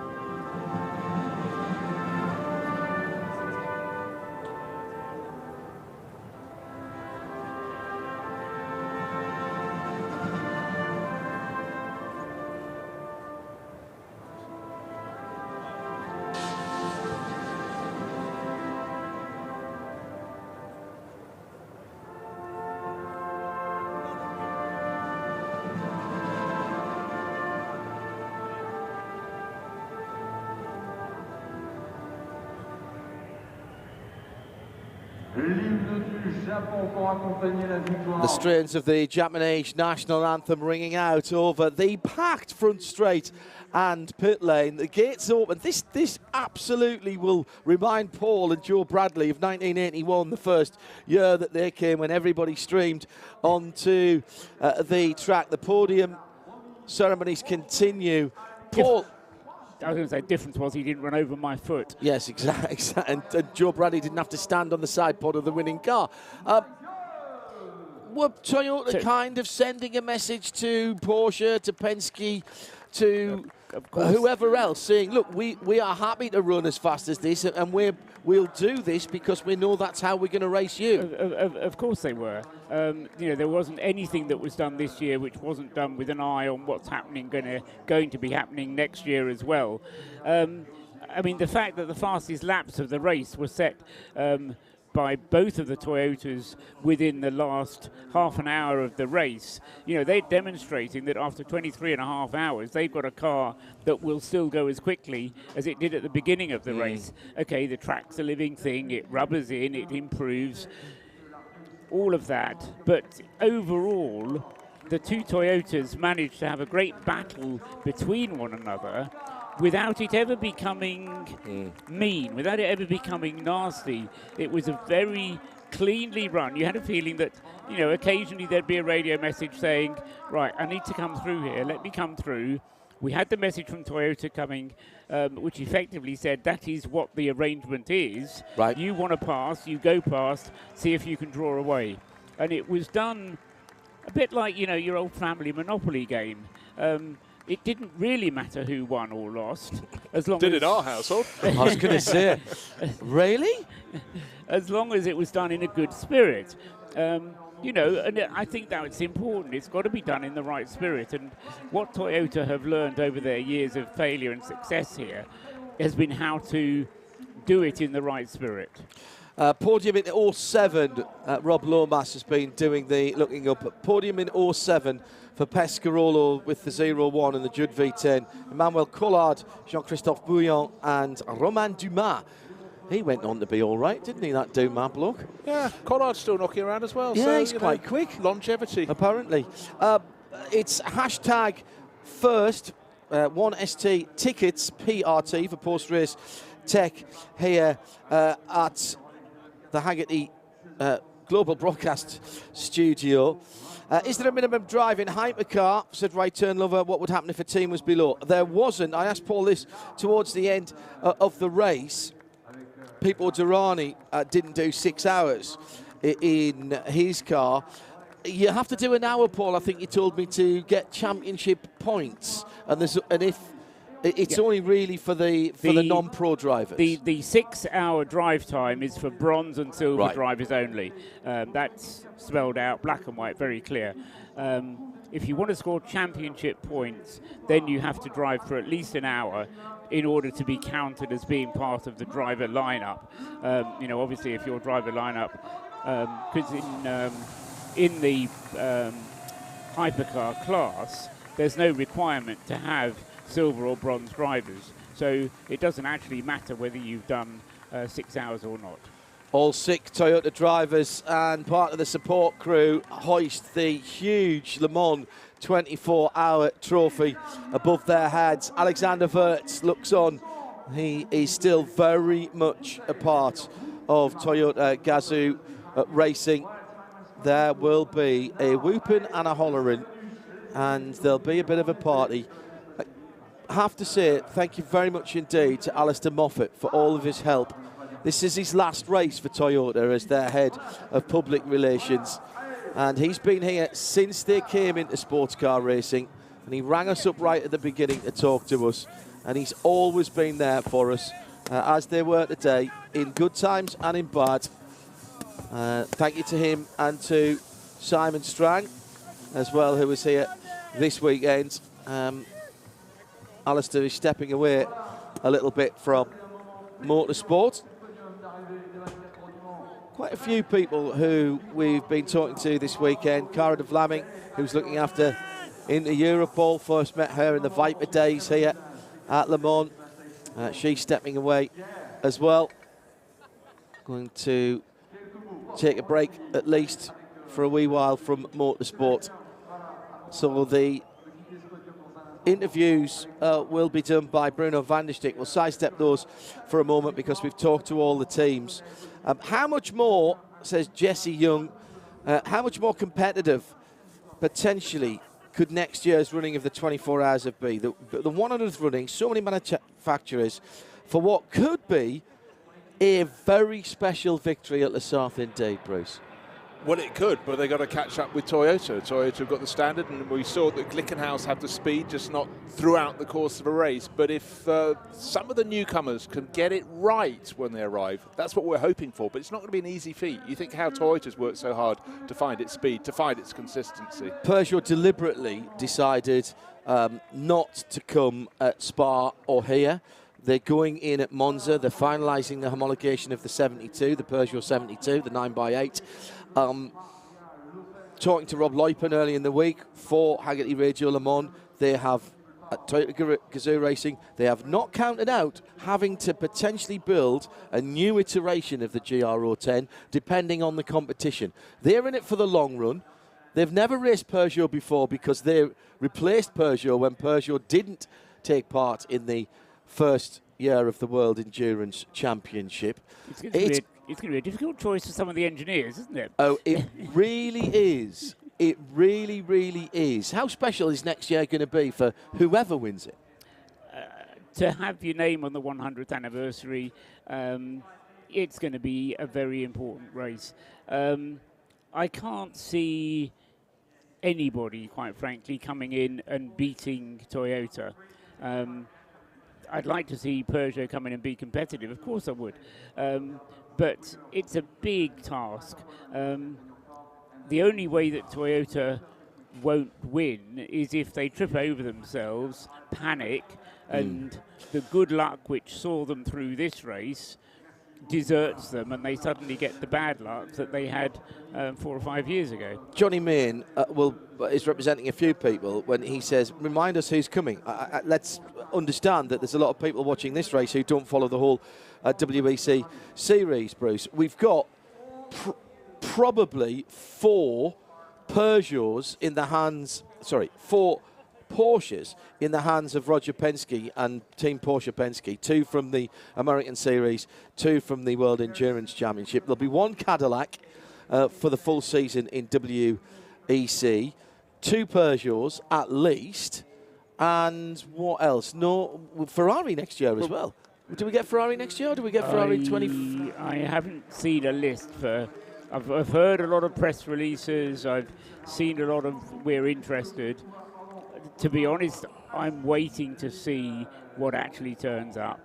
Well, the whole element with the development of hypercar has been we're interested, let's wait and see, precisely as you said. So getting numbers and dates is going to be something that's really important. But the thing that really strikes me is the organisational excellence learnt through experience of Toyota. Yes, we've had Team Penske, and I think the fact that that was the first time Roger Penske's been seen here for 60 years was astonishing. They've learned. And he stayed for the whole race. Tim Cindric left on the early hours of Friday morning, 12:45 rather. I saw him leave. He was at Road America for the Champ Car, the IndyCar, NTT IndyCar Series race, which is later on this evening. But Roger Penske stayed for the whole race. What does that tell you, Bruce? Well, it tells me nothing I didn't know already. The man is a complete fanatical, and if there's a detail to be checked, he's the man who's going to check it. He didn't achieve what he's achieved in life with taking shortcuts. Paul, I'm going to let you complete your pack up in a moment, and I'll swap you, if you don't mind, out for Owen Mildenhall, who's lurking over my right shoulder. But this from 917 Delaney, great Twitter handle. What does Paul Truswell write in his notebook? Is it who's naughty and nice? Is that really, do we need to know that now? It's things that I want to remember.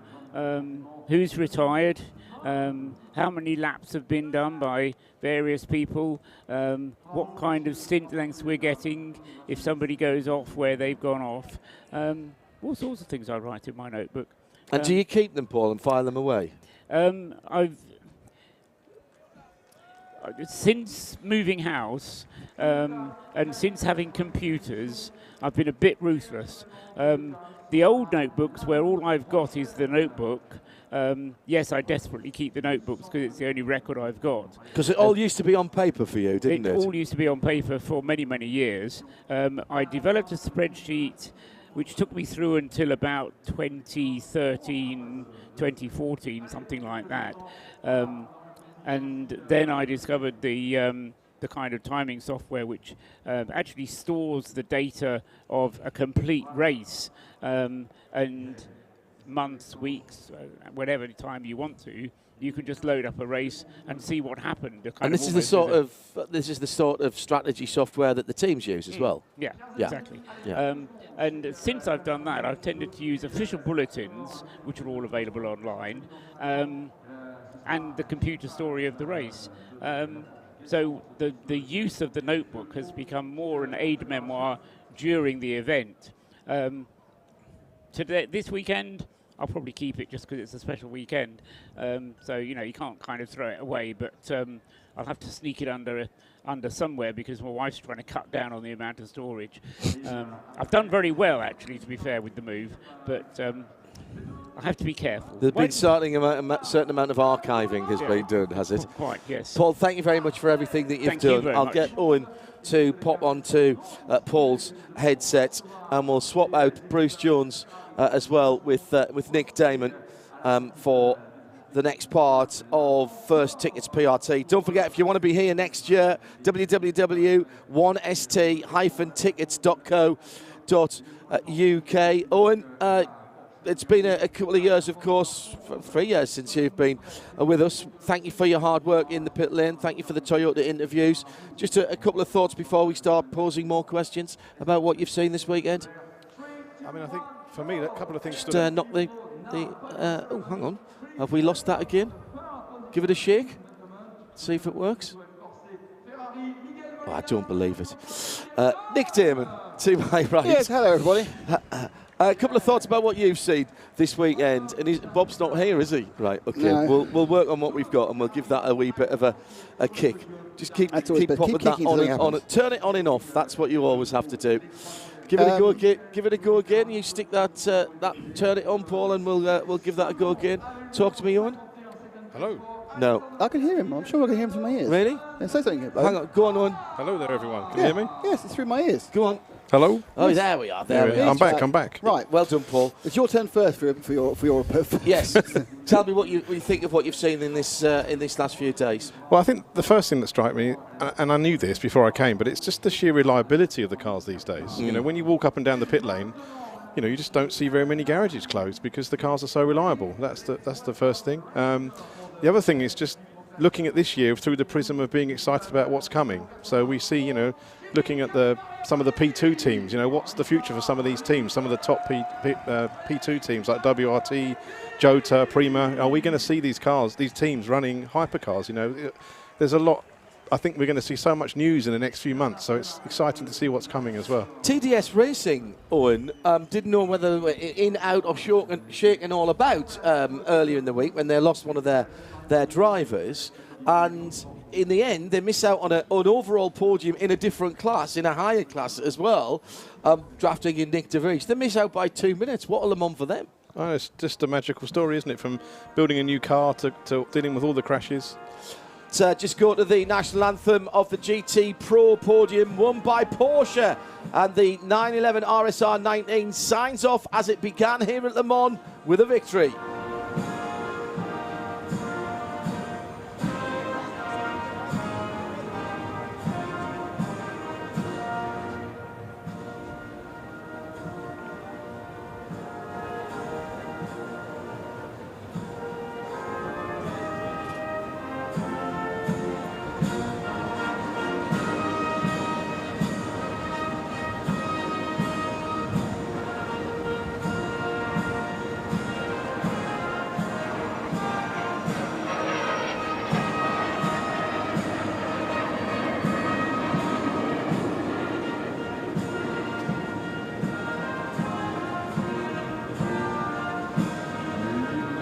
German, French and Italian on the podium. Richard Leitz, Fred McAvicky and Jimmy Bruni. Porsche sign off as a works team with the 911 RSR 19 with that victory. The two alongside are the two works Ferraris, semi-works Ferraris, the AF Corsa cars.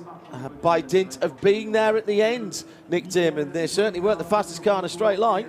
No, they were in deep BOP depression for most of the first few hours of the race. I wondered what you were going to say there. But then it all spun around because bad luck afflicted the Corvettes and one of the Porsches. They picked up second and third, which doesn't mean it's a big prize, but is a large number of points to WEC, where at other races perhaps they will be more favourably helped by the BOP. They keep saying BOP. I know that. Kevin Poulton, I'll throw this to you because you know Sam Higdon and the team down in Kent for Jota so well. First and a third. That is going to be some hangover. That is going to be a good party. Sam and the team were incredibly hard, and they're not a flashy team, but they are a very good team. That's a fabulous result for them. Yeah, it's a fantastic result. I mean, obviously they've won here before, been on the podium here many times before, but overall podium, yeah. But it doesn't. It's still just as sweet this one, and I think it's another super strong performance for them. Both their cars ran like clockwork. Just tyres and fuel and cleaning the screen, no problems for either of them. And yes, there was, WRT and United managed to take cars out of contention at the first corner, but still, a really faultless performance from Jota. So I think they'll be very, very pleased with that. And again, also very strong points in the WEC as well, which is not to be sneered at. Stefano Landi has tweeted in using the hashtag 1STTickets PRT, says, I'm a bit confused. This year's Le Mans was the 90th running of the 24 hours, but you've mentioned several times next year's the 100th anniversary, but it's not the 100th running of the race. Because obviously in the last 100 years there's been a large world conflagration between 1939 and 45, and annoyingly they wouldn't run the race. And I think there have been a couple of other years being missed for various reasons, weren't they? In the pre-war years, I think there's been a couple of. They moved the one in '67 for the student riots, didn't they? Correct. Well, for the general strike, actually, for the national strike, it started with the student riots. So they're obviously. That was the September race. We have and they missed 1936. Well, we all missed 1936, don't we? It was a fabulous year. Yeah. Just coming up to 20 minutes to 8. They missed that one. Spooner in Orange asks, when was the last American constructor to stand on the overall podium? That's a good one. Rob Lomas is looking at that. Ford? No, that was... Overall podium. Well, it might still be Ford. It might still be Ford, yeah, I don't know. I can't think of... I don't know. The Corvettes have always been GTs here. Cadillac didn't get a podium here at Le Mans the last time they were here. It's been a while. Peugeots, yes. Peugeots took a class win with the GT car. But was it on the top 3 overall, though? No, absolutely not. Ian McCarthy says, I rather suspect the late fastest lap by Toyota was no accident. They had no need to be pushing quite hard. What a statement owing to future challenges. And they've got Peugeot breathing down their tailpipes at Monza next time out. Absolutely, and I think Toyota will welcome the competition. I think fans would love to see Toyota come back and win Le Mans with a stronger sort of field of rivals, because yes, they've been dominant for the last few years, but I'm sure they would love to win against some strong competition, and we're all looking forward to that. Tom Foreman asking how long was the winning Toyota car in the lead? Felt like since hour 1 or 2 they managed to keep the lead even through the pit cycles. They got past Prema about an hour in. Kubica led for a bit, didn't they? Quite a few laps. I think maybe maybe in the first stop, which obviously was after about 3 minutes apparently on the LMP2s. Yes, that's right. Absolutely. What are the chances of the ACO renaming Garage 56 as they're more now than 56 Garage? Garage 56 is not a... It's a concept. It's a state of mind and a concept. It's not a geographical location. If you imagine one of those arty films where there's a man with a striped shirt and a beret and a moustache and a Salvador Dali-esque, I know Salvador was Spanish, and he's going, I am Garage 56. I am the mime of Garage 56. My body is my tool. Mr. Car Park. If you remember that. Mr. Car Park, yes, let's go all this way. Very much indeed. First tickets, PRT. Don't forget you can get on the site, www.1st-tickets.co.uk. Start thinking about next year sooner rather than later. Private jets fired up and leaving. You probably heard that. Anyone who's got flight radar turned on. That wasn't a fly past for the last podium. That was, in fact, some people already getting away. Sam Pearce. Those who didn't win leaving. Yeah. Sam Pearce says, was nice to see after last year's near miss at the end of the race, the checkered flag was waved from the flag stand rather than standing on the track. But I said this earlier on, Owen, you've got a long memory. You, a student of the sport. The marshals out on the circuit, international marshals back here for the first time. The flags of nations touch. I thought that was magnificent at the end for the slowed down lap. Yeah, absolutely. It's great when you see marshals from different nationalities here at Le Mans. But yeah, I agree with the point about last year. That was a very close call last year. Yeah, absolutely. We're going to swap Nick out for Snowy and let you do your bits and pieces with the Studiovision as our debutant comes in. Peter Snowden, ladies and gentlemen. Thank you. Snowy, how is that for you? You've worked pit lanes all over the world. You are used to walking up to people whose names you don't know and who probably sometimes don't even speak English. How did that compare from when you turned up? And bear in mind, you a bit like Nick De Vries, your first time out was warm up on Saturday morning. Well, I'm flattered, John. That's very kind. And enough of my social life anyway, walking up to people I don't know. Yeah. Nick De Vries has never been as quick as you in a car. No, mate, no. We're getting to the realms of fiction now. You are tired, aren't you? Sleep deprivation's kicking in, clearly. No, I mean, it's... you just couldn't make it up, could you, to be honest? I mean, it's always going to be layers and layers and layers of drama. I was going to say the only thing that the Le Mans didn't throw at was the weather. Well, it did actually. It didn't throw rain at us, but it did throw a lot of heat at the cars and the drivers and everybody, and everybody on the pit wall as well that's going to be affected by it. It is quite extraordinary. I know at Radio Le Mans we don't do favourites, John, but I've got to do a little personal thing for me. You know my connection with Aston Martin. I know you'll allow me this one, John. Yeah. Obviously my connection with Aston Martin. Fantastic to see them winning that. But all the more so my old teammate Tom Ferrier putting that team together. What a team he's built there over the last decade or so. And I'm just so clearly you brought chuffed. him good luck, so we'll have to have you back. Well, now we can now we can put his arm up his back for a bit of sponsorship to get you here for absolutely. I'm on to it. I've sent the message already. Don't worry. Excellent. We're ahead there. But excellent. 1967 Ford GT40 we think was the last time a US flag manufacturer was on the overall podium. In terms of the overall podium. The LMP2 Oregas, of course, were on the overall podium a few years ago. Is that an independent manufacturer? You could argue that, I suppose. Does First Tickets accept booking for EU residents? One unfortunately has to ask in the wayward world in which we live. Go and ask them. The national anthem of the United Kingdom for Jota and LMP2 on the Her Majesty the Queen's official birthday weekend as well.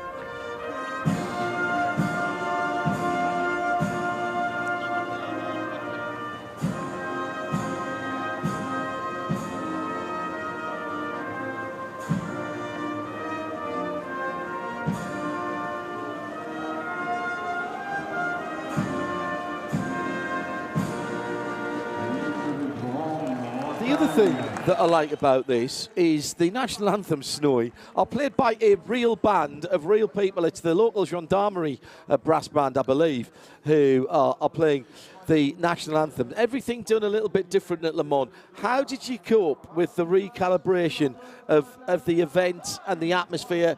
Could you feel it down there in the pit lane? Oh, 100%, 100%. I mean, just very quickly about the band there, you didn't get our Benny Hill moment earlier on when we've got the little bridge coming out of the TV compound, which is single file only, and we arrived at the moment just when the first bandsman came off the grid at the start of the race, and we were trying to go into the pit lane, and it's almost one bandsman comes in, then you get the clarinet, you get the saxophone, you get four of those, you get the drum. And we all sit there thinking, and just more and more were coming out. So, is there a coach the other side just unloading them? Yeah, it was absolutely brilliant. But no, in terms of atmosphere, yes, you do. I mean, there is no other pit lane like it. You prepared me for it earlier, John, at the very beginning. You said, I think your final words were, "Don't get yourself killed." Yes, which was great words. Yeah, I mean. What's not to understand in that? It's pretty clear, concise, to the point. You're one of the nominated drivers on the way home, Peter. You know. I know. Because you want to go with JP and Bruce home. I know. Exactly. I know. Exactly. Yeah, collateral damage. But it's the pace of stuff in the pit lane. Actually, it is frenetic. I mean, the pit stops are just so quick. The cars are in,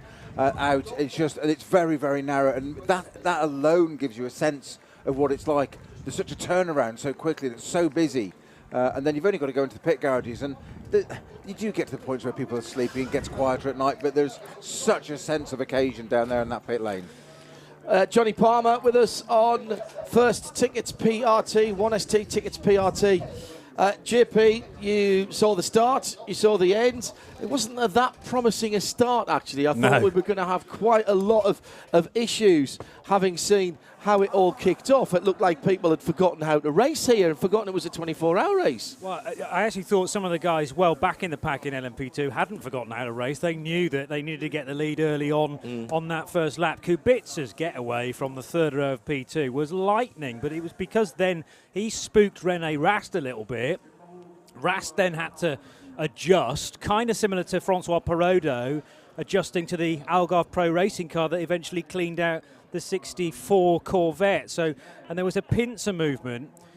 Will Owen did get away well in the number 22 car, but not quite as good as those two either side of him. It was Ferdinand Habsburg, I think, on the left, and René Rast on the right, and he ended up in this WRT sandwich, and poor old Will Owen.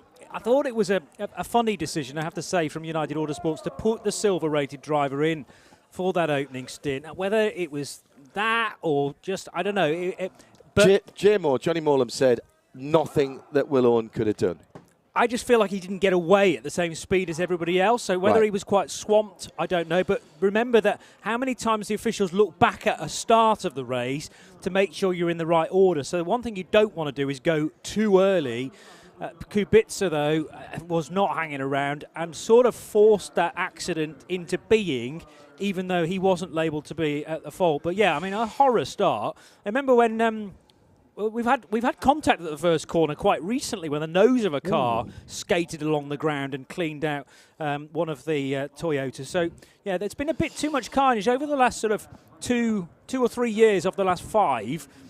Far too much happening into the Dunlop chicane on that opening lap. Jean Rondeau won with a Ford engine in 1980, but I don't think that was a Stars and Stripes flag team. Joe Bradley is with us on First Tickets PRT. Hello.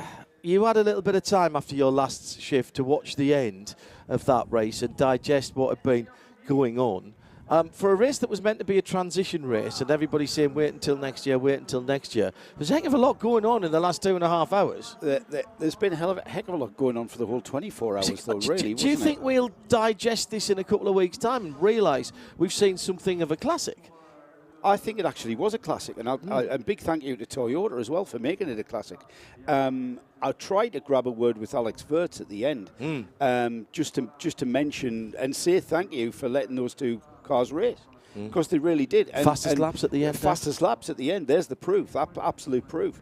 And it wasn't great to see them pushing all the way at the end. And the other thank you for saving Le Mans for the past few years. Well, and the World Endurance Championship. And the World Endurance Championship, yeah. It seems rather apt that they would take the win. We're going into a new era, but so much happened in the last 20. In all of our, I mean, have we ever seen a GTE Am battle for the whole 24 hours like we have? No. What was it? 5 cars at one point, wasn't it? Yeah.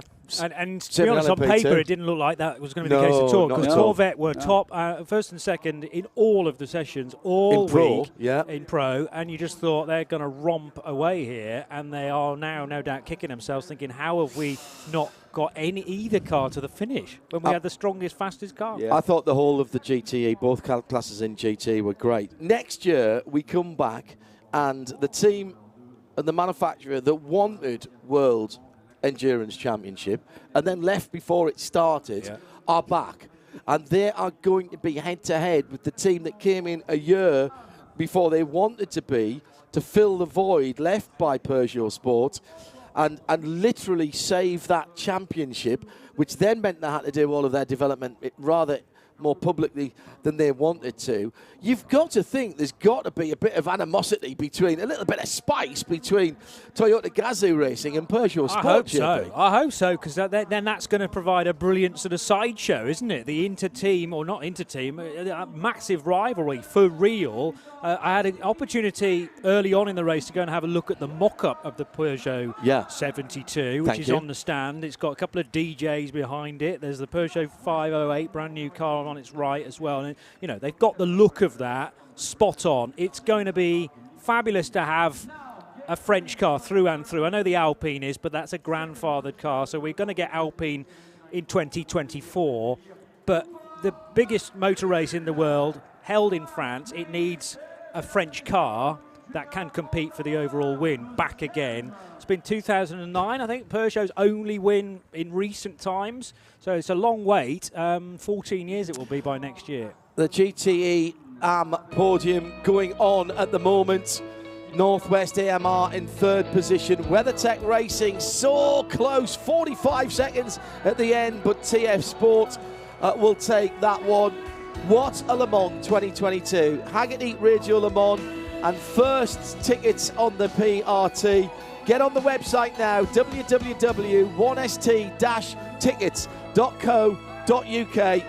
No midweek motorsport on Wednesday, but we do have a Hagerty Inside Track instead on video, and we'll be back for IMSA, the 6 hours of the Glen on IMSARadio.com. From John Hindhaugh and all the team, and the 90th running of Le Mans 24 2022. Thank you. Have a great motorsport weekend. Bye-bye from the start.